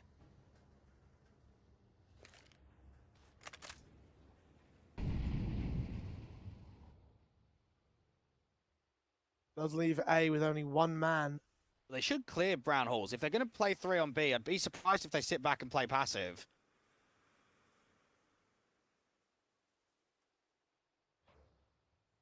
Push will start to begin from Arastos, who will look on the Brown Halls and see nothing there. The second man's going to start the rotations into the A defensive, particularly to watch for Ivy control, which is where Tabson and Hype are inbound from. That is the AWP of Nicodos. Smokes over on Zed in the meantime. Adam B about to lose some vision. And also his life. Down and out. Orpa still waiting. 2 to gain. 1 to 4. Hyped ready. And Nikodos doesn't peek towards it. He knows that he's out there with the bomb on his back. Utility sent. Force forward a Spook, and actually Crimbo assists in the kill against the bomb defensive. Nikodos missing a shot back on Seb, man. He's down to the last of the hyped here. 6 seconds though, surrounded by CT presence. Tries to plant safer, but goes close to Nikodos, who lands his kill shot in the end and evens the board again. Fundamentally, that round is a joy to watch, Jay. So we see that they've got the triple B, then there's a little bit of aggression, isn't there? Rostos gets out there at Heaven, clears out the brown holes, they start forcing rotations back. Now, Spook is just wasting a lot of time, not over-peeking out there to Olaf. And yes, while Adam B gets caught against Ivy, look at the patience for Nikodos to not reface, right? How many Orpas would we look at there to get that first kill and instantly try and search for the second? Instantly look for that refrag. He just deals with it with patience alone, and then with the flanking from brown holes, just everything about that round was pure quality. Oh, shot from the Orpa. Nikodos damn near landed a collateral there. 2 players were lined up. I think he got the leg of process only. 20 HP himself. A little bit of util damage to Crimbo and Hyped. Seems they want to go quick into this B bomb site as well. They've already got 5 players back at the brown holes. Third man not in assistance, the ace site defender. Actually, Krisen's going to start hunting towards Pop Dogs, so it seems like it will just be these 2 individuals to watch out for the hit. Molotov's being sent in to the Orpa's position. Nikodos going to have to fall back early. Arostos will hold the corner of that bomb train and will hold on well enough towards Heaven, but not forever. Him and Arostos and Nikodos will fall. JDC on 13, taps it up close with Spook, will deal with him. Another big accelerated round that will work out for them.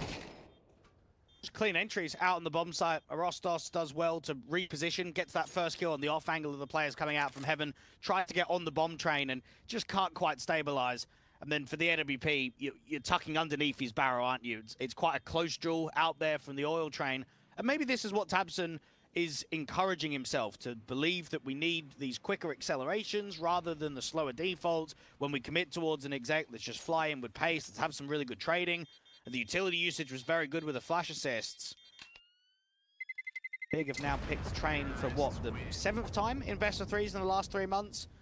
We know between that and Dust 2, that's sort of the larger maps that you would go to. Mirage also options, Inferno 2. They picked Train against the likes of Saw, and even though they were down 0-7, they won 13 rounds in a row. So on a basis of that, if they can keep this first half competitive, then they've got a much higher likelihood of closing out this map and trying to force it towards a 3rd.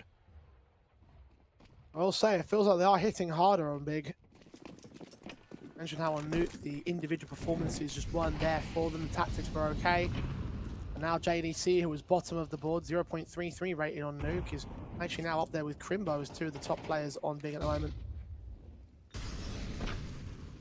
Of course, Crimbo maintaining, everybody else providing the support that they require. OG can't keep that impact going forever, although Adam B will certainly try. Pistols out on this force buy, and Hyped is the first victim. The Jewel was a bit too far away to try and recover the weapon. Spook is going to start getting aggro out there towards T-Con. JDC all about time in the shadow. Well, it looked like it got seen, but no reaction from Spook. Checking that corner, JDC almost had his back turned by a moment. Spook checks, doesn't hit his shots.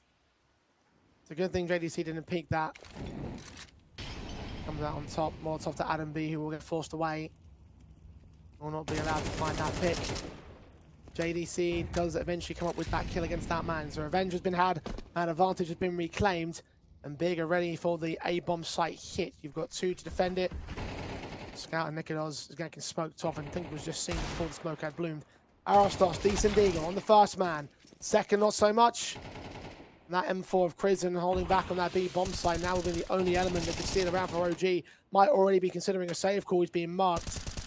The scout is already backed away, and Tabson will not plant dangerously over a Zen. Krisen will still walk forward, but right into the hands of JDC will cost him his life. Just get a bit of patience there from Big, don't you? They lose an opening casualty, and they're waiting for intent out in T-Con.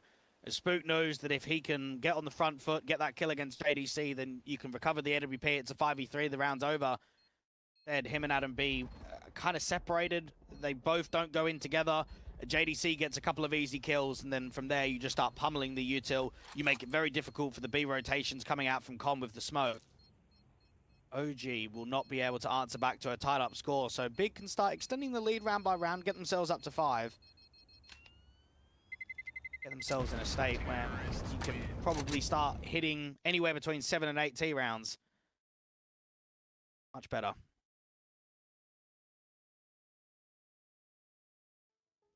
Much better indeed.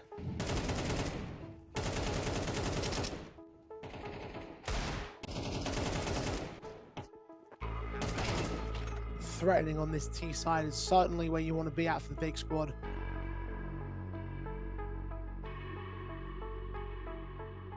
Because that may well be the difference between winning and losing over a team like OG when we expect this one to go down 2-0 with how proficient OG have been.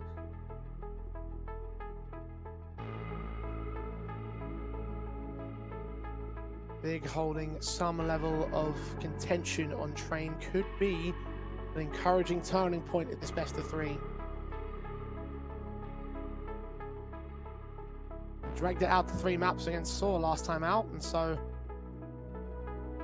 wouldn't be impossible, even if we think it's still difficult at the moment. Just getting a bit of revenge from being knocked out of a cup about a month ago. I know that it didn't have the same amount of stakes, it didn't really matter from the likes of Big, but right here when you've got closed qualifier, spot at LAN on the line, very important for OG to get there for their major dream, very important for Big to get there to at least get a taste of what Tier 1 is like recently, because, I mean, well, outside of Cologne and Fisher Playground, they haven't really faced a Tier 1 team in a long time now. Most certainly when we're getting invites to those events directly.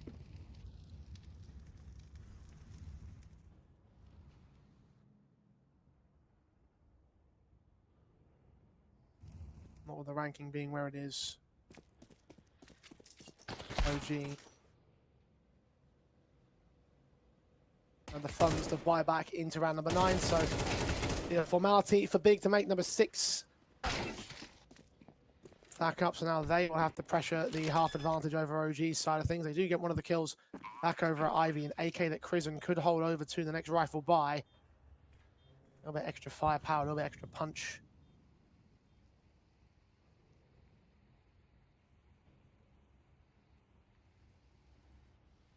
OG have allowed Big a chance to start to dictate on this map.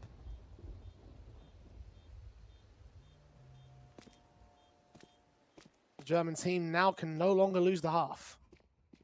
This is only the second time that Process has been playing Train. He played that one official against Soy a couple of days ago, and that was his debut with Big on this map. Now for OG, you start wondering, could this potentially be the worst scoreline that they've had at a turn of the half in the comp? Look back at the series yesterday against M80, they went, what, 6-6 on map number 1, and then on map 2 they were down 5-7. Looking at a 3-6 scoreline, and you think, well, if you're maybe only getting even 4 rounds, 3 rounds, have you got enough backing? Might have HLTV telling you that both teams have got higher round win percentages on the CT side of this map, but I often put that aside because when you're playing high pressure games, swing rounds are going to mean everything. Those sort of numbers, to me, can get overinflated when we talk about these certain matchups.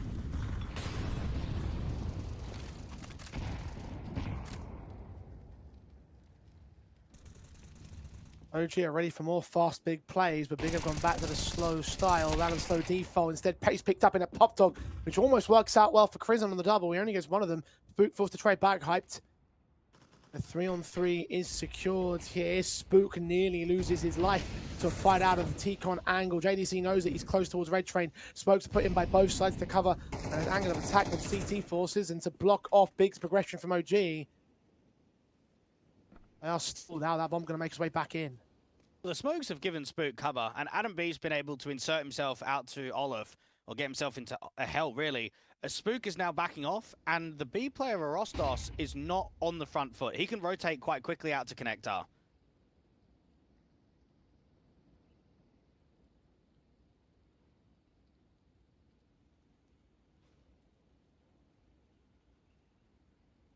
JDC is taking his sweet time with this. Big.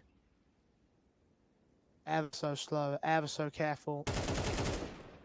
They will suss out Adam B in the end, and JDC posting up his 10th frag of the game. Looking for number 11, which he'll get on Spook. Triple not quite secured. Arostos needs a triple of his own. The 1v3 scenario, the best that he can do is throw out nades, which will miss.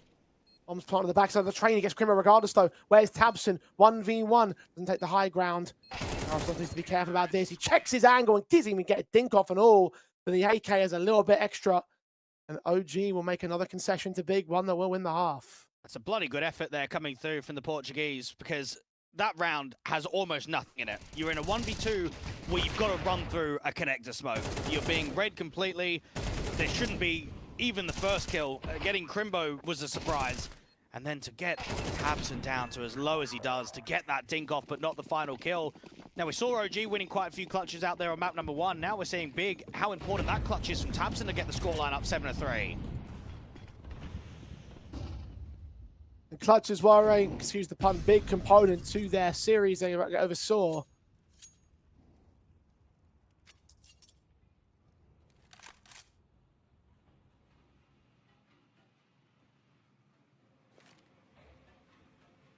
They lead by 4, and OG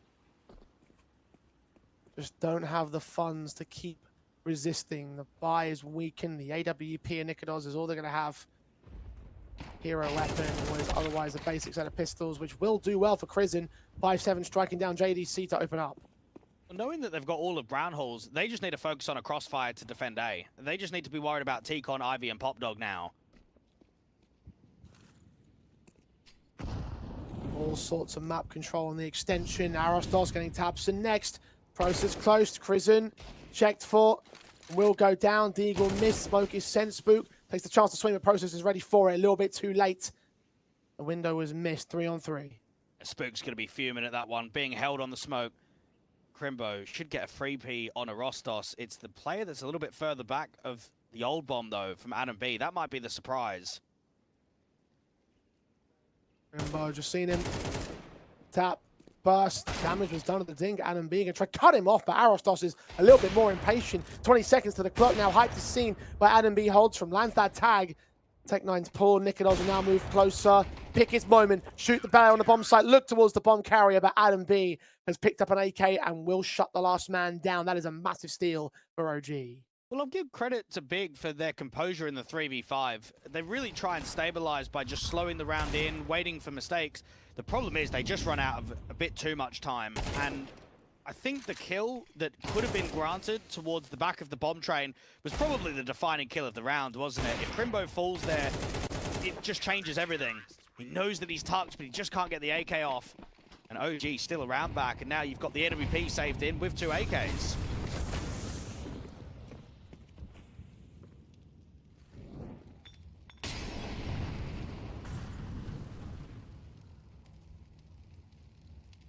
OG.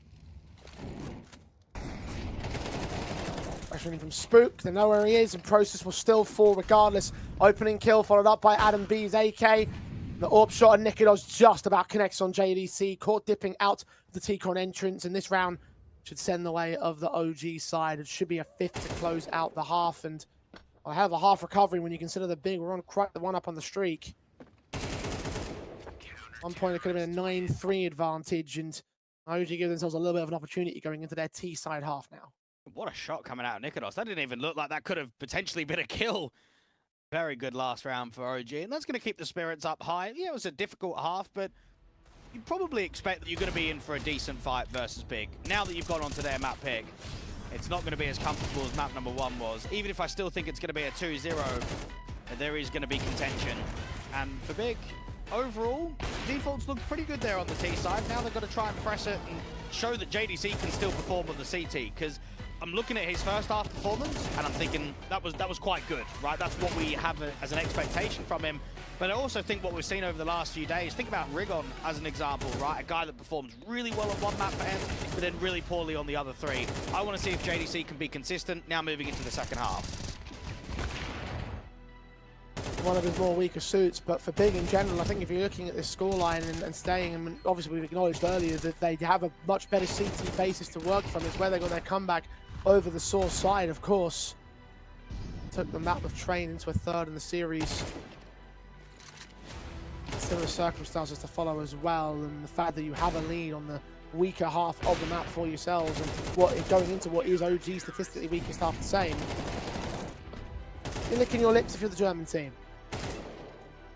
OG know what it's like to come back. I mean, that best of 3 series that was played 26 days ago, City side of Nuke, OG were down 3-9, and they ended up bringing that back. They went completely flawless. They didn't lose a round in the second half. Now they've come back from a 3-7. It's a similar looking score.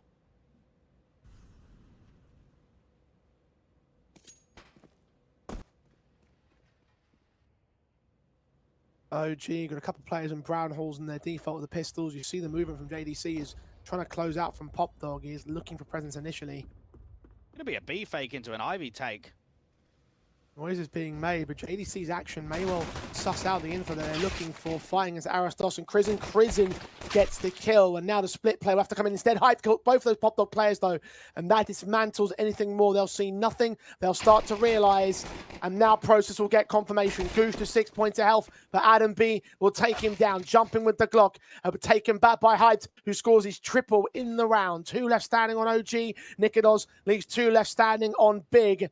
Hyped will fall in the open, and both the Julies are left in play. Nikodos is trying to slow the round down to cut rotations. Crimbo's been seen, but they don't know about the Pop player. Spook caught off Crimbo, credited with the kill. Good shot from Nikodos, though. One more man to go. Sees him, but Crimbo's quicker to the trigger finger, and Big will take a second pistol. I get a lot of highlight clips from Nikodos when he's got the P2K in action. But that round, I think you can give all of the praise in the world towards Hyped. What a sequence that is from him. He's deep in PopDog when he's lost his teammate of JDC, who's aggressive. He gets 2 kills. He really should be getting traded 1-for-1 here. And then even when they're coming out for Ivy, he strikes with that another one. Now that's the second clutch to come forward from Tabson on this map. He did it in the first half, and now he's done it on the pistol. A wombo combo. Crimbo to close, continuing his top performance in this best of 3 for Big. All-important pistol win for them that sets them on good stead. To continue along this momentum, to continue with this rise through train. Try and score another 3-map affair thanks to that map itself. OG. I'm starting to feel this one slip out of their grasp here, the 2-0. And we were also confidently looking at may now not be quite as easy anymore. Yeah, OG are going to be in for a tough second half because of losing that pistol. I think any time momentum's not really been on your side throughout the majority of the map, you want to try and get off to a positive start. You want to get the economy going as quickly as possible. You want to get something like Nikodos involved in that rifling capability, especially on the T side of train. Yeah, get the AK and armor in his hands as early. OG, you look at the numbers out on train, and typically Spook and Adam B that put up the most individual performances. Spook averaging a 1.18 rating on this map in the last 3 months. Adam B the same.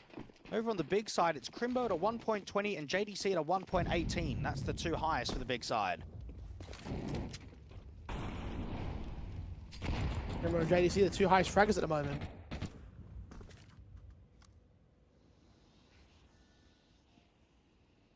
Big.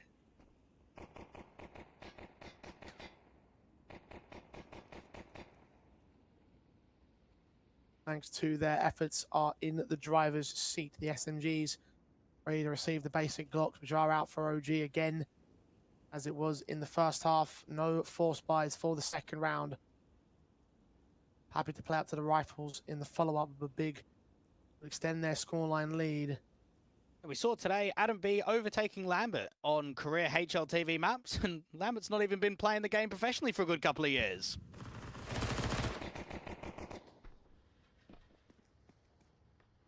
Damage being done to Tabson and Hyped early on in round 14. OG will try press on to the A-bomb site. Nades onto Aerostos, though that's quite heavy. Eventually, kills look to roll in their direction. Adam B will take one back to Tabson. JDC feeling a little bit pressured, but same teammate right behind him. USB can get both those kills. And Nikodos has lost the bomb. No chance for a bomb plant. Obviously, no chance for a round steal. And Big will make it look easy as it should be. OG in a position where Nikodos is just trying to find the avenue of where he can go down, and it should happen out here towards PopDog. Big can add another round, get closer towards the double digits, closer to the all-important 13th.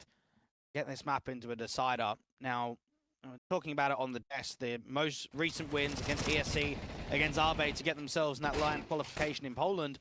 Big should have been 2-0'd in that first series, but they clawed it back. They went into the final map decider, and then that's where they had a little bit more relief. That was a bit more of, I would say, a sounder showing, right? A much better performance overall.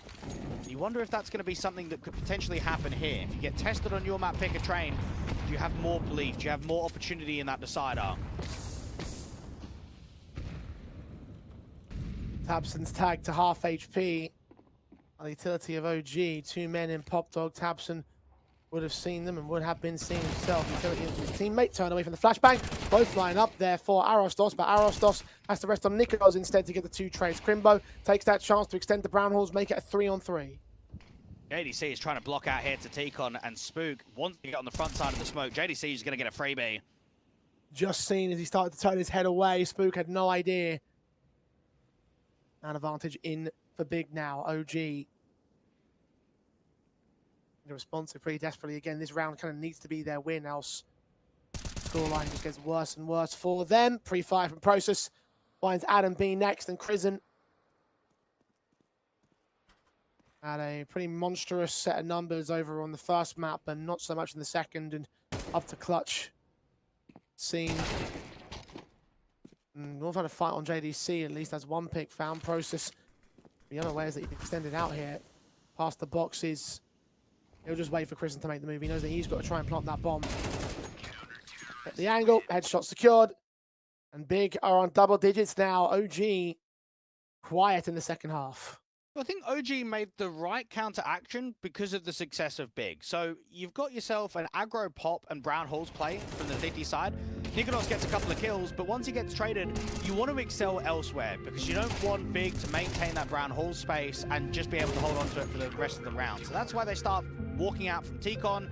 They start pressing elsewhere. But JDC just finds himself in a very good position at a very good time. Playing around that smoke, playing back passive. And no matter if it was Crizzen or Spook that was going to walk through that smoke, JDC was always going to have their number. Tactical for OG now. Chance for the aforementioned Lambert to realign his squad because OG are beginning to lose their grip on this one. T-side with only Tech 9s and a Deagle available on the buy. Big should get to number 11 to 5, and I mean, look, if we're going to give OG a lot of praise for going 13-4 in their last map up, then surely Big should get some sort of extra bonuses as well for making this look one-sided in the second half. Double AKs, double M4s, AWP unhyped.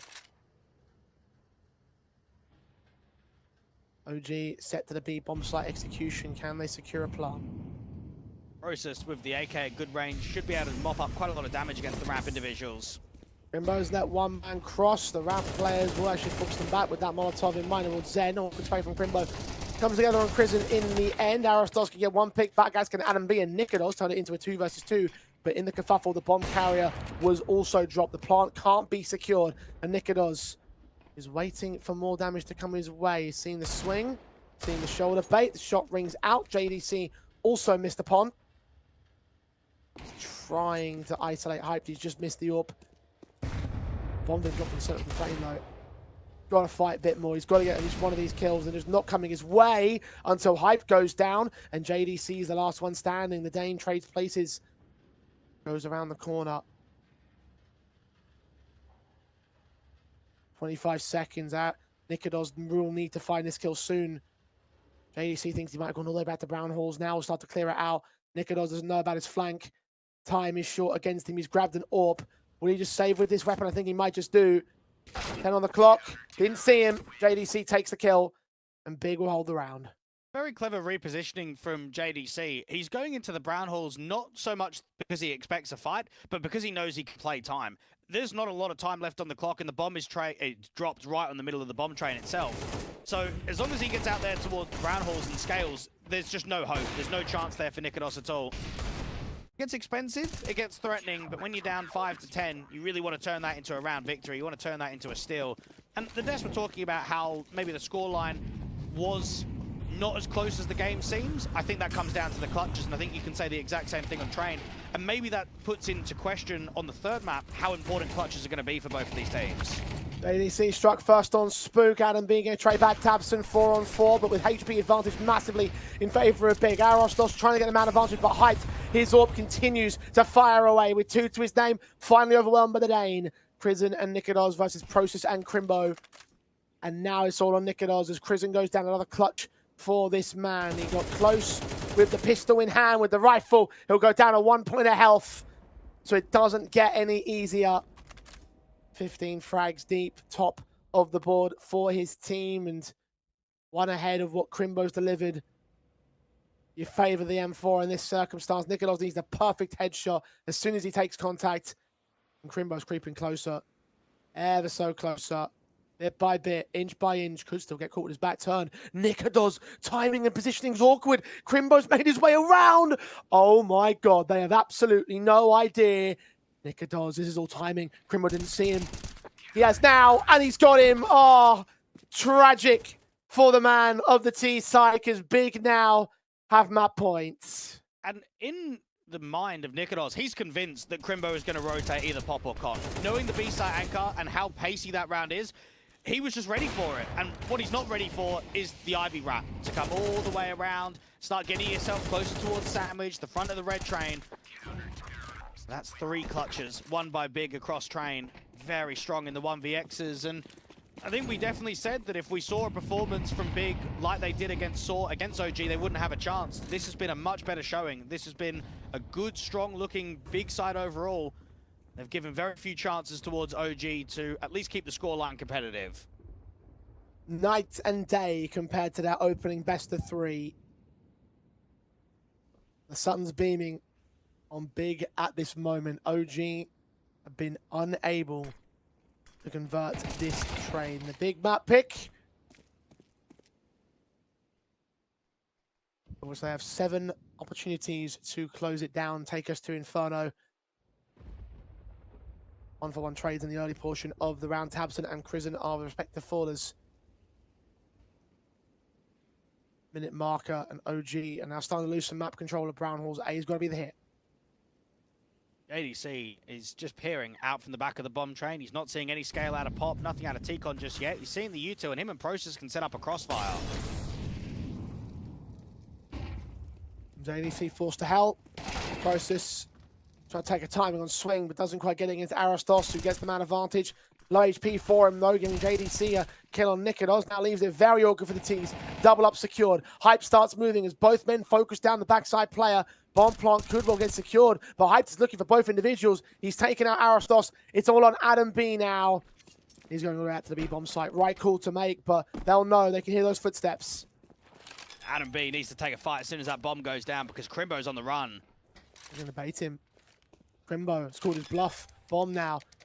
Tapped and stuck. Hype with the swing. Adam B doesn't get it. Couldn't switch to the weapon in time, and Big will close out their map at 13-5. One-sided maps to both respective teams, and Big looking much better than they did on day 1, and looking like they will still contest this chance to qualify for the Thunderpick World Championship. A lot of things go right for them out there on Train, and it helps that your experienced ex-Tier 1 player in JDC can show up. He went, what, 5-15 on map number 1, and on map 2 he had consistency in the first half, he had a good showing in the second half, and for Big overall, they'll look at that map and say, we've put OG in a tough position. We've made them really struggle out on our map pick. Let's try and take it home. Let's go into the third and stay really positive. The difference one man can make across a series, and in this case it's JDC that made the difference on this train. I'm hoping that he can keep that performance going, though, because if you're going to have one map where you're good and one map where you're bad, and then maybe one map you're going to be good or bad, like, it's one of those concerns you have to think about here. We need to see him step up for Inferno at the same time, because Big will have a lot of work to do, but now OG are pushed back onto a back foot. It's back to Sam and the boys. Sam and the boys are here to break down what you just saw, and we spoke about this in the pre-show where we were saying it's going to come down to the T sides and who's stronger on those T sides. Well, Trav, OG didn't get a single round on the T side, so makes sense that Big would take their map. Yeah, it's kind of honestly like the direct opposite. Like, we've seen a dominant map pick for OG, a dominant map pick for Big, and the same kind of things have happened, but in the opposite manner, with, you know, Big getting all the important clutch rounds like OG got the important clutch rounds on Nuke, right? I think Big, even despite, even if they'd lost a couple of those 1 versus 1s, I think they probably would have won that map anyway. Yeah. They're completely in control throughout the whole thing. But yeah, again, JDC multi-fragging, doing what he needs to do on this team. Crimbo ever reliable. And I do think the first half was like, it wasn't great for OG, but they did manage to recover a 7-5. That's by no means a calamity. But as soon as Crimbo won that clutch with the dualies and the pistol, I said to Matt in the as it was happening, always so reliable on pistol rounds with the dualies, in the clutch or just in an anchor position. Crimbo won it, even though Nico had a great chance at it. Instant headshot from Crimbo, and they were off and running ever since then. And they didn't look back. I think that even though we had fairly one-sided scorelines on both these maps, 13-4 on Nuke, 13-5 here on Train, I feel like this was a cleaner performance from Big compared to what we got out of OG on their map pick, even though there was an extra round won by the losing team. Big just looked like they were in complete control. I really enjoyed their T side, Sam. I feel like there was always a really good game plan going on, and I wouldn't call it aggressive, but I did think they had an explosivity about their T side, which just caught OG off guard in a number of rounds, where they would just flick that switch, pull that trigger, and all of a sudden they were all over the bomb side, more often towards B than A, but they just had a really good cohesion as a unit with the way that they were taking control. You could see there was confidence about them with how they were taking deeper control on the bomb sites as well. You could see here an example from Crimbo in the highlight and Tabson, forcing OG into the extremities, making it really difficult to even get a chance at making that retake happen. And you could see Big, they weren't really dissuaded by falling apart on Nuke and losing the map fairly one-sidedly. They still drew away from those positives, and they kept that confidence up coming into Train, and it delivered. So this is something we spoke about in that first half. We were obviously in our little online green room, and we were talking about what it was that Big was doing right on the T side. So I mean, Trav, we can unpack this a little bit more. I know Hayes had his opinions. He's touched on some of them there. But do you want to jump into what you liked about that T side and what you think they were doing right? I think it's a combination of them understanding the map and learning the map progressively and making it one of their main picks, way more than what Nuke is. Nuke is a map in their pool right now where they go to it because they have to, it feels like, with their results on it recently. They haven't really found much synergy and cohesion, and on Train, it's the complete opposite. They all seem to understand what they need to do. They all seem to be in the right position at the right time. They're not like going one by one anywhere, doing anything silly. There's no crazy maneuvers that you'd maybe see from them on some other maps in the pool that they play. It's very, I wouldn't say it's like overly special, it's nothing like groundbreaking, but it's just so much more of a solid baseline than what we've seen from them in other maps and in other games overall in the scene lately. I mean, they've been playing so many games against pretty low tier, like tier 3 opposition as well, looking like they're struggling on every single map. But, you know, I think Dwayne mentioned it earlier, they do seem to ramp up against the better teams they play. They play better against better opposition, it does seem so. And, yeah, I think here on this map, might completely fall apart on Inferno, who knows? But it was a very good example of that. And even the round where JDC is in the clutch against Nico does on B, right? Like, maybe a slightly more nervous JDC who's having a rough game, like on Nuke, wouldn't choose to make that play where he walks all the way down the sidewalk, all the way up toward Brownhold, and play in a position where Nico has no chance at all. Maybe he'd play a bit more safe, maybe he'd play a bit more reserved. But, you know, even if Nico had won that clutch, as unlikely it would have been, you know, Big were winning that game either way. Yeah. So it just shows you how in control they were. I feel like OG lacked a little bit of impetus on their CT side, honestly. I feel like they seemed a bit docile for my liking, especially when you have a team that have got players like Nikadaj, like Spook, guys who like to make plays and be active. It felt like they were just kind of letting the game come to them, which is not what I'm really used to seeing from a team like OG. So that was a little bit surprising for me, and I think they maybe gave up a bit too much respect and space to Big, who clearly had a really good game plan, but there wasn't much disruption, which I also think made life a bit easier for Big. Obviously, when you're deciding on your MVP, it may be easy to sort of say JDC just because of the frags on the board. But Trav, Crimbo, possibly the bigger playmaker in this particular map? I mean, the reason I said Crimbo is because we were kind of beating up on him when the game got underway, like in our pre-match stuff, right? Because saying, like, he's kind of just not the Crimbo that we used to see. We were talking about how, you know, his stock has fallen, about, like, where would he go if he at some point does leave Big? Should he have left Big? saying about how he's not the clutching, consistent phenom he was for such a good period in the past. Now, in this game, and I think actually, to be fair to him, in map 1 he had a few that went awry, but in map 2, the important rounds where he needed to get the kills, where he needed to win that pistol that I mentioned with the dualies, right? He was literally, there was no facing him at all. Nico is known to be good with the P2000. He found it on the ground. One taps the pop dog rotator, knows where Crimbo was, goes for the swing. Crimbo gives him no chance whatsoever. So those are the clutches. I know, like, there's a reason why he's clutching. He's last alive a hell of a lot on this team. Like, it's a reality of how he plays. But he's clutching because he's good at it. Yeah, it's just the way that they set him up as well, right? Exactly. It was very good to see Crimbo at that level, delivering what we know he's capable of and playing his role splendidly. But it was also just really good to see JDC having a return to form here on train after the way that things had gone down on Nuke. Obviously had a really tough time of it on that previous map to JDC, but he left that in the past where it belongs, and he's one of the more experienced guys in the team now as well, so it's important that he's able to pick himself up between maps, and hopefully we get more of that out of him going into Inferno. So each team has now taken their map pick. It's 1-1. We're resetting. Whoever wins Inferno is going to Malta. That is what is on the table, a spot at the Thunderpick World Championship. And when you take a look at Inferno now, I mean, is it leaning in the favor of OG Hayes, or do you think Big has an opportunity?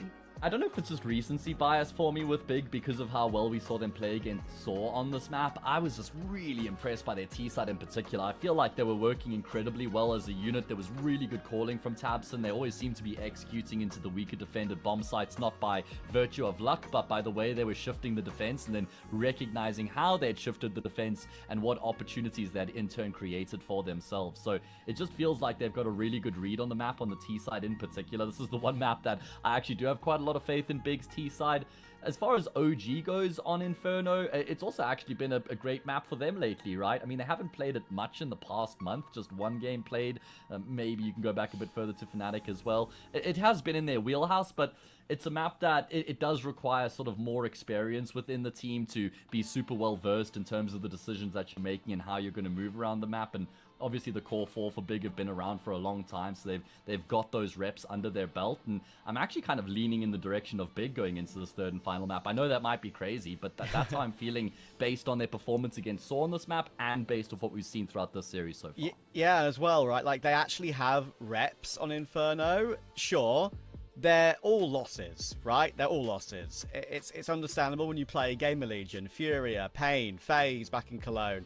That's to be expected, but you learn so much. I know Big have all the experience in the world with Tabson and Crimbo and everyone, right? They've been there, they've done that, they've played in all these big events. But still, when you are creating a new sort of, trying to recreate yourself, trying to reinvent yourselves, playing against those sort of teams at that high tier level, you'll learn a lot, even though you've been there and done that previously. So I am also a lot more hopeful for Big than I was before.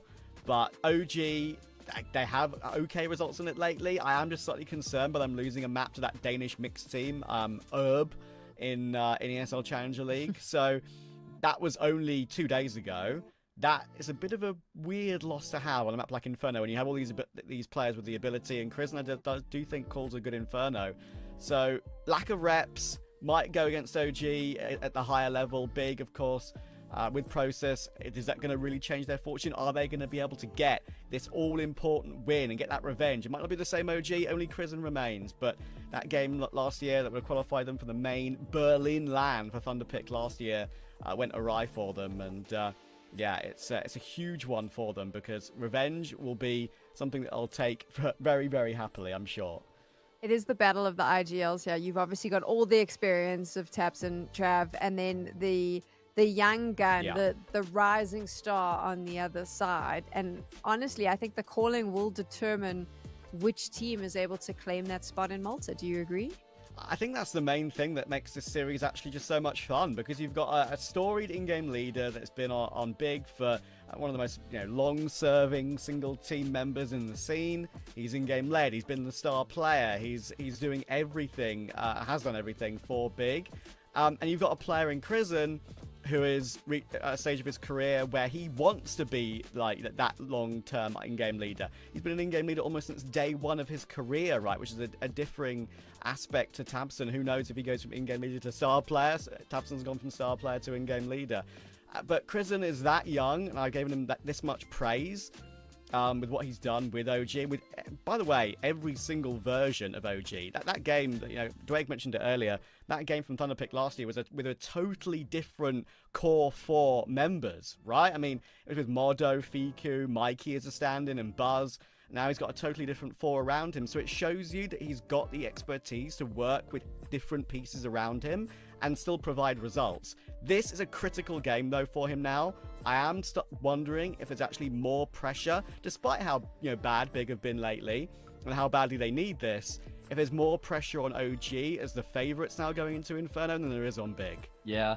The way I look at it, though, is that tabseN is the one who has all the experience behind him, and that can often be the difference maker in a situation like this where there's so much on the line and it's a really tense matchup. Sometimes it's the IGL who's able to just keep everybody level-headed and focused on what matters the most and not let them start wandering off and getting overwhelmed by how important the actual occasion is itself. I think that's where we could see a big difference going into this third and final map, and Big have been hurting, and I reckon that would motivate them even more to try and make this work, because if they could get this win over OG and qualify for the LAN event, I'm not saying that completely turns things around 180 degrees for Big and the optics on the team, but it goes a long, long way in just improving the mood in the camp and the general perception of this team as well. That could be a massive motivating factor for them. Conversely, if they lose this one, it's like, damn guys, again, we've come so incredibly close. We've now slipped down the VRS ranking to a degree that we're not going to be getting invites to these events anymore. We're not even qualifying for them when we reach the qualifiers, and they'll continue to just probably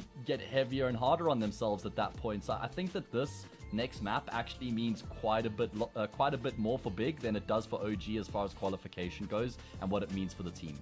It's an interesting take, Hayes, and something to keep in mind. Of course, both of these teams dominated on their map picks, and now it will come down to the decider to determine who is heading to LAN. OG up against Big is on the way, heading to Inferno. We're going to take a break, and then Jay and Dwayne will be with you after that.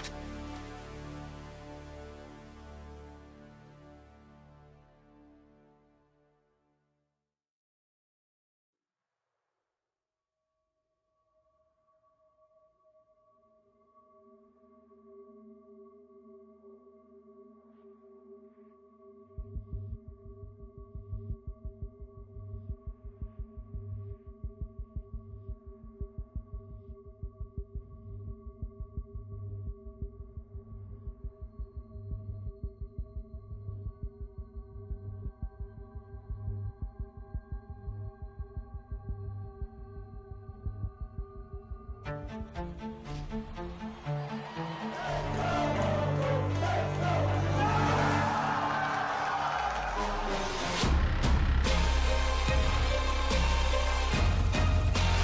going to force the kill in the last second. Oh, right to the smoke. Look at him go.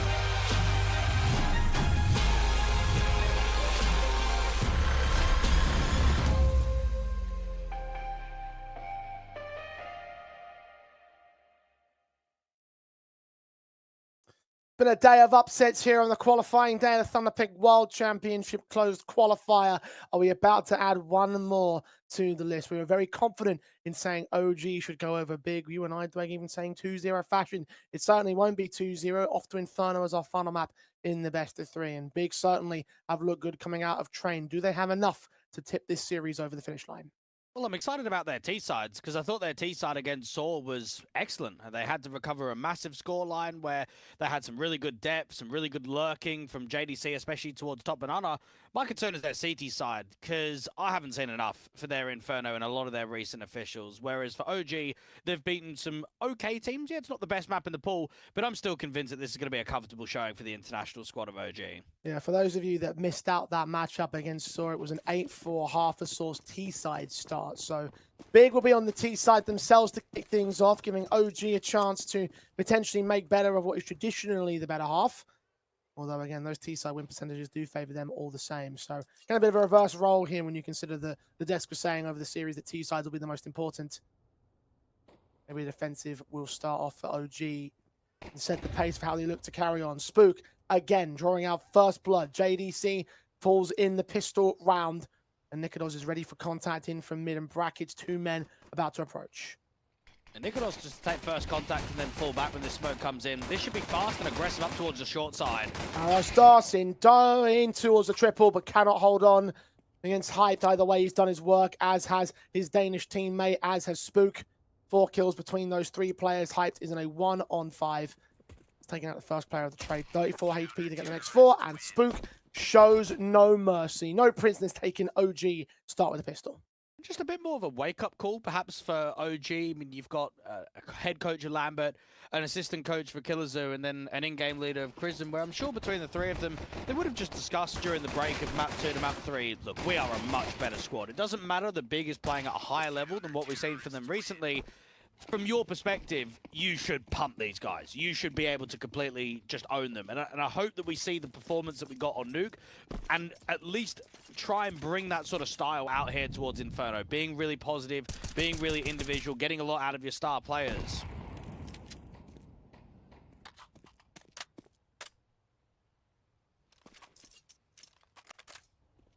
OG on the front foot to start things off.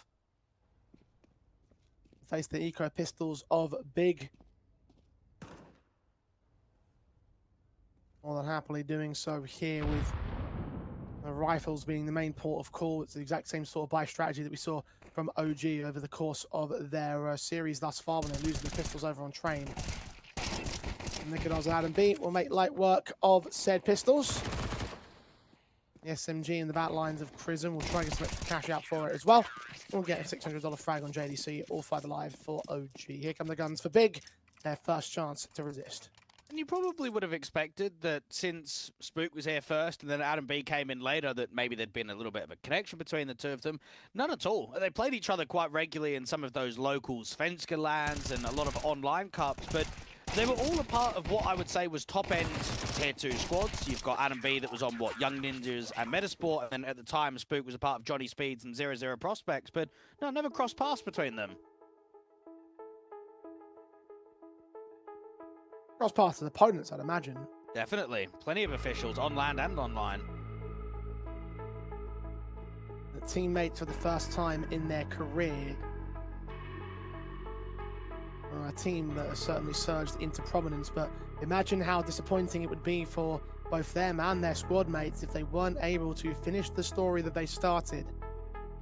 I mentioned earlier the head-to-head they had in the qualification to the last LAN event back last year in the Thunderpick World Championship. Remember, that was the event where a lot of people sort of hyped up OG and possibly wrongfully so. And second opportunity with them truly showing the quality over time, as well There's potential here in the closed qualifier to become a top-end tier 2 team, something they've been vying for a lot longer than even the last event of last year. I think you'd expect that if they do make it to the LAN, they'll have a much easier time. I mean, when they went there last year, they had to face, what, Heroic in the semis, and then 3D Max in the 3rd, 4th place decider. Heroic was a tier 1 team, and 3D Max was a tier 1.5 team, and it was only a fairly sort of new-looking project of when Buzz and Mikey were involved in the team. Whereas this lineup now for OG, even the core 3 of Chris and Spook and Nikodos, mate, they went to the major, and you're getting wins at the majors. You're already showing that on LAN, we can beat those higher-end squads. We can compete with some of the very best in the world. You could beat some of them, but you've also got Na'Vi, the Mongols Fury in the invite, the invite 4. So it's still pretty staunch opposition if you are OG. It won't be an easy task, I'm just saying. Maybe easier compared to last year, but certainly not easy in general. What maybe it would be for them again to compete at that level, and if they do take any of those upsets, then would be more scalps to add to their list. Well, just watch out for next week when they face off NIP in the first round. I mean, even though NIP have got a higher VRS, we saw them have a really difficult time here in Thunderpick. They couldn't even win their opening game against Venom. That's at the Star Series event, right? That's it, yep. And we'll get to see how far they'll go.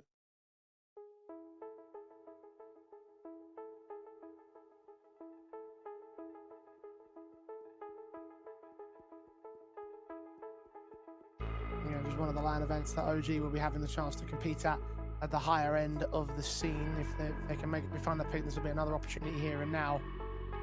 And again, we have high hopes for how Star Series could go for OG at the same. And I do enjoy the notion that we've got here in Thunderpick of teams needing to work for the closed qualifier to really push on. I think at the moment, way too many of Tier 1 LAN tournaments are all just VRS invite. And it means that there's no pathways. It means that, I mean, look at Venom. Like, you and I, we've casted Innocent for a really, really long time in Tier 2. He's been a part of basically all of the top teams in Poland for the better part of the last, what, 10, 11 years? I mean, I remember him playing with ESC at Sparrow in, one of the DreamHack Winter 2014 majors. Bro, that's over 10 years ago now. And yet his squad, they would never get invited to an event like this. It wouldn't happen with VRS. They're not a consistent team in Tier 2. They're not even a top-end Tier 2 team. But one good run, one good tournament that they've had here in Thunderpick, and now they're going to an 850k LAN. That's just such a great achievement for what is a veteran in-game leader, but a fairly young squad overall. I know Sobel has been around the scene for a little bit, playing on Vizsla Krakow that we casted for a little while, but Q-Clock and Huffer, I mean, those guys, very, very new to this level of competition. Even with a team like OG, they wouldn't be within the invite zone of Tier 1 competition without the likes of these open qualifier events. Star Series, we mentioned earlier, that they got invited, or they didn't get invited to that at all. They only got there because of the fact they had a closed qualifier. And same story here for Thunderpick. They only have a chance to make it to LAN because of the qualifier. If they can just make one final victory happen, it would be quite a way to carry on with this rise to prominence. 2-0 as of right now here on the final map of the series for them. Big are bringing out the big guns though. They're going to take Banana. We've got a lot of players out here towards B to start off the round to drop util. So they've got the anti-rush util, but you do expect a deeper flash to get spooked past the half wall. Big have hacked very heavily towards brackets. A is very light right now. Sitting there from Nikodos, and this is out on Tabson. That bomb carrier is in first and finds Adam B very quickly for it. HE down to the smoke. Process returning some fire to Nikodos, and Arostos on the site will take some damage, but take down Tabson. Look back in the Process, who gains that headshot, and the advantage and the A site is picked up by Big. OG already falling back to safe. All you can say is that OG were completely out-positioned because they brought so many players towards B. Because you're bringing 4 players B early round and you're dropping util, you've got no one on the apartment side of the bomb site. The only real anchor is Arostos, who's in the bomb side, and then Nikodos, who's rotating out from long. So because it's a little bit quicker and Big have excelled into brackets and then eventually towards the A bomb side, the CTs are just they're outside. They're constantly trying to break the smokes. You're trying to fight in from library. You're trying to fight in from arch. And then your one A-site anchor has to deal with what? Short, apps, moto. There's only so much you could do. There's only so much time you could hold off for.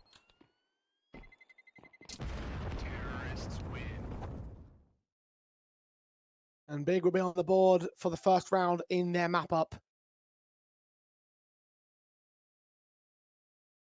OG might want to rethink their approach to some of these ones. If they're going to keep playing quick, then it would catch them off guard.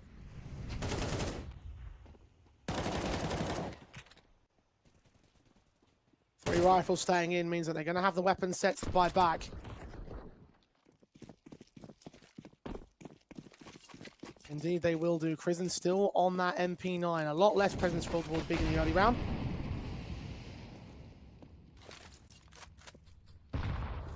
Utility initially does very little damage to start.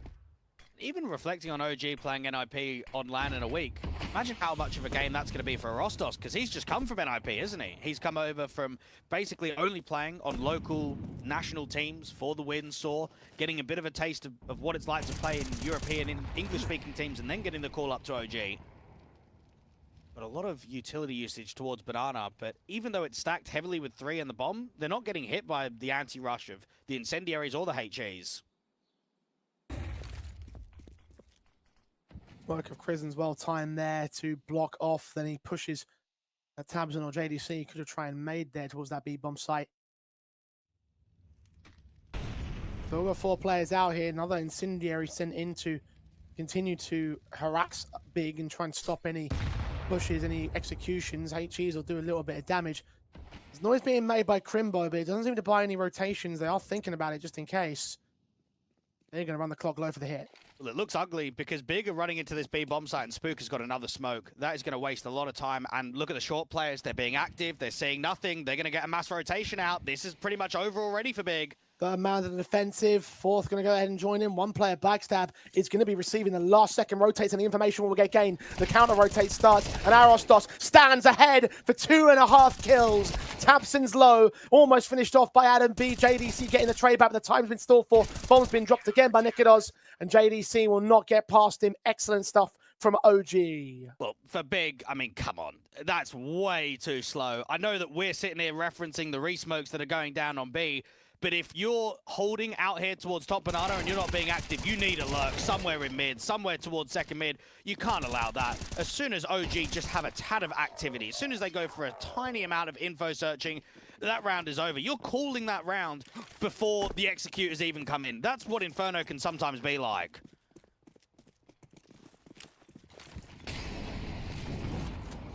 Back-breaking round for Big of that. No bomb plant bonus, and obviously no money in the reserve for the early loss bonus ticked down. At least JDC's Tech 9 upgrade can get a kill to start off, but he, Crimbo, and Hype are tagged extremely low, and Krisen has a lot of pressure from the numbers game alone. Again, more tag damage. JDC on 1 point of health, and a 4-on-3 for Big. OG won't have full information about Incendiary sent towards the bomb plant position. They'll deny JDC's casualty, so he's fallen at last. Smokes towards the Coffins angle. Adam B, HE, will that catch Hyped? Yes, it will. Process low. Crimbo, half.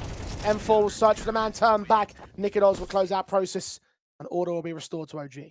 A shame that Big don't get the bomb plant there, because they've done well to get the double entry. I think what's always uncomfortable is that when you've got players tagged up low, you're almost crossing your fingers and hoping that there's not much util left for the CT side on the A players.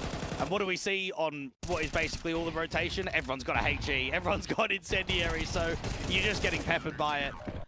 You get a couple of kills, but no more than that. 4-1, next gun round comes in, and for Big, this is a must win. This is so important they convert round 6.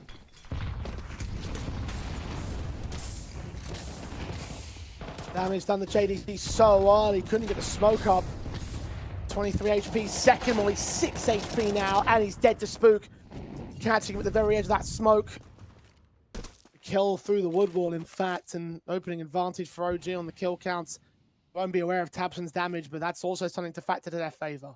They're currently getting outclassed, aren't they? There's not much that JDC could have done there. You're getting hit by all of the util, you're trying to reposition. What he needed was a second player that could charge up with a flashbang and put more emphasis on at least taking that top of car and fighting against the likes of Spook. Instead, he was just left to basically make an impossible mission. Oh, what? Process didn't see Crizin! And that is a pick. Easy pickings. Nikolas finding Crimbo next, and they're down to 2 men. Bigger done in this round. OG punishing mistakes and lazy checks, and I don't even know if I should call it a lazy check. He looked right at him. Yeah, but it's lazy because of the flashbang, isn't it? Because you're right, he did check the area, but because of the flash, you just don't see him. So then it's still a lazy check because you're still not clearing it all the way. Oh boy, error.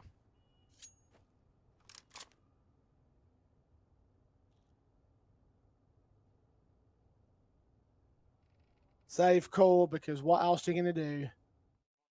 And I know that you mentioned the 4-8 half. Should we not mention it was 5-11 at the deficit, and we're now on the reverse of the CT versus T side? But this doesn't look good for Big, from just an outtake of, is it possible? Can they force the upset? This is OG that's looked pretty comfortable. They haven't even had the AWP out for Nikolas yet. They've got the economy in order. They're giving very few bomb plants over to Big. The only round that Big has won was the one round that OG had 4 defenders out on that B bomb site. Now, don't get me wrong, they still beat them by pace. They still opened up the bomb site. They got the entries and everything. Since then, they've not been able to get a bomb plant. Oh, don't like that from JDC. He looks fuming. He looks pissed is what he looks. And maybe rightfully so. Frustrations can continue to build as OG have quite the weapon set up. 3 AKs available. Big, none. Hyped AWP on 1 pick found, and suddenly you start to take a look at that scoreboard, and you can maybe see a little bit more of why Big are a bit frustrated. The numbers game, pretty poor. 1 kill, 2 kills. 7 frags across the T side for the last 7 rounds. Price is already dead to Adam B on top of quad. Kill easy, backs off. Swinging from Arostos at lower quad. Looks at the AWP player who's been spotted hyped, trying to bait him in. Swing out, dies to Arostos. And Nikolas can deal with Crimbo next.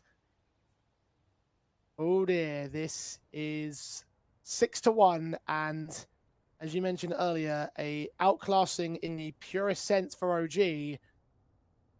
And this may be the Big that completely collapses at the tail end of the series. Oh, well, they're getting farms now, aren't they? You've got mass AKs being held on this CT line. Everyone is hitting really hard. Everyone's sharp. People are multi-fragging. JDC, who was frustrated and tilting in the last round, is now in a 1v4 where you're hoping to save the AWP, but there's intensity out here from mid. There's players just on the other side of Boiler, so there's definitely no way that this AWP is going to save in. Should go down before the time, which will help out the economy overall. As soon as you miss, that's it. No scope comes in, but you're not getting any more than that. This AWP is going to fall. In fact, he's backing away. Gives more of a chance that OG can hunt him down after time, actually. Oh, that would be good, wouldn't it? 3 seconds. Did he see his man? I don't know if he did. Turned away. Noise made by Crizin. Shotgun up. Oh. Tag! Oh. Okay. Clutch to your chest and survive for a little bit. I don't know why JDC is smiling. Did you know what I was just about to say? I was caught a little bit. I don't know if someone made a joke or something, because there's nothing to smile about right now. Absolutely not. I was thinking the exact same thing. Yeah, you survived, but like, come on, the Big need more than survival. Then in a tactical pause, that turns into a rifle victory and a streak to even the half. And even if we're going to be realistic here, Jay, if we're taking and discluding the whole qualification to a LAN tournament, being one of these teams in the current nature of VRS and just for where they sit in the world position of Counter-Strike, they need to be beating an OG, because OG, they're not a tier 1 team. I wouldn't even know if they're a tier 1.5 right now. They've had a taste of what it's like at the major, but we're not seeing them at LANs frequently. We're not seeing them against tier 1 teams. So if you are Tabson and you're trying to rebuild this roster, you're bringing Process back in after getting rid of QB, these are the kind of opponents that you need to be beating, not getting slapped about on map 1 and potentially map 3.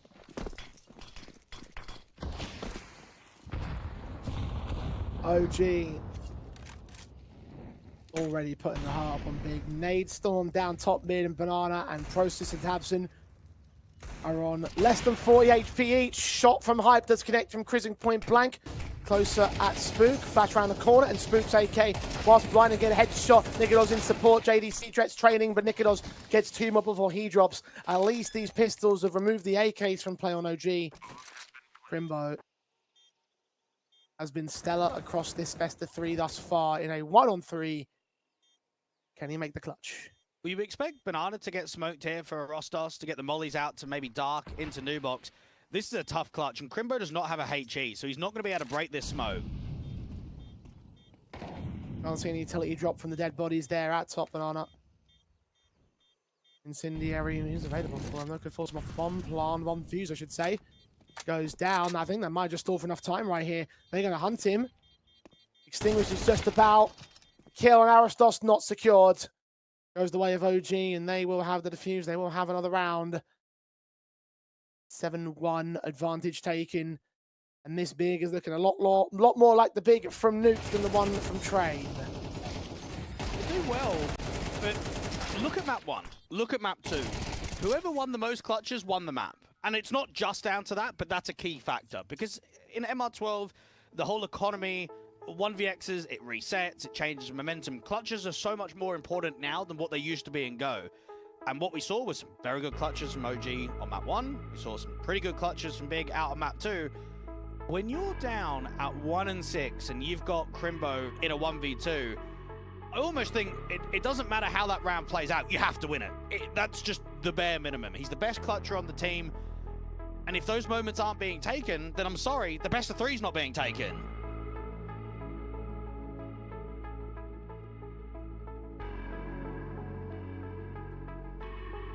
There's more momentum to go the way of OG. Continue to feel and look good. Maybe this is where we need to compare the form of these two teams. We're looking at Big that have won 6 out of their past 18 best of 3s on HLTV versus OG that have won 17 out of the past 21.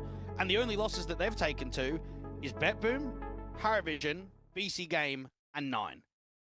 They're not getting upset by weaker squads. And the squads that they are losing to all are playing at a high regard, a high level in Tier 2.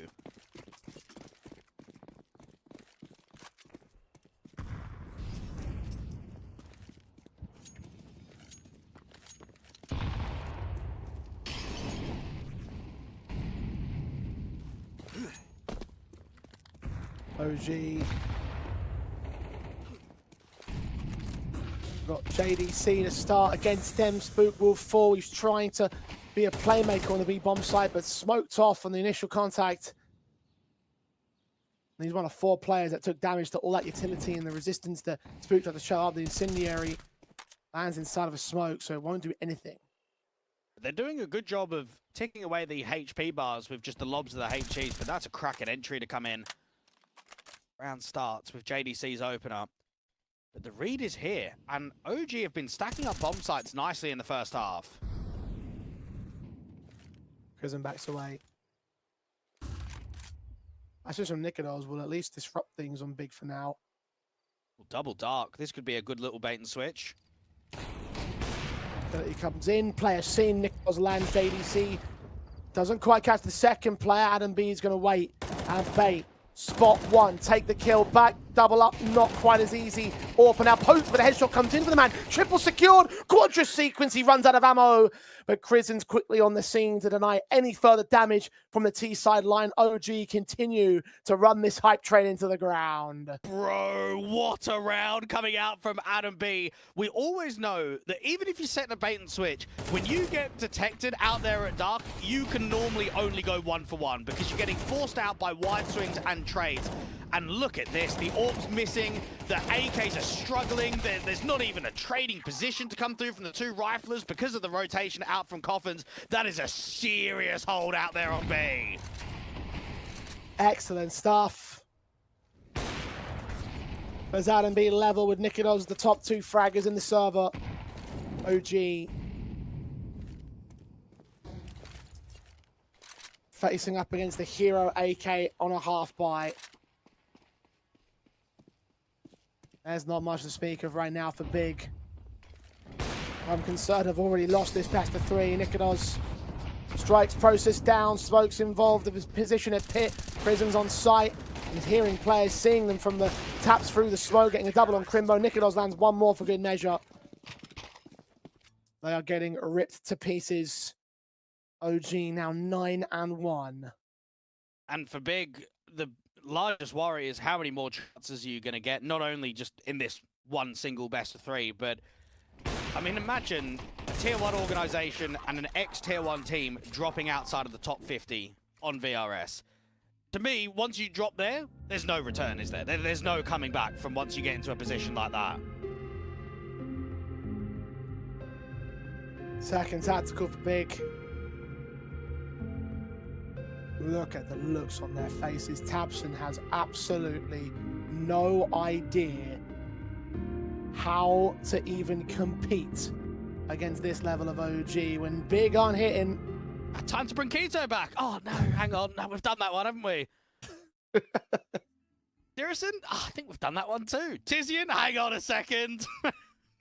This is a lot of the 500 conversation. Like, Yeah, you've got a it national-based team, but there's just not enough depth behind the rest of the scene in order to pull from. So I'm imagining at some point Big might have to look at the roster and maybe go, right, let's go international then, because what other options are there in roster moves? Oh, freeze your assistant coaching? We talked about that a couple of days ago. Well, we've made that joke already. Come on.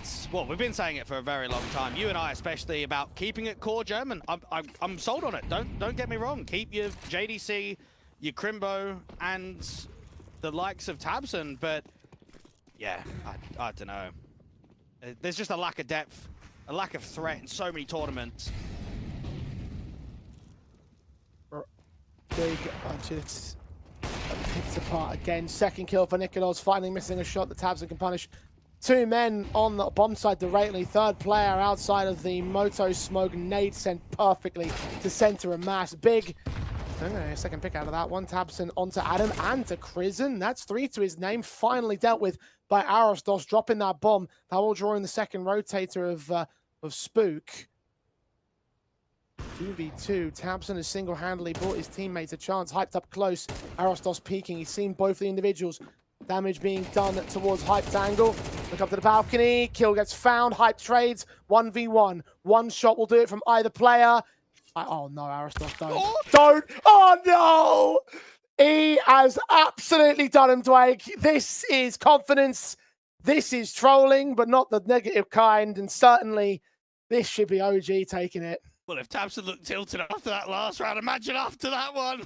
Oh my goodness. Oh, okay. What a round. It looked like it was over from the get-go. As soon as Nikolos makes it the 5v3, there wasn't too much more of an expectation. A decent effort there from tabseN. Just starts picking them apart on the bomb site, and then Arostos to be able to get a knife kill in a 1v1. Oh, you love it. That's just cheeky. That's just insult to injury. Just, yeah. What more do you add? What more do you add? Well, this is what I was expecting was going to happen on map 2. I said it at the start of the series. I thought this was going to be a comfortable showing for OG.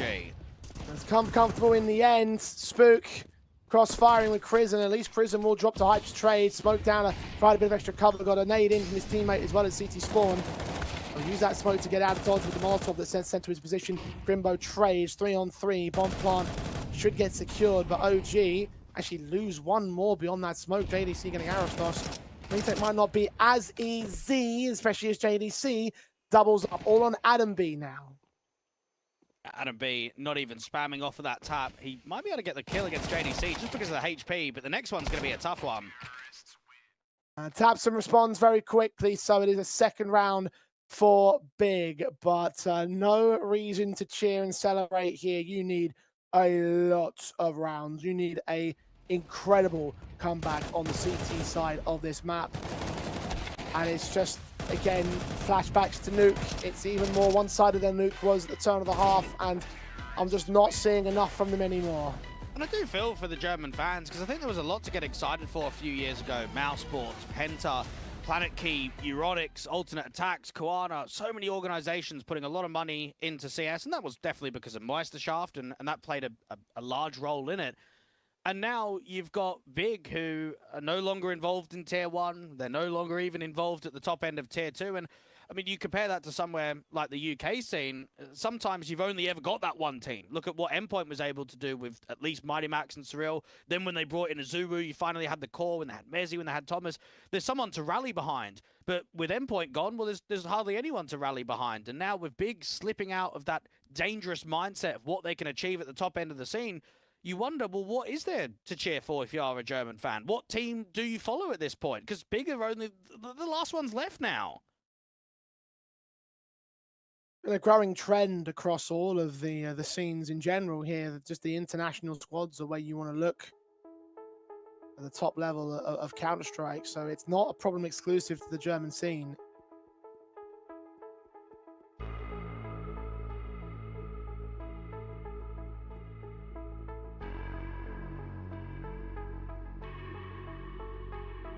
And Big may understand that pressure to some extent. And they've done so well to bring this series back to a third map. I mean, they got schooled over on Nuke. Did the schooling on Train, but class is back in session. And your teacher of OG has given you 5 hours detention because, well, performance has not been up there for Big at the moment. And it doesn't seem like they have enough time to do so. Again, you need to, like, do a full 180 from the performance you've had from the first half going into the second. Nothing less will be enough. And it's not so much that Big have played poorly out on Inferno, it's just that OG are a much stronger team. And that's the direction of the convo of what we had across the last couple of days. It didn't matter if Big or Saw won in that round of 16 game. Whether it was OG or M80, they were going to get farmed. It's a different caliber. M80 have been playing up at the tier 1 level. OG have looked really rock solid in tier 2 recently.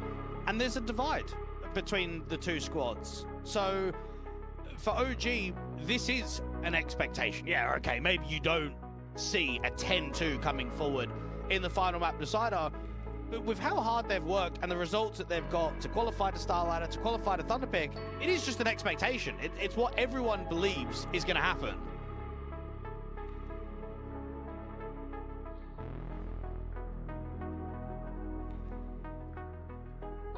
It's just Big gave themselves and gave us a little bit of hope that there'd be something more.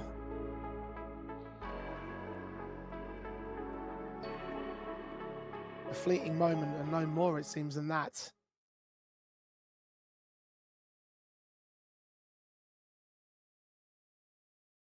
There is magic in the air tonight. And it will need to show itself right here, right now. Big. 8 rounds on the deficit. OG 3 away from qualifying for the Thunderpick World Championship and avoiding the upset. That would be a big victory. Nikolas has landed Process first up. Adam B does get traded back. They try and charge down mid. 3 for 2 overall in trades to favor OG. Nikolas is low. The bomb can get picked up. Second mid access for JDC. Can he get that bomb to drop a second time? He's seen his Portuguese opponent, and Crizzen is starting to walk his way forward. Back might be turned at the timing, but JDC has no idea about this. How awkward could this possibly get? And for Hoot's side, JDC will drop the bomb, all-important headshot, back off towards long, because Crizzen may well be known about. Nikolas needs this kill against Tabson. This is all important because even though Crizzen might get a freebie against JDC, it's still a clutch scenario. Bomb's exposed as well. Tabson can watch it. Both individuals with 100 HP, straight up duel. Crizzen pre-firing the taps. Seen his man with the shoulder bait, goes for the fight directly and gets his headshot on the drive-by to the right. That is another clutch for OG. Further frustration for Big. A pistol round that should put the penultimate nail in the coffin. It's the right idea for Big. You go into the pistol and you try and get on the front foot. You're taking space away. You're going aggressive at Banana. You're going aggressive down from mid. But you just get drawn into so many of these Glocks. And then JDC feels like he has a bit of a timing to escape out there from bedroom, get himself the kill into brackets, and then he's getting flanked. And then, well, the 1v1, it was awkward for both, wasn't it? It was not clean. But Tabson loses out, doesn't even hit him once.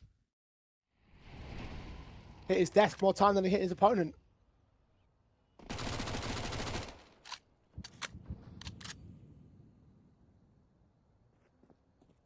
Big.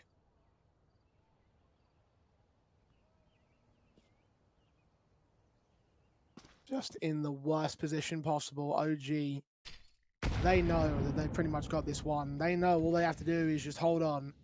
And someone tweeted at me earlier today. Today again, big bashing question mark, and then they lose map number 1, 4-13, and then map 2 is 2-11. So to reply to you, yeah, I think so. I had some very fun DMs and tweets that day. The Reddit thread was just the tip of the iceberg, boys and girls. Almost like we have been saying this for a very long time, and not just for one individual best of 3. OG. 5-on-2. Process can tap one head of a lurker. Have a Mac 10 and try see if he can turn that into a magical retake. I don't even know if he even wants to go for it. I mean, like, what other choices do you have? You're forcing in the next round. Maybe you hold the Mac 10 for an automatic weapon. There's just nothing, you know. Like, I don't know what the thought process could even possibly be in these circumstances for the big side. At least they'll get a couple of picks. At least they'll have some Mac 10s. At least they'll have some casualties. But the hunt is on from Adam B. Process has fallen. Adam will fall back in turn. But OG are on 12-2. Map, match, and qualification point. 10 of them for the international squad. All you can say is that Big are just completely finished. This is now 6 wins out of the past 19 best threes on HLTV. And I'm excited for the future of OG. We know that they got a taste of what it's like to compete at the higher end level of the major. They'll be playing the LAN out in Budapest in a week's time. They'll be going to Thunderpick as well. And I look at the lineup, it's very young, right? That you've got guys that are very experienced, don't get me wrong, but you're bringing youth in. And I think that was the direction that we wanted to see OG change from, getting rid of some of the old guard players, your old ex-tier 1 players, and bringing in the new generation, bringing in guys that have worked hard and achieved quite a lot in tier 2.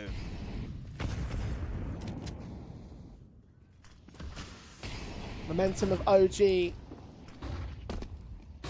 driven itself all the way through to the very tail end of the qualifier and maybe through towards the Thunderpick World Championship, and almost certainly has done.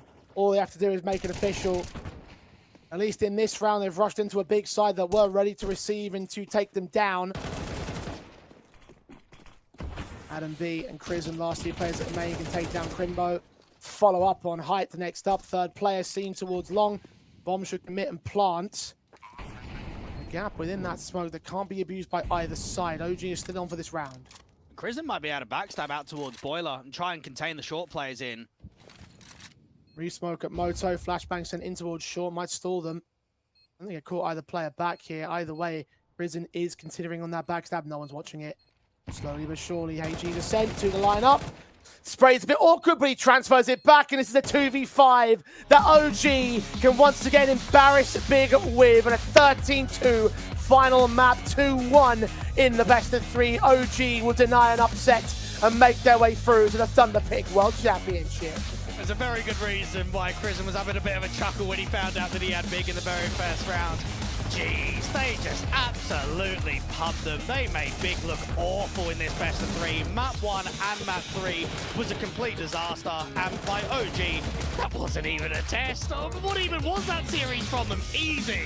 Yeah, it makes you sort of take a look back at Train and start to wonder, was it more just down to OG's weaknesses that map went as well as it did for the big side? Because outside of that, it was class from OG. They looked like they were on another level in another world, and rightfully, they moved forward to the LAN finals. Another step on the ladder for them, another opportunity to prove that they are a top-end tier 2 team, potentially even a breakthrough squad into the tier 1.5 if this keeps going on as well.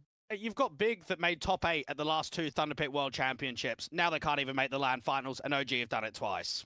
Indeed, they have, and they will most certainly make the top 8 and or plenty more in the future of this young squad. And our future will see the likes of Sam and the boys. Okay, so hear me out. I feel like OG planned this because they have a game in another tournament in exactly 30 minutes. And I feel like they just kind of got together at this one and went, okay, boys, let's make it quick. Let's make it snappy. We've got somewhere else to be. I am jesting, but the truth of the matter is it was quick. It was snappy and Big. Haze, they had nothing. I feel like there was a bit of a trap set by OG in that first half with how much control they gave up towards Banana in particular. And Big were thinking, damn, we're getting Banana control here so consistently. Let's just set up for the exec into the B bomb site. But that defense on the B bomb site was stellar. It was incredible from OG throughout the entirety of that first half. Adam B just basically got a kill every time they came in his direction, if not the multi. Top mid was also basically on lockdown. Nikudosh, Arazdoche just doing a fantastic job towards that part of the map. It just felt like we didn't see any of the successful openings that we got from Big against Saw the other day. Here against OG this time, they weren't able to manipulate the defense and then exploit the gaps that they had created. I mean, Trav, let's talk about themselves at LAN, right? This is a big damn deal for a lot of teams. Getting those LAN spots is like pulling hen's teeth. Extremely important for them.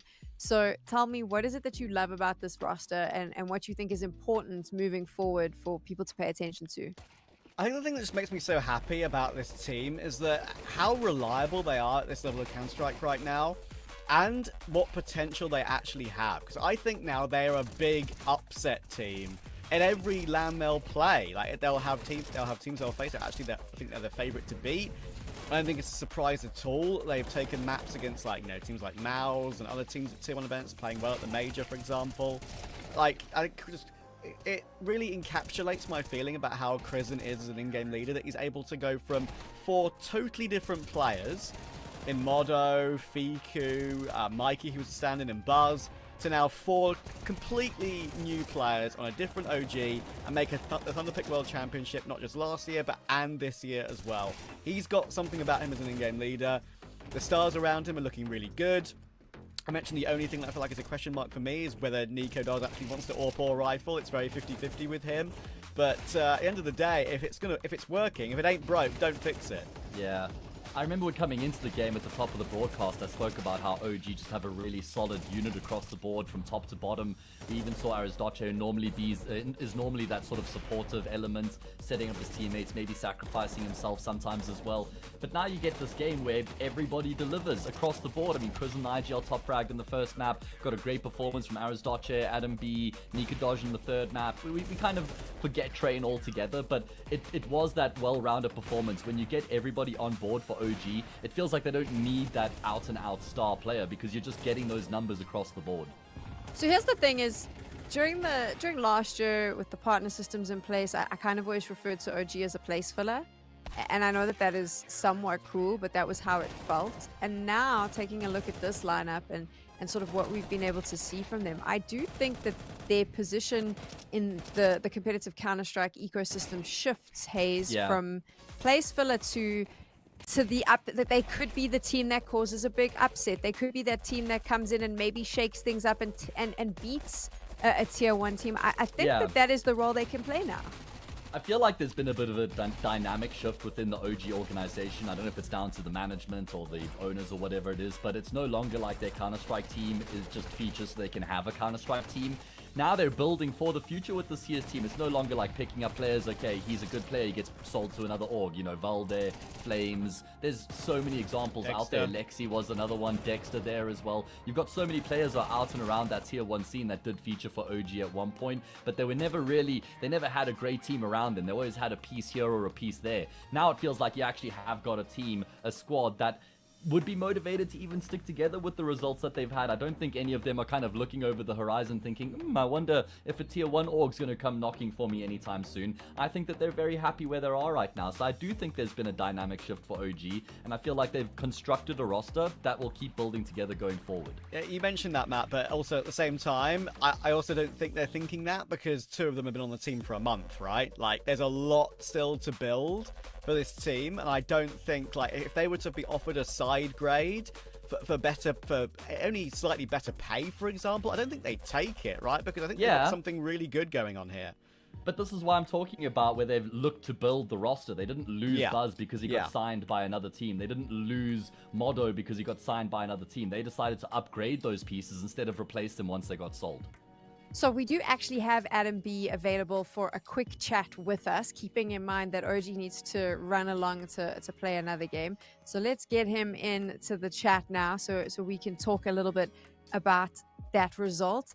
Adam, I'm going to try be as quick as possible because I know you have somewhere else to be, but congratulations on making it to LAN. How important is this win and specifically getting that spot at LAN for the team right now?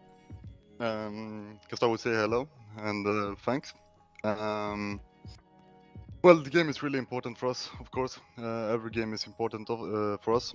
We're working really hard. We're at boot camp right now. We have another game in 20 minutes, as we maybe know. The VRS points is always like nice to get, so we can qualify to the major. So all tournaments and matches are important for us. I'll give you a quick one from me, Adam. Crizzen in the Thunderpick World Championship last year had 4 completely different players on OG to work with.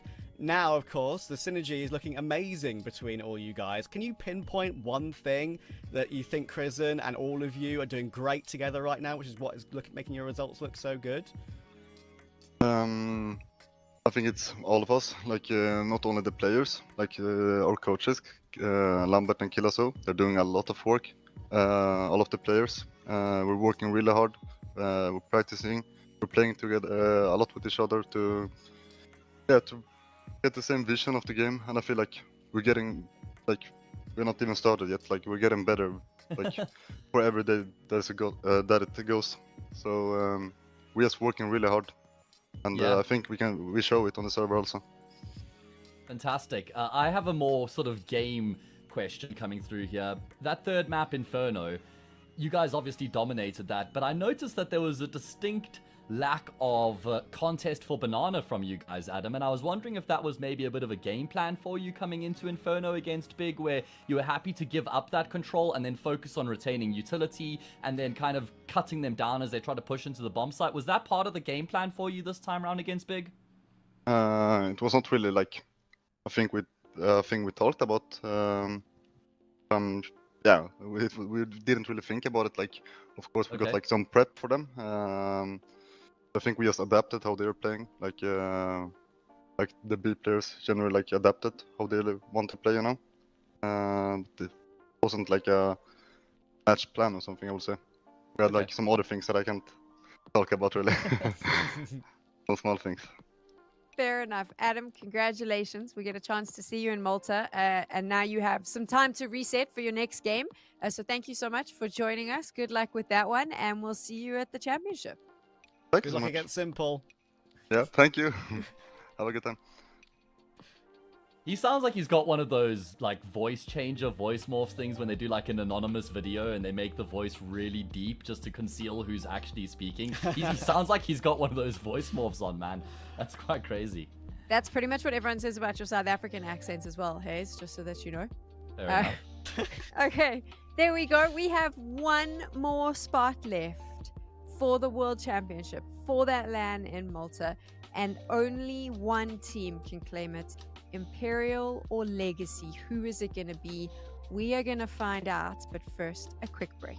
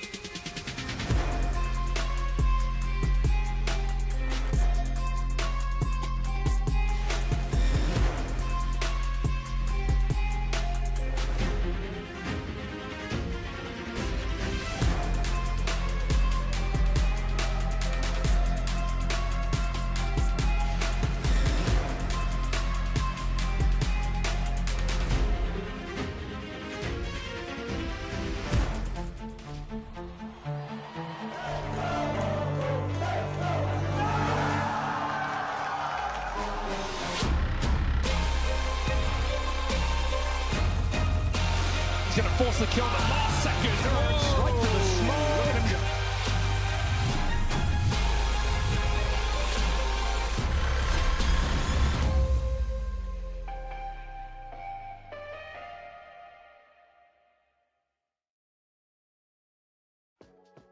The Thunderpick World Championship is back, and this year we're heading to Malta. 8 teams will be descending on the tiny island to compete in the LAN finals. 7 of them have been confirmed. 1 more spot remains. Today, we found out that Venom, I know, shock horror if you've just joined us, 9Z, I know, slightly shocking, and OG will be in Malta, and now 1 more spot remains. Legacy or Imperial are trying to claim it, and we've got a little bit of a South American derby running tonight, and I think that's kind of fitting because I know that Trav and Hayes spend a lot of time commentating South American CS on some of their other gigs. So Hayes, you're completely set up and ready for this. You've done the Brazilian dance many a time. Yeah, I'm really looking forward to this game. There's so many different angles we can take on it as well. I mean, these 2 teams are going to be very well acquainted with each other. They'd be used to playing against one another in South America to try and qualify for these LAN events. Now they're doing it on European soil. And it's actually quite crazy because they've gone up against each other in the past couple of months a few times. The past 2 times, Legacy beat them to qualify for Pro League, and then Legacy also beat them to qualify for Blast London. So this is going to be the 3rd LAN qualifier they've gone up against each other in recent times, where Legacy's got the better of them on the previous 2 occasions. Trav, both of these teams currently based in Europe, boot camping. I believe Legacy is in Serbia, Imperial all together. But it has been a little bit rough for Imperial. We got a chance to speak to Vinny yesterday after their victory, and he mentioned Skulls had gone to the hospital before the game. We don't have an update yet on Skulls' health, but so they're not firing on all cylinders. And more than likely, one of their players may be struggling coming into this. That is a worry for sure, especially against a team who knows them so well, right, in Legacy. But it does give me hope that they're going to be okay, considering how they played against TNL yesterday. It wasn't all Skulls, of course. Skulls had a very quiet game because of him feeling a little bit under the weather. But it shows that against TNL, who are a very dangerous team in Tier 2, who have the firepower especially with Davi and Ken, right? Who play that really aggressive, in-your-face style that Legacy, that Legacy also play. That Imperial are able to deal with it pretty comfortably in the end, right? I mean, they were rock solid over the course of the entire series, and when the pieces of these new additions with Skulls and Cello, I'm looking for another good Cello performance today because I know he's got it in him. We beat up on him a little bit yesterday with how maybe inconsistent he can be. But his first bullet looked incredible yesterday, and they're going to need more of that today. Let's take a look at that Imperial lineup now. I know Vinny also mentioned to us, Hayes, which I thought was a key takeaway from the interview, that they have done more prep for this tournament than a lot of the other matches and games they've been playing. They've put a lot of time into preparing for Thunderpick, which I think tells all of us how important getting to that LAN is for this team. Yeah, absolutely. I mean, they've invested a lot of time to try and make this one work, which means there's a lot on the line right now. There's going to be a level of expectation, and that is to qualify for the LAN event. The fact that they've reached the 2nd stage here of the bracket isn't going to be, all right, boys, well, we've done the job here. You know, no matter what happens, we've got positives to take away from this. They're looking for that spot at LAN, and I think that they're capable of making it happen. I mean, we saw some good games out of Try, which we've come to expect. He was incredible with the Yorp on Overpass yesterday. Vinny also had some big pop-off moments. Cello looked like the guy we knew to come and love in his previous Imperial stint as well. It does seem like they're in a pretty good place right now. But yeah, there's definitely going to be quite a lot of weight on their shoulders coming into this with qualification on the line. For sure. So, Trav, what was it that we saw from this Imperial lineup yesterday, obviously watching them against TNL, that allowed them to close that series out 2-0? What were you looking at that impressed you? I think it wasn't just like it was one player like it's so often been for them, and it's so often been Try. Like, he's been the one guy you can rely on for Imperial with whatever roster they've had recently in Tier 2 South America, in big South American qualifiers, and in the occasional Tier 1 game they've played. It was everyone. I mean, Try had a slow T-set overpass, and I thought, okay, there's no way he doesn't perform well on CT overpass. He did. He was brilliant. Cello and No Way have been very, very solid as well, and Cello has not been whiffing like I feel like it's been almost a characterization of his time at the end of Fury in more uncomfortable roles. I think a really important thing to mention as well, that maybe they haven't played as many Tier 1 games yet to really see if this is a constant for this particular edition of Imperial. But Vinny is looking very, very solid as an individual himself as well, even as the in-game leader. He's putting up consistent numbers, and that consistent floor is quite a high floor right now. Yeah. I was a little bit circumspect about one of Vinny's answers in the interview that we did with him yesterday when he was asked how Cello and Skulls have kind of been integrated into the roster. He was like, yeah, no, they've been okay, you know, they've kind of brought some stuff from Furia, but he wasn't like, yeah, these guys have been awesome, it's been really cool to have them on board, the new blood, the new energy have revitalized us. So I do think that there might be a bit of a point of them maybe missing decency a little bit. I think Shay definitely had to be replaced, and it makes a lot more sense that they brought Skulls in to replace Shay, because those are the roles that Skulls plays, and they weren't the roles that Shay played before they brought him into the team. So I think that Skulls for Shay swap makes a lot of sense, but I do still feel like they might be lacking that impetus of decency a little bit, because he was putting up really good numbers in this team, and now I do feel like they might be lacking that star rifler a little bit. And when you compare the riflers on opposite ends of the server coming into this one today, I think Legacy clears them quite comfortably. Talking about Legacy, let's take a look at that lineup now. There's two riflers in here that arguably, we discuss this every time we see them, they have the potential. They have the potential to be the best in South America. We're always surprised that they haven't been picked up, but we haven't actually had a lot of opportunity to see Legacy in the closed qualifiers, Trav, because obviously they had that forfeit. So we saw one map from them, and that's about as much as we have on their form. Yeah, and it was against JiJieHao as well, which is an opponent who you'd be expecting them to beat pretty comfortably, even if they did play that second map as well, right? So I think the thing that is something I could be quite confident in with Legacy is it's not because we haven't seen them much, we've seen them a lot at this sort of level, right? In big Tier 1 events as well. We know how much of a breath of fresh air they were at the Major too. They've been one of my favourites to watch for a while, just mainly because of that Dumao and Lato partnership. I mentioned to you when, of course, we spoke about them yesterday that I feel like there's a lot of quantity in South America, but quality can be something which is maybe a little bit lacking in the sort of Tier 2 level. But Legacy feel like they're a threat to anyone that they go up against. And me and Matt have followed Dumao and Lato since the God Sent and 00 Nation days, and I think Lux coming over from Pain has actually let them off the leash even more. Yeah, I do think that there's also an important point to be made about somebody like Nusum and Lux, who's actually taken a bit of a big step backwards in terms of what he gets done as an individual in the server to create that space for Dumao and for Lato to really thrive and live their best lives. Because obviously everybody sees the numbers, the flashy plays, the big performances from Lato and Dumao, but you've got Nusum and Lux backstage that are frequently setting them up. Often Lux will be running in ahead of Dumao so that he can get traded out. He can set Dumao up perfectly because he knows how good he is. And that's why I think that Imperial might actually struggle quite a lot in the long run here in the series, because of the prowess of this rifling core on Legacy. I think if we compared Orpa's head-to-head, Try definitely clears Sads, and not by a massive margin, but he certainly does. But as far as riflers go, Legacy have got a lot going for them coming into this matchup. Yeah, I was going to mention the Orpa thing, right? Like, I think you're absolutely spot on that Try, for me, would be the pick of the South American Orpas at this level at the moment. But Sadzin, I don't think, if you look at his HLTV, he's a 1.05 player. 1.05 isn't bad, by the way. Like, a lot of Orpas don't get the rating really going their way with rating 3.0, right? If you're a bit more of a supportive Orpa, it can be a bit mean to you. But I do think he's flashier and more explosive than a 1.05 would indicate. Let's take a look at the Veto now to see where these teams are going to be fighting it out for that land spot in Malta. And Hayes, walk me through what we're looking at, and for the viewers at home, what they need to be keeping in mind.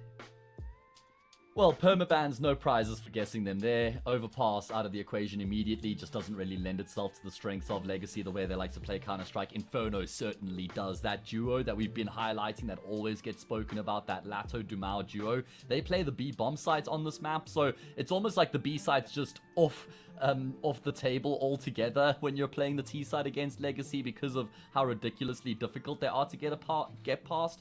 And then another very good map, the second most picked map for Legacy, is Mirage, and that's been brought to the table here by Imperial. Conversely, you got to talk about how good both Inferno and Mirage are for Imperial as well. So I feel like we've actually going to get a really high level game between these two teams because both of them are super comfortable on each other's picks and the decider as well. You mentioned that ESL Pro League qualifier. Sorry, Sam. That ESL Pro League qualifier match, right, where they played the initial game, Imperial won 2-1, but in the game that counted, Legacy won 2-1. The veto in that one was Nuke Mirage Train, both times, right? The one in the Blast qualifier was Inferno and Overpass. It was a big change up to the veto compared to those previous two matchups, right? And that's the only time we've really seen Inferno in the last few months between these two, despite how much both these two teams enjoy it. So I really do think we're in for an entertaining Inferno here. Okay, just to keep you updated, we mentioned that Skulls wasn't feeling well yesterday. He went to hospital. Vinny confirmed that in our interview. We have had a quick update from our admins to let us know that they chatted to the team. Skulls is feeling better today, or at least better than yesterday. He's still not the best, but he is feeling a little bit better than yesterday, so that might work in Imperial's favor. What also might work in Imperial's favor, and we saw this yesterday, is that Cello Trav was doing the business. He was doing a really good job. He looked really good in that position.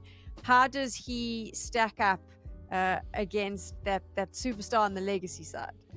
I'm not sure where 0.68 has come from. I'm going to get that out of the way straight away. Just on Inferno. Yeah. Maybe, yeah. I mean, I think that's a bit unfair that he's a 0.68 rating on Inferno, but still, maybe it's, as I say, it's only Inferno, but yeah, he's better than that, and he proved it yesterday.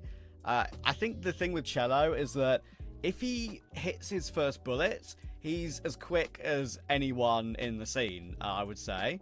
If he misses the first 5, sometimes recovering that spray from all the games I've watched of his can be a bit inconsistent and maybe not the best and a bit worrying to watch. Whereas I feel like for the likes of Lato that we've got here, and especially Dumao, they are just kind of good at everything when it comes to the aim department, right? So maybe it's a bit of a weird thing to sort of jump on Cello for, considering how good he was yesterday, but Cello needs to perform well for Imperial if they're going to become a team like Legacy who have like a firepower dynamic duo.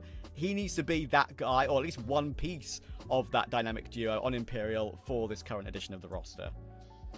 Let's talk about Inferno now specifically, and this is of course Legacy's map pick, hey? So why do Legacy like this? What is it that they're doing right on this map that leads to them picking it?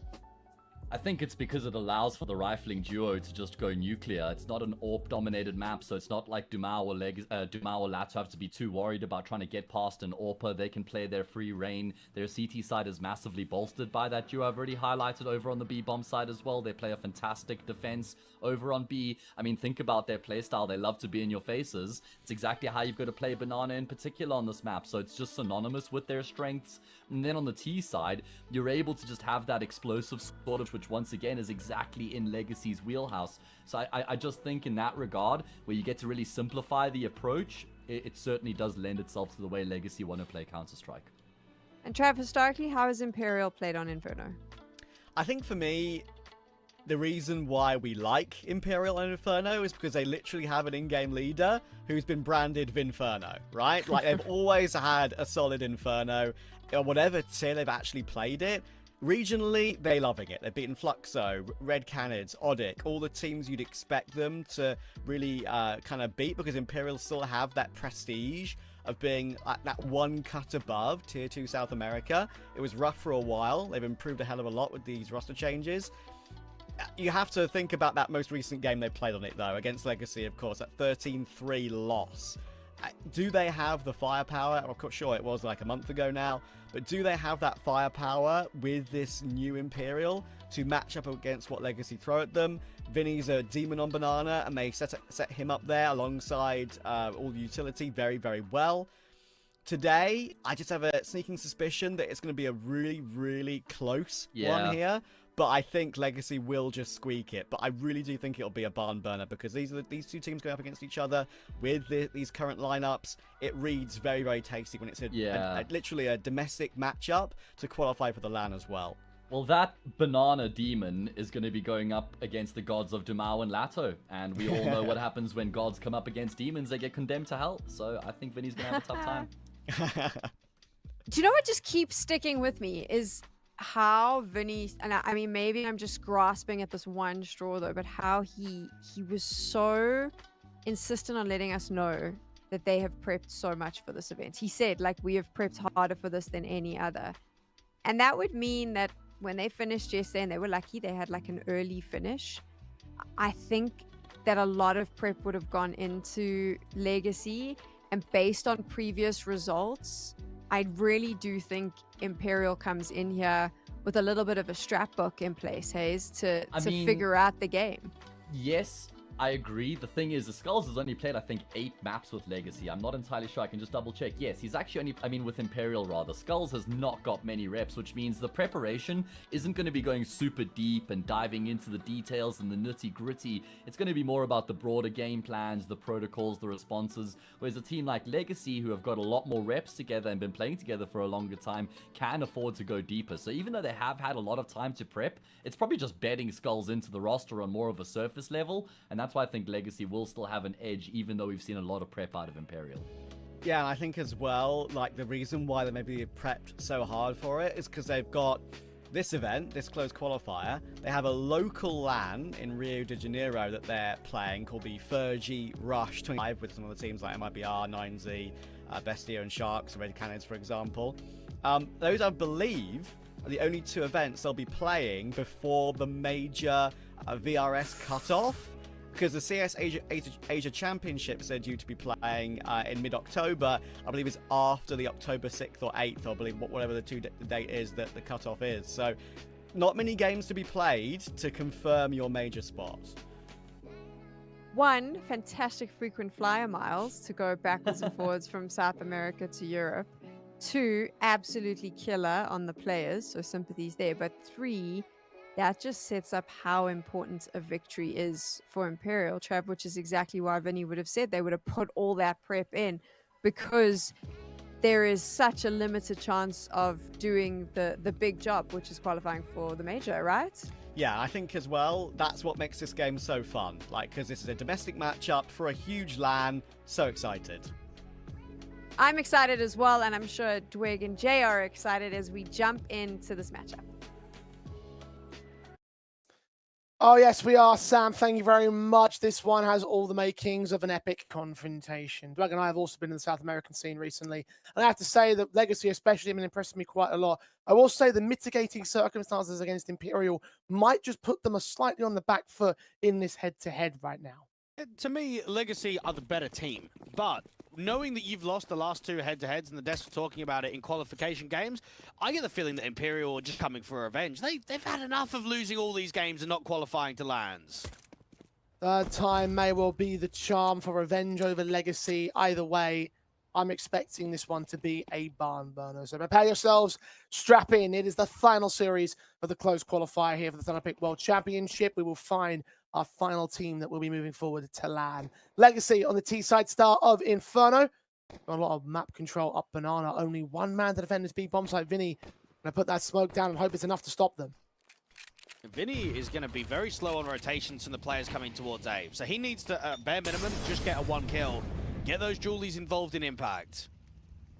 Molotov driving away from the nuke box. Legacy is stalled on this execution. Vinny, ooh, not expecting the smoke to be, the Molotov to still be burning. He does get caught by it, and that gives them out easy info on his position. Headshot right through said smoke. Bomb plant inside of the smoke. The try, struggling to get a kill back for Imperial. He does do so in the end as the Mal goes down. Damage done in minimal amounts towards Try and Cello. Try eventually picked up Skulls, chimes in for his part of the pistol. 3-on-3, Lux scooshed up. Takes down Skulls, at least this time going to follow up on Cello. And now no way, has no way to win the round. 1-on-3 for him. Legacy will take the pistol to kick things off in the best of 3. And the biggest comparison you can draw between these 2 organizations has to be just the transfers. Now, I look at Legacy, towards the end of last year, they got rid of Barton, they got rid of Nekez. They brought in Nissim and Lux in January, and they have not made a single roster change in 2025. Whereas for Imperial, we had Phelps going over to Red Canids, we had Jesus coming over from Fluxo, a Decenti getting benched, Cello coming forward, SHR was bought out from Saw, and now most recently, he's parted ways and they've brought in Skulls. So you've got one team that's really tried to be concise, tried to keep that 5 moving forward, and Legacy have got themselves in a position where they surprised a lot of people at the major on just how successful they could be.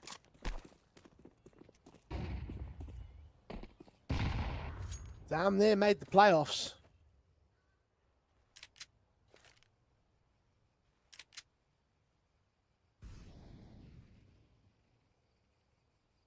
and therefore expectations are high for them in the circuit. Almost seems like they will be guaranteed a spot at the next major. The regional ranking extremely good, number 3 in the Americas as of this morning.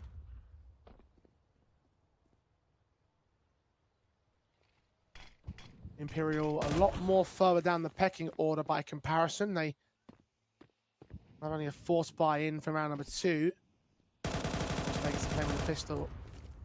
Lux just trying to suss out what's going on here over along. The 8-8 will be the final end of Legacy. There are 3 to deal with. Noway is playing quite tucked, and so is Cello around this long smoke. Everyone's trying to hide behind the util, and Cello struck well, but caught with util out in the open. That's an easy kill from Sadzin. And they're back behind the motor smoke. Away and try, still waiting for further action on short. Third player rejoining the A defensive. Going to try and watch out for mid brackets. That's Skulls. 5-7 attempting to take a fight, but now known to the T side. They can start putting the utility down and go for the execution. No way and try. Can still deny this round with a getting up the bomb planter at the right moment. No way goes falling, and so does try. Skulls makes his way up the bomb side to get 1 kill. That won't be enough. I want to talk about the Veto slightly. When you've got a head-to-head record as frequently as teams like Imperial and Legacy do, you want to try and curve it slightly, don't you? You want to have a little bit of differences. Now, in terms of the bans, we always see Ancient coming out for Imperial, always see Train in recent history for Legacy. Something different, see an Overpass permaban coming through from Legacy in this one time. And then in terms of the picks, Legacy tend to go into a lot of Inferno, a lot of Mirage, don't really pick anything else. Whereas for Imperial, they've got a very wide map pool. Recently, they've been picking Dust 2, they've been picking Inferno, Overpass, a little bit of Nuke, even some Train. However, they do not pick the side of Mirage. It's the one map that has never been picked in the last 3 months on HLTV, and that's their pick for the second map of the series.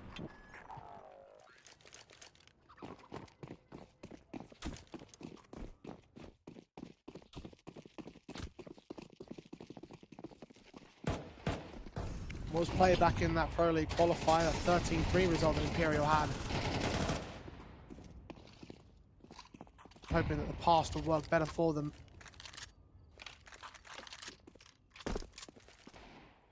Our previous meeting over 2 months ago, again, the discussion of how much information, how much improvement can you gain from those previous meetings.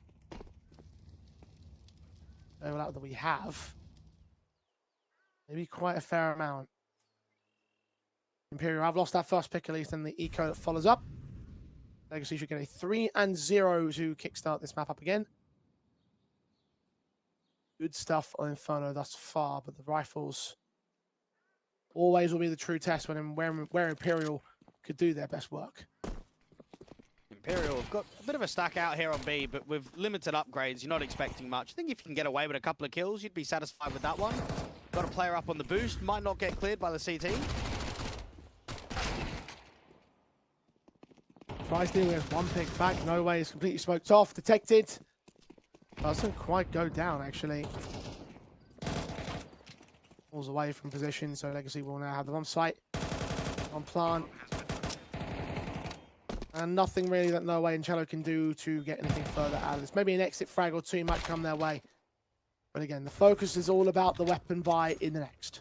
I really appreciate Imperial taking a chance on someone like No Way, because he was a streamer out in South America and had not played previously pro. So even when you look at his HLTV maps of all time, he's played 491 maps on HLTV, and 480 of them have been with this Imperial organization. So every team or every HLTV match that had been played prior had been a mixed squad. It had not been at a professional level. Always about bringing the younger guys up in the scene. No Way is 20. Try, he's 20 as well. Skulls, a little bit older at 23. You look over at the Legacy side, Lato at 22, Demau at 21, Stadsin at 21.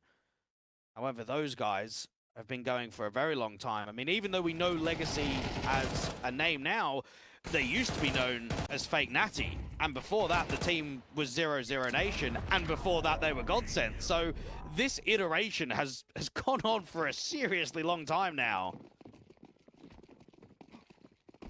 Long-standing lineage behind this organ, this squad.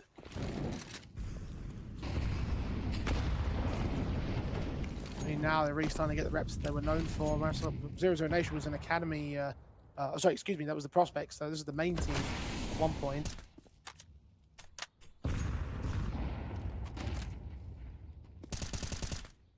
And back years and years ago. Well, for Lato and Demao, they both joined together on the 30th of June 2022, and we're now in September of 2025. So they've pushed on over 3 years now.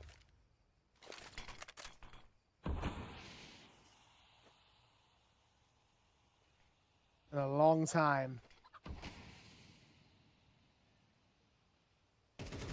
Been a long time to find the opening kill in this round as well. A minute on the clock and neither side has struck. Utility has done damage to Legacy though, so Imperial have those potential frags under their belt. Into the A bomb side, let's go though. 2 players on defense, 2 more on the way in. Legacy have to strike now. Tries getting caught with Util out in the open, trying to reposition. No Way does well to get 2. Rotates to try to help him out from Library, but the bomb gets dropped in a pretty good position actually from Cello. Now maintains the 2-on-2, however. Him and Nissim down on HP for Demaus particularly. They're moving up from long quickly to grab that bomb. Expecting Jones to make a move up. They hear the footsteps, and Vinny just waits for the chance to strike. Nissim takes one back, and Vinny's going to play for time. Nissim, hard spray, goes a little bit off, so Vinny can hold a clutch. Well, good work from Vinny, but I think you need to give a lot of respect towards No Way. Try is basically out in the open. He's trying to pick up the incendiary. It's an easy kill. If this multi doesn't come in, and just the time stalling alone, this round's finished. The bomb commits into the bomb side. He's just done enough there. Really good work from No Way. And Imperial, it was definitely a struggle. It wasn't easy, but they get their first round on the city side. On the board for the first half, Legacy. But that lying down per se. They're having some very weakened buy states here, though. A couple of Galils in for the T side. They can sell over by Vinny will be first port of call in a banana. Imperial. I challenge Legacy quickly, but not much is being seen of the T side default. They'll start their walk up into mid, into second, into the apartments. Once again, looking to try and end A, assuming the defaults go right, the execution goes better. We all know that TNL are a serious threat in Tier 2, and Imperial beat them pretty easily yesterday. So that was a good result from them, but now they've got to try and prove it in a local derby. Listen with the apps pop, contact, just misses that first kill. Now it's going to get a bit more awkward. No Way gets 2 kills out of it. Triple, in fact, for that M4. Burst to the head of Lato, forced to switch to his pistol. He's out of ammo. Try, finds an angle. Cello goes down. Sadzin and Demao somehow find their way back into a 2v2. The HP is so low, however, for it, so I don't think they're going to go much further. Credit where it's due. Now Imperial set for the retake. A tough post plant because no one can really move. They've got to try and get kills instantly. And the CTs are separated. You've got Vinny coming in from Library, whereas Skull's coming in from the short wrap. Incendiary sent towards pit. Adds into mini pit. Making some noise, at least to draw attention his way. Fight on Skulls, wins it out. Flashbang sent and Sadzin lands a headshot that clutches the round. I have no idea how they couldn't even get one shot off on them. Legacy, perfect response. Well, for Imperial, they're going to be frustrated in themselves. I know that they're all grouped up out there on the app side of the bomb side, but that's 5v2. That's a very good sequence from No Way to just halter. And then right here from Cello, was that necessary? If you've got 2 teammates down there at the mini pit, would you not want to peek on their contact? Wait and tuck, and then as soon as the fight comes in, that's when you can get Cello to swing just a little bit wider. That may be a round that defies quite a lot in the first half of Inferno, because that should have been Imperials all day. By all accounts, like again, we had like 48 HP total between those 2 players.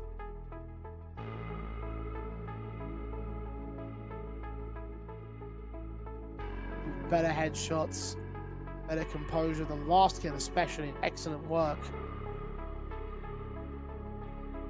Legacy will just storm ahead at this moment in time. Look to continue pushing on this lead advantage. Try and make the T half as one-sided as possible. Give Imperial no way in to stealing anything back over them.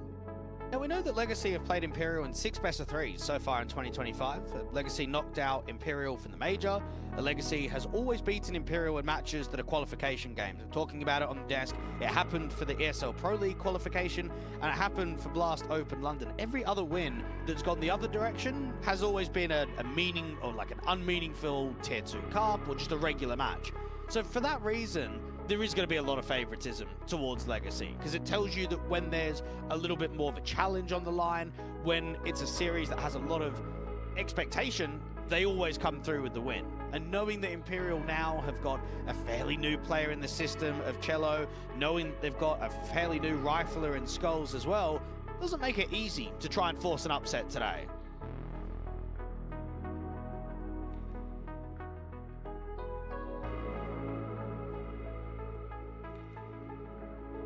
Again, in spite of the victories they've got in the way of Legacy, I still expect Imperial to bring us a decent fight here.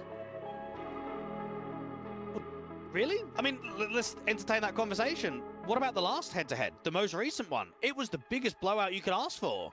Indeed it was, but I'm looking back in history in general and knowing that, yes, it was a bit of a blowout there, but last series was a 2-1 affair. The series before, the opening game of that ESL Pro League qualifier, well, the opening game of the two head-to-heads they had between those two teams, especially upper bracket final in that one, that went down to even an overtime at times. So Imperial have shown that they can compete. I do wonder again how much the medical circumstances are going to impact that dynamic, though. And we'll get a bit of a better idea as that rolls on. In case you're wondering, by the way, why we've got a technical pause, it's because I think Lato spilled his water, as did No Way spilled some water off the back of that clutch. So emotions getting the better of both the teams and their resources, if you will.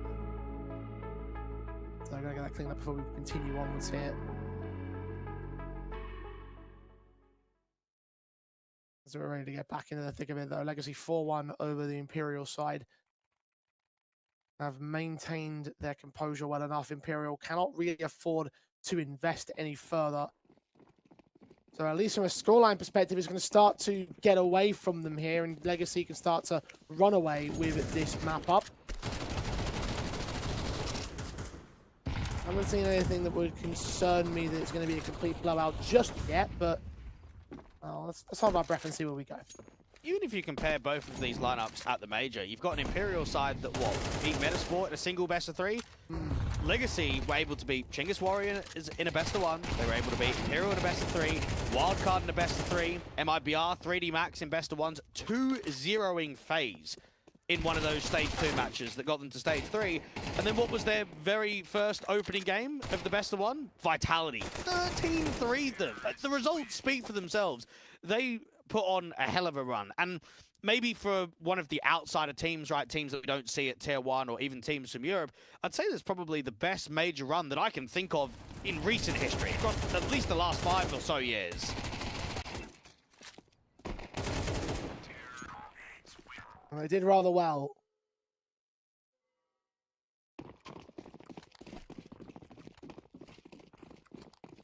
And they're using that point as a comparison between both of these sides. Legacy definitely have that one up. So they can compete on the international stage, although the majority of their competition has been more of the local division stuff.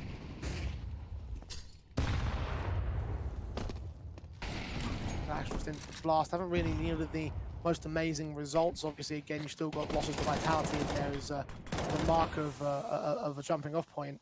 I think the only disappointing one recently will probably be the loss to FlyQuest. When you lose to Furia, that's a national derby. I think there's an asterisk there. Losing to Vitality, you definitely can't be disappointed with that one. But losing to FlyQuest in the lower bracket match of Blast Open, I think Legacy know themselves that there's probably not much in that match, but that's not a good enough performance from us.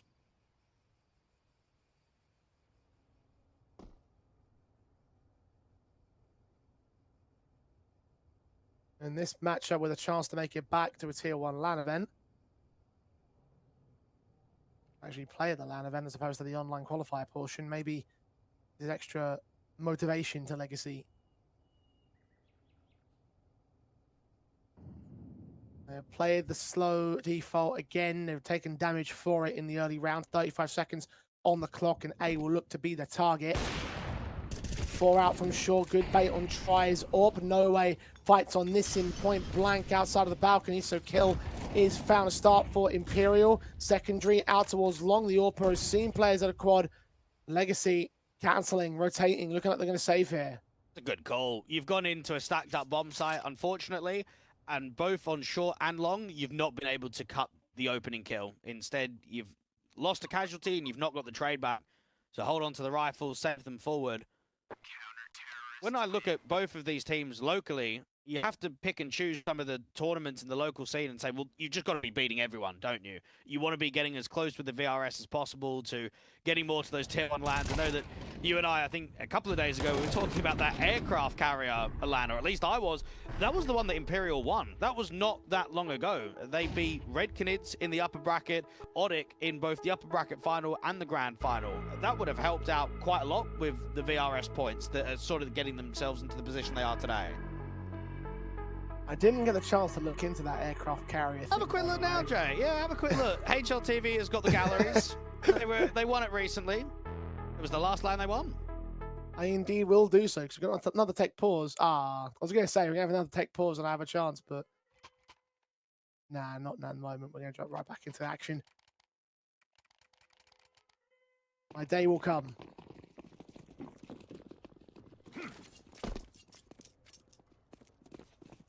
Three to the good on Legacy's lead. Buy-ups reinstated. Of course, 3 did save onto their weapons, so I shouldn't be too surprised.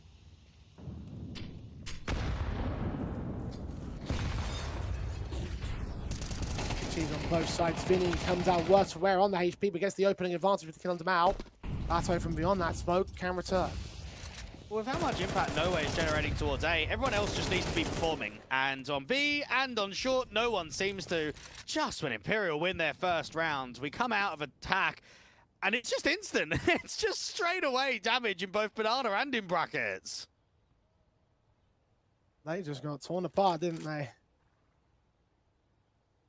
Bomb's going down on B. And Try does get this in from beyond that smoke, so that's one good shot.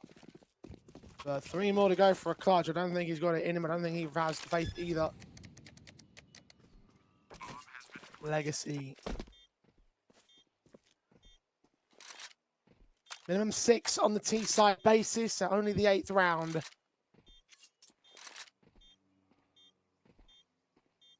And despite a couple of hiccups from Imperial at times, things are going pretty swimmingly for the favourites in the moment.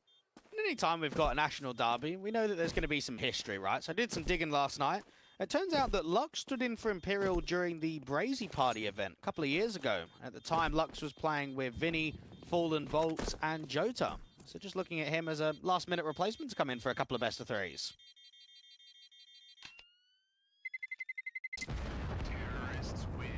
Of course, Vinny being the only player that remains from that particular era. He's been there a very long time, and we're seeing step by step more ex-Furia players coming over to Imperial. Vinny was there for a very long time. Cello and Skulls were there most recently.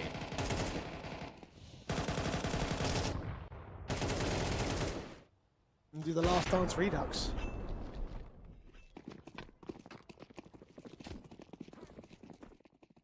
Would be appropriate on Imperial. Find the kind of same success though, there's some time still yet to tell on that part. Kel for Demau to start off on Vinny. Kello trying to get the trade. Spray doesn't quite land and doesn't get a second player either. Lux follows it up, 5-3. Players boosting, 2 men over at the B bomb site at the Banana. Trying to get some sort of returning frag because they need one now, otherwise they're not going to win this round. I think Trav's bang on about some of the sharpness issues with Cello. That was a shocker down there at mid. And for No Way, he's very lucky to get around that half wall and escape. Imperial just getting owned. The only time they've won rounds is if No Way is putting up damage out on basically the apartments. Like if he's getting multi-frags on A lanes, they're winning rounds. And if they're going long side or they're going B, Legacy just have Imperial's number.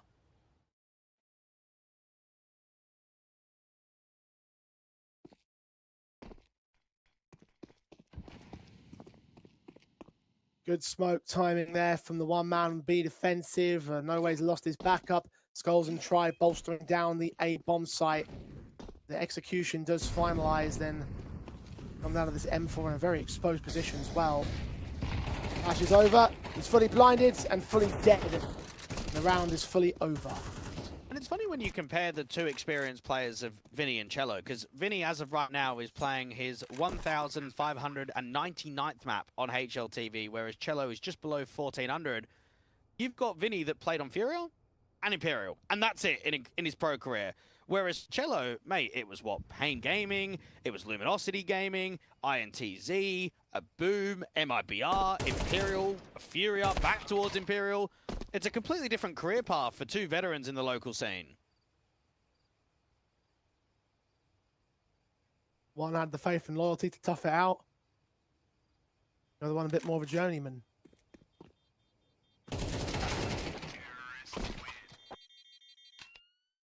Both may have had their best times over on that Furia organization.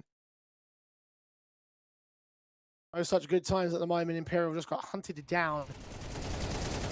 Lost all 5 of their Element 2 saving rifles. Picked up over on the A-bomb site. And Legacy will have the half advantage now for it. Money completely busted on Imperial. Tactical pause called in already, and Orps brought in by Try though, so it does indicate early that they might end up going for a force up. Money's a bit tight on the other 4 players though, so time to refund maybe. We'll have to see what they decide to do. We know that Lux is the in-game leader for Legacy and Skulls is the new anchor in for Imperial, but we also recognise that they were teammates out on Pain Gaming from August to November in 2023. They played alongside Cowers, Cassin and Big Uzera back then. And at the moment, Lux is having probably his feet up. He's feeling like on RT side, we're running defaults, we're getting picks, everything's looking really good. Whereas when you look at the numbers from Imperial, no one seems to be putting up performances that is ending this streak. This is just getting more and more one-sided as things go on.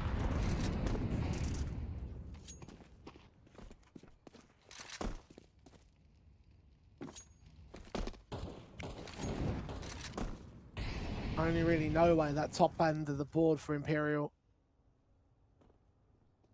will can't compete with the numbers over on the Legacy side, of which more players are in or above that region. Warp of Try being the only weapon to work with as a hero weapon. Nothing offered towards it though. He's set towards B-bomb site, and Legacy pretty passive on that side of the map. Even though you look at the result for Imperial versus TNL in the round of 16, getting a 13-9 on Mirage, 13-9 on Overpass, context is very important, because I think that was a bit of a weird series. The opening map is, what, 12-4 up for Imperial? They just didn't even give them a chance. And then map number 2, Imperial were down 3-9 and had a massive comeback in the second half in which they didn't lose a round. So I'm looking at them being down 2-7 and now 2-8, and I'm thinking, well, they're going to need to drive in that sort of comeback again. And to replicate that in 2 back-to-back series, it's never easy. It's never likely.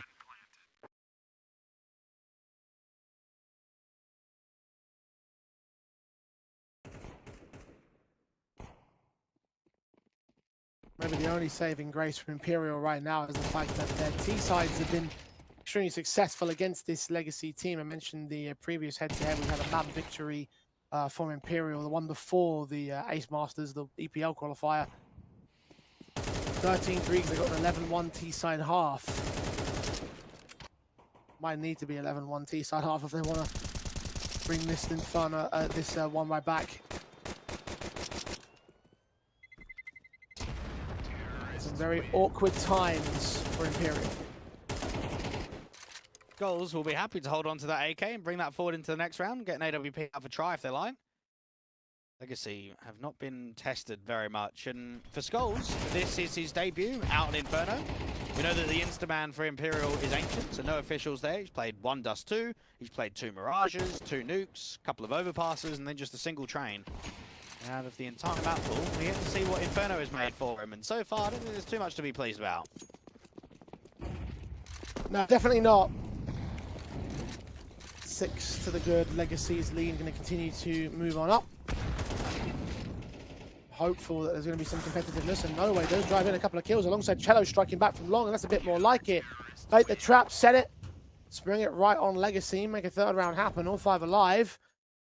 They get a few AKs for the final round of the half. But they certainly haven't learned their lesson. All they need to do is pressure brackets NB. If you go anywhere near apartments or short, you just lose. So that's just what we've seen against No Way. He is the only player that's performing well. Yeah, Cello gets 2 kills, but look at the T-side individuals. Everyone's looking at short. Of course those are going to be free.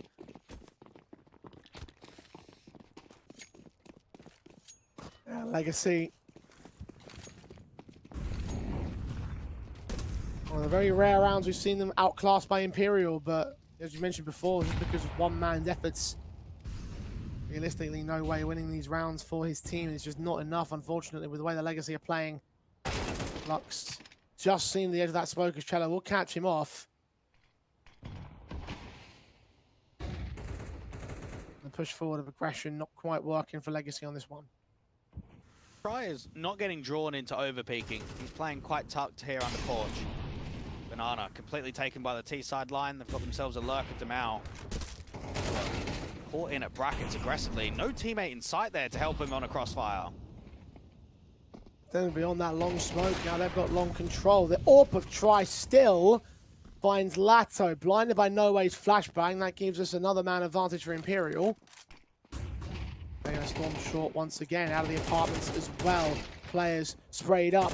Nissim can't hold on. No Way gets his 2 kills. Yep, Nissim's all alone. Frag found.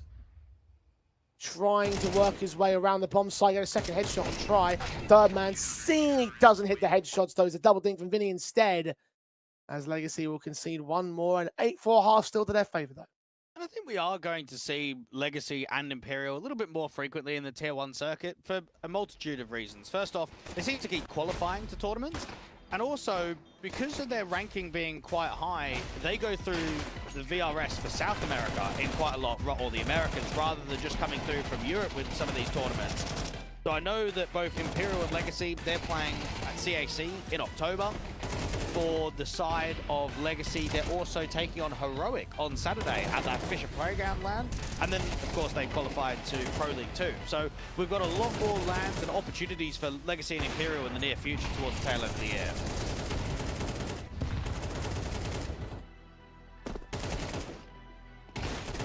Legacy are definitely trying to get up to those higher-end Tier 1 lands, though, or at least they have those opportunities at the higher positions. Again, we're at that debate about whether or not it's a good or a bad thing if you're an out-of-region team or a lesser-level squad. The easy points will come in local divisions, but you can get a lot more if you're successful in the international stage.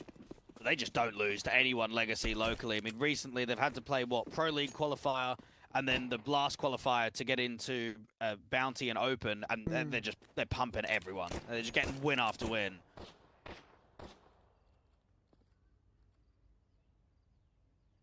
Legacy looking for another win over Imperial, the same 8-4 half score as they move to the CT side. Imperial have been in their sights. Demao and Lato are ready to receive them. Molotov's going to burn one of those dually sets out of the way, seeing so many players, hearing so many footsteps, getting one kill out of it as Cello finds a trade. Lato just backs off and waits for the cavalry to arrive. Lato gets another spam kill, and this bomb is going down from Skulls, but they need to protect themselves against the quick rotations out in spawn. Lato had the right idea. I think he was shooting through hard cover there, though. They can either smoke the bomb or smoke Banana with this. Smoke's been used to go down Banana. Been pushed forward. Player at the edge of the smoke been seen. Vinny gets his kill. No way down in return. Block out of Skulls. Overwhelmed. Vinny, the last man standing, caught by Nissim. And the defuse will be held together eventually by Legacy. Pistol win once again. And in the last 3 months, Legacy have only played 16 best of threes. They've won 11 of them. They've only lost to Mouse, Imperial, Vitality, Furia, and FlyQuest.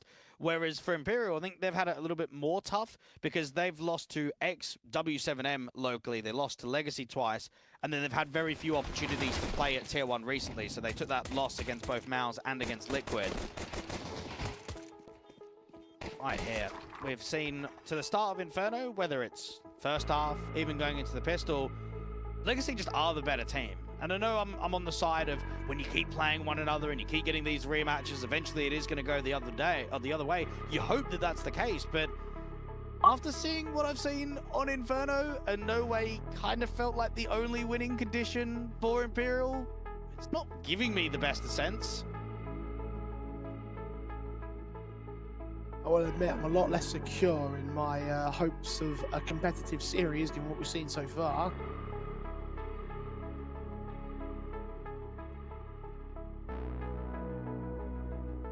The only real silver lining for Imperial, much like it was for Big in the last series, is that this isn't their map pick, and at least Big were able to turn over a map pick into a third map.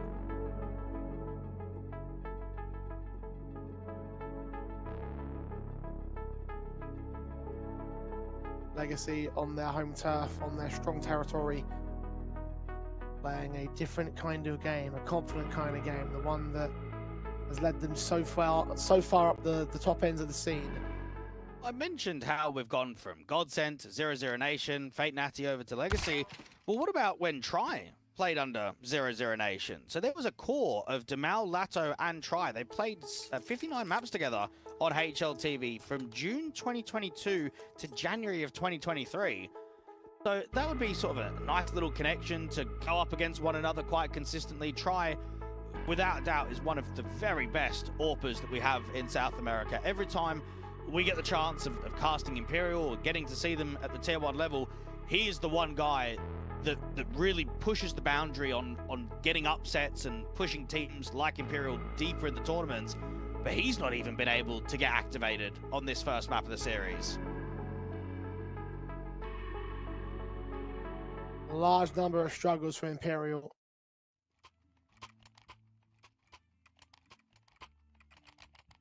It won't get too much better. At least the bomb plant bonus will enable a couple of AKs to come forward.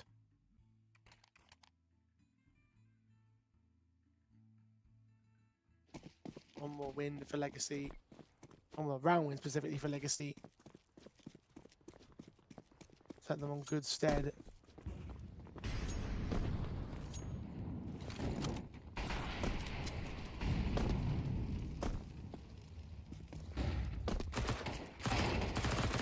Try damaged up early, taken down by Demouse. Peek forward. The HE certainly helping the flashbang, ensuring he can't respond back.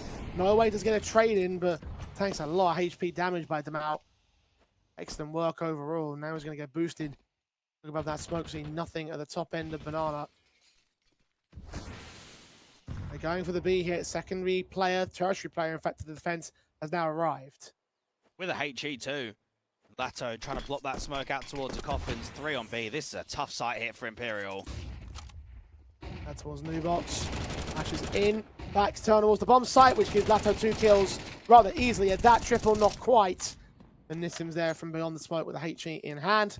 And a death to Skulls. Should come through for no way as well. AK recovered for the man. He's lost the bomb. He can't recover that.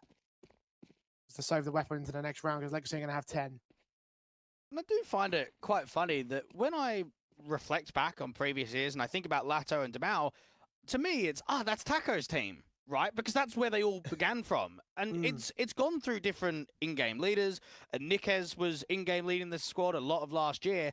And then one of the most recent pickups has been Nissim and Lux. And then Lux has picked up the in-game leadership. Now, he was a part of Fluxo. He played out on Pain. And then Nissim also came over from Pain.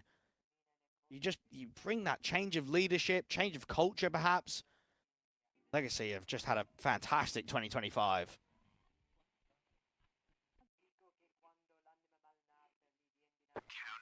A very good reason why they're number 3 in the Americas division. And number 19 in the world as well.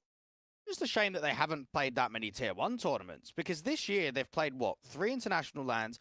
They played PGL Bucharest, where they only got a single win.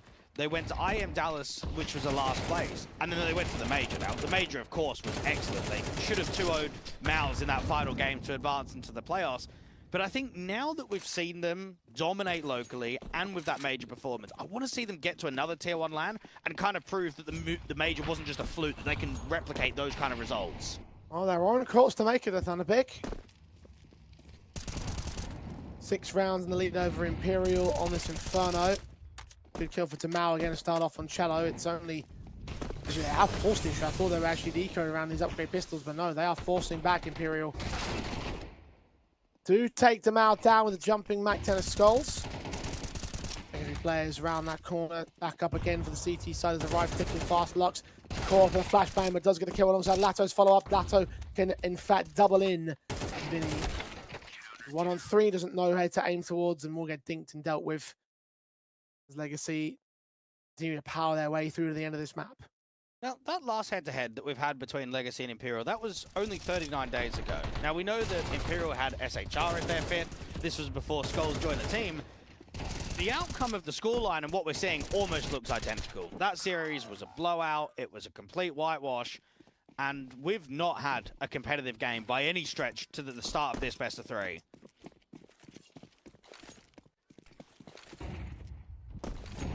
With the only exception of No Way.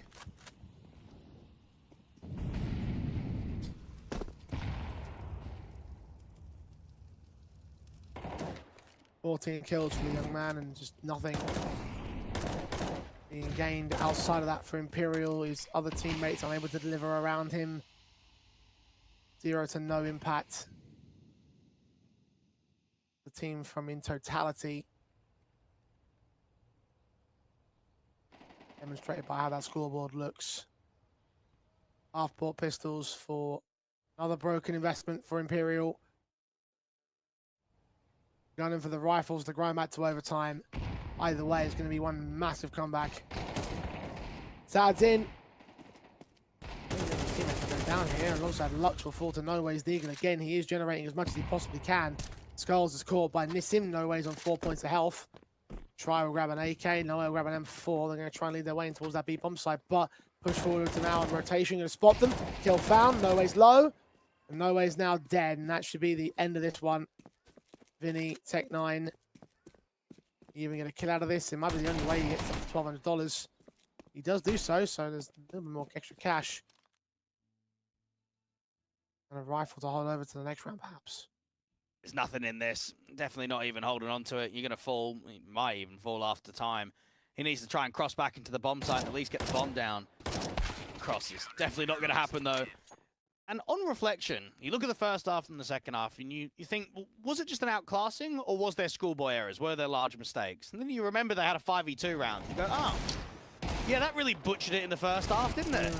You have No Way getting 3 kills out there on the balcony, dropping down to mini pit, and then Cello overpeaks on the bomb site. The 2 mini pit players die, and then Legacy turn what should be just an unwinnable round into a 2v5 win. And then from there, you've just been pumped.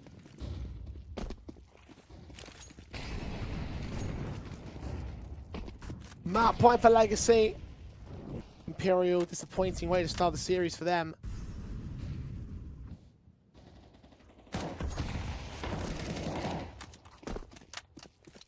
Try and No Way been tagged early by the Legacy starters. The rifle is down against that banana presence. HEs and all.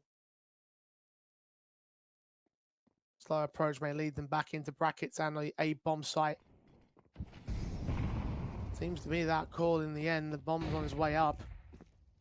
Legacy have held well so far. Imperial needs something special here. Adds in, just jiggling, can drop that incendiary when contact comes in. Very quick, very explosive. Fire gets set. Players are blocked. Damage done to Vinny. He's low HP, but No Way again. Strikes for Imperial. 17 kills now. Try gets Lux. Sads in on the bomb site. Does get overwhelmed in the end, so No Way again providing that opportunity for Imperial. Taking the round, and now we'll have survival for now. Got a pretty good Inferno locally for Imperial. 9 wins, 2 losses in the last 3 months. And Try tends to average a fairly high rating of 1.21, No Way at a 1.10.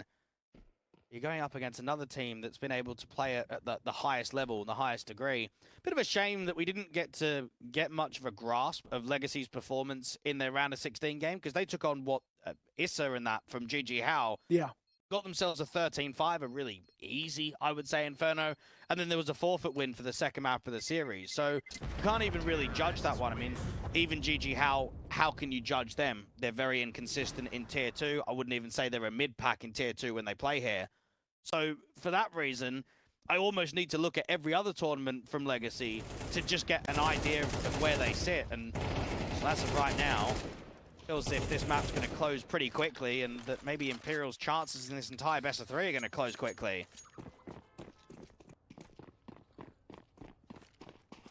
I fended off the map victory for a round, but they need 8 in a row if they want to take it to overtime, and we haven't seen many of those over the bracket.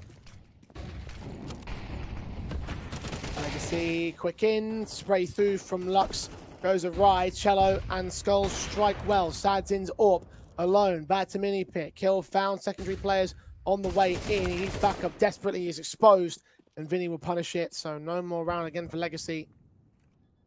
Imperial only now starting to pick up the pace, only now starting to get these solid entries. Now we'll stick around for exit frags. Lato's already backed away. So yeah, we'll play on for a little bit longer. I can't wait for Trav to go into the death segment and say, oh yeah, Trav's Law, yeah, as soon as I get to 12, they never close straight away, happens every time. It's a few survival rounds. It's going to be the odd round here or there, but you know that it's going to close in quickly. You know Imperial aren't going to get to double digits. And nice to see that the T's can win a round without no way creating impact. Because as much as you might have a little laugh about that, that can't occur going into map 2 of a series, can it? You can't just have one player that is either a defining factor on whether you win or whether you lose every single round. No, you're right. You're 100% correct.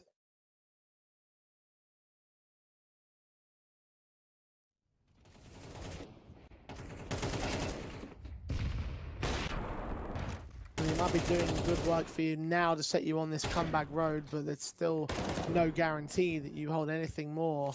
Let's just consider that I was mentioning how Imperial have never picked Mirage in a best of 3 in the last 3 months on HLTV, and they've been whitewashed on map number 1. That can't be good for their confidence, right? Like that, you can't be mentally in a strong position going into map 2 now. Lato's boost, M4 does a lot of damage towards Cello. Vinny gonna run down Nissim. Sadzin can finish off Cello's casualty.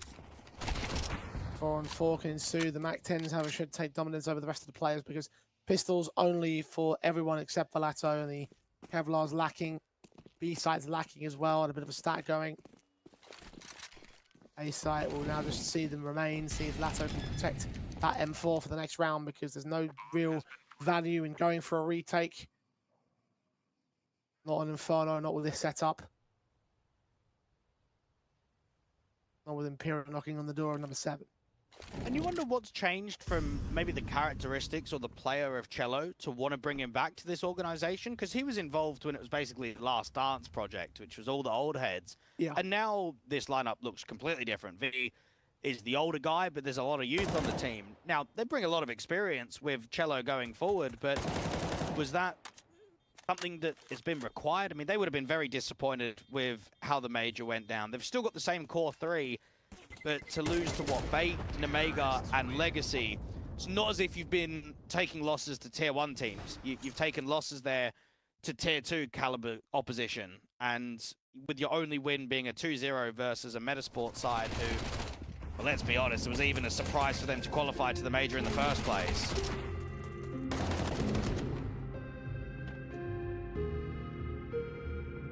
The fact you factor in that major result, and there's actually been 3 series in which this team have been eliminated by Legacy. Qualification games, of course, for Pro League, for Blast. And that major event, that was the elimination game there in stage 1. High stakes can sometimes change the complexion of how these head-to-heads, how these rivalries can develop. And maybe that's a criticism towards Vinny. You're the caller. Yeah. You're the one that you look upon, and if you do not have the chops to win in these high-pressure matchups, well then how do you expect to be at a tier 1 level? How do you expect to compete at LAN tournaments like a Thunderpick? No, you're right.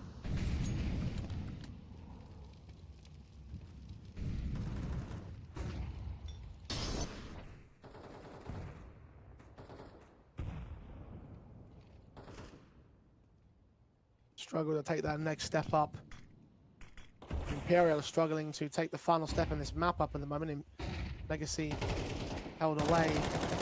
Kill found by Cello. Lux 2 kills, not quite the third. Sadzin's AWP still set towards short, gets called back by Skulls on his transition away to the bomb site. Bomb is recovered. Lato's trying to find that man. He's got a rough idea of where Try is. There's a lot of damage from beyond that smoke, but the bomb will get planted. The retake will be set in. The difficult retake because of the util. One smoke is all that's required, and it's been thrown as a lurk smoke to help them come through from Moto. Now, what they don't know is that it's a short and apartments play. Oh, noise made.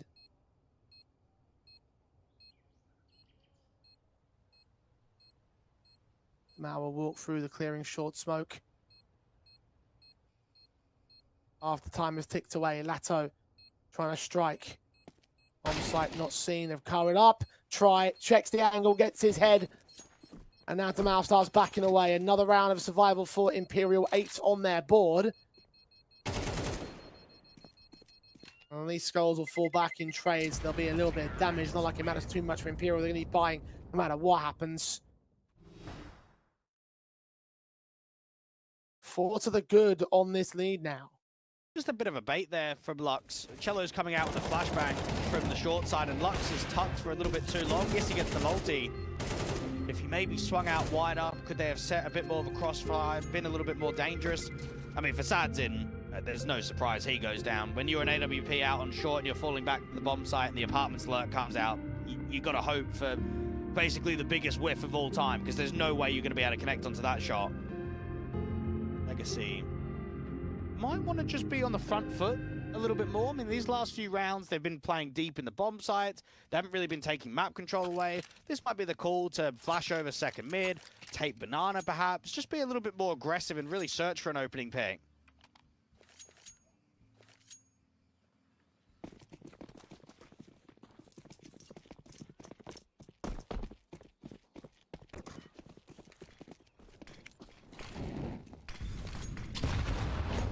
Another good rifle win, and you might start to say that this comeback from Imperial starts to have some teeth about it.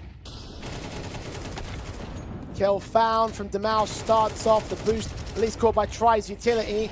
He can double up with support as well from the player up closer. 4 on 3 now for Legacy here. Lux, low HP, but still port of call. And Imperial starting to reform, the retake that banana control.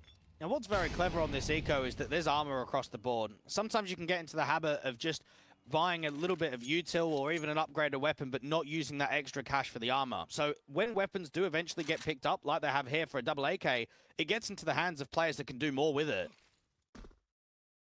Lux is so low though. Demal needs to hit his headshot first up. Flashbang on affects him. Kill found. Second player seen. Backups on the way. They need to hold off for a little bit longer. 50 seconds on the clock.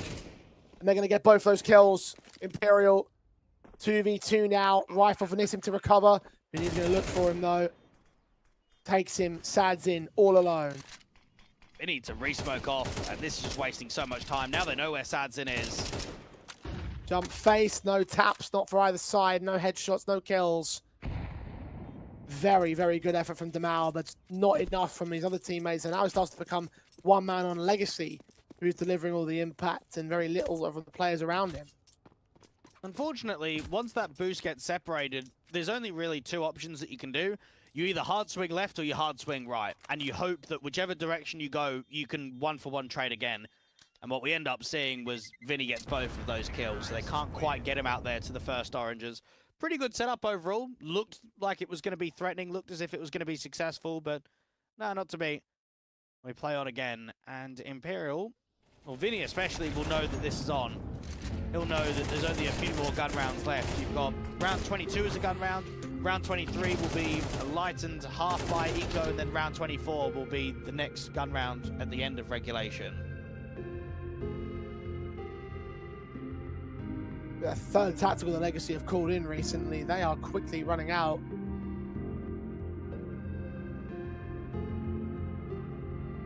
Steam has left the tank. No more fuel in the engine. They have still 1 more round to gain though. Imperial, 5 in a row. 3 more to require OT. A rifle win here in this round will set us on good stead.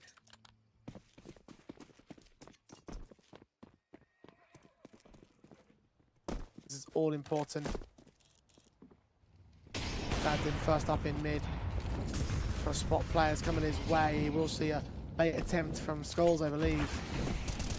Ericsson as Demal leans up, fires back, takes down Vinny. No way, very fast to trade it. Some serious guts to go for a play like that. Re-smoke the molly and get in there quickly. Shame that he only gets away with one. Now, they didn't spot too much out there towards mid.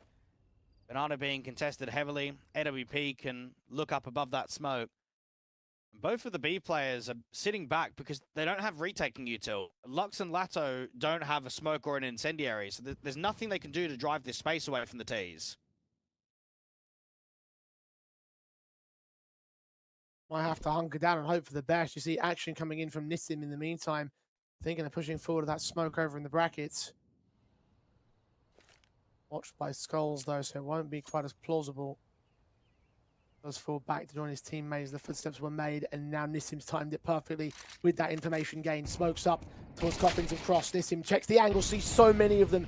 Gets his head taken off though. Is this going to send them back into the other bomb site? It seems like it will do. Try. We'll pass the bomb towards Cello. Or ready for more contact. 30 seconds though. They recommit B. And now you've got the defenders with only a single flash between them. Clean entries are going to have to be required here from the T side. No smoke from Spawn. They've only got one molly. Distracted by that backstab. That might give Legacy the leg up. Lato and Lux flash blinded. Lato dead and No Way doubles up. Continuing to be the impact man. 4 kills in the round. Nissim's efforts wasted as Imperial are truly on the comeback. I don't even know what you can criticize there from Legacy on the defense. They've got a 3v3 where they've got 2 on B with the AWP watching out for what could potentially be a last-minute rotation back into brackets. And yet just both of the defenders get nothing.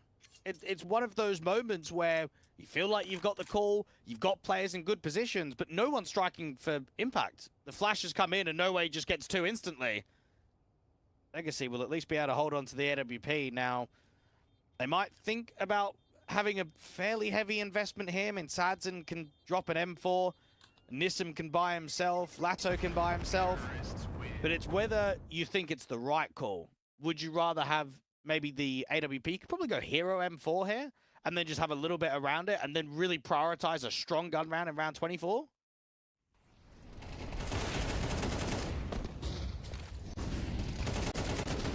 See if they pick that.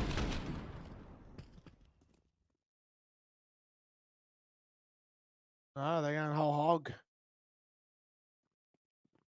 Straight up, straight out, AWP's in, M4's out, no money spared. Legacy want to end this now. Do they have the chops to do so, though? Didn't call in a tactical. I don't think they've got any left. And this time they're not going for the early engages. They are not going for the early utility down. Banana faces in from mid. They're going to wait for Imperial to make their move instead. Now, this is the exact same scoreline of what happened against the TNL matchup. 12-4 up. Now, they closed that one 13-9. This time, it's getting even more awkward. They've already given double digits over to Imperial.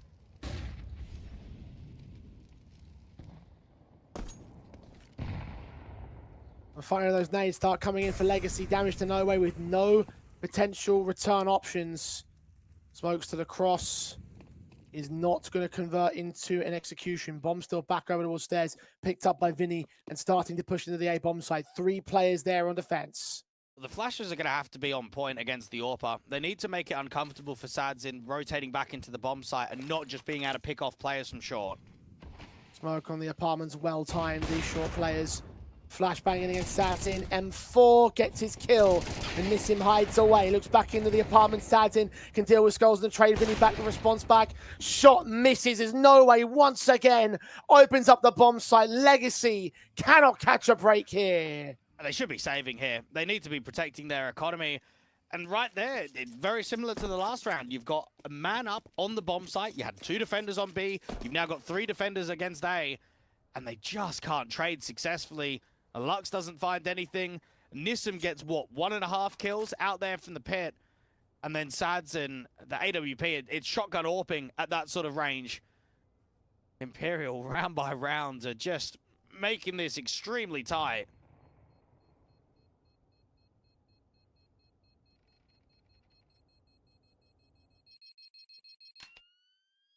From 12-4 to 12-11.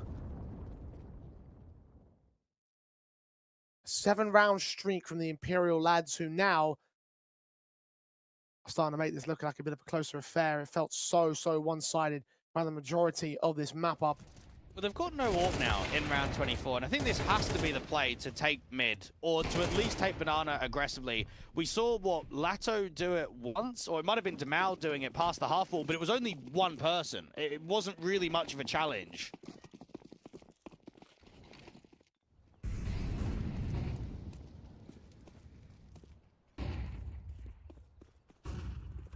Guns up for all 5. Legacy.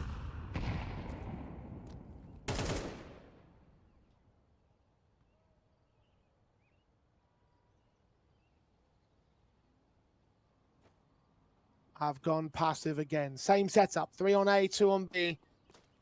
And Imperial start pushing Banana. Very passive.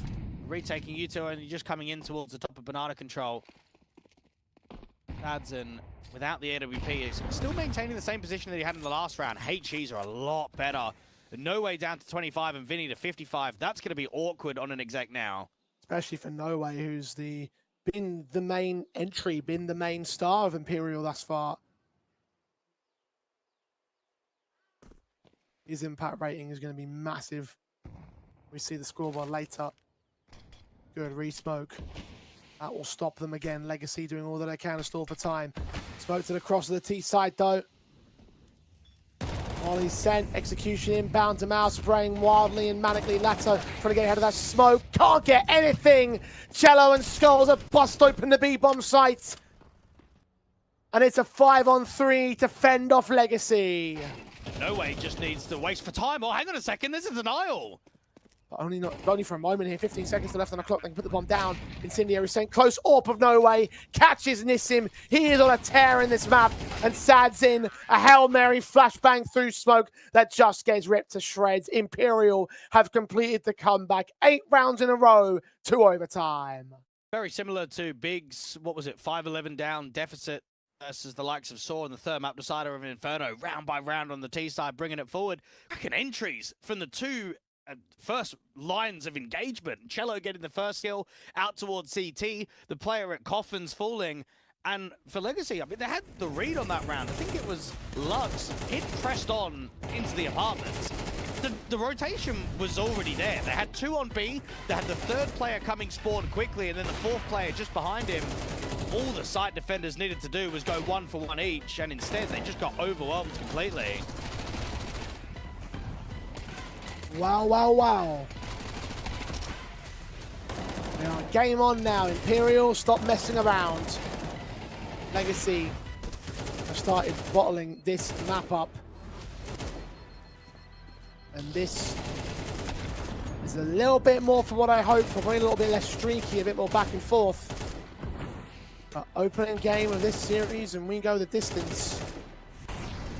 Legacy not allowed the easy Inferno that they felt like they were promised. Imperial have dug very deep. Some of these sequences that we're seeing, individual X Factor has been such a joy to watch. It's always been different players. It's not always been No Way. I know that he's put up what you would say the majority of the impact rounds, but even towards the end there, we were getting a little bit from everyone. And 8 rounds in a row, you wonder, now that we've got into OT, is it that Legacy strikes straight away as what would normally happen?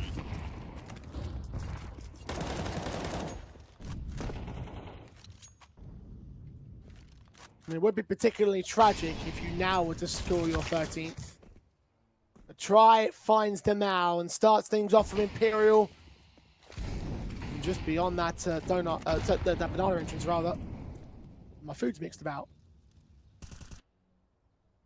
Demal is the only casualty. No trades, no follow-ups. They have stacked that B-bomb site, leaving Sads in very much alone. And could get surrounded soon. No Way comes up out of the apartments. Secondary kill doesn't quite come through. Unfortunately, Vinny's there to get Cello in support because Cello completely with the spray. Bomb plant will still be secured by Imperial here. Shouldn't be a retake, or at least not much of one. They will see Nissim trying to go for a kill. But A-site take, very much a difficult little draw. I think what's made this map quite entertaining is that it's not as if Legacy have trolled. Do you know how many times we get massive score lines that go into an overtime And you just say, oh, it's complacency, right? It was mistakes here. Legacy had quite a few chances, but they were just simply outclassed. It was the execs coming through from Imperial that led that T side. Hack and Group constantly being able to out-aim. Now a position where, well, if Imperial can win this first map of the series from that sort of deficit, you would just be feeling incredible moving into map 2.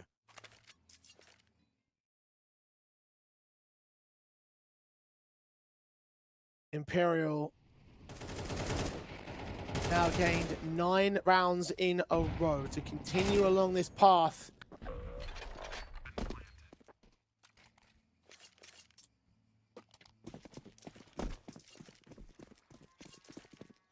Continue to maintain this comeback.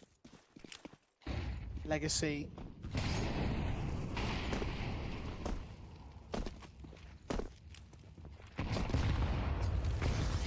Still unable to find answers, still unable to find openings, still unable to keep control of these circumstances. Tag to half HP is Demao already. Sadzin waits. Hoping that someone pops themselves through the apartments and he can get a free opening kill. Instead, Imperial once again lean over towards that B-bomb site. Been able to draw a lot of util across from the defenders on B. Every time Demao's gone aggressive towards a half wall, he's just getting sold into the mincer. He's not getting much assistance. This jiggle can only last so long. There's only so much patience between these two players. Sadzin falls away as Imperial start to take the apartments. Timing going to be worse for the man. Now he's watching for the mid-access. No one's watching it right now for the CT side. He'll lean forward. The opposition will look up to the apartment's entrance though. Vinny and Try 2 picks, making it look really easy now. I don't know if they're just in their own heads or what, but Legacy have gone from being completely lights out to now just not even hitting kills. I mean, what's happening there to Zanzen? That just looks on. It just looks like the freest kill against Vinny. And then he gets nothing. I mean, it doesn't help on the timing, does it? You've held the apartments for what? 45, 50 seconds, and then as soon as you back off, that's when they move back in. And then even when he's dropped down from the balcony, that sound cue has then been heard, so they can put the util against you. So it's unfortunate from that moment. But this is 10 rounds in a row. Crazy.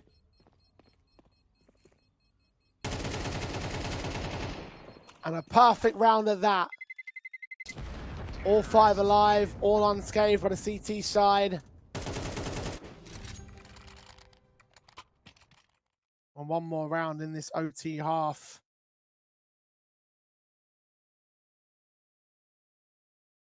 Legacy have still been unable to score since they hit map point. Come back on one side, a choke on the other. Because they had this one wrapped up a very long time ago, but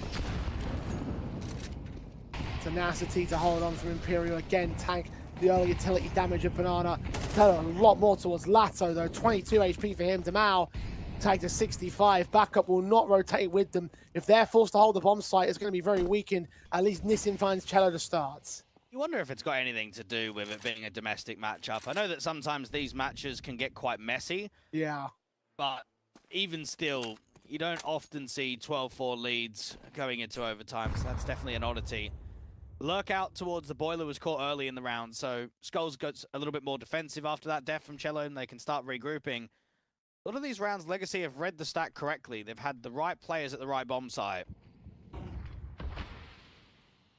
Utility support from Lux is temporary to put the smokes down to the cross.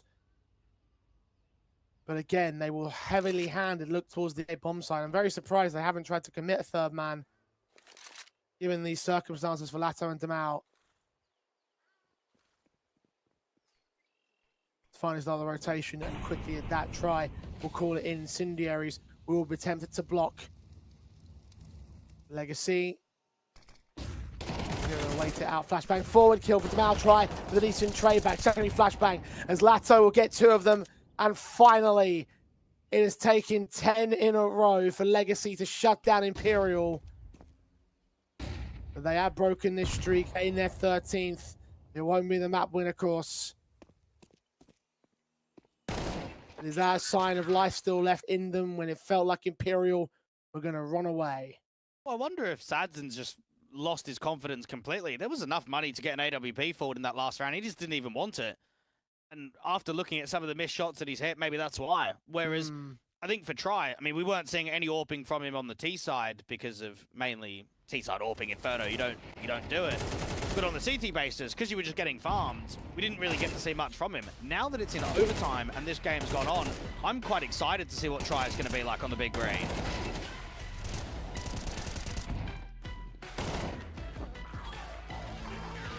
May well see it as we approach the second half of the overtime. Imperial are in the lead. Even still, with Legacy's initial advantage, things have come together well enough for Imperial to threaten this opening map, take their opponent's map pick away. And you said earlier, the prospects of doing that heading into Mirage may well be juicy for them. Last Mirage meeting was very, very fruitful for Imperial.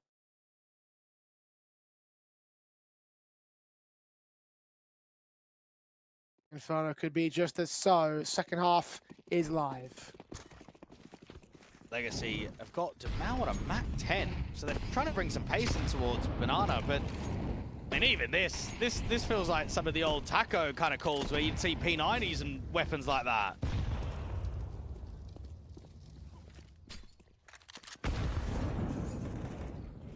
HE's on Lux, and Demao moves up. Forward in, kills easy for Skulls. Flashbangs against the T side line as Nissim and Vinny go blow for blow. Vinny's going to get overwhelmed soon enough though. Legacy are on the bomb site, 3v3. Rotator's coming in quickly from spawn, and No Way was just hanging around in case there was a deep lurk. And we know that everyone is in from the bomb site directly. Now, the issue that the T's might have is a lack of util on the post. They can re-smoke off CT, but there's no way that they can block the rotation coming through from Coffin.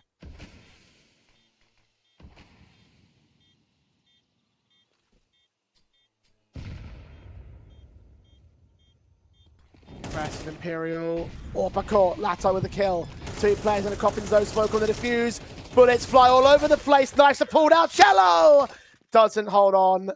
And Legacy have evened up the board. Whoa, just about. So we see the T smoking off coffins rather than spawn, and then he's just trying to set up the util, isn't he? He's trying to get forward with the incendiary out towards dark, and he gets caught on the timing when he swings out in the open.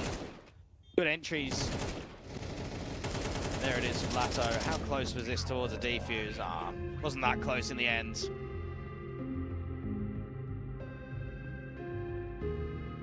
Imperial take their overtime tactical pause. His Legacy have finally started to look threatening in some capacity. They have finally turned up a couple of good rounds.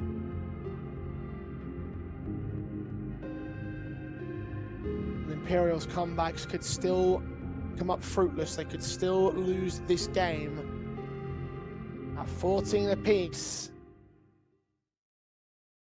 Need to find a response.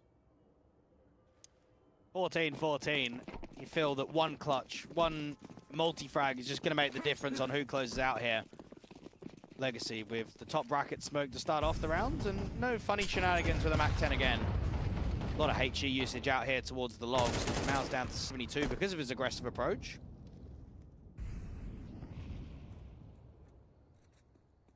Just utility damage attempted to trade back from Legacy, but nothing seen. Kill from Cello is seen. Lato first to fall out of the brackets. Flashbangs in, try. Evade it as his AWP plays Overwatch from the balcony. No Way going to try and watch out from the long access, and he's good. Try got a jumping shot, I believe, with the big green. Lux and Demao try to get those trades together, and they are successful. But a 3-on-2 still favors the CT Force as they drop that bomb. They can make it one. Demao's in an impossible clutch. Try his best to isolate the fights, but Molotov's in his way. Swing back from Skulls does get taken. That's one. The approach from short, not as viable an option. The approach from long. Imperial can adjust against that. Demao. He's moving. So are the CT side here. the two best players that you want in a clutch, though, for Imperial and a 2vx, don't you? You want your two vets. You want your two guys that aren't going to struggle under the pressure. Demao is waiting for the CTs to make the move, though. He can get back towards the bomb, but this is just timing from both respected sides. Yeah, the footsteps. And then they reveal themselves. Demao, not sure of the second player, though. Back to way towards long. Cannot escape the ire of Cello, who now puts Imperial on that point. And very rarely do you see the AWP jumping getting a kill. Sometimes you might get it with the odd AK. Looked like he was just jumping up on the balcony. Hello, though, just about getting that finishing blow. And, well, if you're Legacy, I don't even know what you would be saying to your teammates after losing a 12-4. How do you reflect on that going into map 2 of the series if you don't take your map pick? Especially because by the end of some of those rounds, they weren't even looking close. Imperial began steamrolling, especially on that T side. 8 in a row, and this CT line is now just the closing element. 16-14 calling Legacy. One chance to deny it, another overtime if they can do so. Legacy are desperate for an opening amount advantage in a round like this. Now, we saw in the last round the AWP was playing out towards the apartments. We've got Try a bit more aggressive on the short side, but not going out towards B as an example. Both of the B defenders very about passive. And for Skulls, I mean, he's looked very average. I don't see a single impactful round from him, or at least from memory. And as the B-side anchor and the newer player in the team, you'd almost want to show up. And this might be one of the very few rounds where he's got the opportunity to do so. Push forward from Cello. Look at this. Oh, look at this. Two lined up. That might already be it. Legacy trying to scramble to get back into the bomb site. At least Lux's. They're going back out towards mid, however, trying to find other elements that might have pushed. And instead, Imperial just hunker down. 30 seconds remaining. Lux burning in a Molotov. I think maybe of his own making, or either way, he's left him at 19 HP. Vinny, backside. Spotting a player over the shy. Skulls catches Demao, and it's a quick tap and burst for Imperial to complete the comeback. What a return that is. From 4-12 to 16-14, they will take Inferno. Madness, absolute madness. I cannot believe we've seen that come through. A great outcome for Imperial to never give in, to constantly be on the recovery round by round. But you're right, towards the end of regulation, it looked comfortable, and this is a real worrying sign for Legacy moving into map 2 now. Indeed it is, and that was your own map pick, right? To have it solidified, have a 12-4 advantage. You should be closing that every single time, no matter what you want to give to players over in the Imperial side. That is a buffer that you cannot choke, and they choked it, unfortunately for them, into OT, into a loss. And now Imperial look like they may well put one more notch in the bedpost in terms of this rivalry. Back to the desk with Sam and the boys. Do you reckon Jay said it so many times? I'm going to say it again. 12-4. 12-4. How? How do you lose that? How does that go so incredibly wrong, Trav? The most crazy thing about it is it's like totally against the run of play in every single matchup I think they've played. We know how much they played each other in these regional qualifiers, even at the major. That's, to my knowledge, that's never happened before. I've not seen Legacy collapse like that. And there were small signs of it as well, even when it was still in regulation, when the comeback was Imperial starting to build this comeback. There was one round where they were boosting quad on B, and it was like a 4v3 on a slightly lower investment round, and then they both had to drop off the boost on quad, obviously, because they knew they were there. But they didn't swing left and right. They swung together. It was an easy lineup, miscommunication of which player was going to go first. Maybe the low HP player should have gone first.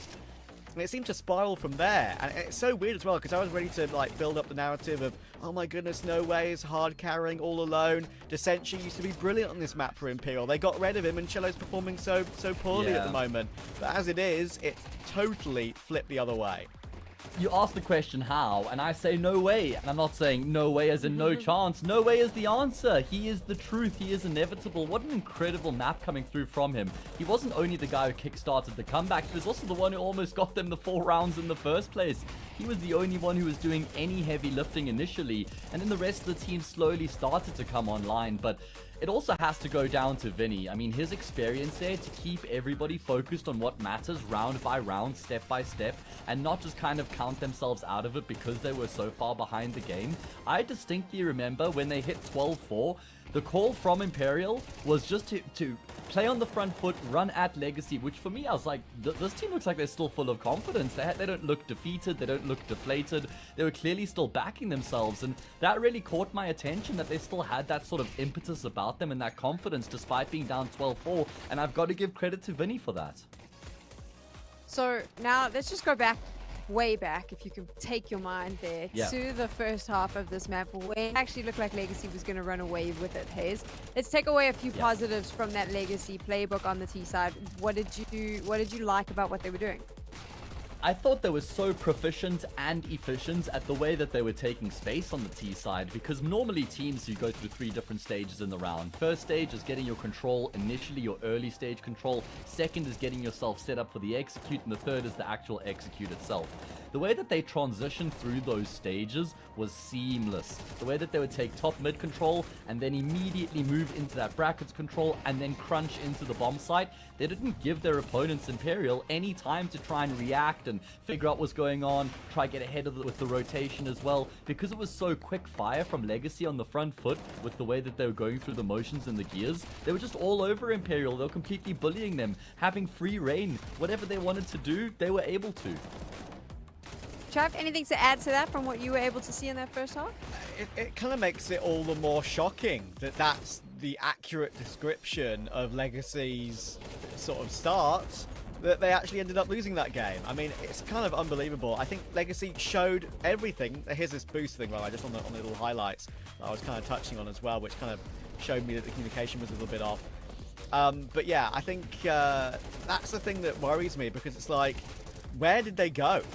They sort of fell back a little bit, started playing a bit more defensive. It was a bit more nervy. You can understand why when you're getting sort of comebacks on that much. But yeah, I think it's a shock, because their individuals are looking fine. JiJieHao is having the game we all know he can have and should have. We picked him out, of course, beforehand. But no way was there to sort of match him, right? I think that we just saw it on the replay there, by the way. That one round where I kind of mentioned it to Matt when we were watching it in the moment in our little voice chat, right? Like, they had a great setup. One corner of Fountain, Legacy, one back pillar directly behind him. No way saunters in, surely going to get taken down first in. He just spray transfers both of them. Like, literally, he was unbelievable. And as I kind of touched on before, without his partner in crime, Desenchi, when they bossed this map, that is a really good sign that he's still able to do that, even if he doesn't have the full support throughout the whole game of the likes of Cello or Skulls or even Vinny. Now, obviously, we've seen the superstar that was No Way and what a great round he had. We've spoken a little bit about what Legacy was doing right. We've spoken a lot about what Imperial's doing right. I mean, Hayes, I have to pose this question now. What went wrong for Legacy? Honestly, it felt like, and this is never a way that anybody's ever described Legacy, their playstyle, the way they approach the game. It felt like they went into a shell. They were just doing their normal 3-2 setups, 3 players on A, 2 on B. There was one round at 12-5 they took deep banana control, and that was the only time Legacy looked to take deep banana throughout the rest of that CT side. As far as I could tell, it looked like they were playing not to lose. They were just trying to play super conservatively and safe, not give away opening kills, just thinking, all right, well, one of these rounds will be able to find the kills necessary when we set up on the bomb site, but that gave up so much space and room for Imperial to just scale forward, get themselves set up for the execute without any disruptions, and then they were just all over Legacy like a rash. So I think Legacy just went into a shell. I think they got too conservative. I don't want to use the word scared, because obviously it's probably too strong of a word, maybe not accurate, but honestly, it felt like they were just playing far too safe and not really backing themselves. And when you have a team that have got players like JiJieHao, like Lato, who really undelivered, in particular Lato, you want to let them off the leash and say, let's just run at them at this point. There weren't any rounds where they looked to try and go deep down middle. Rounds where they try to fight apartments or get someone pushing through CT apps into T apps to get a big flank going. It was just a standard setup every round. They got exec on. They didn't have info, so they couldn't cheat any extra players across to try and get ahead of the executes either. And Imperial just had free reign. Yeah, and the thing that's wild as well, right, is that the insanely good flash timings that Imperial had on round 24, I think I pointed it out, right? Like, that was it wasn't like Imperial's recovery from 4-12 was like a shock or like well, it is a shock, but it wasn't like it was explosive. It felt like a slow, gradual like wave of rounds. And when they did finish it and got those incredibly good flashes on round 24, they had the round in overtime where it looked like they were so cool, calm and collected. It's like, okay, we've got a freebie here, boys. We've come back all this way. We should never be in this position. We should be in map 2 already. Let's just play our game, play it as we know we can. Don't put too much pressure on ourselves. And the great example is how Cello and Vinny played that 2v1 versus Dumao.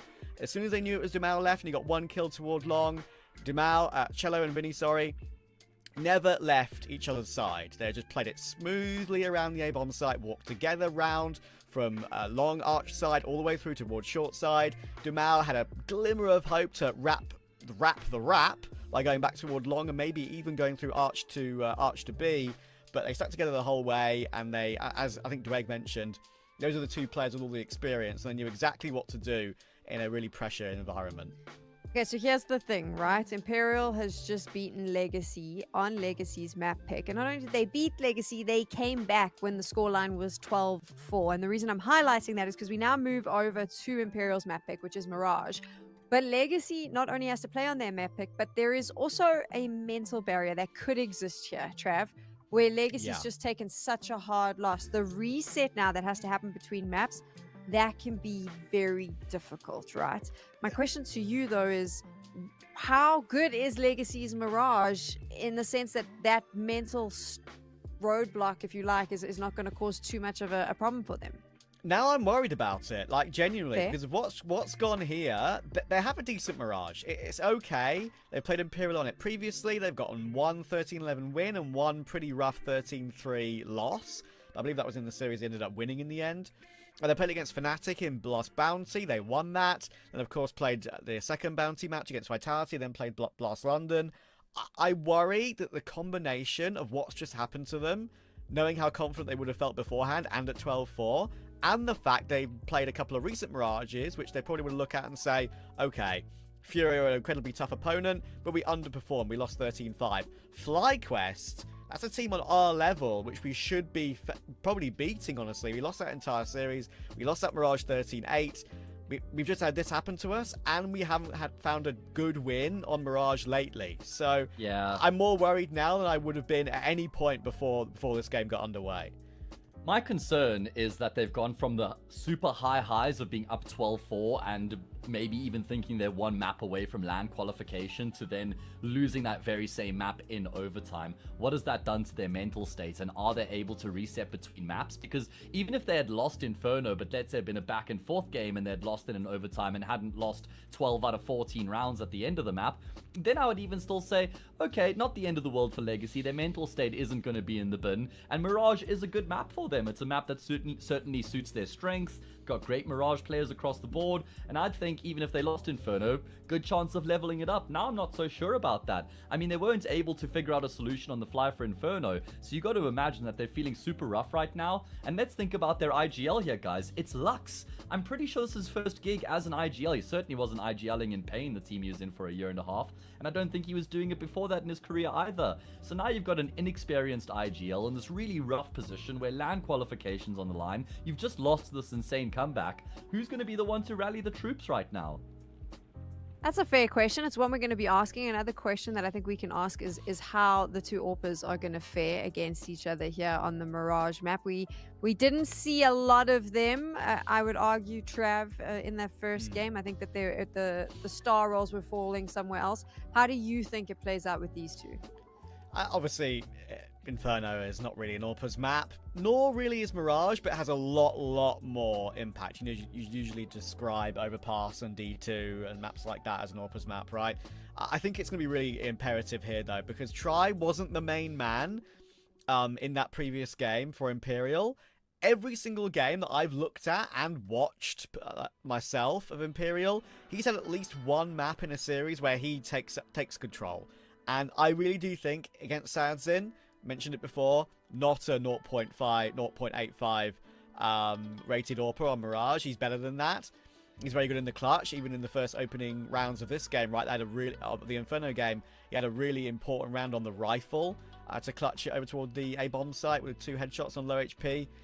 He's a pretty good rifler as well, but I do think that there is a diff here that Try can exploit, and I'm really looking forward to seeing if he can prove me right, because so far, Try always has. I'm just looking at this and thinking, well, who's going to join Dumal? Who's going to join No Way? Because at the moment, both those 2 players are online, but they're effectively, or essentially, the only 2 players who are online right now on either end of the server. So if Try can kind of bolster that and join up alongside No Way, or Sadzen could do that there for Dumal, that might be the difference maker. Okay, boys, so this is where we're sitting. We have had quite an eventful first map, I would say, which has made us all a little bit concerned if you're a Legacy fan. On the other side, you've got Imperial, who, as Vinny said yesterday, they have put so much prep into this competition. They are looking well on their way to making that trip to Malta. And now both of these teams have to face off. One map separates Imperial from Malta. How are we feeling? Are we apprehensive? Because that is the vibe I was getting from both of you during that conversation. Slightly apprehensive as to whether or not Legacy can pull it back, Trav. I think it's obviously incredibly important for them. I do think that both of them in their own minds, like, there is one thing I don't think either of them have to truly worry about. Imperial definitely need to worry about it more than Legacy. I think they're both probably still a lock for the major, whatever happens in this qualifier, and whatever happens in that regional LAN that Imperial are going to be playing in Rio de Janeiro. I think they're going to be okay. But there is a difference in stage, right? Like, if Legacy lose here, don't make the LAN, don't get the points at some of the upcoming tournaments, and of course this one as well, they won't be in straight away in stage 2. They'll have to play stage 1. So these are all small factors. It's not just, as we kind of been talking about throughout the calendar year, with the lack of RMRs, all these tournaments, all these qualifiers are all mini major qualifiers, right? So, yeah, I think they're both not going to have that too horribly in the back of their mind, but it's still incredibly imperative for both of them, especially with what's on the line at such an important LAN with great teams that are invited as well, remember. I'm very concerned for Legacy going into this next map, and it's also because, for me, when Imperial forced the game into overtime, I noticed that on the player cams, they weren't popping off and jumping around and celebrating like crazy. Vinny had a big smile on his face, but for everybody else, it was like, yep, here we are, we're in overtime, we knew we were capable of this, and that's kind of scary. Like, if I'm playing against that team and they aren't, like, it's not a super big surprise to them that they forced it into OT, there's a degree of expectation, especially once they got closer to the finish line, of course. I think that Imperial seems super locked in right now. They've proven to us that even when things haven't gone their way, they're still able to get things back on track while the map is still being played. Now it's on Legacy to prove they can do the same. I do love the speculation. Now let's find out what will come to fruition. We are getting ready for our third game. You're watching the Thunderpick World Championship close qualifier. 1 spot remaining for the LAN final in Malta. Let's find out who's going to take it.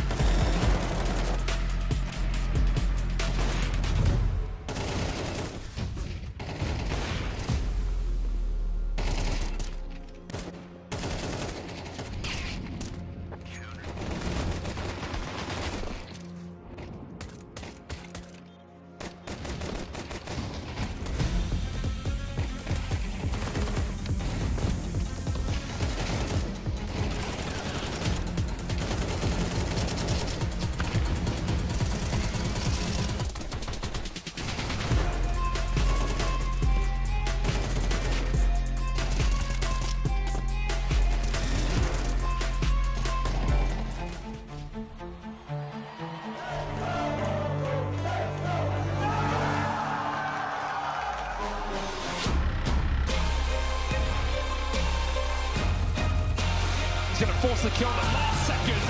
Right to the smoke. Look at him go.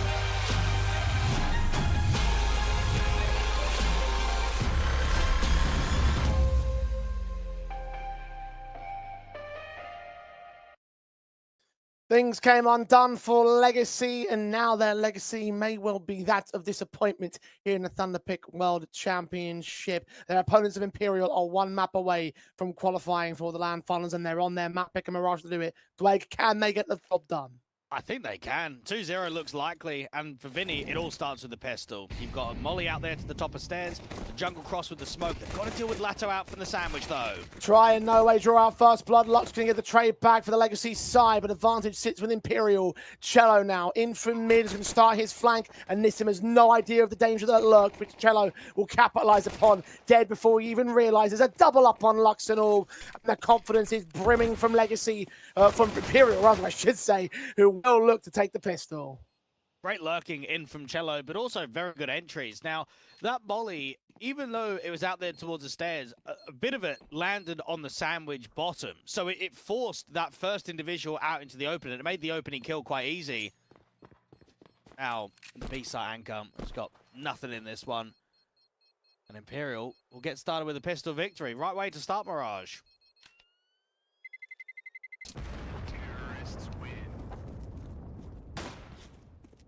Nicely kept together.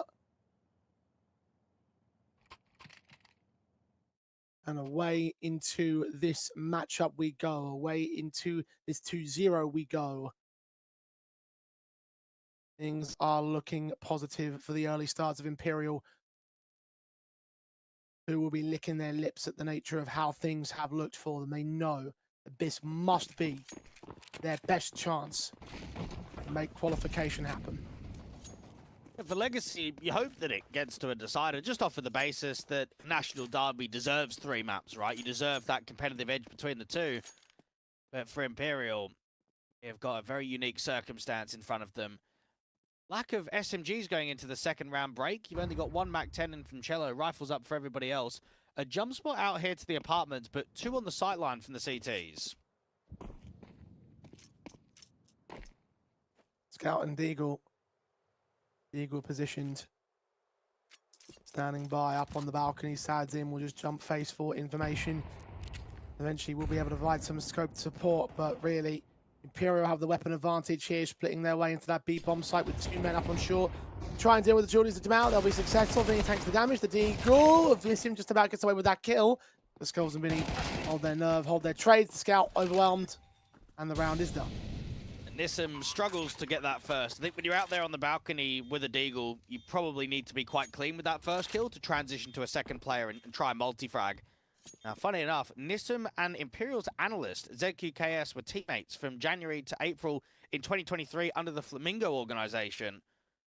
It would be a great way to get a 1-up if you're now gone from an active pro to moving into an analyst, and you've been doing the prep right against your old teammate. You've been doing the prep for Legacy to try and get that edge, because for Imperial, it's got to hurt. You know that you're a fairly consistent team locally. You know that you've been getting opportunities at the Tier 1 level recently, but yet Legacy have always had your number in these qualification games, and enough's enough. This is the time now to step in and put a 2-0 up on the board.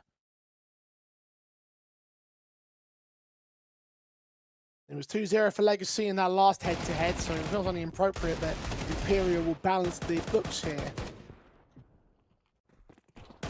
Even though these last 2 best-of-3s in their head-to-head rivalry have gone the way of Legacy in general across the extended history of all their head-to-heads going back to October of last year, Imperial have more series under their belt, so history has favored them, and it seems like the present's favoring them as well.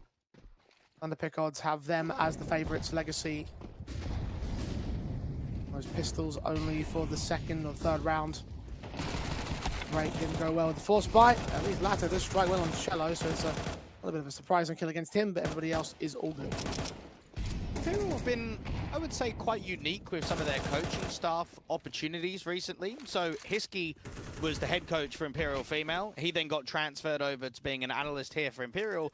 And then Bubble, an ex-Bulgarian pro, he then started coaching the ladies, and now he's been transferred over towards Imperial's new academy system. So they've obviously got a way of looking at the coaching staff that have been involved in the organization, looking at the different projects, whether it be the female team, whether it be their new academy or the main roster here in Brazil. Just work out exactly who needs to be where and what's going to suffice the best for results and overall progression.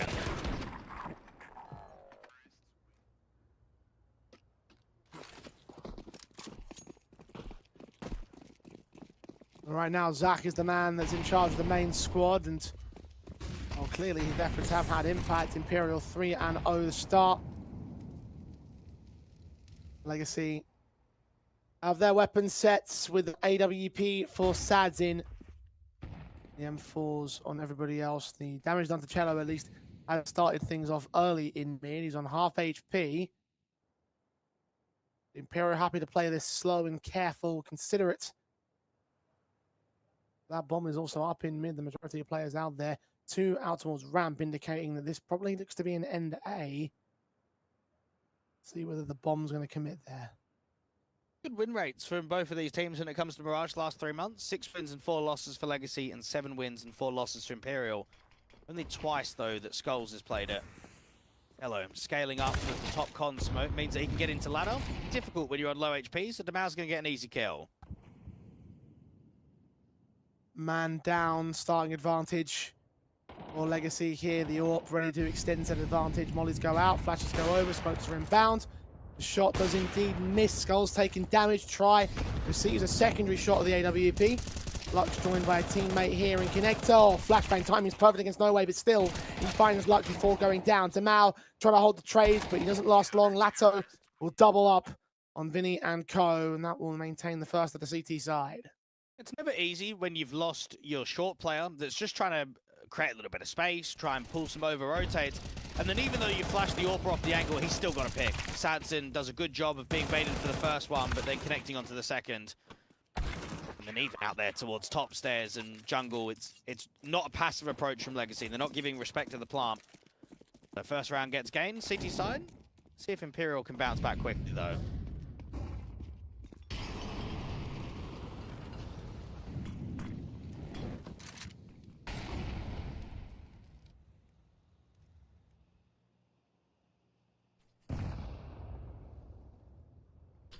Two to the good still for Imperial. Legacy, of course, closed that gap early. Fast up from Vinny, takes down Lux. Secondary player in the ladder room, goes completely unchecked. Could be a chance for Demal to strike, but Latter's been picked up. 2 seen, only 1 falls. The bomb should get recovered and committed. 2 players in the back of the B-bomb site. Missing Sadzin defend them all off, and this is not going far at all. Sadzin can't even cut them off from the cross. He'll miss a first shot. And the bomb will cross successfully, planted, secured. And he is out of there to save his weapon because there is nothing left in this round for Legacy. Just beaten by pace, completely out there on B. And fair play to the likes of Skulls, because Demal had a timing in which you probably saw a vision of the bomb being dropped and a multi-frag coming in, but Skulls make sure that that gets completely disallowed. There's no multi-frag coming in. And this is another round to add towards Imperial's quicker nature.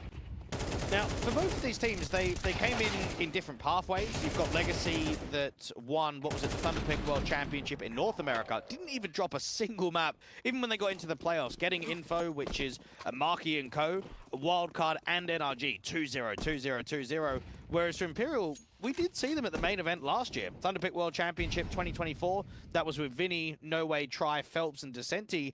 They got all the way to the play-ins. They lost to NIP in the group, beat Legacy in the elimination, and 2-0'd NIP, but then lost to the Mongols. And that's the same game that we were talking about between OG and Big.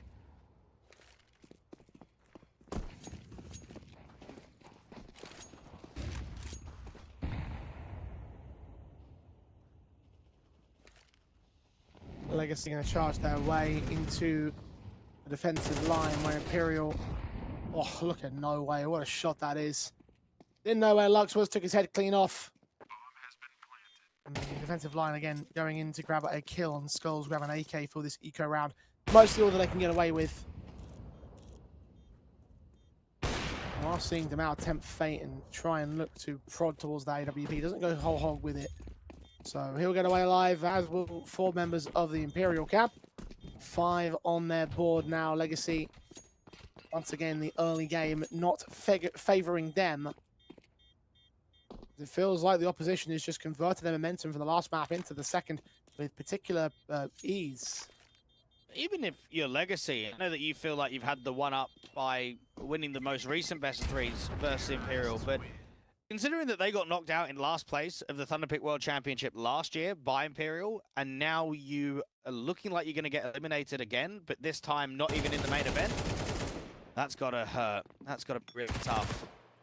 This is a good-looking scoreline for Imperial at the moment. Indeed it is.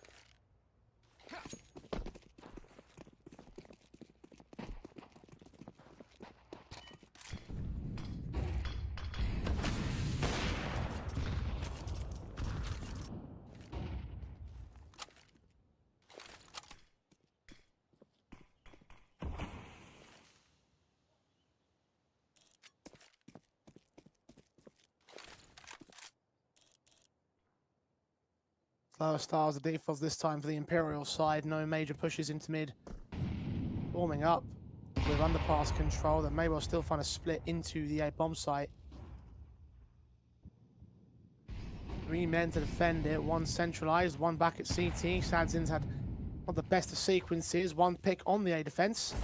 That's the only pick he's found in the game so far. Nissim caught by Cello. Mid presence now revealed. Bomb can start to walk out of the ramp. Cello gets a double as Lux could not find that trade. Vinny now on connector.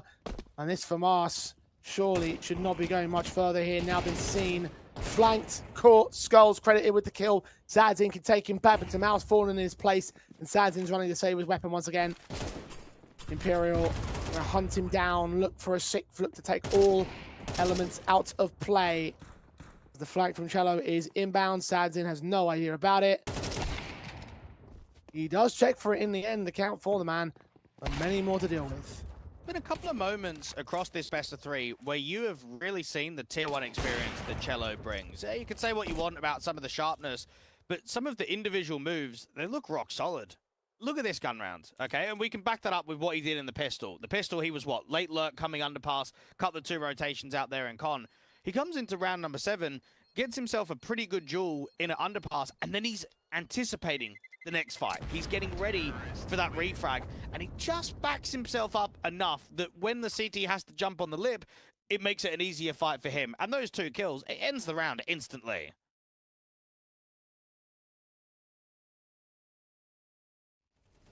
Nothing can be done after that. Legacy struggling to get started here. There was a nice impressive exit orb sequence from Sadzin. I'd love to see some more of that during the actual round offensives though, because they need an impact player on Legacy pretty badly. Someone, anyone, to turn this situation around, because they were favourites coming into this series. I think everyone had them down as such. Maybe you could throw some Brazilian derby shenanigans into the mix. The team that was eliminated during stage 1 of the major about to eliminate a squad that damn near took themselves to the playoffs of the major.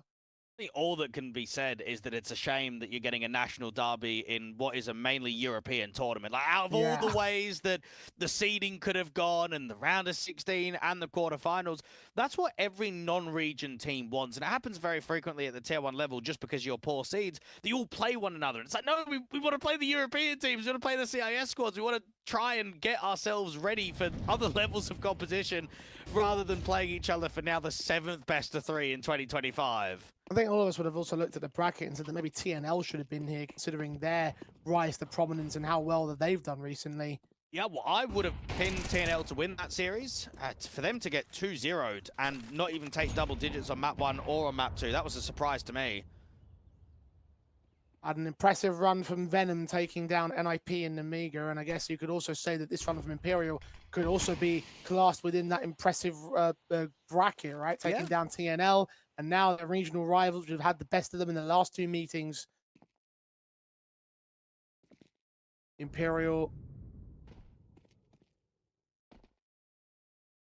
lead by a margin of 5 rounds, 6 minimum on the board. 1 more round to win the half, and Legacy would have shown us nothing as of right now. Utility down, smokes to connect jungle stairs and CT. They are out and about of ramp. Lato on site. One man, I believe back at Dark, actually bound underneath it. Demao will strike first. Lato will get a trade back. Demao is extremely low HP. 5-on-3 established, and Lato can double up. All important. Even the transfer to the triple looks stunning from him. And finally, there's the impact man and legacy we're looking for. All 5 will maintain their lives, and they'll find their second. Just have a moment for Imperial where they're going into a set execute, but no one is opening up the bomb site. It's a very tucked CT line. You've got, what, an off angle just on the left-hand side, a bit deep back from the default, and then another player from underbound. But even when contact is established, both Lato and Demao, they're not really overswinging. They're not giving easy fights away. And for Skulls, he's done everything right there to swing on the contact out from Palace. He's just been owned. That's an incredible individual sequence from Lato.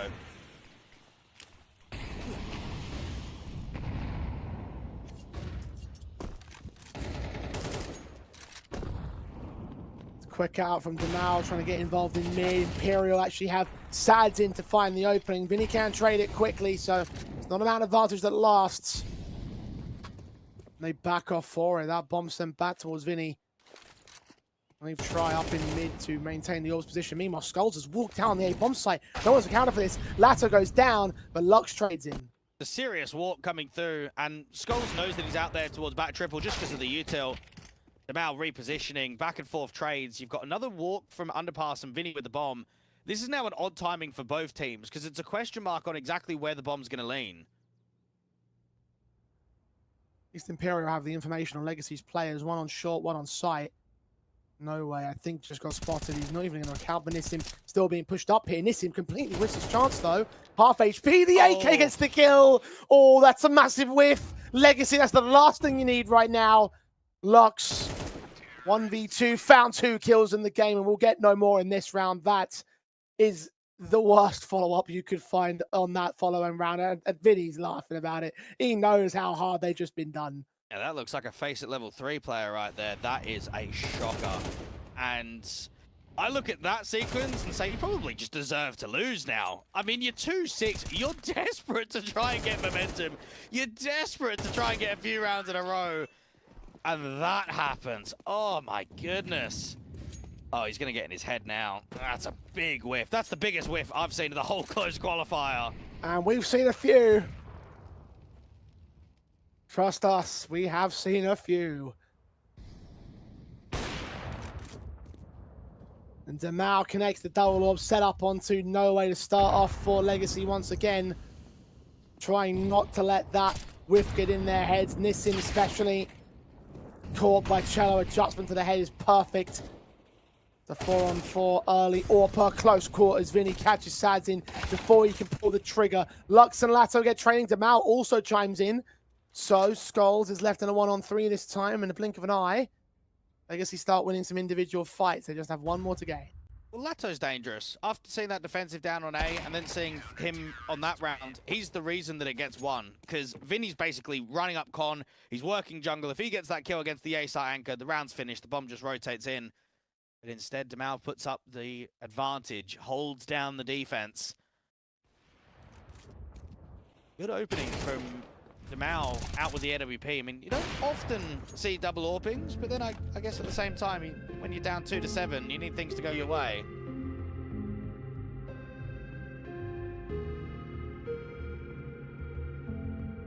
Well, much better recovery from Legacy in that one. Tactical pause pulled in by Imperial as a result.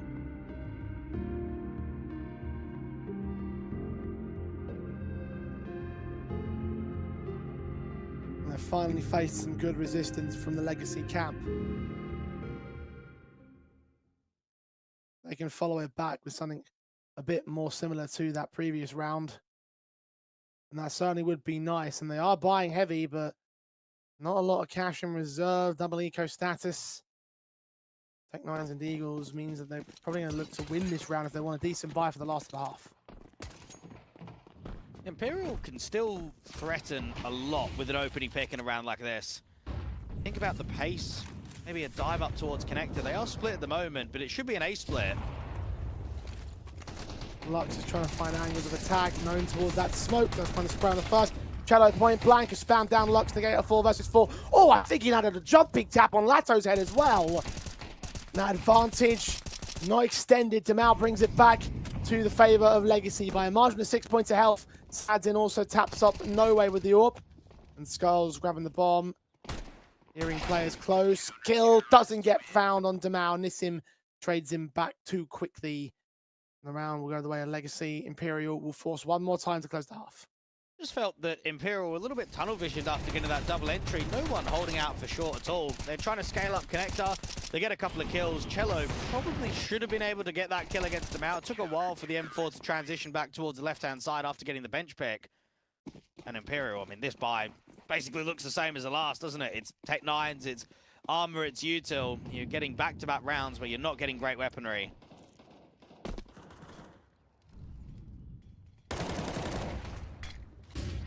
Kill from Sadzin starts off Vinny. Tech 9's try and push into the bomb site. Sadzin's doing well with Lato to deal with these individuals. Lux also takes his place as he gets traded and as the quickest enter around we've seen Legacy take so far in the series. 7-5 at the turn. Still favorable to Imperial, but that is hopefully a positive sign for the favorites in the best of 3. A bit disappointing from Vinny and Co. You're up 7-2. You've got your opponents on the ropes. They're not feeling all that confident out in the second map of Barrage. They're struggling to even get consistent buys together. And then you've given them a little bit of freedom towards the end there. They get a few rounds in a row, give themselves a bit of a case to really fight this second map. Hope to see if they can drag it out towards the third now.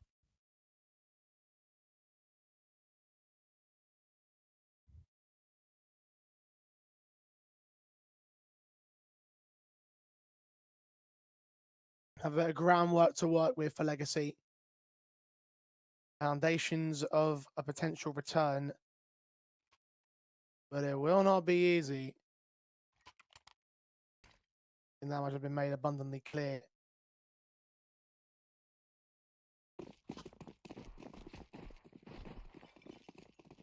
Two rounds to the good, and the scoreline has looked a little bit better from Imperial so far. Legacy into the T-side pistol with their Glocks pulled out. Utility, Sads into Mal, and Lux ready for the B hit. A lot of players on B, and Cello is tucked out here to jail. Ashes forward to Mal, turned away. Vinny and Cello, easy pickings from sight, from jail.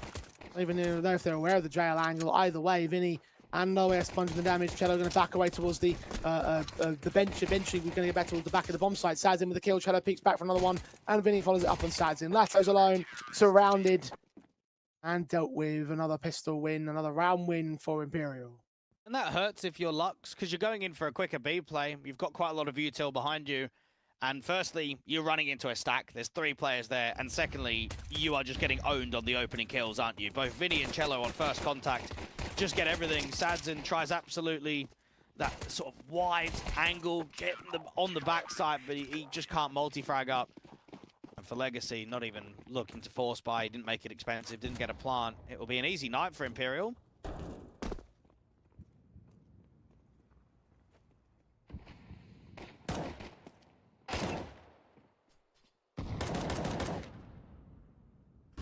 Currently the odds favourites at Thunderpick.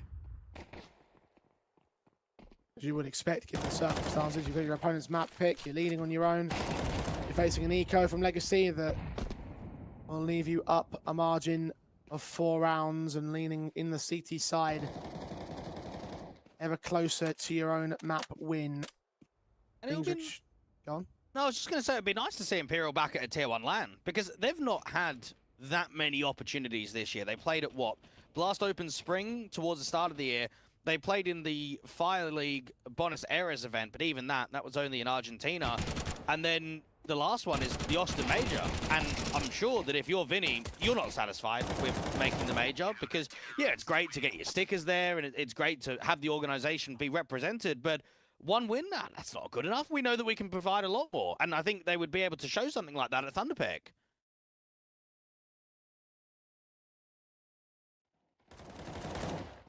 To prove it to themselves as well as to everybody else. But you are right, opportunities come few and far between for the lesser level teams. And also to prove that the roster changes have been an upgrade. That the likes of Jesus and Decenti coming out and bringing in 2 veteran players like Skulls and of Cello that have both previously played at a tier 1 level, that it's going to help us. It's going to push that progression forward.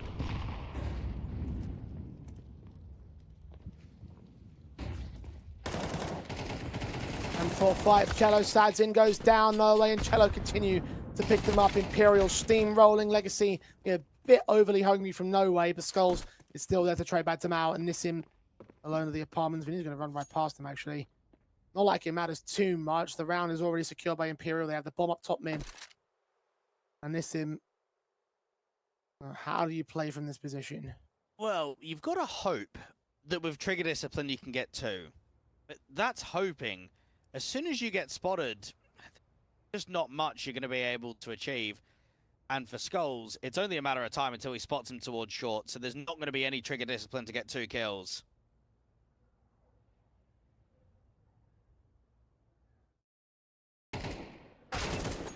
Seen, tapped, easy. Imperial on the run up to the end of the closed qualifier. Their map in the series, their domain to rule. 10-5 on the board, 3 rounds to go before they will secure their 2-0 and secure themselves their spots at LAN. Legacy, another tactical, because they are almost completely out of chances to maintain this win, to push us to a 3rd map. They have fought valiantly across their tournaments in general, and again, we had them pinned as the team that should have won this series, but it is looking ever more like they will not be going to the finals. You can give a lot of praise to the coaching staff. Zach, who's been around the scene for a very long time, coached Immortals, Luminosity, ZQKS and Hisky. I mean, both of them ex-pros. You've got ZQKS that's got nearly 1,000 maps played on HLTV. Even Hisky played on Wolsung, a fairly decent level in Tier 2 in Europe. They've done everything they can to get this team prepared for this best of 3. They know that it's a tough domestic matchup where we've struggled in the previous head-to-heads. But the way that they've done it, from a 4-12 deficit to now performing like this on Mirage, they deserve the qualification. They deserve the spot at LAN. Indeed they do.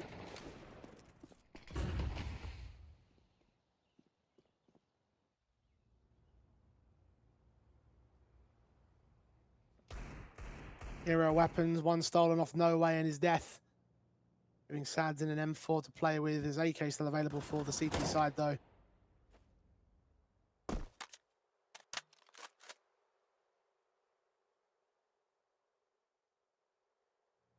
Legacy trying to pick their moments wisely. Slowly rotate back into his B play, it looks like.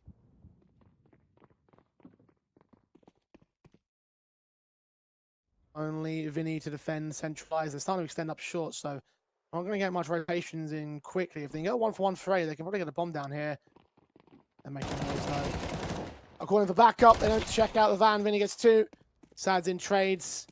Bomb plant can indeed be secured, but everything else is the concern for the T side. Goals of the molly is going to make it uncomfortable for the planter.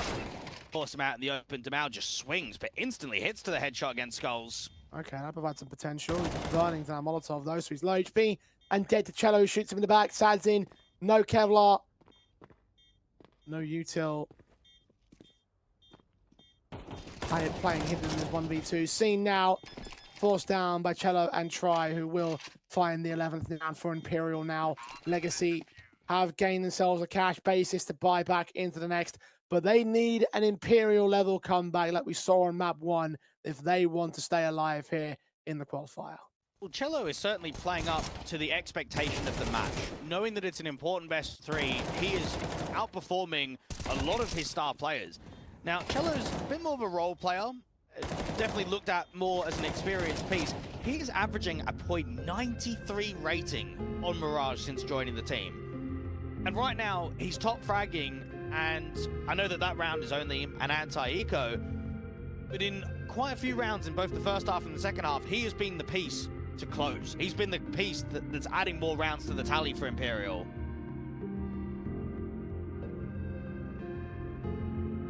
And this must be the last tactical timeout for Legacy available.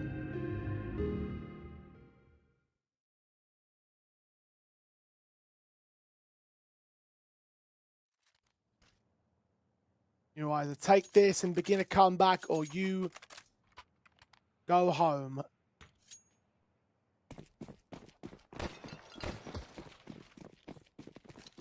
M4s and AK still available for Imperial. Legacy brought in the AWP facades in. Lack of impact with the majority of his kills coming in on exits, I believe. Picked it up a little bit to the tail end of the CT side. Not seen here on T just yet. As Legacy will lose half of the HP on their AWP. But now fast out the A-bomb site. Skulls going to get them out.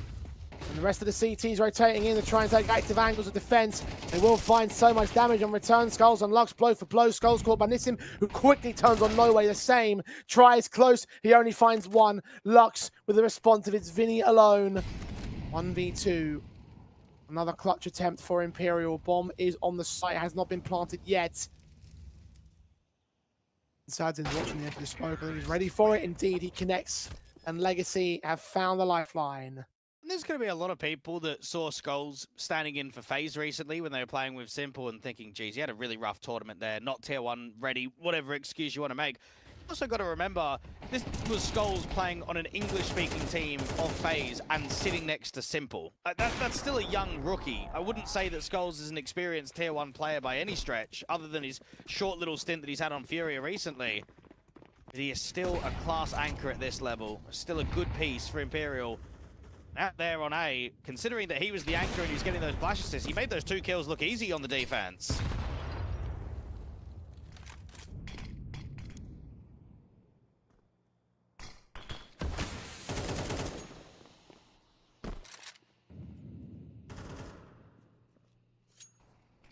Lato has struck down Skulls to start off the Legacy once again. And doubles up on Cello the same. So 2 great duels to go the way of the T side. Try's going to try and respond though. Close quarters in, now hears those footsteps. Molotov's coming in. Try just gets worn down with a straight up pre-fire and wrap the corner of them out. Legacy finally finding some wins here. Finally finding some rounds. Imperial have no choice but to fall back and save the M4 and the MP9. It's not great of a weapon for Vinny. And beggars can't be choosers. And right now with their economy state, they are the beggars at the moment. Gap will close to 4 rounds for Imperial's lead. Well, it was a unique circumstance. So Lato gets a dry kill against the anchor, and then he tries to molly towards the stairs, and he misses it. The molly drops down, and it gives him the sightline through the flames to make it more difficult for Cello, who's trying to swing on bench. So in a weird way, that molly has actually helped him for the secondary frag. Imperial will hold on to 2, and Legacy, that was a good gun round from them. Nice impact.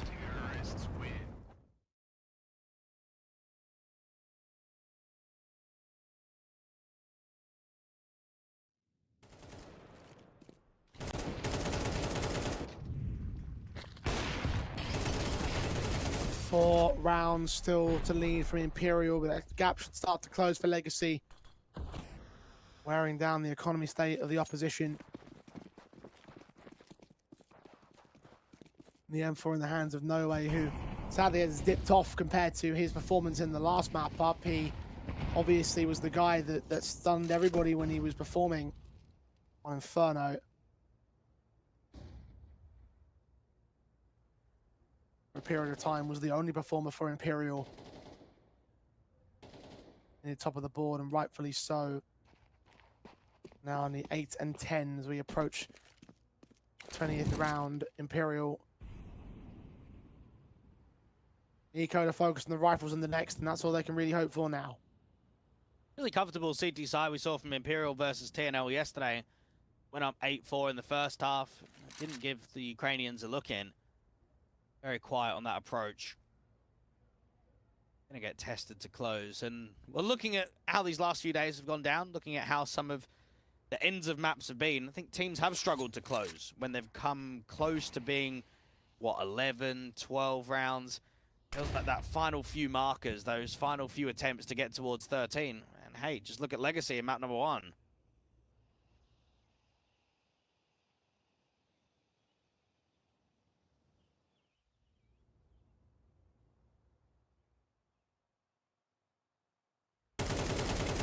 .30 seconds, and Demau has struck. Cello is fallen.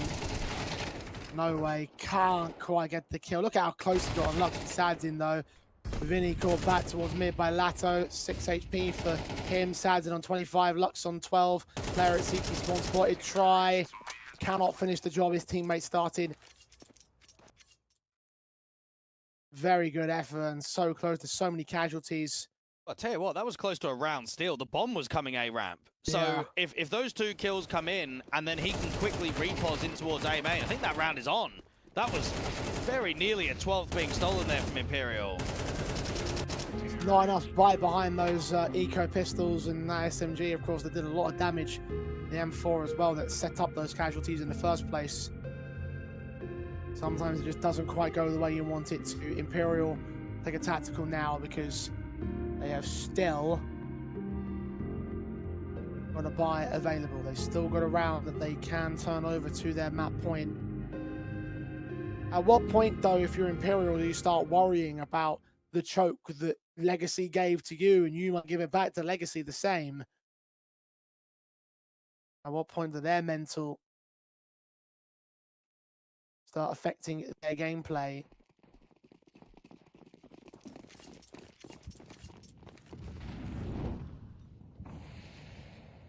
Mid access for Nissim. Lux right behind him. Pokes are in the way initially just for blocking of vision. There's Thorsman's flown up towards mid. The apartments play meanwhile from Tamao. Spammed up a little bit for him and Lato will tank the damage. Vinny was flash blinded. Try caught Nissim to kick things off. No damage being done. Kill found the first. Damn near the second and all. Tamao 25 HP. 4 on 3 from Imperial here. Excellent anchor hold there from Vinny. Gets himself basically 2 kills, 1 kill and a dink off. Now no way and try. They're expecting a fight. They're expecting a wide swing to come towards Market. Sadzin will just block that entrance. Watch for the window. Player about to cross. Try gets the kill. Sadzin trades it. Lux goes back to a 2v2. Looking for another Sadzin. Doubles up at that window angle. The last man of no way is solo HP. Legacy hanging in there. And Lux somehow out there towards Electric, just not being cleared. You would have expected that in that sort of post plant, it would have been the AWPer out of anyone to hold the ground. Just because you're more back passive, you're out there towards a van. You see it again, how Damao was able to get the opening kill against Vinny. Very close to the multi. And then Sadzin just works with Lux. A little bit of a lineup for a moment, but good work from Lux indeed.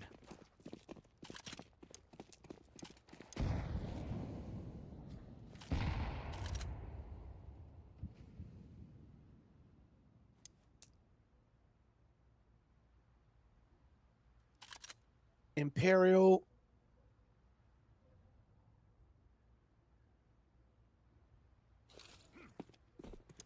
are very close to losing their lead here. They're going to have to concede the eco. Half-bought pistols, SMG in, rifles for the next, which will be their last stand to fend off Legacy. They'll take A site easily.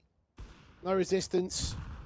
Maybe try something on the retake, and that would be one hell of a steal if they can steal it. I mean, they've got to be close with less.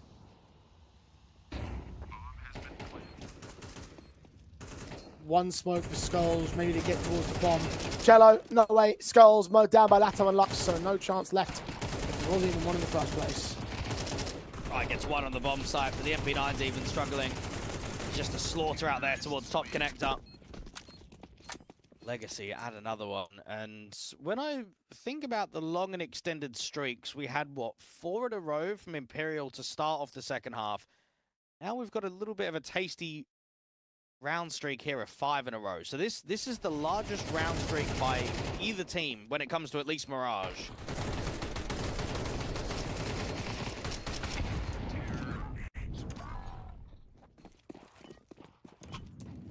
Legacy comeback is on. Imperial, one last chance to shut it down. Orps in the try.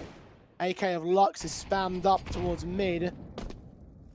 Damage by Noah is what I can assume. I don't think Cello was that far pushed up in that exchange. Incendiary's on the short, he can't stay behind the stack. He'll throw his weapon back away to somebody else, but he's probably the AWP.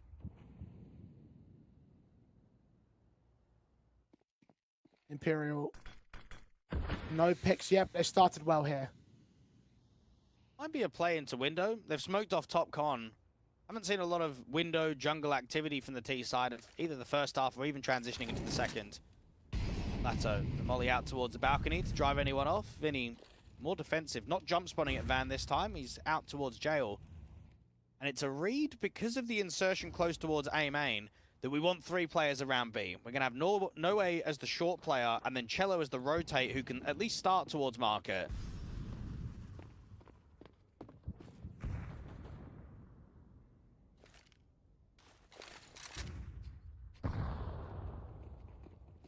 No way. 3 around the corner to the lineup. Both to go down.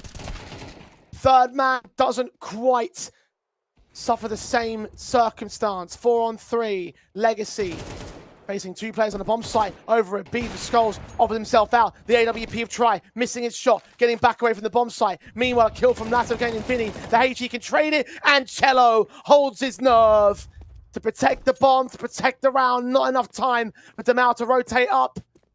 And Imperial will push up to the finish line. 1 more to cross it. Oh, well, there we go. That is sick coming out from Cello. That's a serious round. Because everybody else, well, they've just trolled on that round, haven't they? What a lazy rotation. That is from A towards jungle. Not even being ready for the top con swing. You can see that round turning on a dime, can't you? That round is over, and then all of a second, there's a few picks, and it looks like it's on for Legacy. The only player left on B. And it's this impact. The HE and the fight towards short. This is Cello at his very best. Well, in the first map as well, we saw some very awkward sequences from him, some very awkward sprays, and caused some flack for it on the desk and all. Well, nice to see him back in an Imperial jersey. There's a good reason that he's come back to the organization. And that was it right there. The killing blow, perhaps, on Imperial. To put Legacy to bed and close out the qualifier.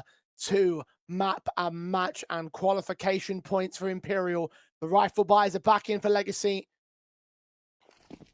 They have the economical advantage as well. Nothing in reserve if Imperial have to buy into round 24. So still not completely said and done just yet. Set piece set up to the A-bomb site. Looks like a good raid here from the CTs. No short player, 4A early round, and try defensive with the AWP.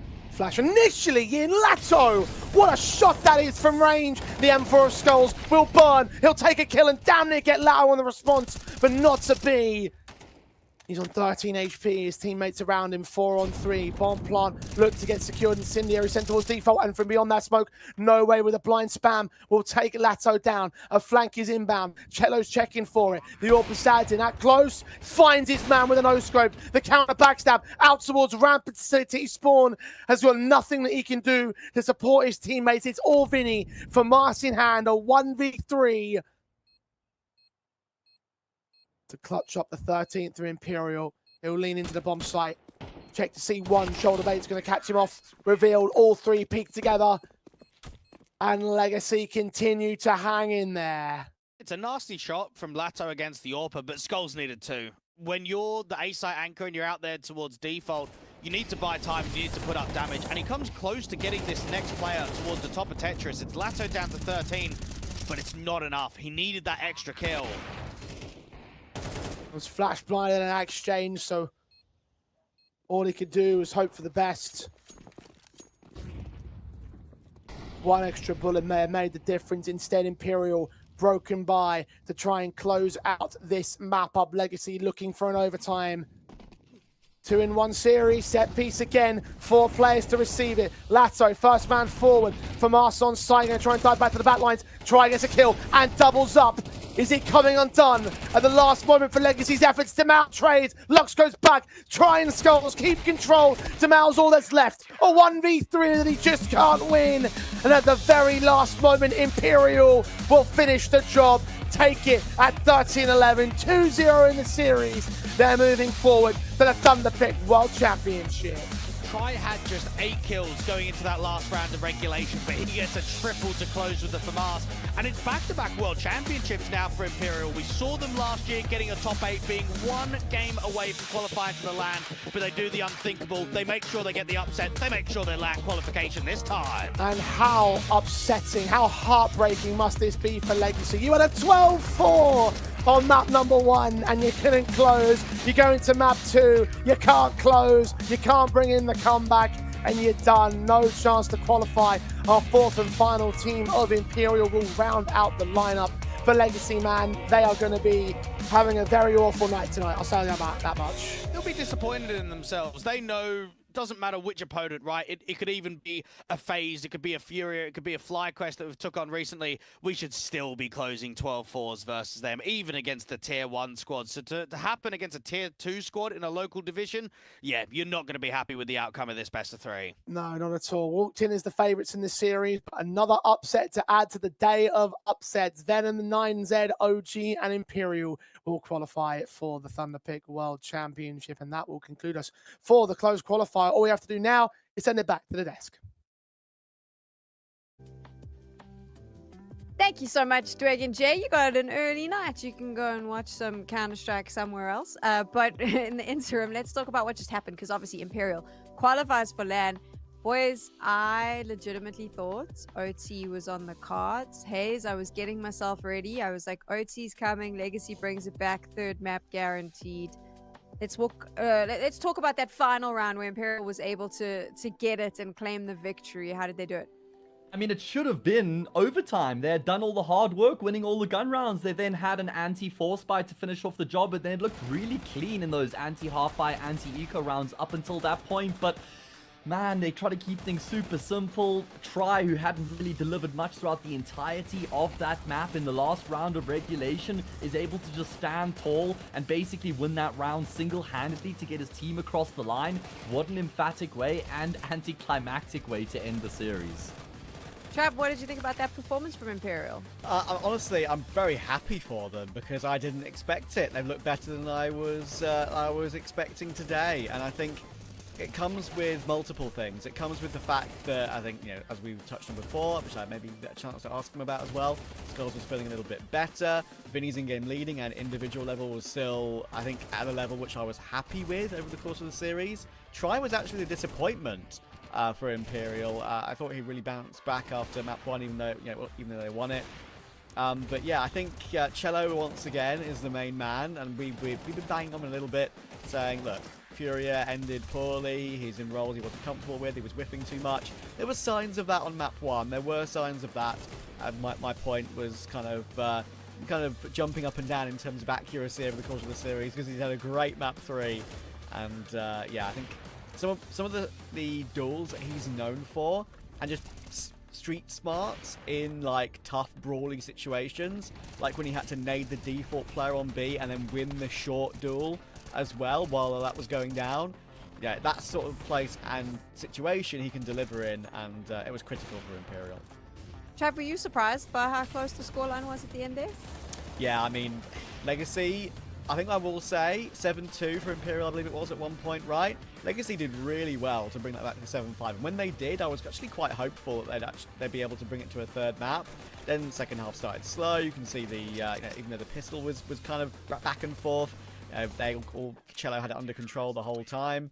So they're already playing catch up there, despite the decent recovery to 7-5. And then all I think Legacy's comeback was actually quite impressive because they didn't really look fallible in any of the low investment rounds. There are lots of situations where those can go awry. The Deagles can do some work, the 5-7s can do work, but Legacy didn't get caught, and they kept their economy really high as well. I think at one point they had, I think Lux was on 14 grand, right? So there was never an issue in any of those rounds, and I really thought that was one of the main factors that would pull them to overtime. Yeah, I think what makes that comeback attempt more impressive for me is it was off the back of losing that 12-4 lead on Inferno. I feel like once you go down 10-5 on the second map, at that point most teams would have just called it a day. They would have been completely demoralized. So the fact that Legacy were able to maintain that belief and show that level of resilience does actually deserve some credits and was impressive, but they're not going to be focusing and thinking about that right now. It's not really a silver lining, it's more like a gray lining, I guess.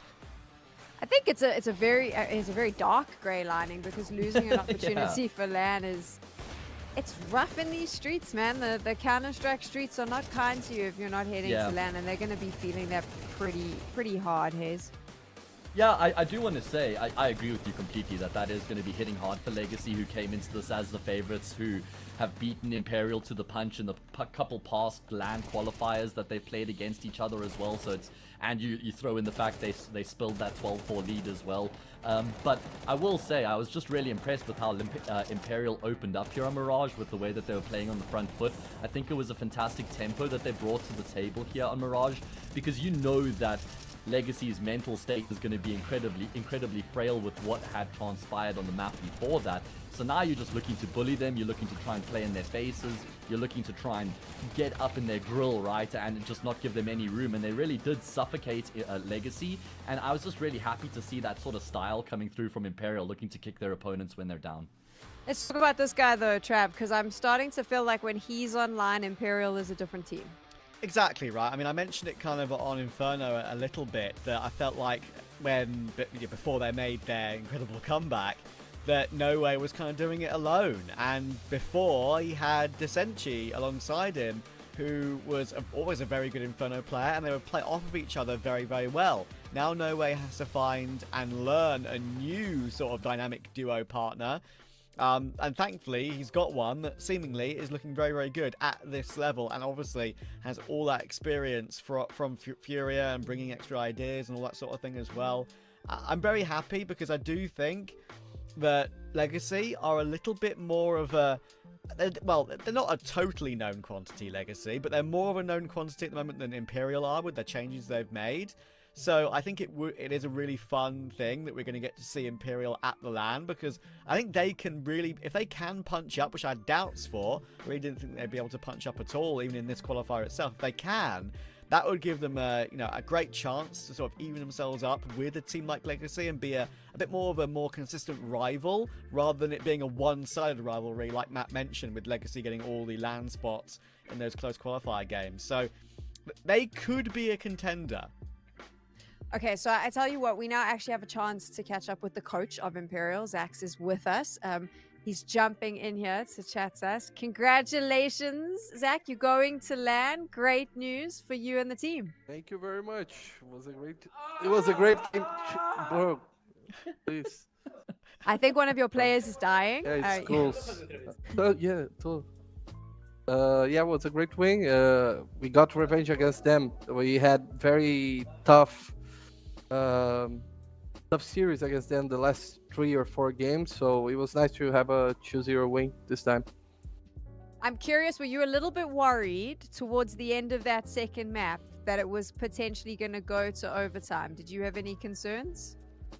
To be honest, no. I was chilling.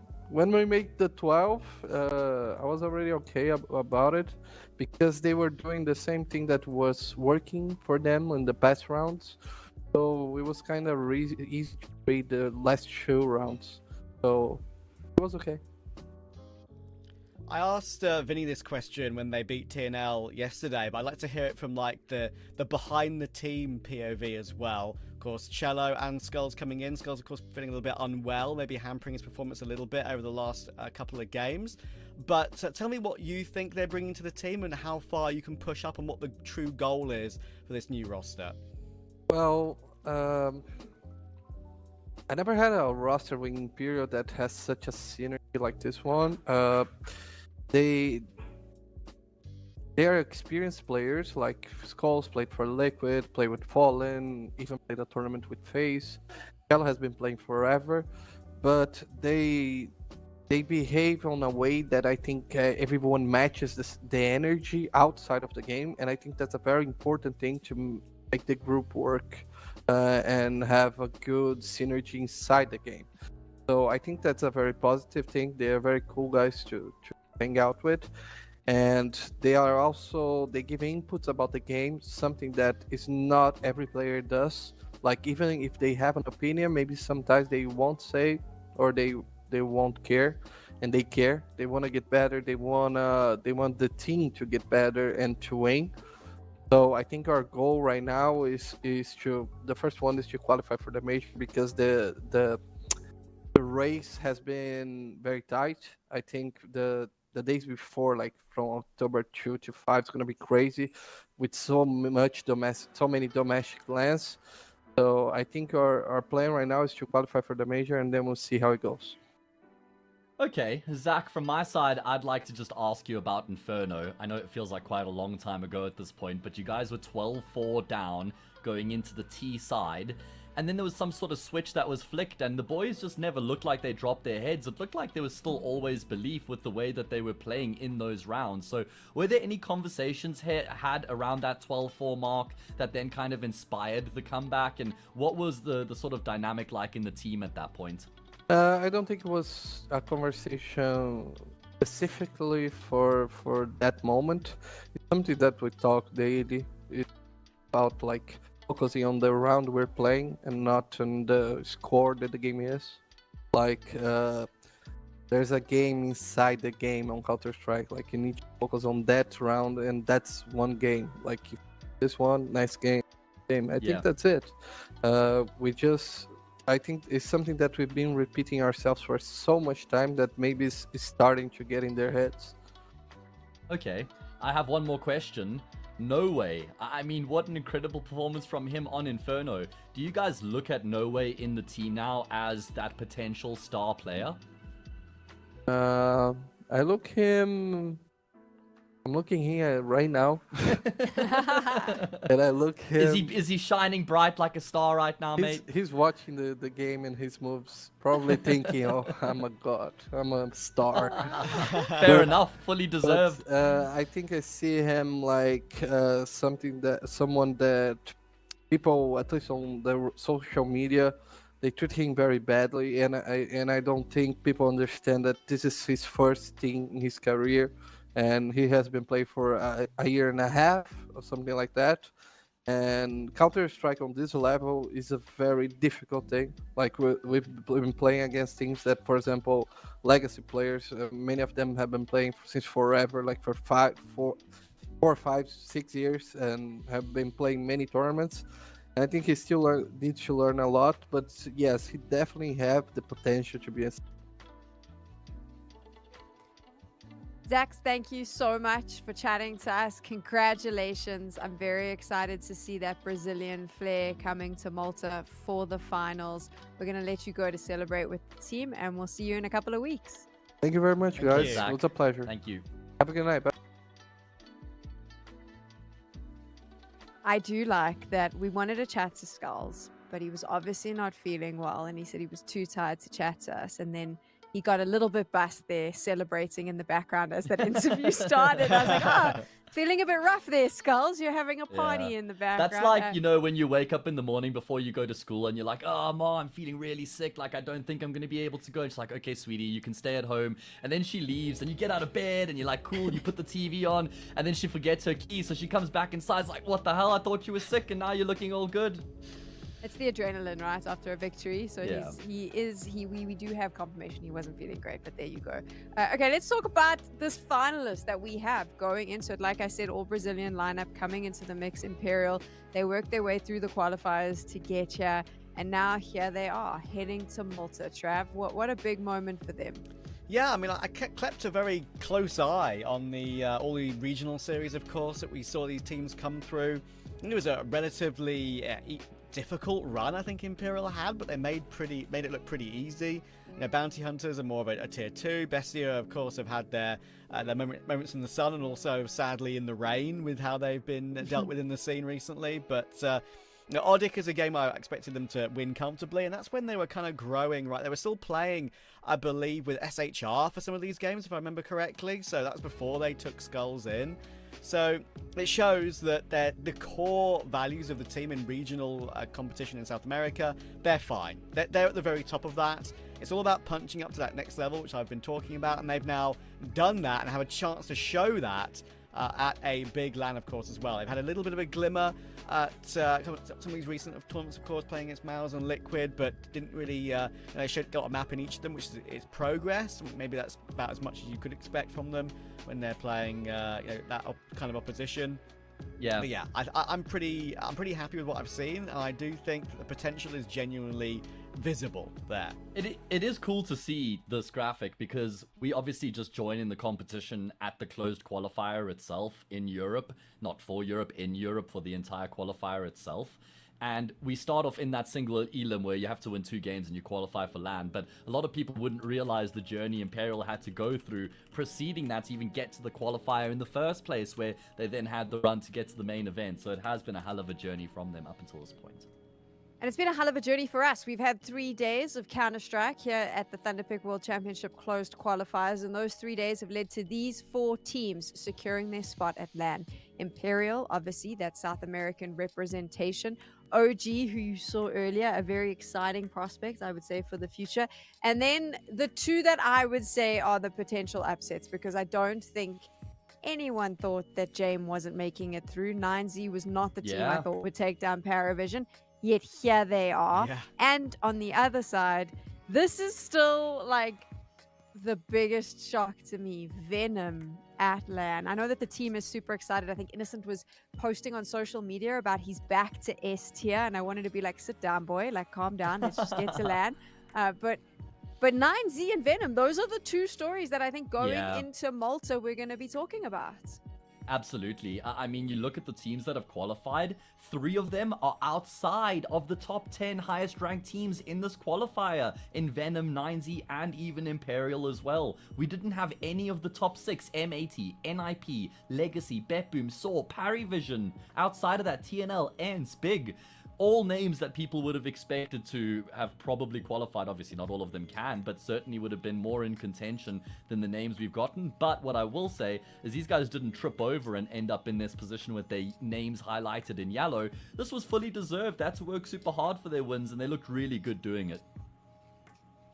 Trav, you know what's pretty exciting is the mix of teams that we have now coming to the finals, right? So if you think about it, you've got the plucky unknown underdogs in like a Venom and a 9Z. You have the sort of mid-tier teams that that you see at all of these events, but now they potentially have the chance, because it is a smaller team list, to finish higher, which is the OG and Imperial. And then you got those big dogs coming in, right? The Mongols, you've got Furia, you've got Aurora, you've got Na'Vi. There's only 8 teams. This battle is going to be so much fun in Malta, because it does open this right up, and the competition is going to be interesting, I guess. Yeah, I think as well, right? Those favorites, like, they might have been expecting teams they've played before, teams they're more familiar with, players they're more familiar with. I think it provides way more of an unknown. And considering how the VRS works, right? Very often, the same team plays the same team at all these different events, right? They're all the same invites come through, other than the teams who maybe don't accept an invite. And you don't get this as much now. You don't get these regional teams that are coming through the qualifiers, or a massive underdog like Venom, play any of these top dogs. It'll be a first-time matchup for nearly all of them, right? So, yeah, I think that's what makes it so cool. And yeah, I mean, 9Z, I think that's a really cool story. There's some great, narratives with them, with how Levi could be, the next Brazilian AWPer. We're pretty short on Brazilian AWPers, aren't we, other than NQZ? Henny's benched right now. There's not really many out there because Forum stopped doing it as well. So, yeah, I think it's so exciting, and Venom being such a massive underdog too. I mean, they have form as well on LAN. They won a Philadelphia. That's the only reason their VRS ranking is relevant at all. So who knows? Maybe there'll be an upset team in an even bigger event. Okay, I'm going to have a little bit of fun here. So I happen to know a little secret, if you're watching, and that secret is one I'm going to now share publicly, because why the hell not? Trav and Hayes do not enjoy doing predictions. So to end our journey here in the closed qualifiers, boys, who's going to win the Thunderpick World Championship, Hayes? Do you want the fun answer or the right answer? I want both. Okay, the fun answer, I want to go with OG. Like, I just want to throw OG's name in the hat for some bizarre reason. It's just the answer no one would have expected. That's the answer if you're on drugs. Continue. Okay, I mean, fair enough. We'll see. Furia for me is the team that I'm looking to coming into the competition. Obviously, Mongols, this is their event to lose. They're just almost like a tier above anybody else who's competing. I mean, I know Aurora, Furia, Na'Vi, all tier 1 as well, but just with regards to results we've seen recently, for me, this is Mongols' tournament to lose. But with the results we've seen from Fury and the form that they've been in, I'd back them. Trav, how about you? I think what makes this event particularly fun for me is that we get a sort of what could be a rematch of EWC, right? Mongols and Aurora.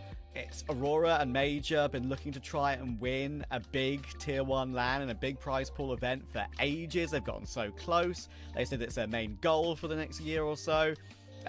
They've dropped off a little bit. They've come back a little bit. They've remained a constant. I'd be really curious to see if Aurora are able to finally get a big event win. I think the fun answer there, just because I want to see